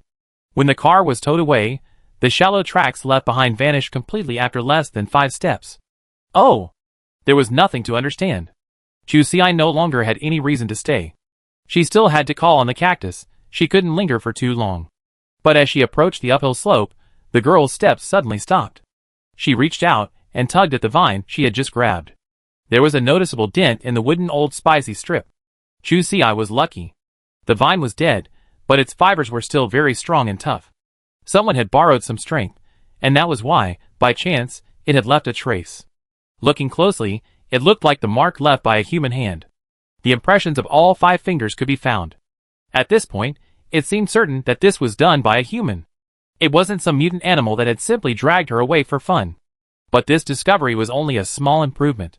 No matter how she looked at it, Chu couldn't believe it was done by a member of the crow group. She placed her hand over the mark. It turned out to be significantly smaller than her hand.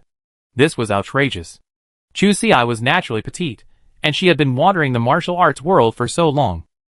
She had never met any hunter, male or female, who was shorter than her. And the difference in their skills was so great. It felt like a minor. This was somewhat beyond her imagination. After all, she had heard from Ji Xian before that the crow group was very strict in selecting personnel. They did train child soldiers, but they wouldn't be sent on official missions. After all, their experience was limited. Especially in such an urgent matter, it was impossible to let a child take the lead. Chu's fingertips repeatedly traced the indentation. Unable to figure it out, she raised her watch to take a picture to show Brother Xian. Alas, the screen was stained and useless. She slapped her forehead, wondering if she had been stupid.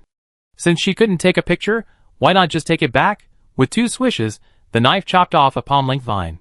She tucked it into her arms, looked around to see if there was anything else she could find, then turned and hopped back on her beat-up electric scooter. She pedaled like a roller coaster and sped off. Only after everyone had left did the leaves on the tree tremble slightly. A girl of 7 or 8 emerged from among them. Her hair was disheveled, and her clothes were ripped to shreds. The white number on her chest vaguely resembled a 9. The little girl's eyes were clear, seemingly ignorant of worldly matters, yet they also concealed an animal's keenness. Just now, when Chu was here, to avoid being discovered, she had managed to hold her breath and remain motionless. And this wasn't a remarkable feat. She had been trained in this skill since she was a child. In such a noisy environment, with ordinary detection skills, it would be difficult to detect her presence. Chu's arrival didn't frighten the little girl. After he left, she naturally didn't feel any sense of relief. But she really couldn't stay here any longer. 2 groups had arrived, one after the other. This meant the environment was inherently dangerous, and she had almost eaten all the scattered food nearby. There was no point in continuing to live here. The little girl stood up, first picking up a few branches from a nearby area and rubbing them against her body. Then she picked up half a piece of dried meat that lay near her nest. With a burst of energy, she could leap a great distance. With a few quick steps, she ran off into the distance. Chu was unaware of this. There were many mutant animals in the high radiation zone, and her deodorizing potion might have lost its effectiveness. After being chased by mutant rats all the way, Sister Chu was extremely annoyed. She could only find some strong-smelling grass nearby to mask the human scent. But she stood there, staring at the leaves on the top that had clearly been plucked, speechless for a long time. At the top, there was still mucus, fresh from the plant's healing wound. It was obvious.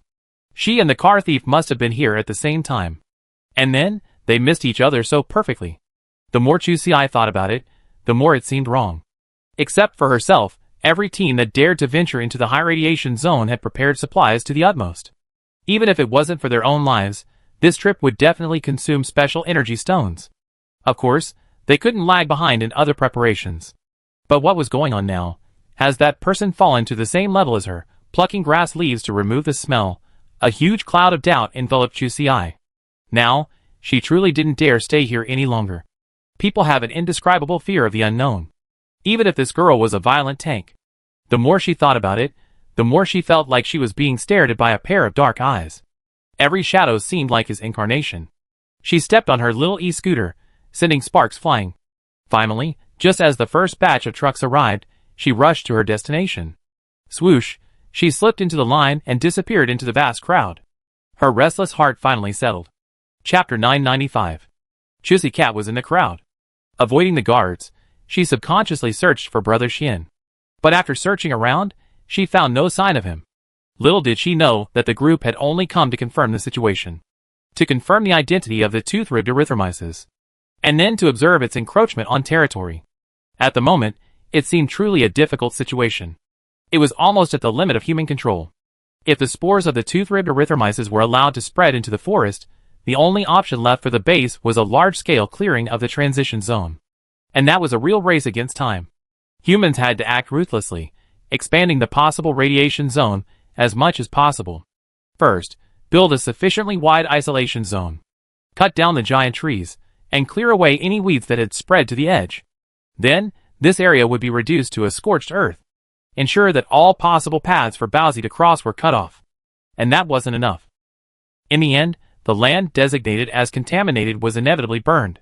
This was also the only case where the tooth-ribbed moss was completely eradicated after its infestation. But this operation wasn't simply a one-time burn.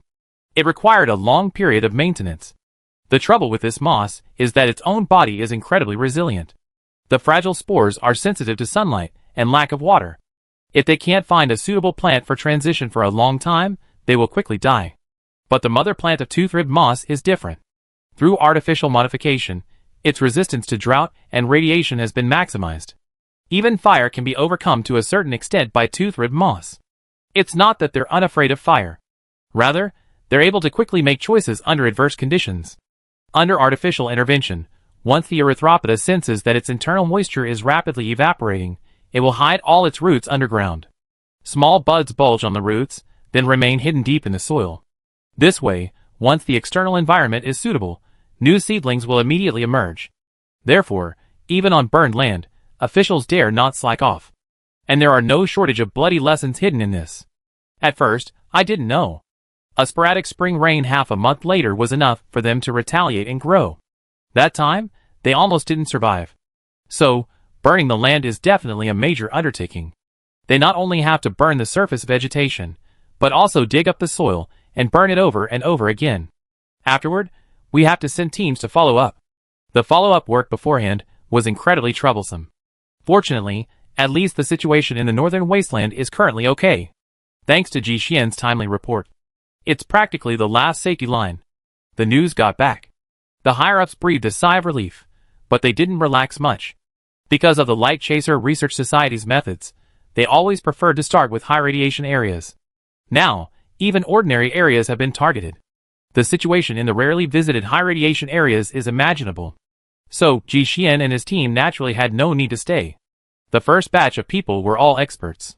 The base couldn't afford to waste all the manpower on basic tasks like moss removal, which ordinary people could handle. After investigating the situation here, all the cars immediately changed lanes, dispersing towards various nearby high-radiation areas. So, Chusi had no chance of finding anyone at this point. She couldn't even make a voice call. There was nothing she could do. Sister Chu could only take a photo of the stick and send it over. She took the photo carefully, the rough marks on the wood fibers clearly visible. Chusi even placed her fist next to it for comparison. The message was a single sentence: both cars are lost. Ji Xian was currently in someone else's car, so some details couldn't be discussed in detail. But their rapport was sufficient. At least Sister Chu could be sure that Ji Xian got the point she wanted to make. Just as she finished her work, she received a mission from the base. Chusi tucked the vine branch into her arms. Then, she grabbed her tools and left. Anyway, the message had already been sent, and Ji Xian wouldn't receive it, so there was no point in her getting anxious. Might as well just work quietly. Seeing her colleagues all eager to try, Chusi silently adjusted her expression. The shadow of being watched still lingered, and she tried to appear more compliant. Regardless of whether the crisis actually existed or not, it was always right to be cautious. But she had clearly underestimated the people's adaptability. The higher-ups were also afraid of causing unnecessary panic. So, the dangers of erythroderma were not fully explained. But too much protection was clearly not a good thing either. After demarcating their personal areas and the officials leaving, Chusi heard exclamations of "This stuff is amazing." The moss grew densely, reaching a full palm's height. Stepping on it, it felt just the right amount of firmness and a gentle rebound. Cut a piece off and use it as a cushion at home, it's sure to be useful. Their voices were filled with uncontrollable excitement. Chusi, She felt terrible. Chapter 996. The people around them were talking non-stop, and Chusi's heart tightened. Isn't this a spoiled meal? She was about to speak up to stop them, when she heard someone in the crowd laughing and responding, I think it's a good idea. This moss is so soft, we could cut a piece off and use it as a mattress. It's much more comfortable than the hard ground. This remark actually resonated with quite a few people. The man wore a dusty gray coat, the cuffs worn white and frayed. He looked like an ordinary survivor. But Chusi still noticed something unusual. For such a poor man, he could actually pull out a pure steel utility knife. While he was talking, he had already cut a large piece of erythrocephala from the ground. He wrapped it up in a straw rope, as if he was really going to take it with him when he left. Someone nearby immediately chimed in, Yeah, we're always running around the edge of the radiation zone, so why should we be afraid of such a thing? Besides, this thing looks clean, better than some scraps of grass. Sister Chu's eyes narrowed. This situation was getting weirder and weirder. She looked closely at the two men and noticed how steady their expressions were. And ordinary survivors, when faced with something new, must be more cautious than their greedy pursuit of quick success. Even if that last bit of caution is shattered by greed, there's definitely a period of vacillation. But their state. How can I put it? It was a kind of inappropriate relaxation. The smile on their lips held a certain deliberate warmth, as if guiding the emotions of those around them. Thinking of this, Chusi's gaze quickly swept across the rest of the crowd. Instantly, he noticed that there were quite a few people like them. Even more fortuitously, they had vaguely divided the crowd into 3 groups. The idea of cutting moss seemed to be spreading. It seemed someone was about to follow suit and start hoarding the moss. Chusi, startled, quickly called out, Don't move. She took a half step forward, her voice even deeper than before. The base didn't say anything about touching this thing. What if it gets hurt? She might not care about other things. But looking at Ji Xian's expression, she knew how troublesome it would be if this thing spread. Chusi's noise would at least alert the guards. The gray-clad man turned to look at her, his eyes expressionless. He simply asked, Young girl, you just came out of the safe zone, didn't you? We, the roughnecks of the shantytown, have been living outside for so long. What can be considered absolutely safe? Isn't everything radioactive? Besides, this moss grows so neatly. Maybe it's a new resource the base has secretly cultivated, but they haven't disclosed it, fearing people might hoard it. As soon as these words were spoken, sure enough, many people became interested. On second thought, it was indeed possible. After all, in the minds of the scavengers in the shantytown, this seemed like something only the powerful within the base would do. There was an old woman, hunched over, leaning on a branch cane. She hesitantly looked up, stamping repeatedly on the erythroderma. Will it really work? She asked. My grandson is only 2 years old. His skin is too tender, and he always gets scratched by the grass leaves while sleeping at night.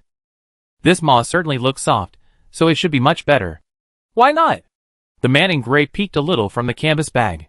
Look at how tough it is. Spreading it on the ground would definitely be much more comfortable than a mat of hay. I cut off a piece and try using it as a pillow when I get home. No, you can do this too. Besides, we in the shantytown have been rough around the edges our whole lives. We wouldn't be so afraid to even touch a piece of moss, would we? There was a lingering tone in the man's words. Chusi's heart skipped a beat. Her feeling was definitely correct. This wasn't simply a case of taking advantage. It was more like a covert incitement. Sister Chu took a deep breath. She didn't want to argue any further. With her eloquence, she probably wouldn't be able to win. If she had that much time, she might as well just post a report. But just as she raised her watch, a warning whistle suddenly blew in the distance. Chusi thought a mutant beast was attacking. But it wasn't. Then came the loudspeaker. Everyone returned to the designated area immediately. Anyone who leaves with moss without permission will be punished on the spot. The words were like thunder. The crowd suddenly fell silent. Just now, they were still studying. The old woman on the lawn retreated in fear. The three men who had instigated the moss cutting calmly threw their moss to the ground. Before leaving, they dug their feet into the mud, destroying as much evidence as possible. Then they blended into the crowd, retreating with them. A moment later, they were all gone. Chu Si stared at the video on her watch, her eyes lowered in boredom. The moment of the brilliant speech had already been captured. She always prized evidence. How else could she report it? Just looking at the little mechanical beast flying high in the sky, she knew her information might be useless. Before, she had only thought that those things were monitoring the southern isolation zone to prevent mutant beasts from attacking. But now it seemed it might still be of great use. For example, to catch a traitor. Chapter 997. Chu Si remained huddled, not daring to move. Because, in her opinion, the base's preparations were far more extensive than she had anticipated. As she hesitated, a gunshot rang out at the edge of the isolation zone. Everyone was startled. Chu Si quickly turned to look. She saw a man in patched clothing being pinned to the ground by patrolmen. And in his arms, scattered were several palm-sized pieces of erythrodon dactylon. Sister Chu had sharp eyes. She noticed it immediately. Wow, all the erythrodon dactylon that man had shoveled away contained spores. TSK, it looked like he had some serious plans. Naturally, the young man wouldn't have a good end. He was shot dead. The guard, with a flamethrower, burned the moss. He glanced at the timid glances from the crowd and said coldly, "Anyone attempting to carry the plant out of here will be dealt with immediately, regardless of the reason." With that, he kicked the man's body into the fire. In the 2,000-degree heat, he barely managed to breathe. He then became fuel along with the other erythroderma. The commotion was loud, but the crowd was practically silent. Undoubtedly, this move had a strong deterrent effect. At least enough to scare these ordinary people. Chu Si tilted her head forward. She felt as if there was a mark on the neck of the burned man. It looked like a sun emitting X-rays. But as soon as her head emerged, she was pulled back. She reached out and felt, and the dagger was already hidden between her fingers. Then she saw a young man timidly dragging her back. This man looked familiar. I think his name was Tian. How? He was a bit dark and shorter. Although Sister Chu had only met him once, she had left a lasting impression. The last time they met was during her first mutant cockroach hunt. Fu Bowen had brought a taller young man with him to meet him. She later heard from Ji Xian that these people had a good relationship with him. That's why Sister Chu narrowly avoided attacking. A smile played on her face. "It's you, long time no see." But Tian Hao didn't have the time to chat with her. He pulled the person aside and whispered, "Sister-in-law, stop staring. The base's surveillance cameras are watching. Be careful you get mistaken for a light chaser and arrested." He was truly anxious. Light chaser was practically a taboo word in every base. He really didn't want to join in the fun. Tian Hao was truly one of them. After Ji Xian rescued Fu Bowen, he couldn't imagine he would be left alone. So, after consulting Ji Xian, he went back and recruited a few familiar men. Thankfully, those people were relatively unknown. So not much effort was wasted. But undercover skills still require training. This time, the young man's training mission was to establish himself as a marginal patrolman within Base 46. Everything went relatively smoothly. After all, he had many years of social experience. Although the young man looked a bit shabby, he had a very high emotional intelligence. With some food and connections, he actually got in. But who knew? Just as he took office, the matter of the tooth rib arthritis came to light. Thanks to the strong connections he built up earlier, he actually gotten a glimpse of what was going on. The base was using the opportunity to eliminate the erythroderma to snipe the light chasers. The situation was too big. He didn't even dare pass on any information, fearing he'd be mistaken for an undercover agent and shot. Tian Hao had already decided to stay out of other people's business, but he didn't expect to run into their real boss here. And he seemed quite fearless of life and death. He couldn't see it clearly enough, so he went over and grabbed the man. Tian Hao was naturally filled with gratitude for being redeemed from the Tomorrow mercenary group. He could choose not to send the message back, but he couldn't just watch Chu Si take such a risk. The Light Chasers' affairs were truly beyond the reach of ordinary people like them.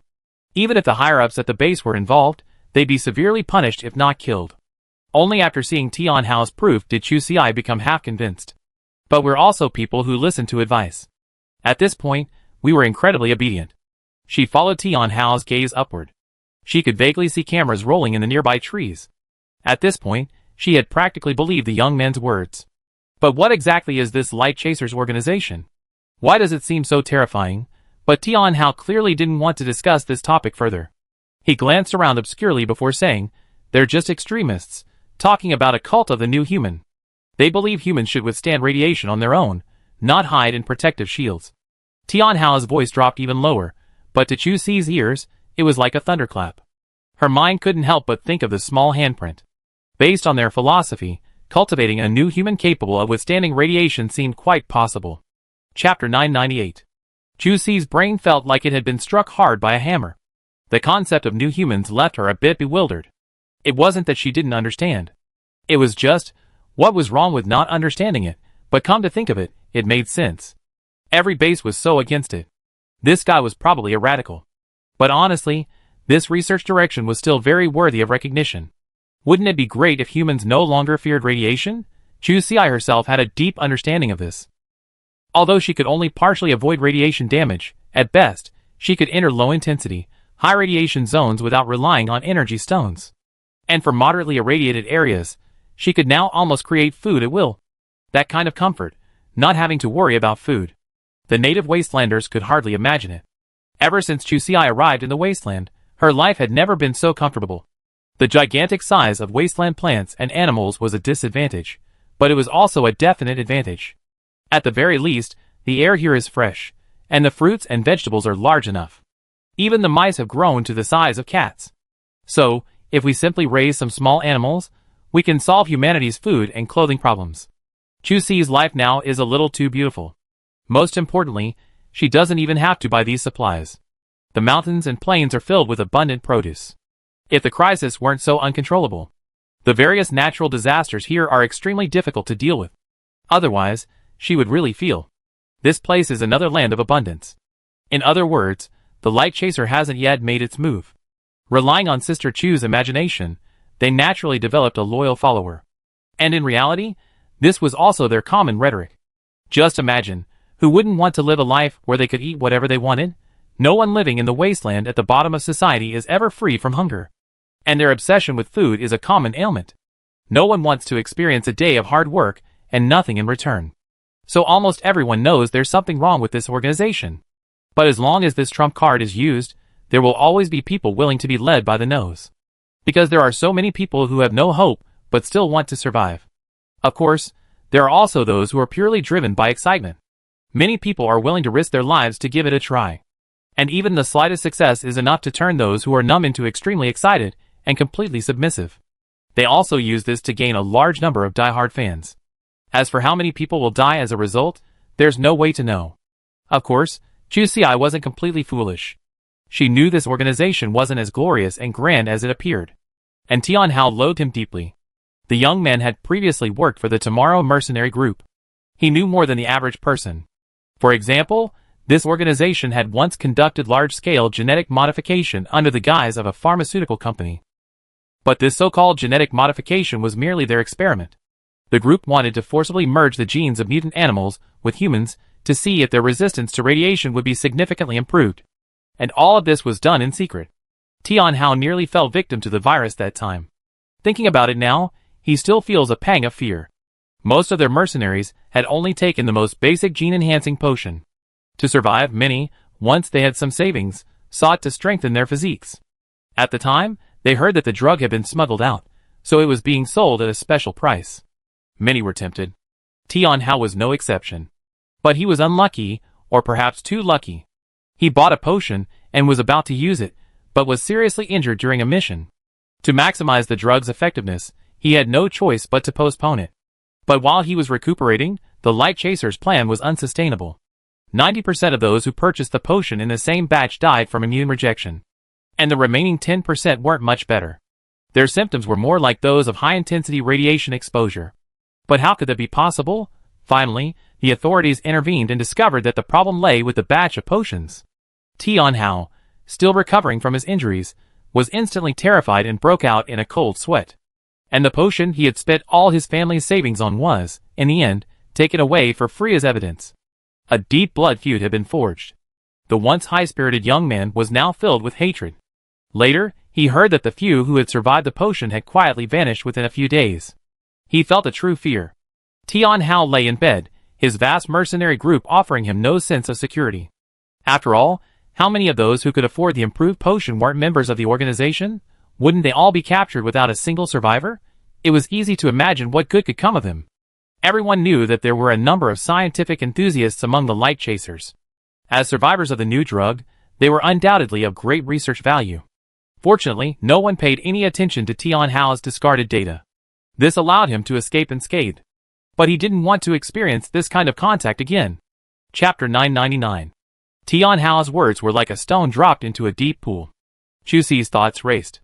She clutched the vine tightly in her arms, her fingertips turning white from the strain. New human worship, radiation-resistant genetic enhancement. These words, along with a small handprint in her hand, overlapped repeatedly. A chill ran down the back of her neck. Tian Hao tugged at her sleeve. Sister-in-law, don't be dazed. The patrol is coming to clear the area. His eyes were filled with anxiety. Sister Chu regained her composure and followed his guidance toward the edge of the isolation zone. Sure enough, she saw several patrolmen in black uniforms holding scanners, checking the crowd one by one. Chu Xi's brow furrowed. A quick thought revealed that this thing reacted to highly radioactive materials. In that case, wouldn't the vine in her hand become a hot potato? Without a second thought, the girl tossed the branch to the ground. She glanced up at Tian Hao, and the two of them left the scene. She had already sent the photo of the thing, so there was no need to keep the physical evidence. But as for this mess, she really didn't want to get involved. Tian Hao was preoccupied with the lawsuit. From Chu Xi's subtle movements, he knew the vine was no ordinary thing. But he didn't show much emotion. After all, after so many years as a mercenary, he still had some self-awareness. Soon, it was their turn to inspect the equipment. As expected, there were no problems. They were assigned to a tent to wait. They had thought that today's outcome was settled. After all, in Chu Xi's opinion, the base had played their cards very well. But just as the two of them entered the makeshift tent, a burst of high-pitched wolf howls suddenly erupted in the distance. Sister Chu flung open the curtain. The northwest defense line was ablaze with dust.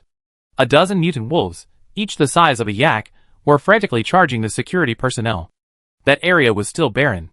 Normally, there were few large mutant animals. So, the base had relocated most of its personnel and vehicles to the south. Although personnel were stationed in the northwest, they were primarily there for security. They were there to detect any problems and request support. But now, they were completely powerless to withstand the mutant wolves' onslaught. And the wolves didn't engage them. With a few leaps, they quickly charged into the tooth-ribbed red moss's territory. Chu Xi had excellent eyesight. She saw clearly that the wolf claws, as soon as they entered the territory, were immediately stained with grayish moss spores. Chu Xi's pupils trembled, and she knew the end was near. This was definitely the work of the light chasers. They wanted to use these mutant wolves to spread the spores. She had previous experience with mutant animal domestication. Since the base had been prepared, why hadn't they thought of this? And how could she know that the conditions for mutant animal domestication were extremely demanding, and so far, there had been few successful cases. But the light chasers never revealed their hidden weapon in this regard. Base 46 had indeed been severely tricked. Many people had grasped the current situation. Tian Hao's face paled. He instructed Chu Xi and attempted to charge out. Reinforcements arrived quickly. Moments later, the roar of heavy fire could be heard from the defense line. While armor-piercing rounds could slow the mutant wolves, they couldn't stop their relentless charge. But soon, team members carrying flamethrowers rushed over. They formed 3 circles, gushing out 2,000-degree flames. The 2 mutant wolves at the forefront were instantly engulfed, their spores reduced to ash in the intense heat. They absolutely couldn't let any of them escape unscathed. And with just one burn, the spore threat would be eliminated. The 2 men stared nervously outside when the tent door suddenly flew open.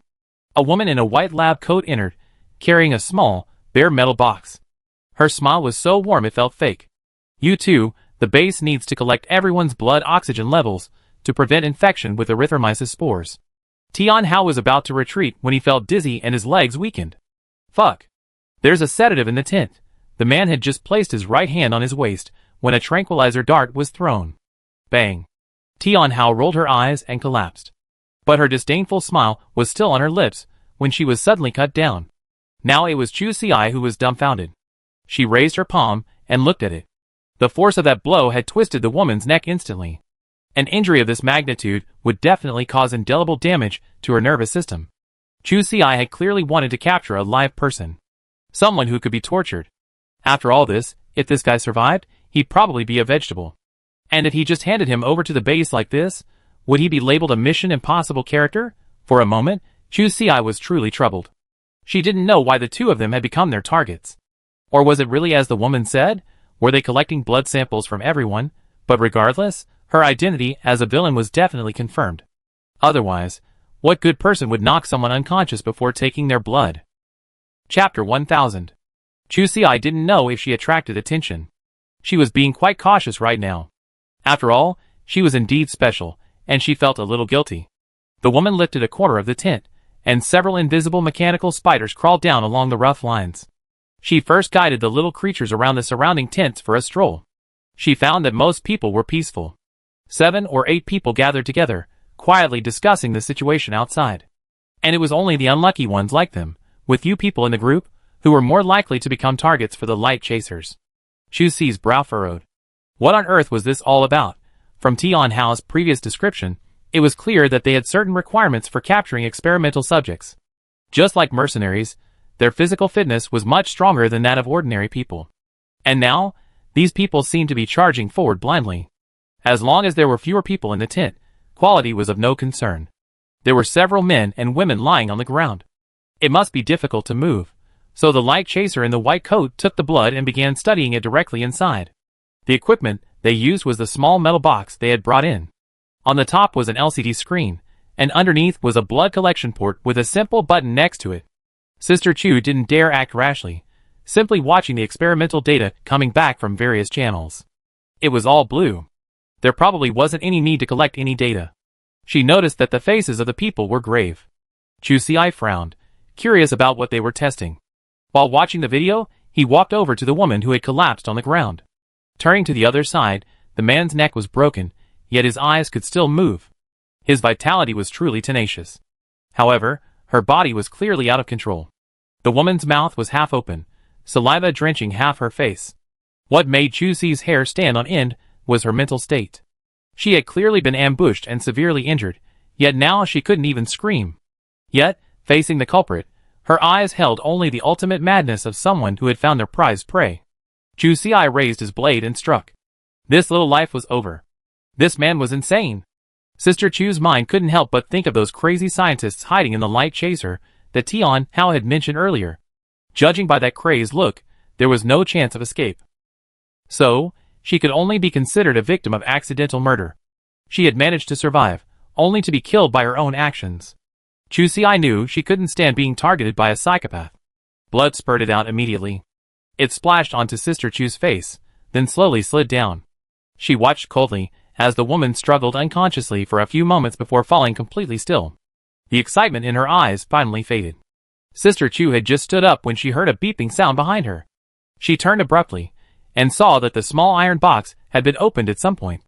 A few drops of the woman's blood, which had just spurted out, were slowly flowing into the test port. Her body must have been modified, so the test results were abnormal. Chu Si watched as her test data gradually turned from dark blue to light red. This triggered the alarm.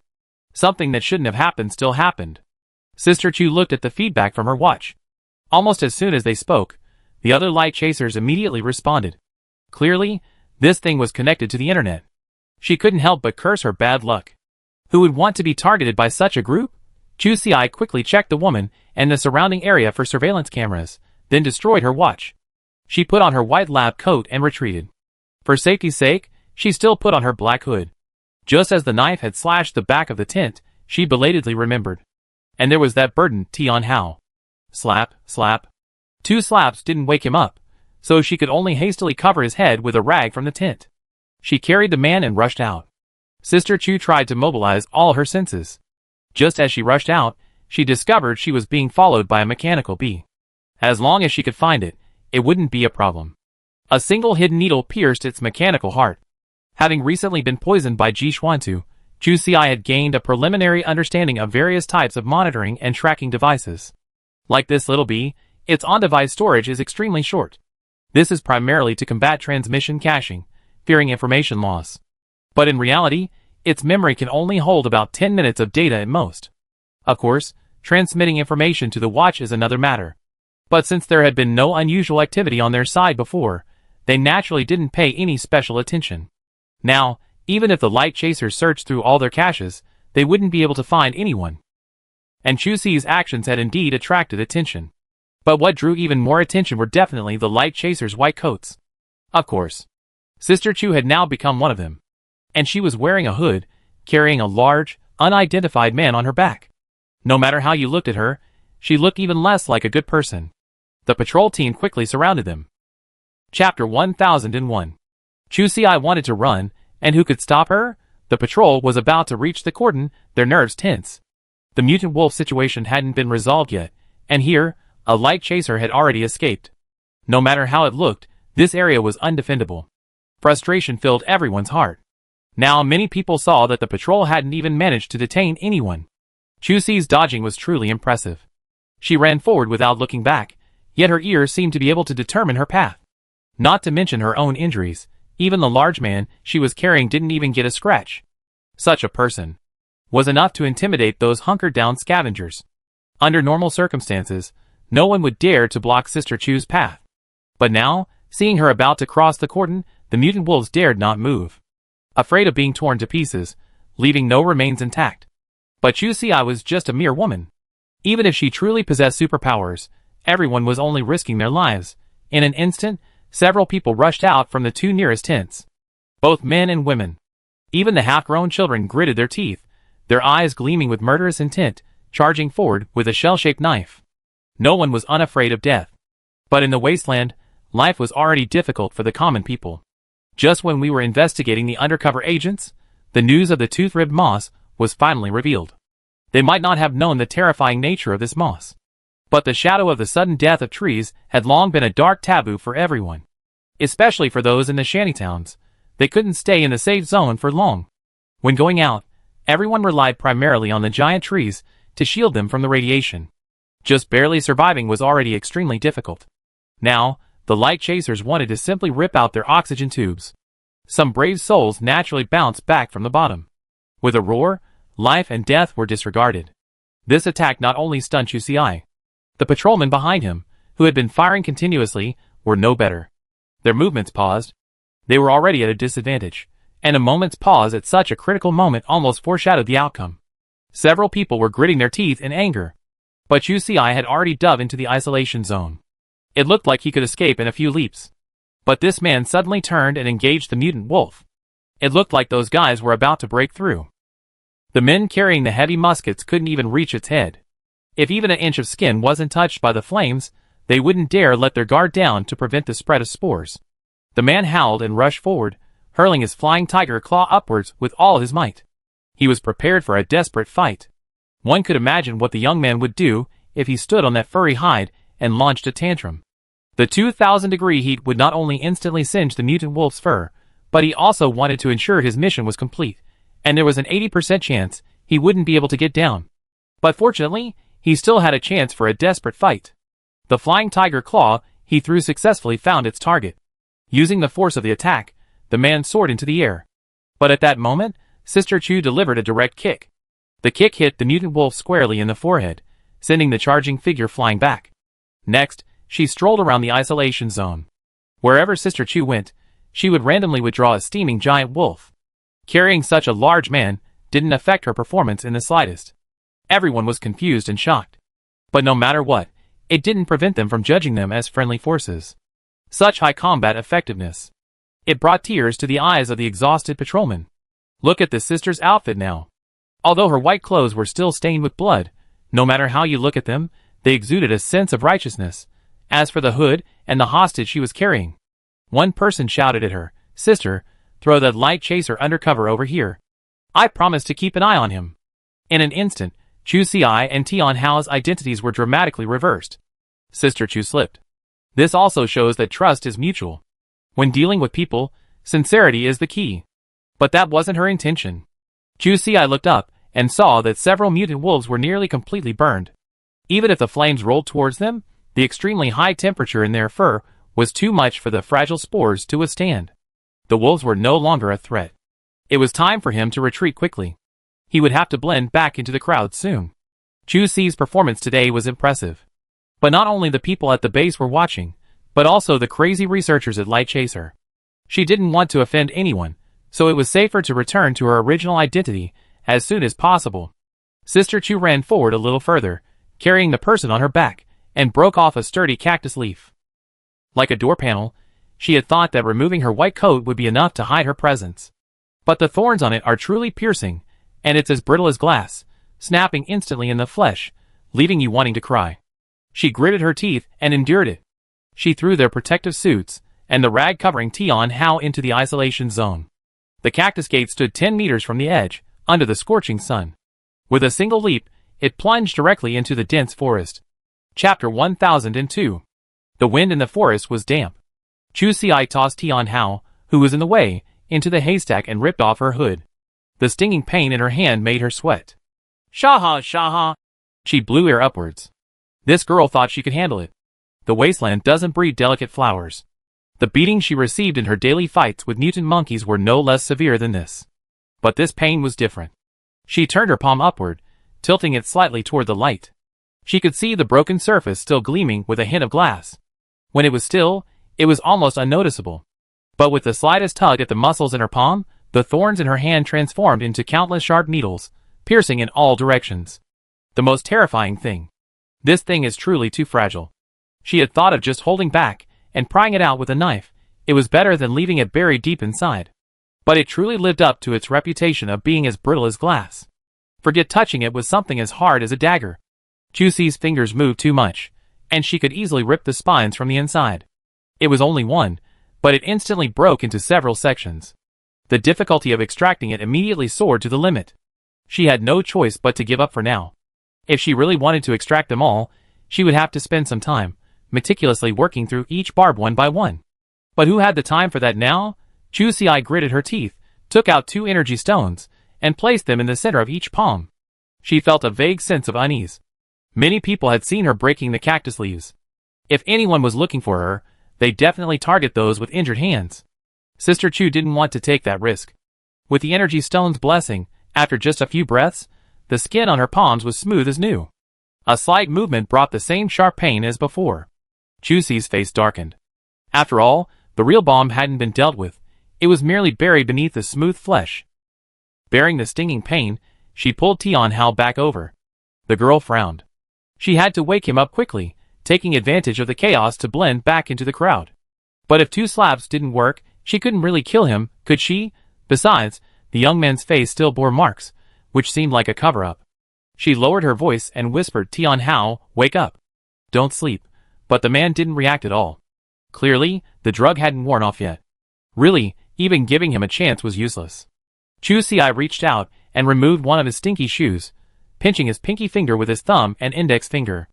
With a push, his legs trembled, and he stood up straight. But he was still a little dazed, and after 2 seconds, his vacant eyes regained focus. The pain in his pinky toe finally reached his brain, and he stuttered as he spoke. Sister-in-law, sister-in-law. How did we get into the woods? He patted his heavy forehead, his memory still lingering on the moment he collapsed in the tent. As for what happened after that, he had no recollection at all. Where's that woman? Tian Hao looked around, his eyes filled with bewildered confusion, completely unaware that he had just escaped death. Until then, he had only ever worked for Ji Xian. He had no idea of his sister-in-law's combat prowess.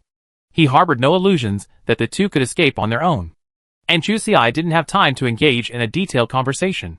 She simply said, she's a light chaser, and we already dealt with her. Don't ask any more questions. Just follow me and pretend to be a normal survivor. As for this face. Chu Xiai slapped her forehead and pulled out a bag of corn leaf nutrient paste from her bosom. She bit through the bag and smeared it directly on the boy's face. It really worked. Sister Chu looked at her handiwork with satisfaction. In just a few breaths, the corn leaf juice dried on the boy's face. It was like a sunburn tan. The 2 slightly red and swollen slap marks immediately faded. Then she smeared it on her own face. While Chu Xiai wasn't particularly good-looking, her recent pampered lifestyle had indeed created a gap between her and the people in the shantytowns. And now, it was just right. Although Tian Hao was still a little confused, he knew this wasn't the time to question. So he nodded, struggled to his feet, and followed Chu Xiai around to the other side of the forest. They first went to the supply distribution vehicle, and grabbed 2 new protective suits. After changing into them, they rejoined the group of people who hadn't yet been tested for spores. With so many unexpected events, progress here was slow. And it turned out just as Chu Si had anticipated. In the crowd, several people were actually staring intently at everyone's hands.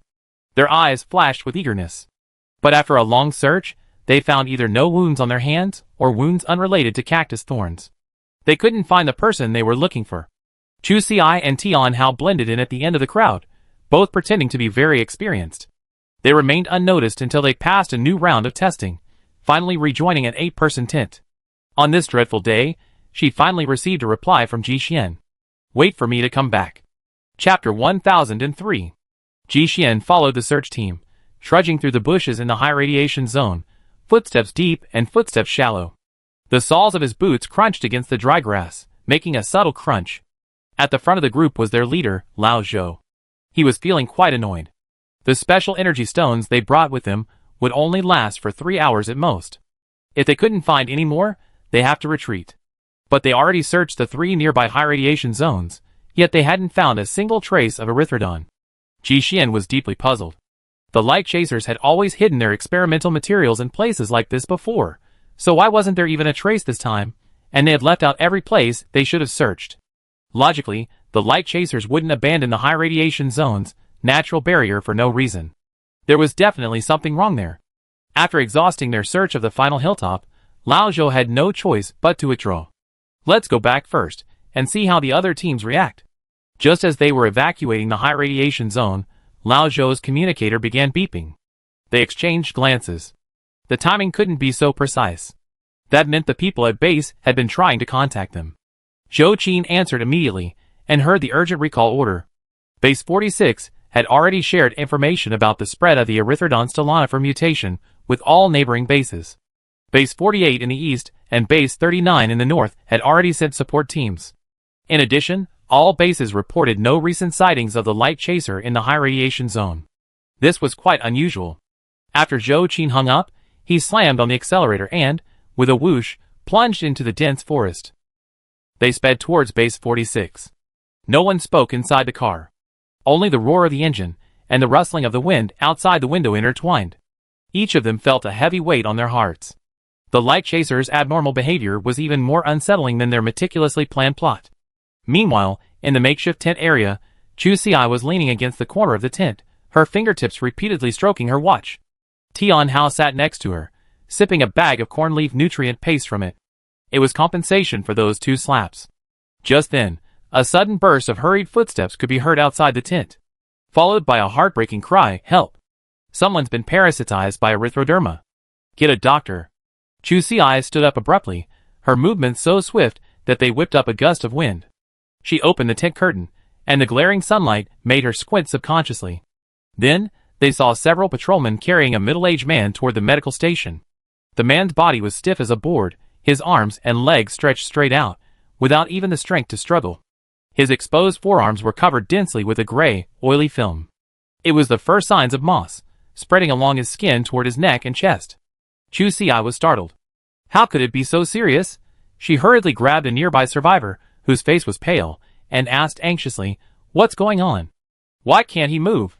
She had clearly heard Ji Xian say that this thing could be removed by itself. Because the spores are painful when they grow, they can't cause any serious damage. But what's going on now? The man swallowed, his expression still a little uneasy, his voice trembling. Just now, when the base was reallocating the tents, someone went to clean up the tents that had been attacked by the white coats. Then they went in and found the people who had been lying on the ground like this. The doctor said the moss has mutated. Those infected feel like they've been given a high-concentration anesthetic. They can't even speak. They can only watch the spores crawl upwards. It's so scary. Mutated? High-concentration anesthetic? These words hit Chu Si's heart like a hammer. A name instantly popped into her mind. Lin Yanqiu. It's over. My scumbag brother is going to die this time. Chu Si had previously cut a slit in the calf of his radiation protection suit to teach this troublesome younger brother a lesson. At the time, she just thought it was a little joke, hoping he'd learn his lesson. But now, hearing the characteristics of this mutant erythroderma, cold sweat instantly soaked Chu Si's clothes. She took a deep breath, quickly clicked on the communication page, and made a voice call. Chu Si's heart was pounding. Where are you? Answer the phone quickly. Just as her patience ran out, and she was about to rush out to find someone, the girl's watch vibrated. Lin Yinchio's voice came from inside, even a hint of excitement. He lowered his voice and whispered, Sister, I'm at the supply distribution point in the southwest corner. What can I do for you? But before Chu Si could respond, the man continued, I just saw the patrol. They arrested several people in white coats. I heard they were all from the light chasers. You better be careful. Don't wander around.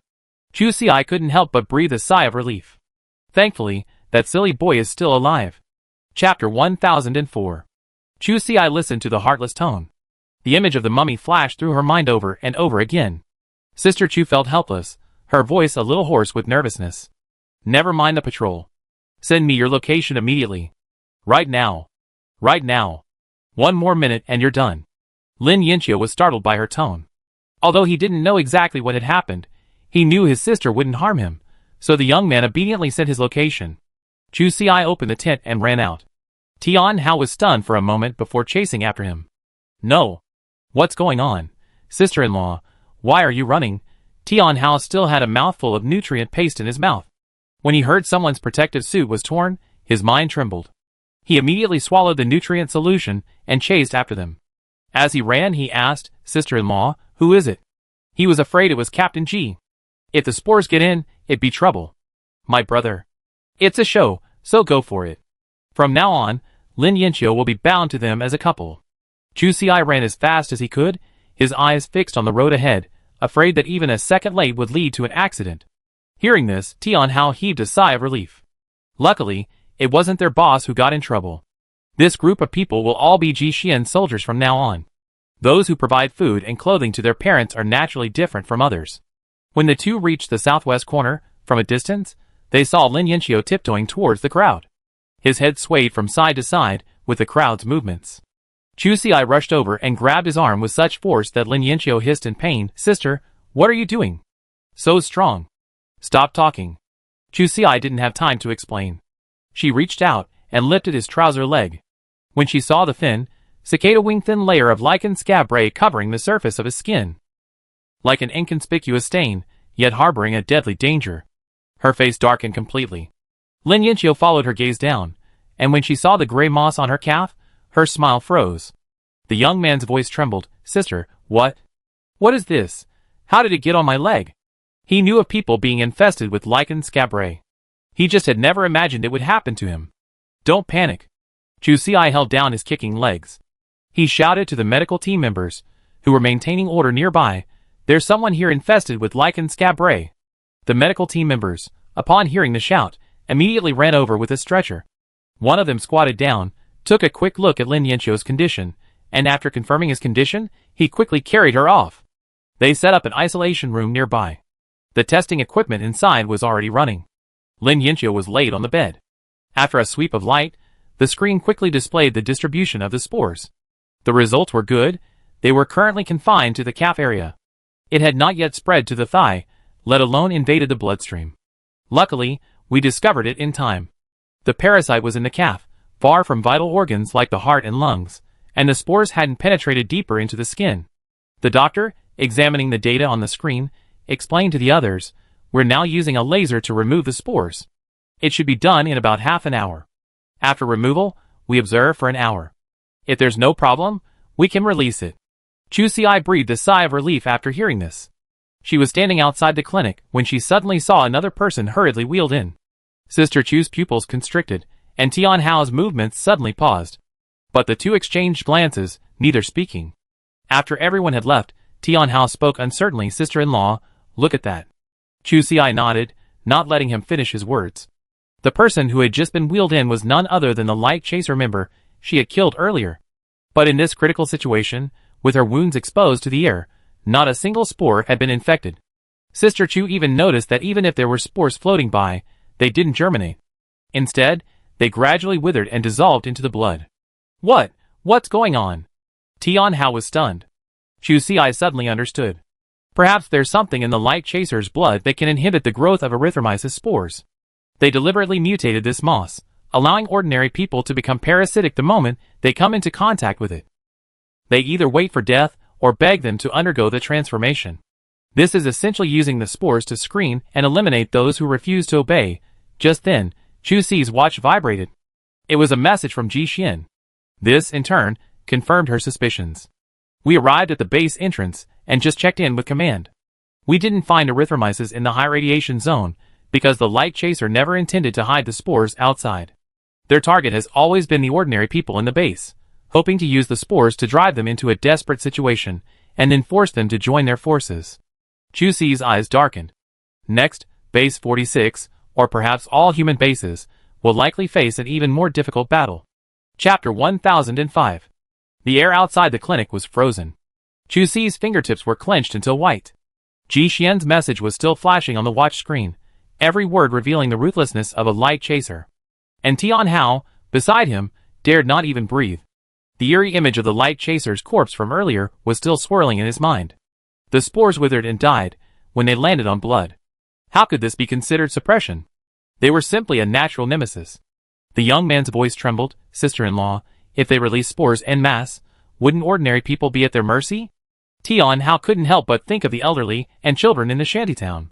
If they were infected, how could they have Lin Yanqiu's luck to be discovered in time? He took a deep breath. But he couldn't relax for a long time. Chu Xi didn't respond. His gaze paused as he scanned the crowd queuing outside the medical point in the distance. She saw some people coughing softly, clutching their arms, while others looked up and down.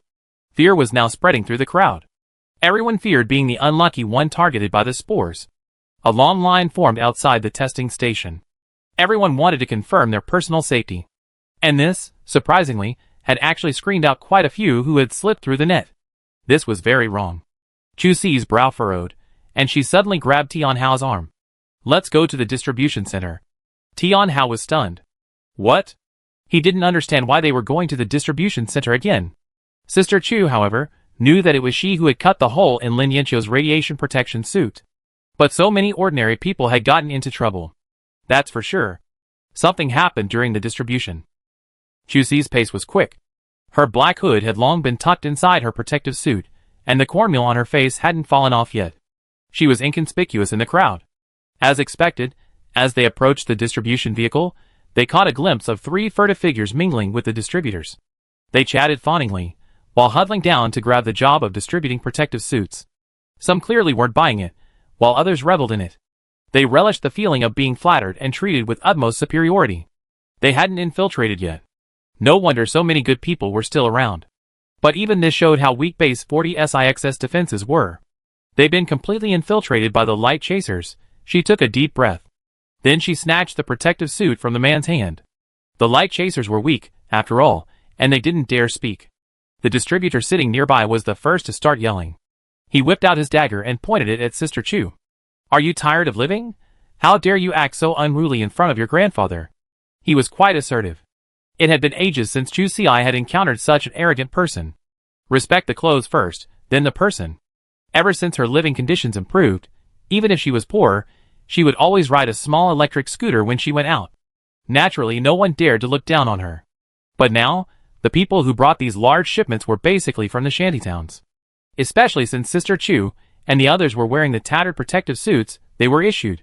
How could they possibly be considered prestigious? And here, without background and power, the only consequence was being suppressed.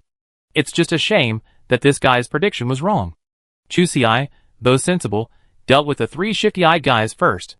Seeing how swiftly she took down those underlings, Big Brother realized the situation was dire. Unfortunately, Chu Xi, in a state of extreme frustration, didn't give him a chance to flex his muscles. She played it safe, knocking those guys down in one blow. But this one wasn't so lucky. One slap. The young man felt dizzy. When he regained consciousness, half his face was numb. The man sat down, his eyes fierce as he glared at Chu Xi. He encouraged his teammates. Our team members have been beaten like this, and you're just standing by and watching? The others were silent. Instead of just watching, was he supposed to get slapped too? Without a mirror, was this guy still oblivious to his own plight? The 5 slap marks were firmly etched on his face. The boss's mouth was bloody, but his mouth was numb, so he couldn't see clearly. Besides, they had already disliked him. Everyone had been assigned to the supply distribution point. It was just a temporary team. They were all small fry from their respective departments. You're relying on some vague kinship to act like a big shot. You've gotten what you deserve. You still want your brothers to take the blame? How dare you? They're not from the same department anyway, so even if this brat wants to make things difficult for them, he won't be able to. He was naturally helpless now. Chu Si was amused. She narrowed her eyes and caught a glimpse of a small, soft, gray patch on the back of his neck. She instantly felt goosebumps. He quickly glanced at the nearby distribution staff. The look made those people squirm. One of them chuckled dryly and took a step back. Sister, please do as you please. I won't interfere. The eldest brother was about to explode. But Chu Si's words of parasitism sent him reeling. The others instantly lost their interest in watching the fun. They quickly carried the person and ran towards the isolation room. By the way, they also needed to be examined. This time, the problem was truly serious. Chapter 1006. Chu Si watched the distributor being carried away. Her knuckles were white from clenching, and even her breathing was tense and stagnant. Her brows were furrowed. She felt worse and worse. Tian Hao was beside her, jumping with anxiety, his voice trembling. Sister-in-law, how long has it been? Even the distribution point has been exploited. If everyone knew about the flaws in the protective suits, who knows what chaos would break out? His worries were not unfounded. Chu Si's gaze swept over the crowd, which was already showing signs of agitation. They couldn't let things get out of hand. She knew how dangerous it would be otherwise. But the material of these protective suits was extremely poor. The fabric was as thin as the worst plastic. If things got really chaotic, with everyone pushing and shoving, even a scratch would allow spores to get in. What she feared even more was that someone would just throw in the towel. Once they themselves fail, they want to drag others down with them. This world, already uninhabitable, how could it withstand this kind of test of human nature? Chu Si's mind was in a turmoil. Suddenly, a sharp whistle rang out in the distance. Several men in dark gray uniforms, holding loudspeakers, rushed over. The voice from the loudspeaker cut through the clamor, undeniably forceful. Everyone listen. Command has urgently set up a disinfection room. Meet immediately in the west open space. Those wearing newly issued protective suits will be given priority, and those wearing their own must also go, otherwise, you will face the consequences. The crowd fell silent for a moment. Then, even greater commotion erupted. Some rushed forward, while others retreated, hesitant. Tian Hao quietly tugged at Chu Si's sleeve. Sister-in-law, are we going? Ever since the young man was rescued by Sister Chu, he had wisely retreated to the position of younger brother. Tian Hao feared this was a trap. After all, the Light Chaser's plan was so detailed. How could the base find a countermeasure so quickly? But he decided to listen to Chu Si. And Sister Chu's suspicions were piling up. From the mutated spores to the infiltration of supplies, the Light Chasers had calculated every step meticulously. How could they have left the base with time to react? But seeing the panic in the eyes of those around her, she gritted her teeth and said, "Let's go and take a look first. If there's really a problem, it's not too late to run away." What she was really afraid of was that even this so-called disinfection room had been infiltrated by the Light Chasers. The current situation couldn't be reversed by just a few of them. No matter what, she had to go and find out. Chu Si had the energy stone to back her up. Those spores of the tooth-ribbed moss couldn't possibly suck her dry. She calmed herself down. Following the crowd westward, she saw 3 gray tents in the open space from a distance. A wooden sign prominently read disinfection room hung on the tent entrance. The open door was tightly closed. Several armed men stood guard outside. A long line quickly formed in front, with only 2 people allowed in at a time, and they had to rush in and out. Chu Si's nose twitched. No! She frowned. Next group. A uniformed officer waved, his eyes scanning Chu Si and Tian Hao sharply. Chu Si let Tian Hao go first, and she followed behind, giving them more time to react. Although the young man was terrified, he still bravely pressed forward. What was going on? As soon as she entered the tent, Sister Chu was immediately struck by the strong smell of disinfectant. In the air, there was a faint smell of blood. Her first reaction was that they were also taking human blood samples. But the sudden onset of several showers immediately dispelled her suspicions. The smell of blood was coming from the disinfectant. Instantly, Chu Si thought of the white-coated Light Chaser she had killed earlier. Her heart sank, and a thought suddenly flashed through her mind. Disinfection is complete. Seeing the man still wasn't leaving, a patrolman immediately pushed her. What are you doing? Get out. His voice was filled with impatience. Sister Chu's head was buzzing. She stumbled out of the tent and, as she turned a corner, was grabbed by Tian Hao. He lowered his voice to a whisper, "Sister-in-law, what just sprayed?" This kid had a keen nose, and he immediately wanted to share his discovery. But Chu Si immediately raised a hand to stop him. In the momentary confusion, she had simply never considered this. But upon closer inspection, this was indeed the fastest way to control the problem. Even if this method seemed less than benign, one could even say it was extremely cruel. But the light chaser had committed too many sins. He had long since blocked his path. Now, even if he was being treated as a blood bank, he had no right to protest. Otherwise, where would these millions of people be left? Tian Hao's face paled instantly. Did the base know all along? Not necessarily. In her opinion, this was more like a stroke of luck. This was also the chance for the people of Base 46 to survive. Chapter 1007. Chu Si stared at the people lined up outside the disinfection room. His brow furrowed even more. They could detect any abnormalities in those light chasers. The base had dedicated researchers, not to mention them. It was all a matter of luck, actually, compared to Sister Chu's initial expectations. Not all light chasers were immune to the spores. It was just that the one she killed happened to be. Tian Hao was about to speak when he heard whispers nearby. A man, freshly disinfected, rubbed his arm. He was clearly a meticulous worker. The man's brow furrowed so tightly it could sniff a fly. He sniffed his sleeve with disgust. Why does this smell like blood? How can disinfectant smell like that? The person next to him quickly grabbed him. I was really impressed by his dog's nose. He lowered his voice to a whisper. Are you crazy? Don't talk nonsense. In his opinion, spore resistance was enough. Didn't you see those infected people just now? They were as stiff as boards. Whether it was blood or not, it was better than death. The man being criticized instantly shut up. He wasn't stupid, but there were things he couldn't help but complain about. The two of them walked away from the crowd in a huff. Sister Chu watched this scene, her eyes slightly lowered. It seemed no one would question the legitimacy of this blood-colored disinfection.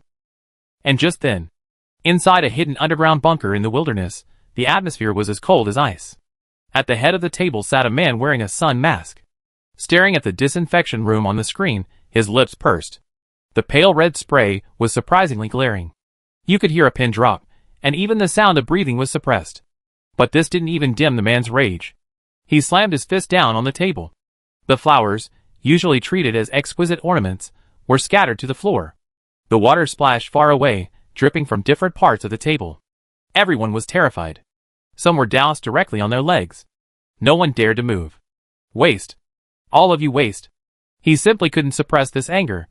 The man raised his hand and slapped a nearby henchman. The crisp sound echoed through the room. The henchman stumbled, but immediately stood up straight. He didn't dare to change his expression even a little. The man at the head took a deep breath before asking the most crucial question. Didn't I clearly state that none of the agents sent this time can lead the team? Who told them to leave without permission? The subordinate's face flushed red from being slapped, and his voice trembled as he replied, Chief. Chief, yes, those researchers insisted on going to the base to collect parasitic data. They said it could optimize the spore mutation direction. We couldn't stop them. They even dared to contradict you, let alone us, their subordinates. The masked man was truly irritated and laughed. Optimize spores? His knuckles cracked. Now look. Not only didn't they collect the data, but they also leaked the secret of the agent's ability to inhibit spores. Sometimes, he really wanted to kill them all.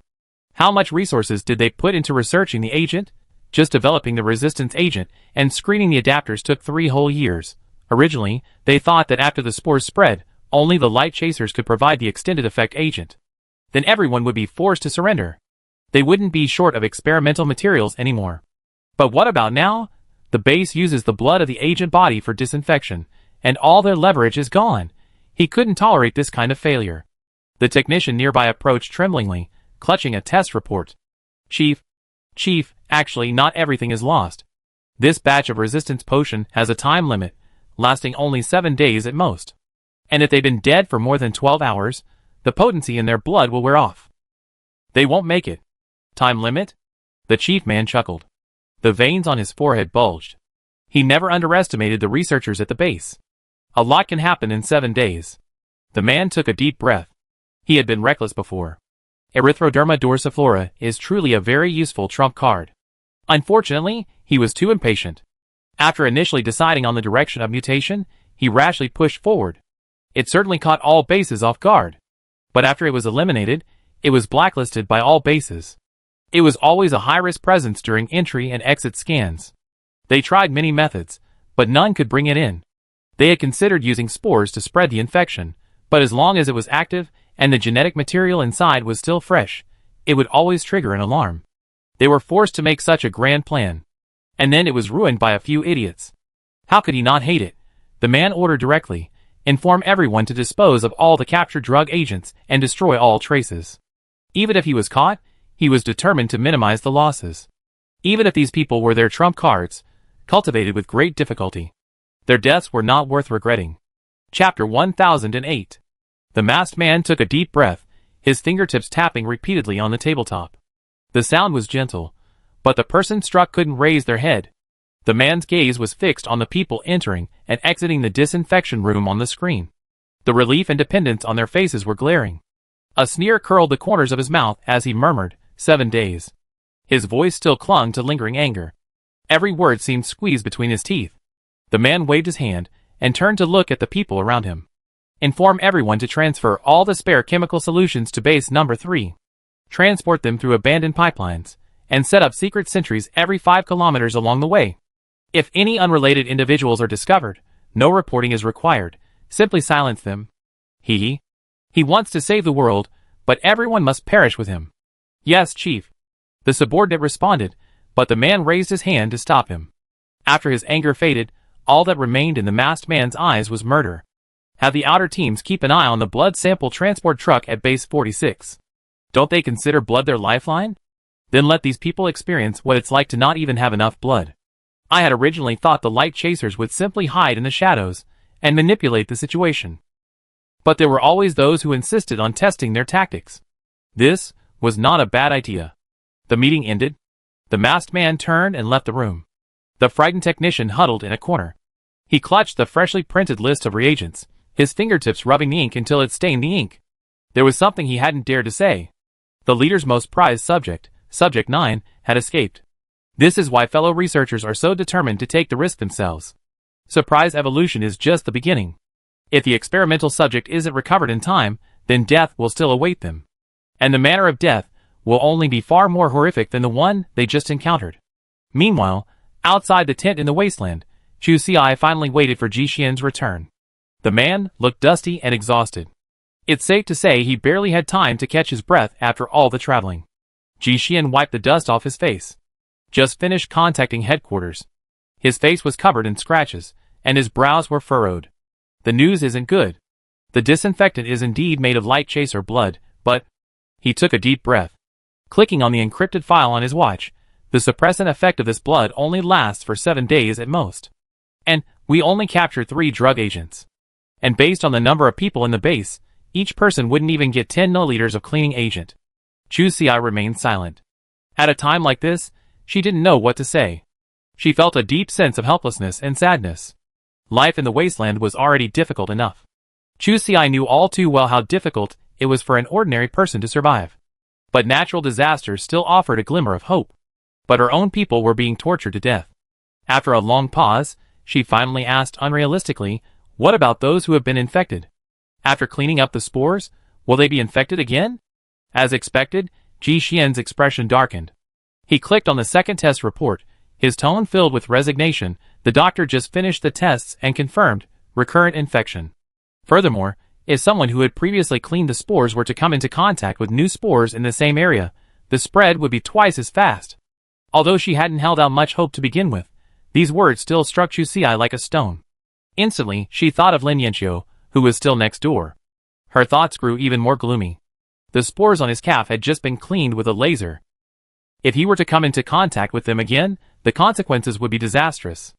Luckily, Ji Xian had already come up with a solution.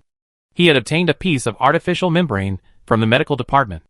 It was originally intended for wound covering, and it was perfect for the current situation. But he handed the item to Chu Xiai.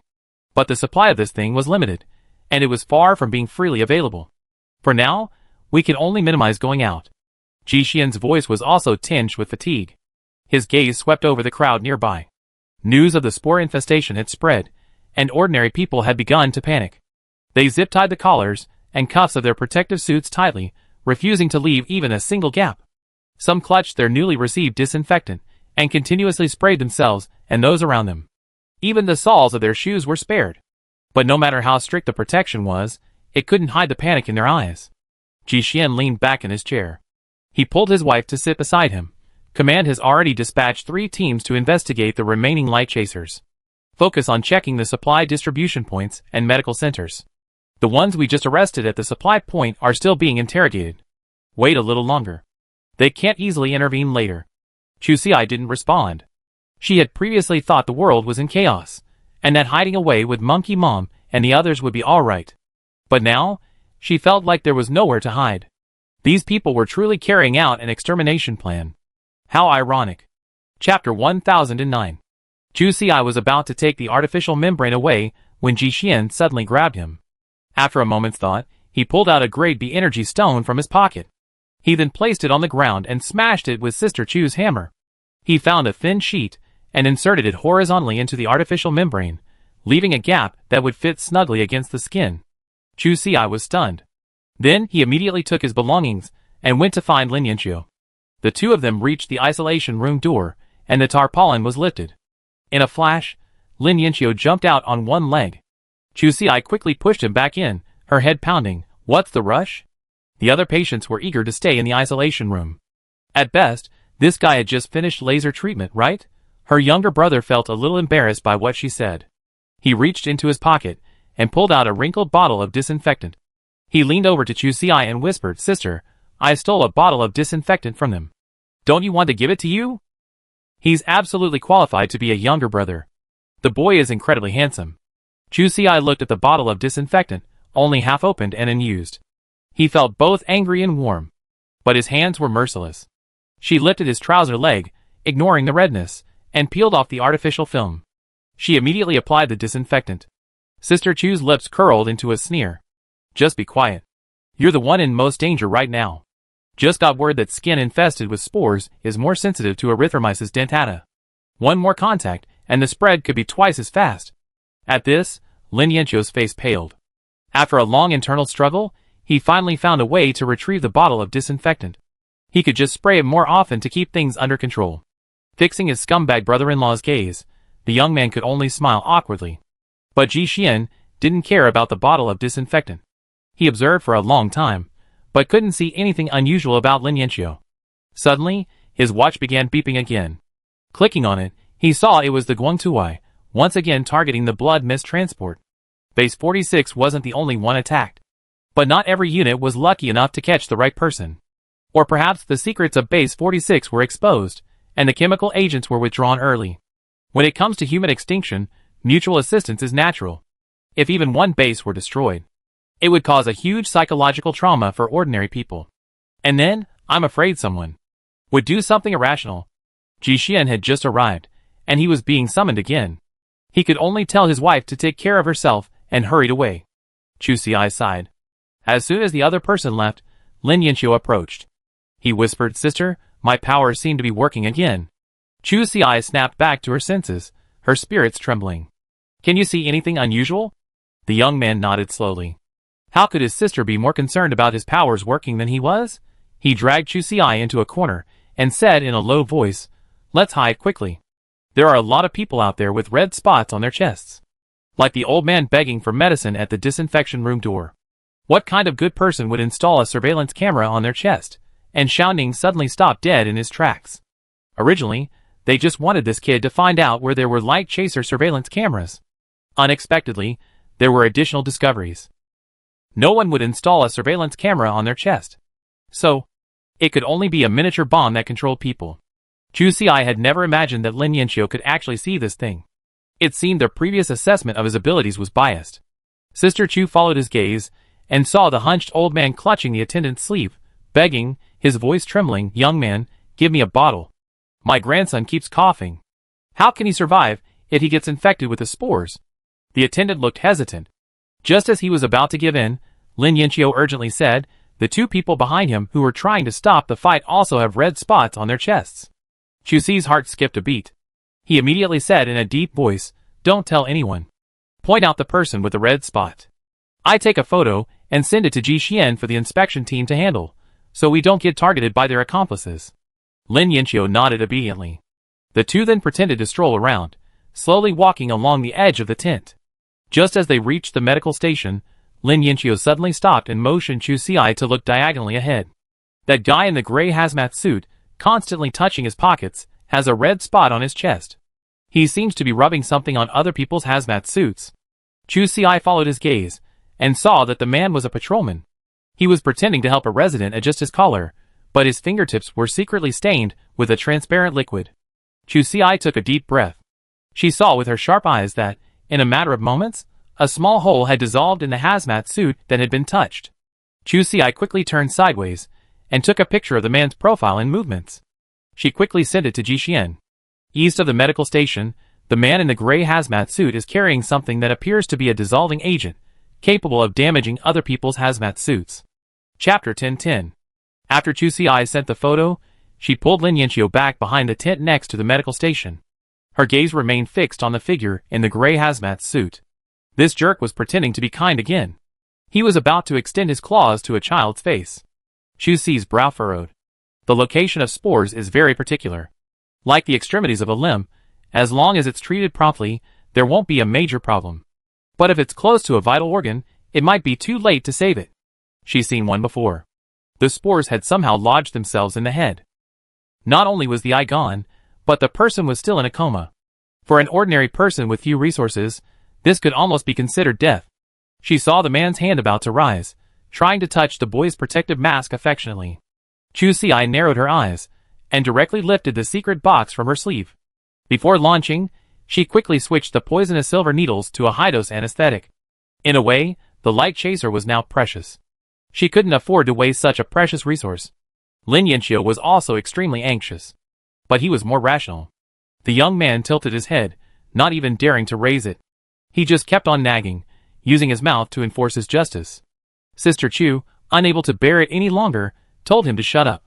Just say it, why are you always pulling at her arm? Fortunately, it was thanks to the few seconds that the scumbag brother had delayed him.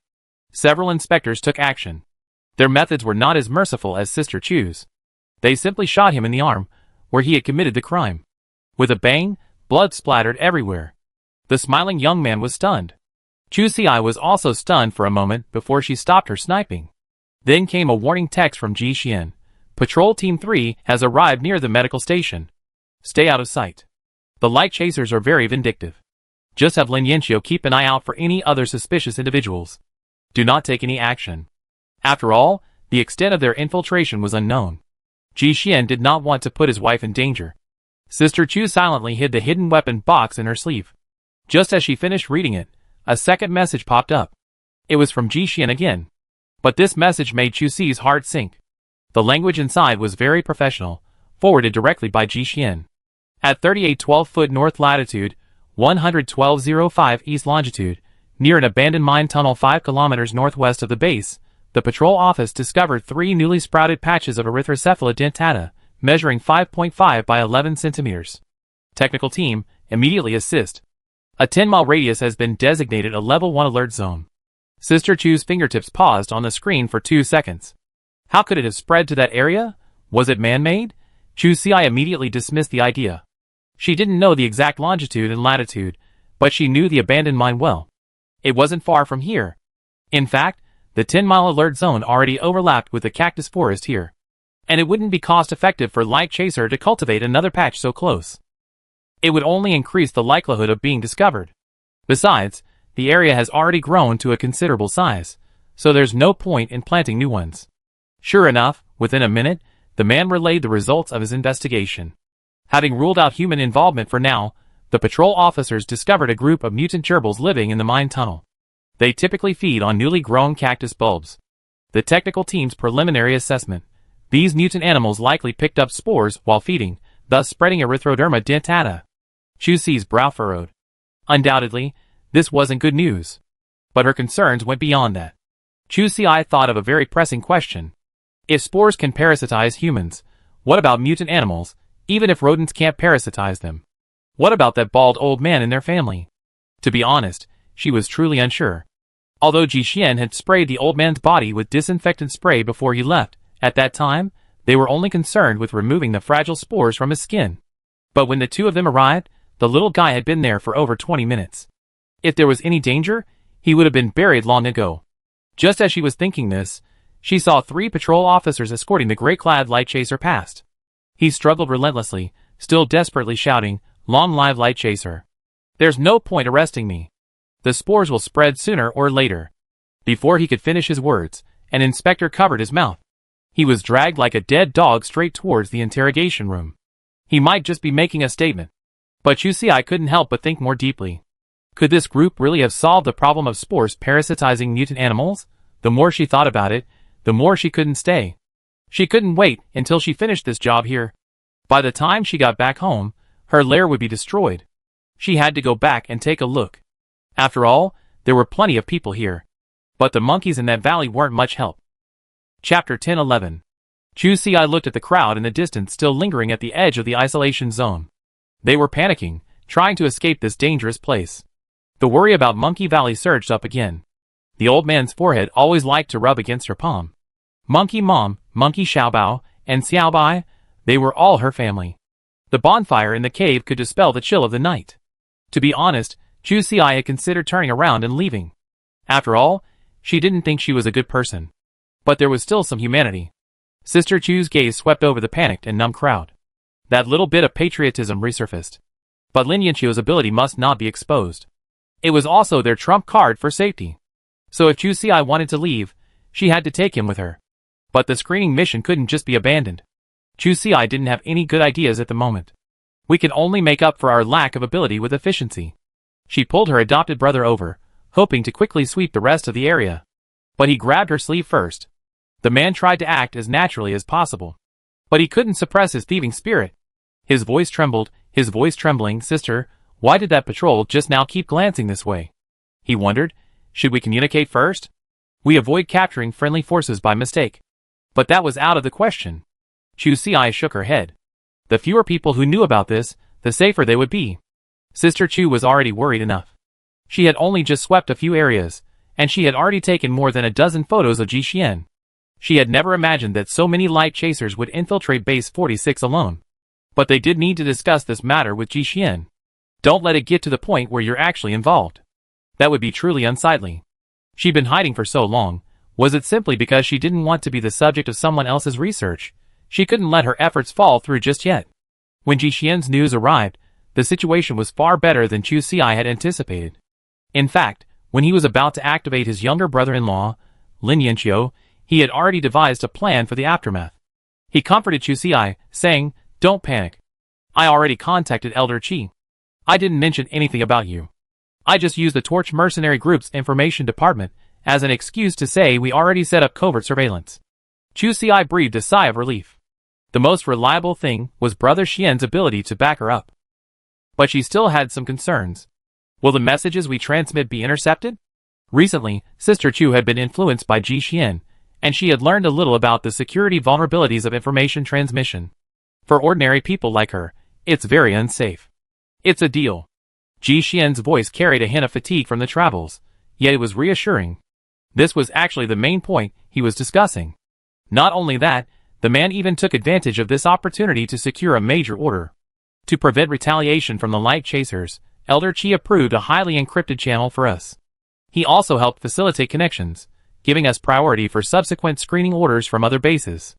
We all use Base 40SIX's exclusive military channel. This way, we can make money without risking exposure, directly targeting the highest level clients. Chusi was stunned by Jixian's actions. "I can only say, you're worthy of me." While she was still cultivating her own sentiments, our brother Xian had already, despite his righteousness, launched the project. While Chusi was still marveling at how people could be so different, Lin Yanqiu had made another discovery. This time, however, he was more hesitant. The scumbag brother lowered his voice to a whisper, "Sister, that inspector over there has a red spot on his chest. But I watched him for a long time, and he's just handed out water, not done anything bad." Chusi's brows furrowed. She looked in the direction she was going and saw an inspector in gray clothes bending over to pass water to residents in line. The man was very gentle, a rare example of a good-tempered inspector. His movements were gentle, and his smile was warm, too gentle to be a villain. But Chusi didn't let him go. Lin Yanqiu's ability couldn't be wrong. Besides, Many light chasers had been apprehended before, so it was understandable that the remaining ones wanted to hide. As expected, a few minutes later, news arrived about Ji Xian, saying that spore capsules had been found on the soles of his shoes. But this enforcement operation created obstacles for the inspectors. The arrested individuals, having committed no wrongdoing, cried foul. And the bewildered nearby residents murmured, "Yeah, he just told me where to get hot water." Are the inspectors starting to arrest people indiscriminately? And this was just the beginning. More and more light chasers were being apprehended without making any moves. Because they had no distinguishing features, the fear grew worse. Add to that a few words of incitement. The crowd soon erupted in riots, eager to flee. Thankfully, Chu Xi had finally managed to pull Lin Yanqiu around for almost a full circle. She really wanted to laugh. Over 80 undercover agents had been inserted into just one base.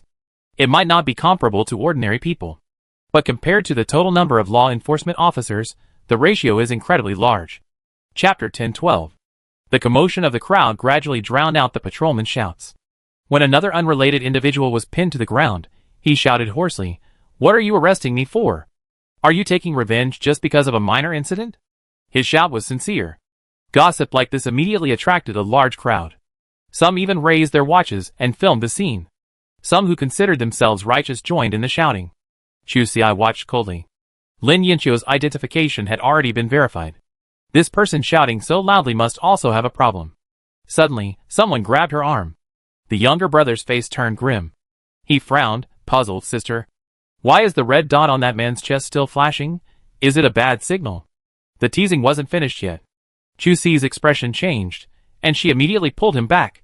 Lin Yanqiu still thought he was looking at a surveillance device implanted in the human body. But Sister Chu had considered the possibility of a bomb from the very beginning. Now, it was clearly entering the countdown process. The two had barely taken 2 steps when they heard a muffled boom.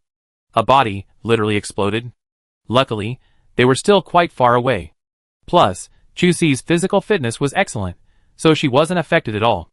Only Norton's eyes were bloodshot from the shock. But he was clearly able to absorb the energy from ordinary energy stones, and soon he returned to normal. Sister Chu looked back. She saw a puff of pale green smoke floating above the deceased. Like a sticky, poisonous web, it instantly enveloped the 3 nearby residents. They were already close, severely injured by the force of the explosion. Now, trapped by the mist, not only were their protective suits melting, but even their skin was melting.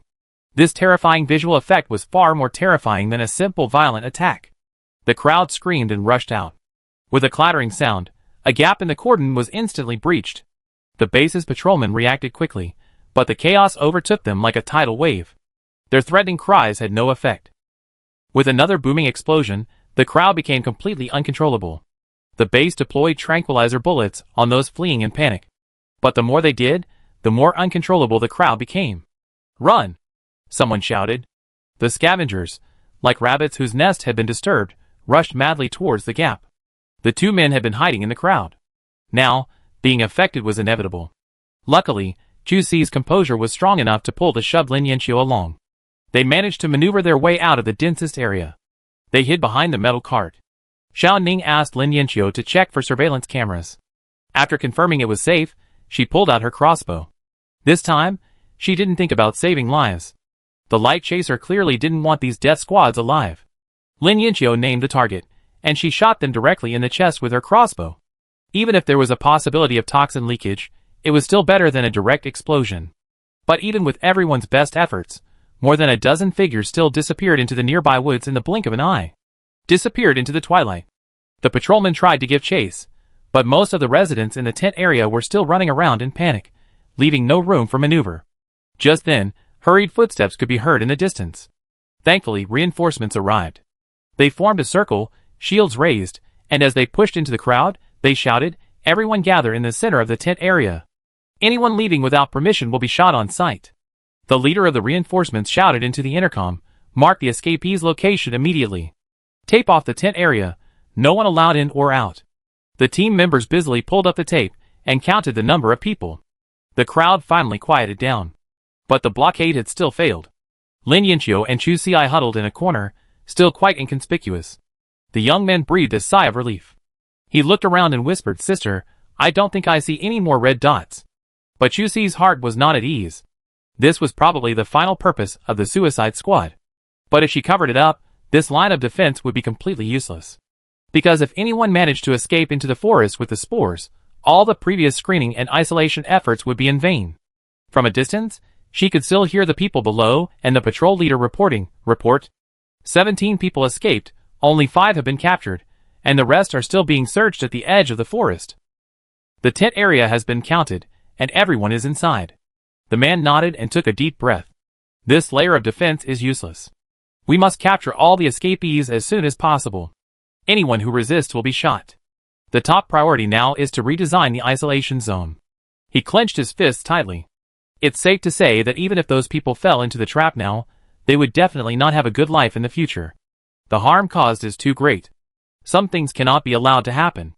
Even if it's just once. Chapter 10:13. As the clamor in the tent area died down, the air still lingered with the scent of disinfectant and dust. Chu Si helped Lin Yanqiu steady herself. Looking up, she saw the patrol team forming a circle with their shields raised. The metal shields gleamed coldly under the blazing sun.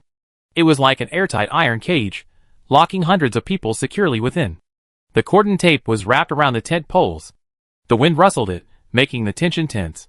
The younger brother rubbed his arm, red from being squeezed, and muttered softly, "Sister, haven't the people who escaped returned yet?" Chu Si followed his gaze toward the edge of the woods. There were only the patrol team patrolling. As for the people who had been chased away earlier, there was no news at all. She was about to speak when she heard a sudden bang from the woods. It was the sound of gunfire, muffled by the wind, but clear enough. The crowd fell silent for a moment. Then, tiny cries of panic erupted. Some instinctively retreated into the tent, while others clutched their children's hands and retreated. Their eyes were filled with fear. The patrol leader's voice rang out in time, "Don't panic. It's the patrol's warning shot." But no one was truly reassured. Because everyone knew, this wasn't a warning shot at all. It was a clear signal that anyone fleeing into the woods had no chance of survival. The words "more danger than safety" were clearly laid before everyone. The low pressure in the crowd grew even stronger. Some sat on the ground, clutching their weeping children, their bottles of disinfectant distorted by their grip. Others leaned against the tent fabric, staring blankly at the lingering bloodstains. They secretly glanced toward the edge of the woods, their eyes filled with resentment, but gradually, fear replaced them. No one dared to mention the word "get out" again.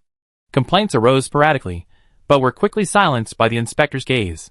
Chu Si watched this scene with a bitter taste in her mouth. She had thought that the battle between Base 46 and the Light Chasers, although disastrous, at least there was a back and forth. But now she knew that even greater humiliation was yet to come. Base 46 had the confidence to bring its forces to this wasteland. The Light Chasers always deployed undercover agents in every operation. They had been deadlocked for 3 to 5 years, and were no different from ordinary people. They only acted when ordered to. This had caused so much trouble before. So, this time, they had deliberately gathered everyone in the moss field. The original intention was to use the screening to remove all the thorns. But unexpectedly, they had found a preliminary method for the spores first, but accidentally touched the Light Chaser's sore spot. News from Ji Xian arrived again. But it stunned Chu Si. Taking advantage of their forces being tied down, the Light Chasers concentrated almost their full firepower, focusing on Base 46. They rushed in with highly radioactive material, contaminating much of the land. The protective shield couldn't even decontaminate it. Chu Si was silent. What did this mean? Was Base 46 destroyed? Just with this one light, sudden attack? This was the first time. Chu Si had a profound understanding of what a terrorist attack meant. It was a devastating attack, devoid of reward. Before she could finish her question, Ji Xian's message arrived again. But it wasn't good news. Everyone who could have evacuated has done so. Now the base has 2 options: either merge with another base, or temporarily reside elsewhere and rebuild later. Lin Yanqiu's eyes widened. He was still a little dazed and disoriented. So what do we do now? Should we stay here? Sister Chu sighed. We just have to stay. She glanced at the trapped crowd. The base must be in chaos. There was no way to evacuate them. It was a blessing in disguise. The only good news was that the core of the base's shield had held. It hadn't been destroyed by the Light Chaser. If even that was lost, Base 46 would be completely dependent on others. From then on, it wouldn't have even a single initiative. She suddenly remembered, what about those undercover agents we planted earlier? Haven't they all been apprehended yet? Looking at the message from Chu Si, Ji Xian could only smile wryly. How can I even have the time to apprehend them? All our manpower is tied up right now. Back at the base, we have to count the losses, and here, we have to keep an eye on the crowd. We can't even focus on those hidden agents. Maybe there's still someone among us, just not receiving new orders. After that, Chu Xi sent another message, but Ji Xian didn't reply. He must have gotten busy. Sister Chu stood there, looking around in bewilderment. She hadn't expected the light chaser to be so dangerous. And the people around them still didn't know their homes had been destroyed. Their family was doing relatively well. They had long since relocated their lives to Monkey Valley. But there are so many like EP911's family. They fought tooth and nail to achieve military merit. Finally, they exchanged their money for a house at the base. Shouldn't there be compensation for rebuilding the base? The light chaser tramples upon the fruits of others' labor, satisfying nothing but his own radical selfishness. Indeed, they should be eliminated at all costs. No matter how plausible their reasons, it still won't change their core disregard for human life. From now on, he will never be able to clear his name in Chu Xi's eyes. Chapter 10:14. In the cactus forest at night, the wind, carrying grains of sand, lashed the tent fabric. A constant patter sound. Since the last riot, Chu Xi and her group have been confined for 3 days. During this time, the base distributed some necessary food supplies. But after 3 days, there was only 1 bottle of nutrient solution. Luckily, Chu Xi and her group had brought some with them before leaving.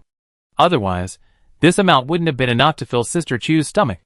Chu Xi lay on the tent's moisture-proof mat. She scratched the worn surface with her fingertips. Before, she had thought about sneaking back to Monkey Valley. But these past few days, the patrol team had cordoned off the edge of the forest like an iron barrel, preventing even a gerbil from getting out. They also kept regular headcounts, so she could only suppress her thoughts. She figured the monkeys in Monkey Valley were all cunning monkeys. If there was any trouble, they sniff it out and come looking for them. Just thinking this. Suddenly, the moisture-proof mat beneath her gave way. Chu Xi's heart tightened, and she immediately pulled out her pistol and placed it against the ground. Her fingertips barely touched the trigger. The canvas on the tent floor suddenly ripped open. A claw covered in black scales poked out. Master? Chu Xi knew that claw all too well. She felt a surge of joy, then lifted it tightly. Could this really be a problem? However, with 7 or 8 people in the tent, this was clearly not the time to question. She immediately held down the master's claw, preventing it from climbing up. With one hand, she quickly opened a tranquilizer bullet from her bosom. A colorless, odorless gas dissipated. Her palm was against the energy stone, so it was naturally unaffected. Lin Yanqiu's stone, however, had long since expired. Within seconds, he passed out along with the others. Chu Xi then let the old man in. At first glance, he still had a monkey hair in his mouth. You could say. The moment she saw it, her heart finally gave out. She couldn't wait any longer. She first sprayed the old man's body with disinfectant, then sprayed herself. She turned around and tried to follow him into the cave. But before leaving, she woke Lin Yanqiu. Chu Xi reminded her stepbrother. After she left, she would fill the hole. She would come back to retrieve the person in 2 days. As for the lack of people in the tent, she roughly prepared to steal one. It would take a while. It would be really hard to find out who had escaped from the base. She left the task of stealing the person to Lin Yanqiu. Let him bring someone back when he goes to the bathroom at night. And with a hidden weapon box in hand, it's not a difficult task. By now, the old man had already left. Lin Yanqiu stared at the hole in the ground, completely impressed by Chu Xi. Sister, when did you dig this? Are you so well prepared? Chu Xi, For the past 2 days, they've been sharing the responsibility of guarding it. He must be crazy to think he still has time to dig this tunnel. This cheap brother, is he a bit of a sister complex? But can he get rid of his IQ a little? Chu Xi took a deep breath, no time for nagging. After giving her instructions, she immediately crawled out of the cave. Once she was down, she found the little guy still waiting below. Sister Chu didn't dare delay even a moment. Following it, she climbed swiftly all the way. After only 2 or 3 miles, they had just left the isolation zone. They emerged from the cave entrance. However, Chu Xi hadn't expected to be ambushed the moment she emerged. A massive figure lunged towards them, and she quickly threw it over her shoulder. Bang! Monkey Xiaobao was stunned. Why was it the one getting beaten? In fact, Chu Xi had noticed the problem the moment she threw it into the air. But inertia still carried the action. Monkey Xiaobao lay there, unable to get up, clutching his head and crying. The young man's brown fur was matted, and there was a hint of blood at the corner of his mouth. Of course, this wasn't the result of Sister Chu's earlier throw. In fact, before it arrived, it had done something significant. The young man had reached adulthood, full of vigor and vitality. Most people would go looking for girls. But it was different. With its proud eyes, it set its sights on the Monkey King's throne. It goes without saying how badly it was beaten. And it was a series of blows.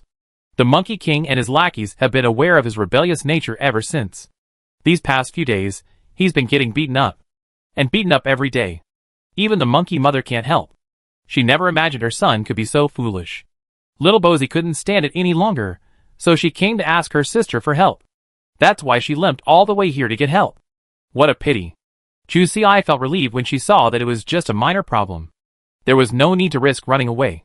She fished out 2 pieces of dried meat, one for each of the 2 little beasts. Now, don't think it's too little. That's all she can offer. Sister Chu treated little Bowsie's wounds, then sprayed them with disinfectant and drove them away. I'm busy. It's good to be able to report your safety. Chu's had to return quickly to prevent Lin Yanqiu from sealing the hole completely. She would have to dig it open with all her might. Chapter 10:15. After finally calming the 2 guys down, Chu's was able to escape. When she returned to the tent through the passage, Lin Yanqiu was already furiously digging. The entire tent was bare from his digging. But the hole was too deep. Just as she was feeling extremely worried, her sister crawled out again, her head covered in mud. Chu's She really couldn't bring herself to warn them. But her stepbrother was really focused on digging the hole. He didn't bother with anything else. He looked like a child who knew how to enjoy life. She held down her scumbag brother with one hand. She simply cleaned up the hole. Afterwards, she covered the broken tent with the ground. As long as they didn't fall in during their sleep, who would notice? She took a quick look and, thankfully, the number of people remained the same. Has anyone come to check? Lin Yanqiu quickly shook his head. Not yet. The people in the tent were still asleep, their breathing steady. Chu's sprinkled the antidote in the air. But no one had woken them. They'd probably slept for quite a while longer. The next day, they were woken by the broadcast. The news of their homes being destroyed had finally broken. The crowd erupted in excitement. Thankfully, the authorities immediately offered a solution. Base number 3 had agreed to take over the entire area. They weren't left without a place to go. Everyone was in a state of confusion. Before they could recover from the destruction of their homes, they were herded back onto the evacuation trucks. They were crammed together, without even a single piece of luggage. They numbly followed the patrol on the gravel. A dozen large military green trucks lay across the gravel, the rust on the sides of the truck beds darkened by the morning dew, but the canvas remained shiny new. Because the journey was so long, the base had specially sprayed them with anti-radiation coating and animal repellent. The wind rustled the trucks. Everyone scrambled anxiously. Only Chu's, after shoving Lin Yanqiu inside, immediately turned and left. By the time the scumbag brother looked back, the person was long gone. Even then, Sister Chu hadn't forgotten her electric scooter. It was a valuable asset. She paid a deposit. Before anyone else could react, she immediately grabbed the right to rent the truck's tailgate. Of course, this privilege cost her 5 points. But it was definitely worth the price. After all, there were only a few trucks, and the sides were covered with tents, making it impossible to tie anything to them. As expected, upon seeing her move, those riding electric scooters immediately reacted. The shipping price soared to a terrifying 50 points. And it was still competitive. Fortunately, Sister Chu's driver was quite sensible, and didn't come after her.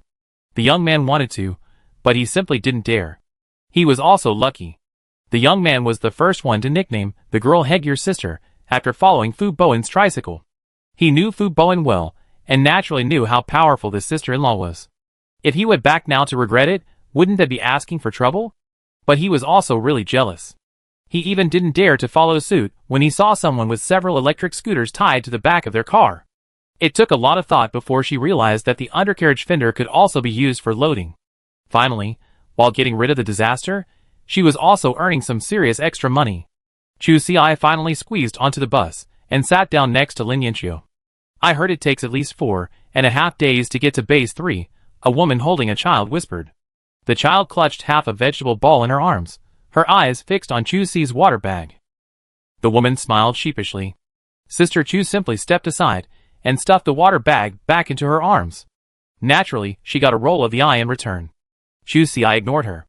This was the only half bottle of clean water they had left, and they didn't know when they get another supply along the way. None of them were well off, so she naturally had to focus on herself first. The moment the truck started, everyone swayed. The wheels churned through the fine sand of the wasteland, the tires sinking slightly. Before leaving, all personnel and equipment underwent a final disinfection. Then the vehicle transporting the civilians slowly drove away. During the day, the heat outside was as intense as a steamer, and the canvas was scorching from the sun. If Chu Si accidentally stepped forward, the back of his hand would shrink from the burn. The inside of the vehicle was filled with all sorts of odors. Someone tried to lift the canvas for some fresh air, but was immediately stopped by the patrol team. Don't move. If the smell spreads, it attracts a herd of mutant animals, and we all die here. With these harsh words, no one dared to even think about it. The vehicle drove until dusk, finally stopping for the first time. The child next to them had already wet his pants 3 times. It was obvious that the adults had reached their limit. As soon as the vehicle stopped, the crowd rushed out. But no one dared to stray too far, as the trees were large enough to block their view. Even so, an accident still occurred.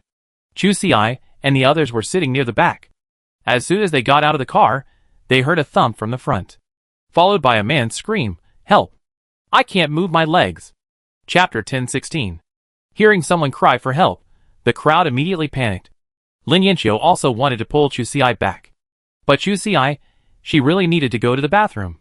Slapping her stepbrother's arm, she cautiously released 3 small mechanical spiders. She saw a man in gray clothes half kneeling in the loose sand. The eldest brother's face had turned a little blue. Clearly poisoned. The man's calves had sunk into the sand. The surrounding sand seemed to come alive, flowing down his trouser legs toward the center. Even stranger was, Chu Si controlled the small mechanical spiders to crawl forward again. She was not mistaken. The man's trouser legs were still entangled with several almost transparent silk threads. The more he struggled, the tighter the threads became. A soft rustling sound could be heard from beneath the sand, as if something was crawling. What's going on? Is it quicksand? Someone came over to help. But as they reached out, they saw the sand suddenly bulge, and a black spider half a man's height suddenly emerge. It grabbed the person and dragged him into the sand. The nearby patrolman immediately led the crowd back. It's a mutant sand bear spider. They were round, covered in brown and yellow markings almost identical to the sand. Their 8 legs were covered in short, downy hairs, stained with fine sand. When motionless, they practically blended into the sand. But if any prey entered their territory, the moment they landed on the sand, their fate was practically certain. The crowd retreated in terror. Those who had just wanted to help immediately retracted their hands, their faces pale with fear. But Xiao Ning had roughly determined the safe zone. She pulled Lin Yanqiu down. Don't run too far, don't get close to the sandy area. Then, the woman turned and disappeared. The young man, left behind, panicked. And so did the patrol team. Before they took action, they hadn't received any news of such a mutant animal nearby. They quickly drew their guns. But they didn't dare fire rashly, fearing to startle more spiders. A sand bear spider suddenly leaped up. The barbs on its toes scraped against the man's knee, causing him to scream in agony, his knee quickly swelling. Thankfully, he reacted quickly and wasn't dragged into the spider's lair. But it wasn't much better. It was poisonous. His leg was already numb.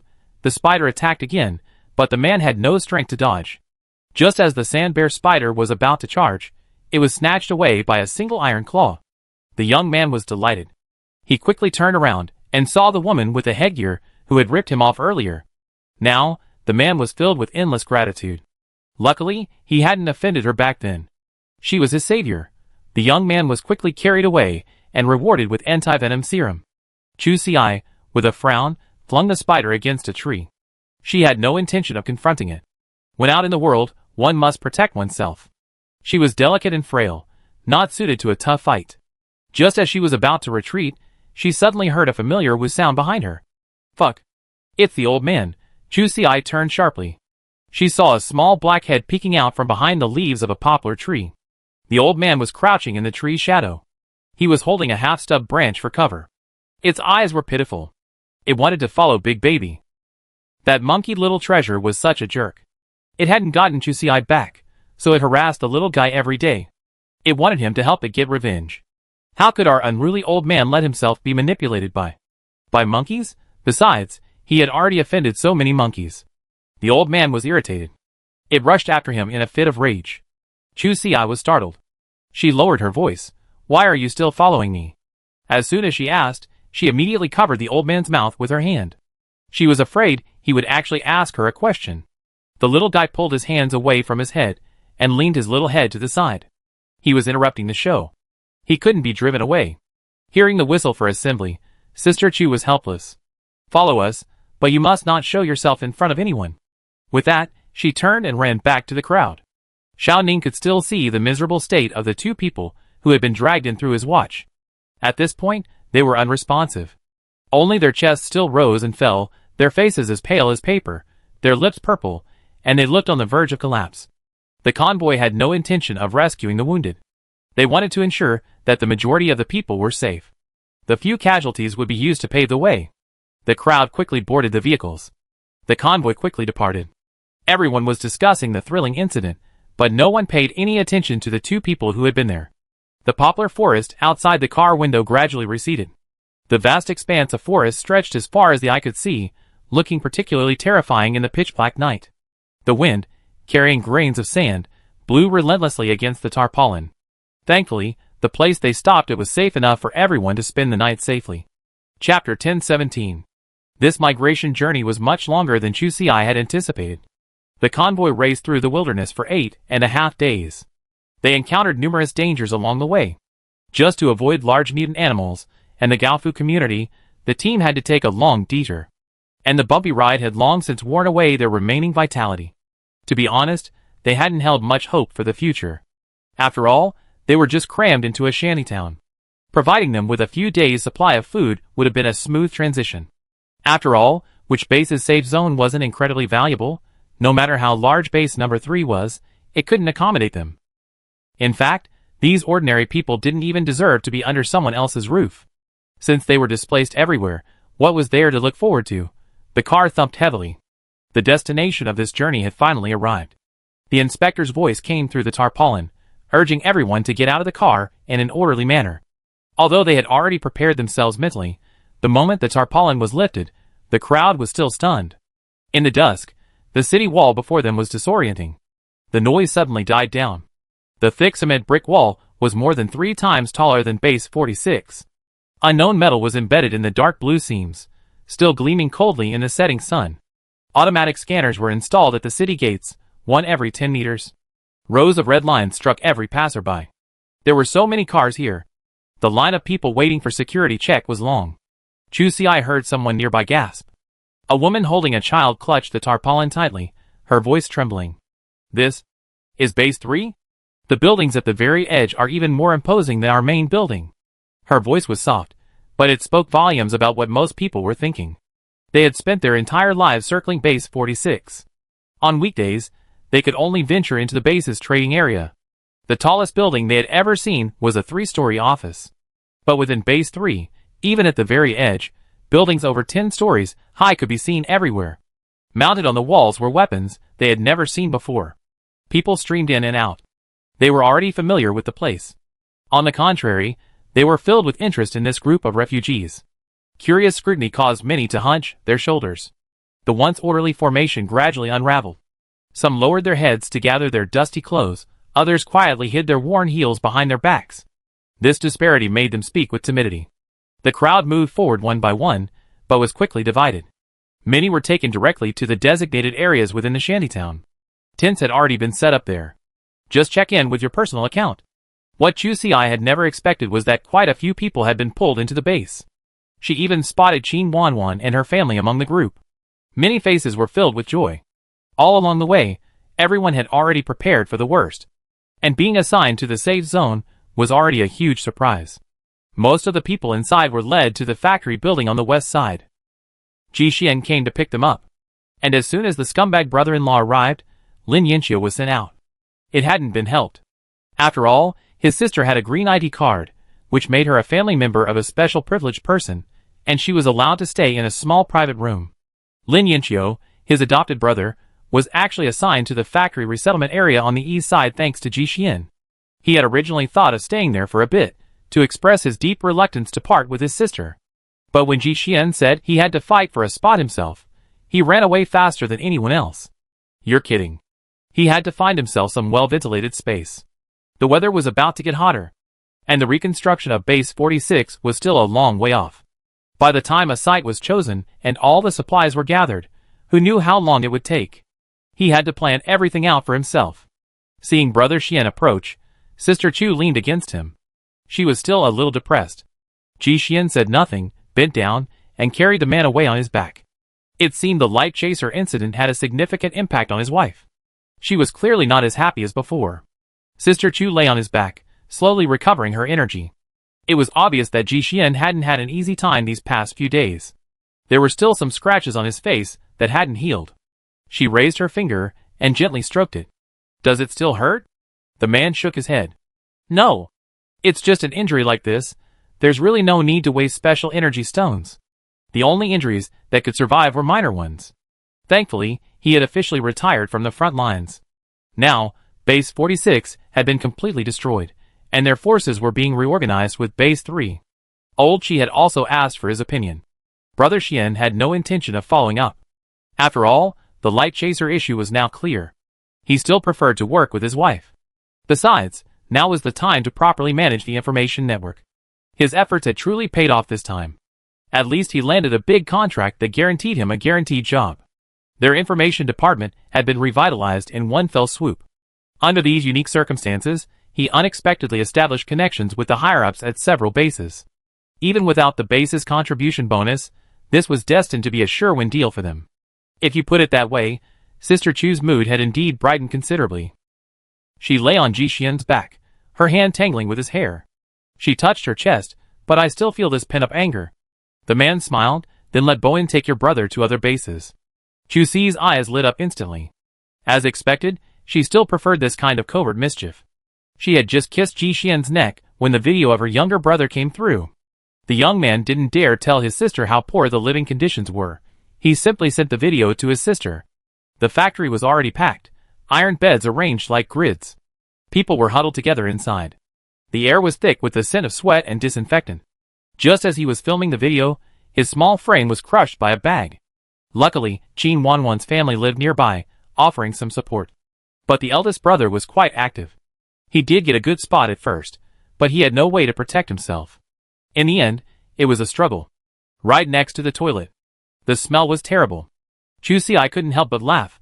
She said, with a double meaning, "Don't worry, I won't stay long." Chapter 10:18. Lin Yanqiu grimaced at the screen. He was about to complain to Chu Si about the stinky toilet odor that was practically killing him. Ji Xian's voice came through the receiver, tinged with a hint of laughter. "Your sister's right.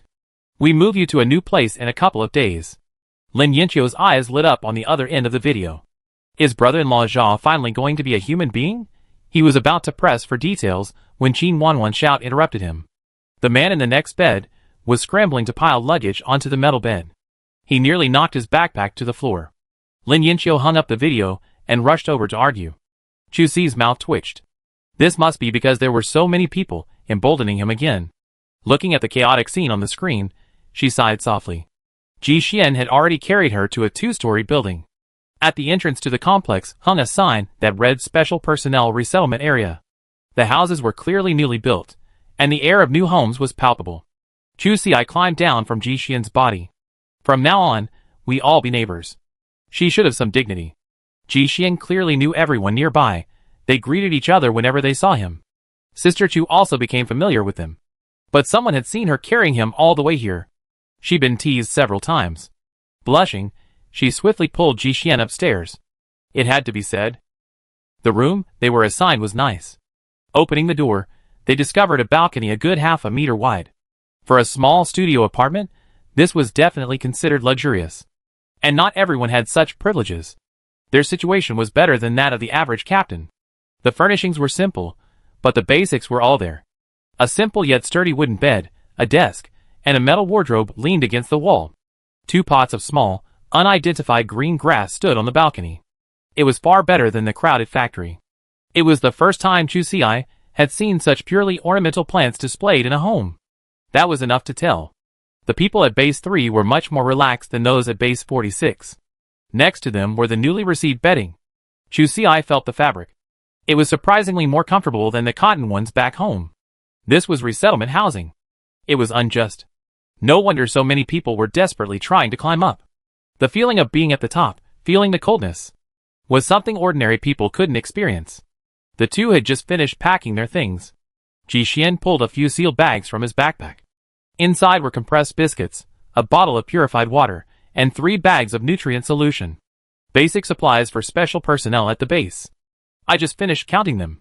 Use them sparingly. We have to wait for further notice. Chu Xi nodded and took the sealed bags. She had been here for so long, eaten countless mutant animals, and tasted many delicious fruits and vegetables. Sister Chu's fingers caressed the package of compressed biscuits. She opened the bag. It was filled with unknown nuts pressed into cakes. As for this basic ration, it had been so long since I seen it, and I missed it indescribably. She broke a little, and put it in her mouth. It was just as choking, and just as unpalatable. She couldn't help but feel a pang of pain in her nose. As soon as Ji Xian approached, a sudden explosion of noise erupted from outside. There were also hurried footsteps. Chu Xi's melancholy was instantly dispelled. She quickly walked to the balcony and looked down.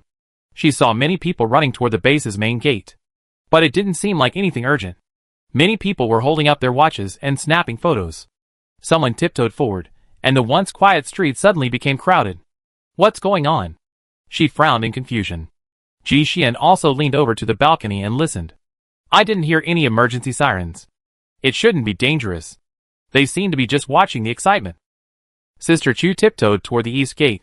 Unfortunately, despite her good eyesight, she couldn't turn. She could only see the dark mass of people, and the occasional exclamation. Just as she was gazing at the sight, the conversation between 2 staff members downstairs drifted into her ears. A rare beast was found at the east gate. It's a registered, rare species. Just as it was about to break through, it was scanned out by the security equipment. Crowds of people rushed to see the excitement. Rare beast? This thing is incredibly valuable. Its research value, and its own value are insanely high. Chu Xi's heart sank instantly. There was no other choice for a rare beast charging in headfirst. Back at base 46, the little guy always liked to sneak in with her. But the access control equipment at base 3 was clearly more sophisticated. And then he fell straight into a pit. The two of them couldn't sit still any longer. Grabbed their coats, they ran downstairs. As soon as they reached the building entrance, they saw 2 patrol cars roaring past. The loudspeaker on the bus repeatedly shouted, "The East Gate area is temporarily blocked. All non-essential personnel, please evacuate immediately. I repeat, all non-essential personnel, please evacuate immediately." Chu Xi pulled Ji Xian toward the East Gate, passing many people retreating along the way. Some were still complaining, "We're not allowed to see." They were chattering away. I heard that rare beast is covered in black scales, and is an evolved species, making it extremely rare. It's just too agile. Even after being locked up by the access control system, it manages to escape instantly. I heard 2 level 1 teams have been dispatched, hoping to capture it alive. Hearing this, Sister Chu's heart undoubtedly sank even more. When they reached the East Gate, they happened to witness the old man's escape. The automatic scanner flashed a glaring red light. Several red detection lines flickered back and forth in the air. The specially designed capture nets were continuously fired from the barrel. The old man was exhausted. But fortunately, he managed to dodge them every time. That mouth of his, it's never idle. It keeps swearing non-stop. Chu Xi rubbed his head worriedly. Just shut up. If it keeps babbling like that, it'd be easy for the tracking equipment to track it. Thankfully, it finally escaped into the woods. The terrain inside is complex, so capturing it won't be so easy. Chapter 1019. Look at the old man just running off into the woods. Chu Xi and Ji Xian couldn't help but breathe a sigh of relief. Fortunately, he escaped, considering the little one's cleverness. It would be difficult for the people at base 3 to catch him in the woods. It wasn't convenient to leave for the time being. There were so many people watching outside. Sister Chu thought about waiting a little longer, and then going out specifically to look for him. But it was obviously her overthinking. He was such a man, why would she even need to look for him? They had just failed to break into the palace. The two had just returned home when sirens rang out again at the city gate. It was the sound of a vehicle dispatching. Chu Xi's heart skipped a beat, and she hurried downstairs, only to find that her father had returned again. It was the same East Gate.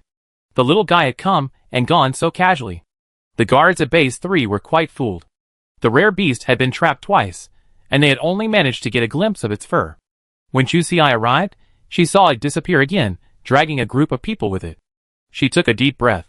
She heard the captain yelling next to her, "If it can break in twice, it means base 3 is struggling. Whatever the reason. Set up a tight net." This wasn't just talk. The two watched as the convoy quickly assembled. There were also several weapons they had never even seen before. Ji Xian's heart sank. What does it mean to play with fire and get burned? But that little thing had definitely figured it out. Chu Xi was at her wit's end. She couldn't contact the old man now. She could only wait where she was, ready to act. At least she could signal it to run with her eyes. But this time, everyone had been fooled. Is the old man stupid?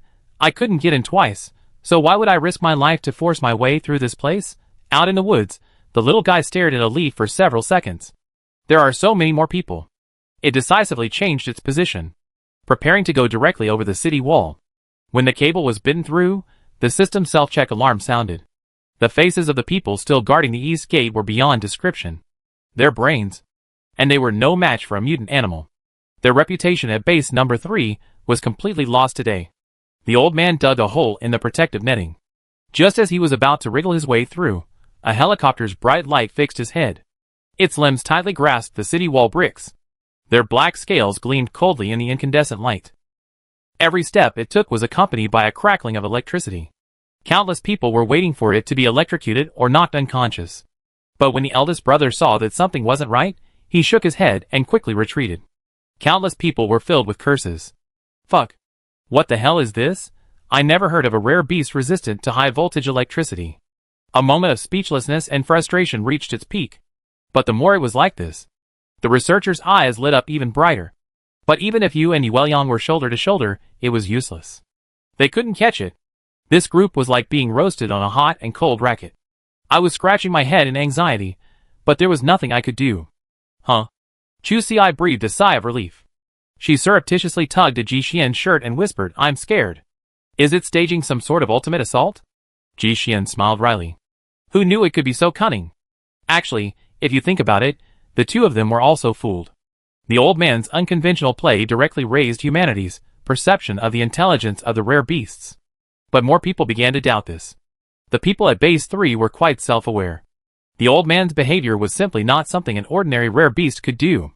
Combined with the news of the mutant wolf's raid on the tooth-ribbed erythrocephalus isolation zone, many people suspected that this creature was a domesticated light chaser. The corners of Chu Xi's mouth twitched. This can't be underestimated. Did he infiltrate the enemy camp single-handedly? This matter was mostly treated as gossip. But as they talked, a bigger story emerged. I heard the increased defenses at the East Gate paid off. They captured a little girl with high radiation levels. I know that. Her clothes looked like rags, and there was a number 9 on her chest. This was definitely something Big Brother could brag about. When he saw the fun was over, he prepared to turn back. The little girl was right next to him. He glanced at her, and immediately noticed something was amiss. It wasn't that this guy had any clairvoyance. It was just that the girl looked like a scavenger. Every base has its share of poor people. At first, he didn't think much of it. But a closer look revealed that her clothes were actually made of good material, just torn. As soon as the two of them stepped through the gate, the surrounding alarms rang. Those who knew the rules stood still, awaiting inspection. Only her eyes were filled with excitement. She rushed inside, howling. Then, she was immediately grabbed by 2 men. She struggled as they stuffed her into a patrol car and took her away. Chapter 1020. After a few days of danger, the old man's crisis was inexplicably resolved. As night fell over the walls of Base 3, Chu Xi was crouching behind a giant bush in the woods, watching the old man paw at the dried meat she had brought. The little guy whimpered, somewhat dissatisfied. Sister Chu rubbed his head. Grandfather, please don't rush in again. She stuffed pieces of dried meat into the little guy's mouth and wiped the fine sand stuck to his scales.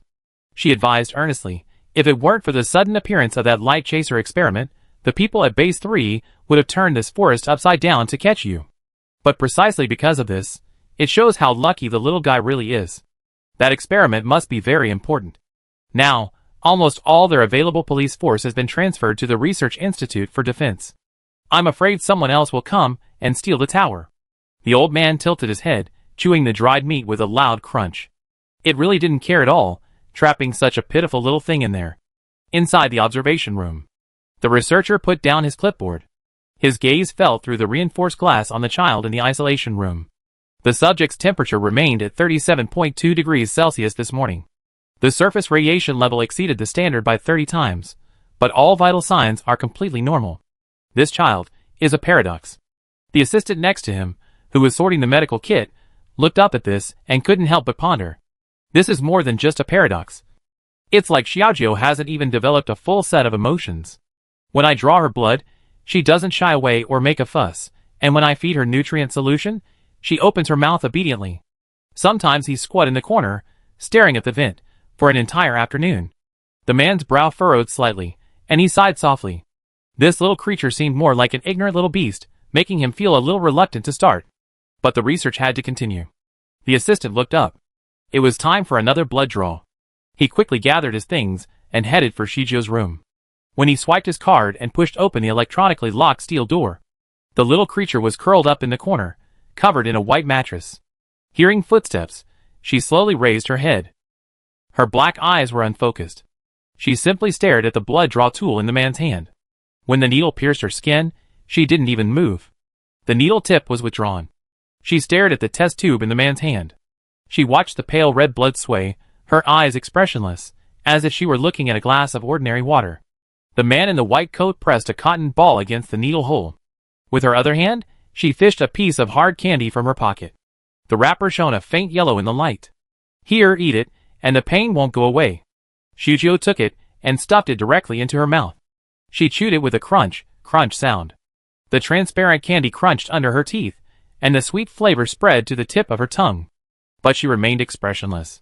As the man was packing up the syringes, he caught a glimpse of Shijiu's expression and couldn't help but complain to his colleague, who was sorting the equipment nearby.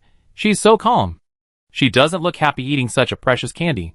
The colleague looked up, smiled, and shook his head. Maybe she doesn't understand sweetness? She looks so clueless, and she's lucky she's just doing the blood draw. The two chatted casually. Unnoticed, the child paused in her chewing. What's so strange about this?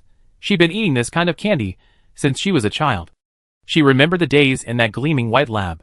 After each blood draw, the man in the white coat would give her one. The taste was always the same. Perhaps, when she was little, she had indeed experienced a moment of delight. But now, it seemed nothing special.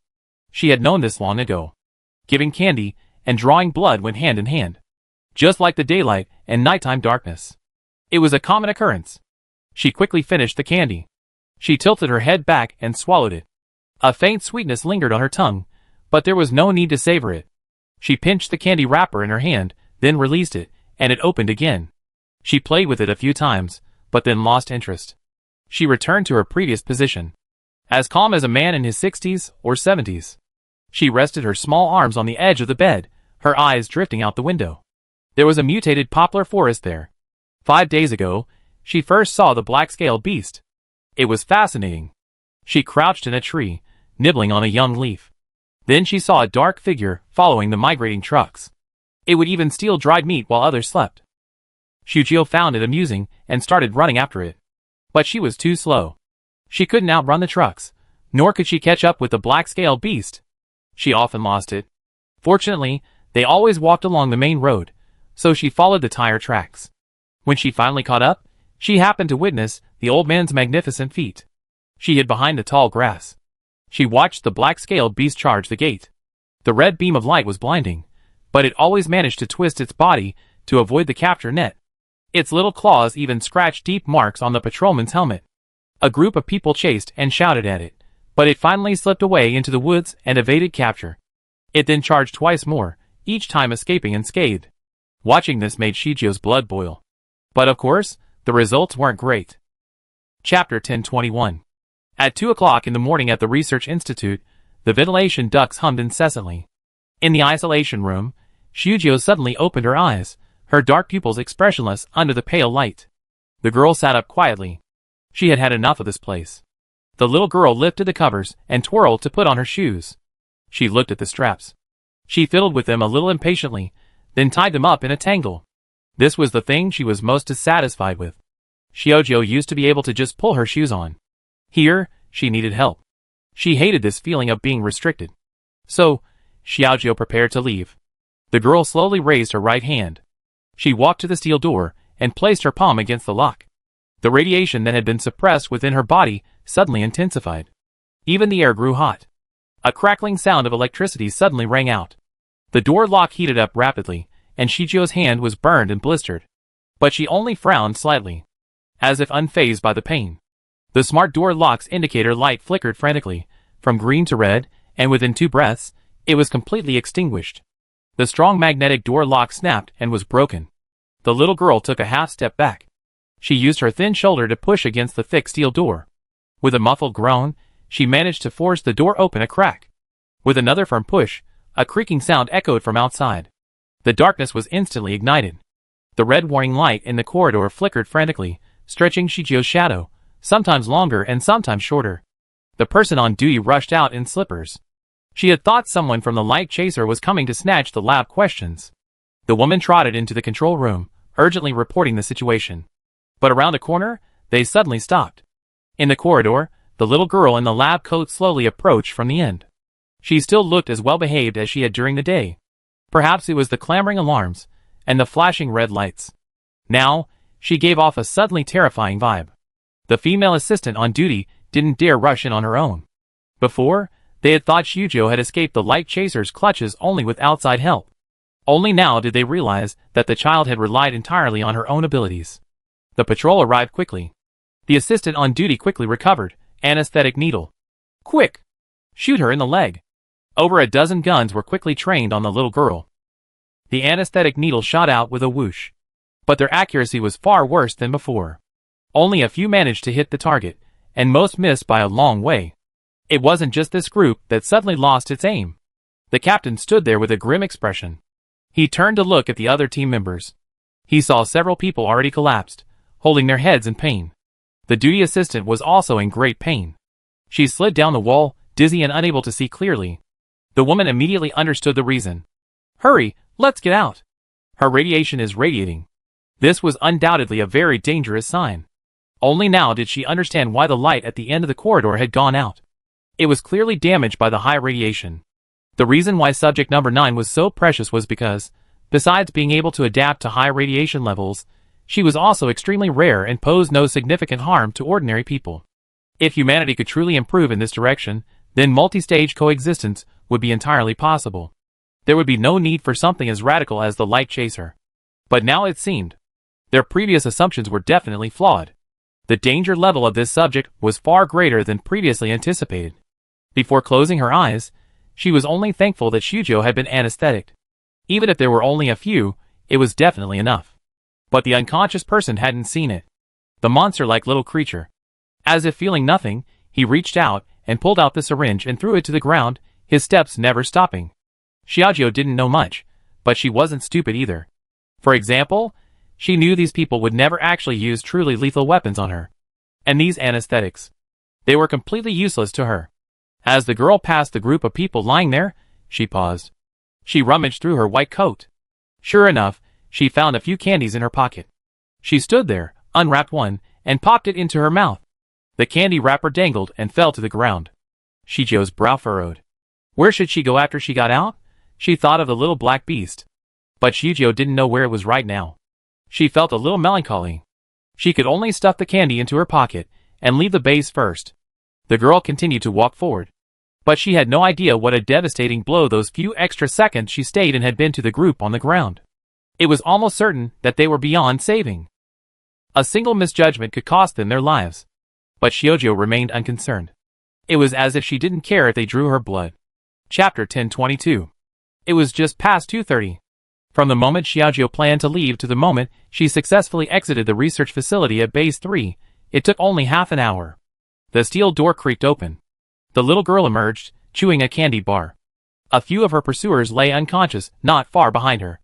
The candy bar crumbled into crumbs in her mouth, then slowly melted. Shichio stood on the street, looking around bored. The girl walked alone on the main road. Sparks and lightning flashed along the way. The surveillance screen instantly twisted into snowflakes, then went completely black. It could be said that since Shichio escaped the isolation cell, all the electronic equipment she passed along her path had become scrap metal. In the base's control room, the air pressure was terribly low.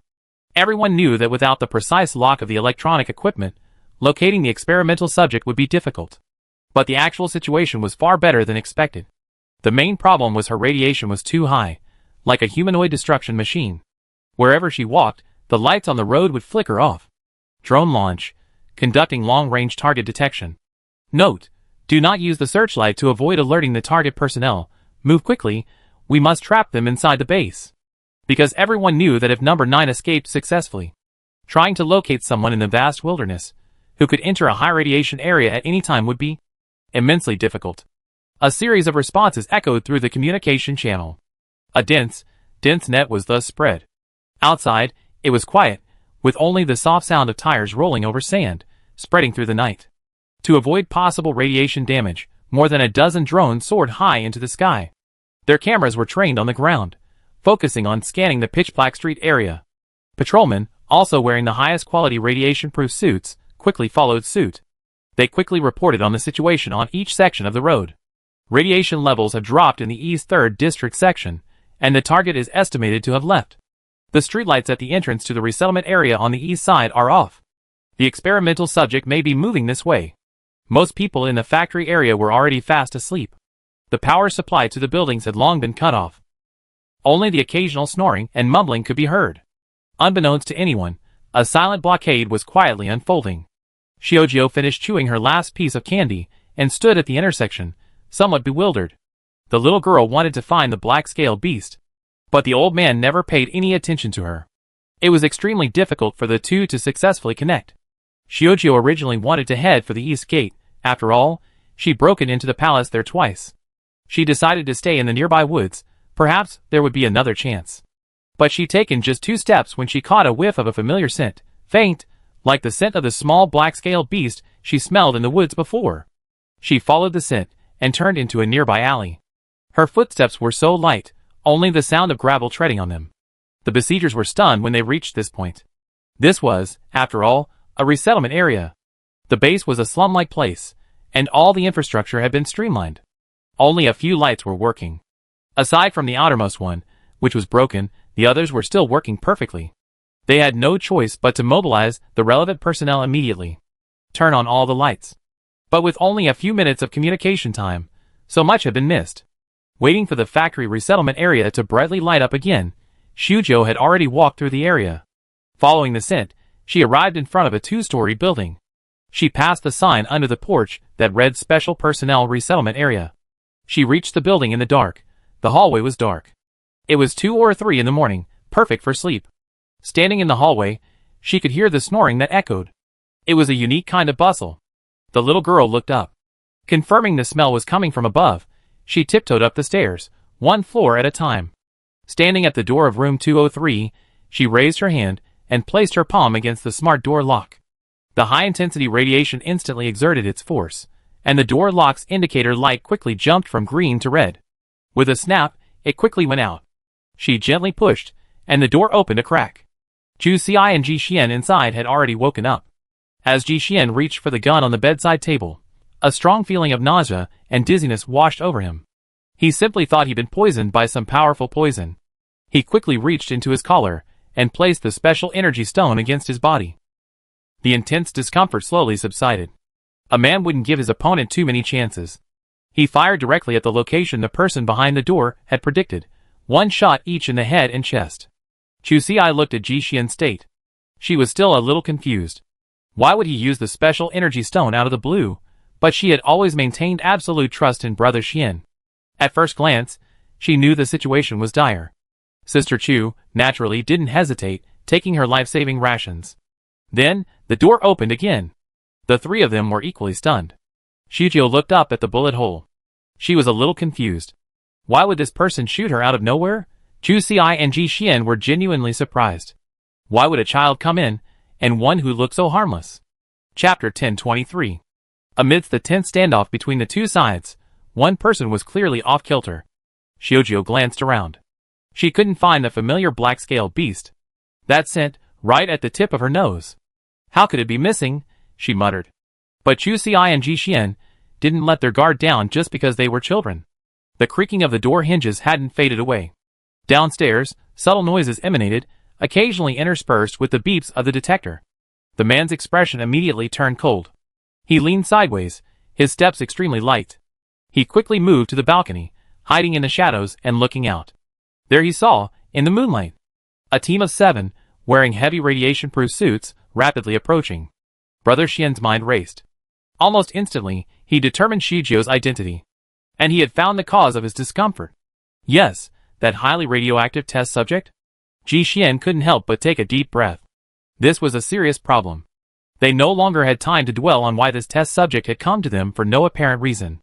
But no matter what, her existence couldn't be linked to the couple in any way. Just as he didn't understand the reason. If they were caught red-handed by the people from base number 3, it wouldn't be something they could just get away with by saying a few words. Ji Xian immediately took the black hood from the package and handed it to his wife. His coat, he thought for a moment, and tore it in half. Instantly, it was half-length. She must be sent away immediately. And Chu Ci was the only one who could do this. Because she had a certain resistance to high radiation. If they had just carried a few ordinary energy stones, it wouldn't have been a problem. But Brother Xian relied on extremely precious special energy stones. This loss, even for the two of them, was simply unbearable. As soon as the experimental subject spoke, Chu Ci immediately realized the seriousness of the situation. She looked at the child now. She was truly overwhelmed. Not wanting to delay any longer, she grabbed the other person and prepared to evacuate from the balcony. Now, Sister Chu finally understood why Ji Xian had reacted so strongly, while she had only felt a slight discomfort. It's no exaggeration to say that this person was truly a walking ancestor. Every second this child stayed, the more hidden dangers the entire building faced. Not to mention, the search team from Base 3 was already blocking their doorstep and could arrive at any moment. They had to leave quickly. Before the little girl could react, the woman bent over and lifted her onto her shoulders. She froze for a moment, then subconsciously struggled. In her previous state, no one dared to approach. Xiaojiu didn't understand. Why was the person before her so unaffected? But she really didn't want to leave until she found the small black-scaled beast. But it was obvious. Xiaojiu now had no human rights. Chu Ci silently pushed open the balcony window. Using the flying tiger claw, she instantly darted out. The night wind blew into her collar, blowing the hair of the two poor men flying. Ji Xian looked at the direction the two men had left, rubbing his brow with a headache. He hadn't finished what he was saying. But his wife moved too quickly. She didn't even give him a chance to speak. He thought, heading west, there's an industrial area there, deserted at night, a place to hide for now. But it was obvious that in such a high radiation environment, Ji Xian's message warning was useless. Given his wife's way of thinking, she'd probably leave the base immediately. He had to act quickly. Perhaps he need backup. Ji Xian deftly dug out a spare lock cylinder from his toolbox. He had to reinstall the door lock that the test subject had damaged before the search team arrived. And the muzzle from the shooting needed to be camouflaged. There must be no trace left. The test subject was heading straight for 203. Beep beep. The detector's alarm suddenly rang out downstairs. The search team member, holding up their equipment, watched the soaring numbers on the screen and immediately signaled for the team to gather. There's a problem here. Immediately seal off the area and search every household. What was coming finally came. Ji Xian silently quickened his movements. Finally, taking advantage of the few minutes they spent searching the first floor, he managed to restore the door lock. When the patrol team came up, he pretended to open the door to check on the situation. The perfectly measured caution in his eyes was exactly the reaction expected of a special forces trooper like them. On seeing they were his own, Ji Xian lowered his guard. He asked, puzzled, "What's going on?" "Routine inspection." Brother Xian looked at the inspectors, who followed closely behind him. He couldn't help but clench his hands tightly behind his back. There was a crucial issue he was destined to be unable to resolve in a short period of time. The test subject had been in their room the longest. The radiation levels here would definitely be higher than elsewhere. Although he had already used radiation-blocking spray for a simple treatment, he couldn't look too closely. There would definitely be some discrepancy between the actual values outside. Chapter 1024. The beeping of the detector was particularly piercing in the silent hallway.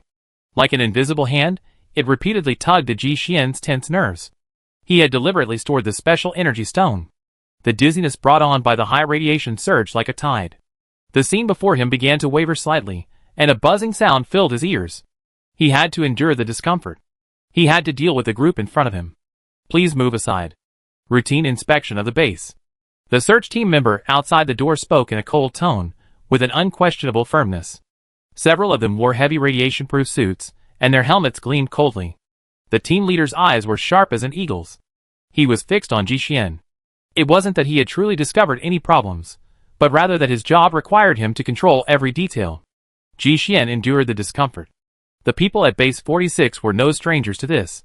There was a hint of weakness in his voice. Ji Xian's question, however, was filled with certainty. Is it radiation contamination? He asked, feigning obedience as he slowly moved aside.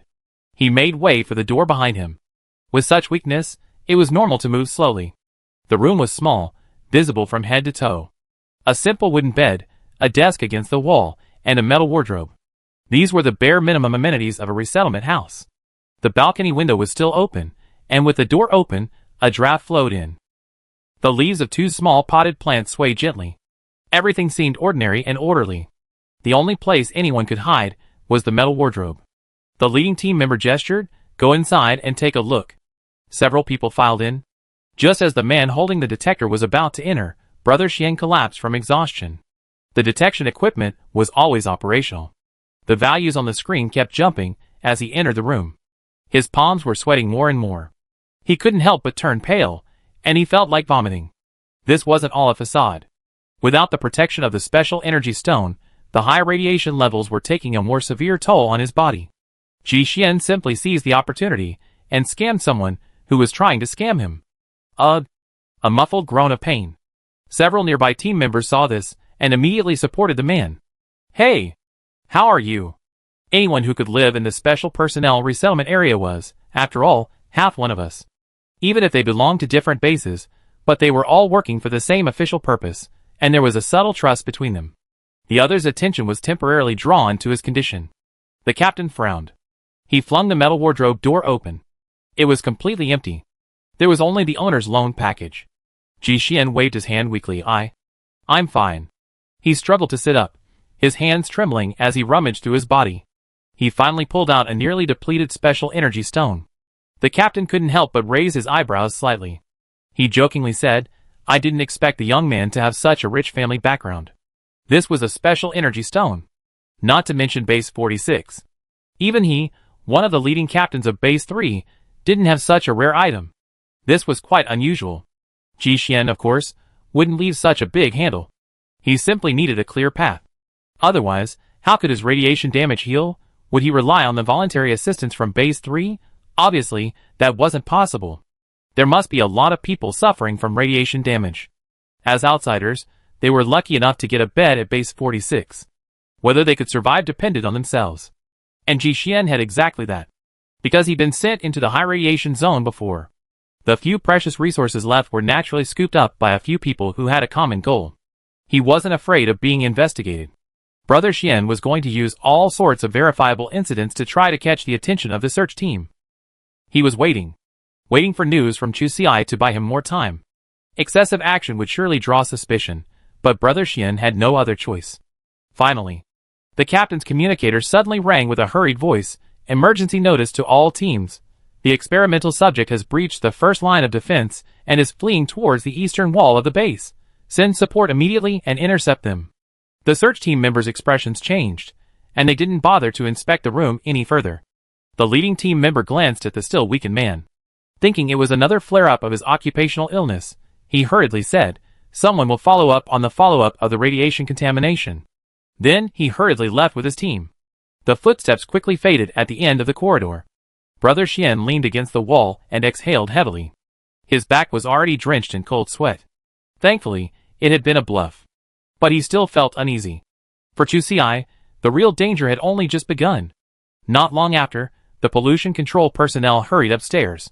They were spraying a large area of dust-absorbing powder. After the atomized air descends, this transient radioactive contamination will be largely cleared. The secrets of 203 were also buried forever with this cleansing. Chapter 1025. Chu Xi, carrying the little girl, sprinted through the narrow alleys, the gravel flying beneath his feet as the streetlights behind him flickered out. Her heart pounded. For every light that went out meant the pursuit team's direction became clearer. "Hold on," Chu Xi growled, ducking to avoid the clothesline hanging overhead. Using inertia, he leaped up, his right foot slamming hard against the mottled wall, and shot like an arrow from a bow. With Xiujiu on his shoulder, he skimmed across the 2-meter-wide gutter. When they landed on the opposite roof, the tiles crackled with a faint, crackling sound. Shujio clung to Chusi's shoulder, her dark eyes filled with excitement.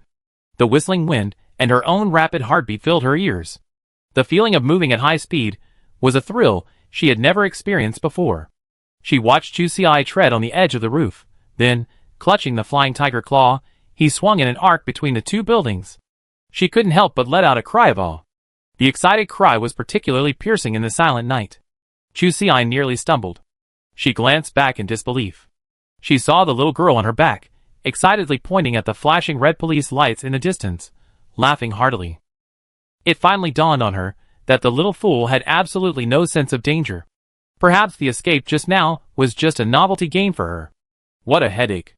Looking at the still excited person, she gritted her teeth, raised her hand, and struck the little girl in the back of the neck. Xiaojio only groaned and fell limply. The world was finally quiet. Chusi rubbed her brows with a headache. Escape with such a heavy load was already very difficult. But he wasn't interested in making things more difficult for himself.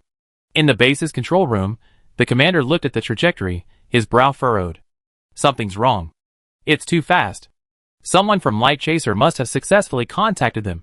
Everyone, stand guard. We must not let them escape the base. In these people's eyes, anyone capable of carrying a test subject at such high speeds must be an elite unit sent by Light Chaser. After all, ordinary people couldn't withstand the radiation from Shujio, let alone carry her at such a high speed without any transportation. Sister Chu didn't know. Sooner or later, she would be labeled a villain and the target of the base's fierce defense. She ran at full speed, carrying Shujio, into a factory building. It was pitch black here, slowing down the search. Chusi didn't linger. She turned and ran towards the base's walls. The gates were already heavily guarded, searchlights sweeping back and forth, preventing even a fly from escaping. She could only circle around the base of the city wall and gaze up at the towering structure. It was covered with densely packed high-voltage electrical grids, with infrared scanners every 3 meters. If anything living came near, an alarm would be triggered. She placed the person on the ground, her fingertips tracing the masonry of the wall. Suddenly, a thought struck her. If I just throw this trouble over the wall, I'd be dead. This will save me from being targeted by Base 3 or the Light Chasers in the future. To them, this child was a ticking time bomb. She might have gotten away with it today, but she might not be so lucky next time. Chusi lowered his head and saw the little girl curled up on the ground, her brow slightly furrowed. Her features were still filled with the innocence of a child. This child was even worse off than her, having been used as a test subject since childhood, unable to develop even the full range of emotions. And with Base 3's immense regard for her, perhaps she could actually bring some hope to the future of humanity in the Wasteland. If she died at his hands, wouldn't she be a sinner? Really? I owed you in my past life. Chusi cursed, but resigned herself to her fate and went back to work. When climbing the wall, she didn't dare use her flying tiger claws, fearing it would trigger the alarm. But it wasn't a big deal. While we can't fly, we're incredibly strong. Chusi was a tough nut who could claw through the cracks in the bricks with her bare hands. It didn't take long for her to reach the top in one go. She began tearing it apart. Sizzle! A surge of electricity coursed through her body, and the patterns on Sister Chu's body instantly lit up. She couldn't help but groan at the familiar surge of energy, even though she had developed some resistance to electricity. But such a powerful impact was truly excruciating. Almost instantly, the alarm blared from the top of the wall, and the red warning lights illuminated the night sky like daylight. There was no time to hesitate. She grasped the outer iron sheet, trying to drain the electricity from her body. Then, using the flying tiger claw, hoisted the person up and leaped through the gap, holding her. It was only a few seconds delay, but their positions were locked. A moment later, a dense whoosh sound echoed overhead. Anesthetic needles rained down like raindrops. Though Chusi moved quickly, he couldn't withstand the barrage. His arms and legs were pierced by the needles, and the pain burned. The drug was truly potent. It was the strongest Chusi had ever seen. Even with the energy stone, the detoxification effect couldn't match the dominance of the needles. Her speed was visibly slowing. It was over. Chusi knew that completely escaping Base 3's pursuit this time would be difficult.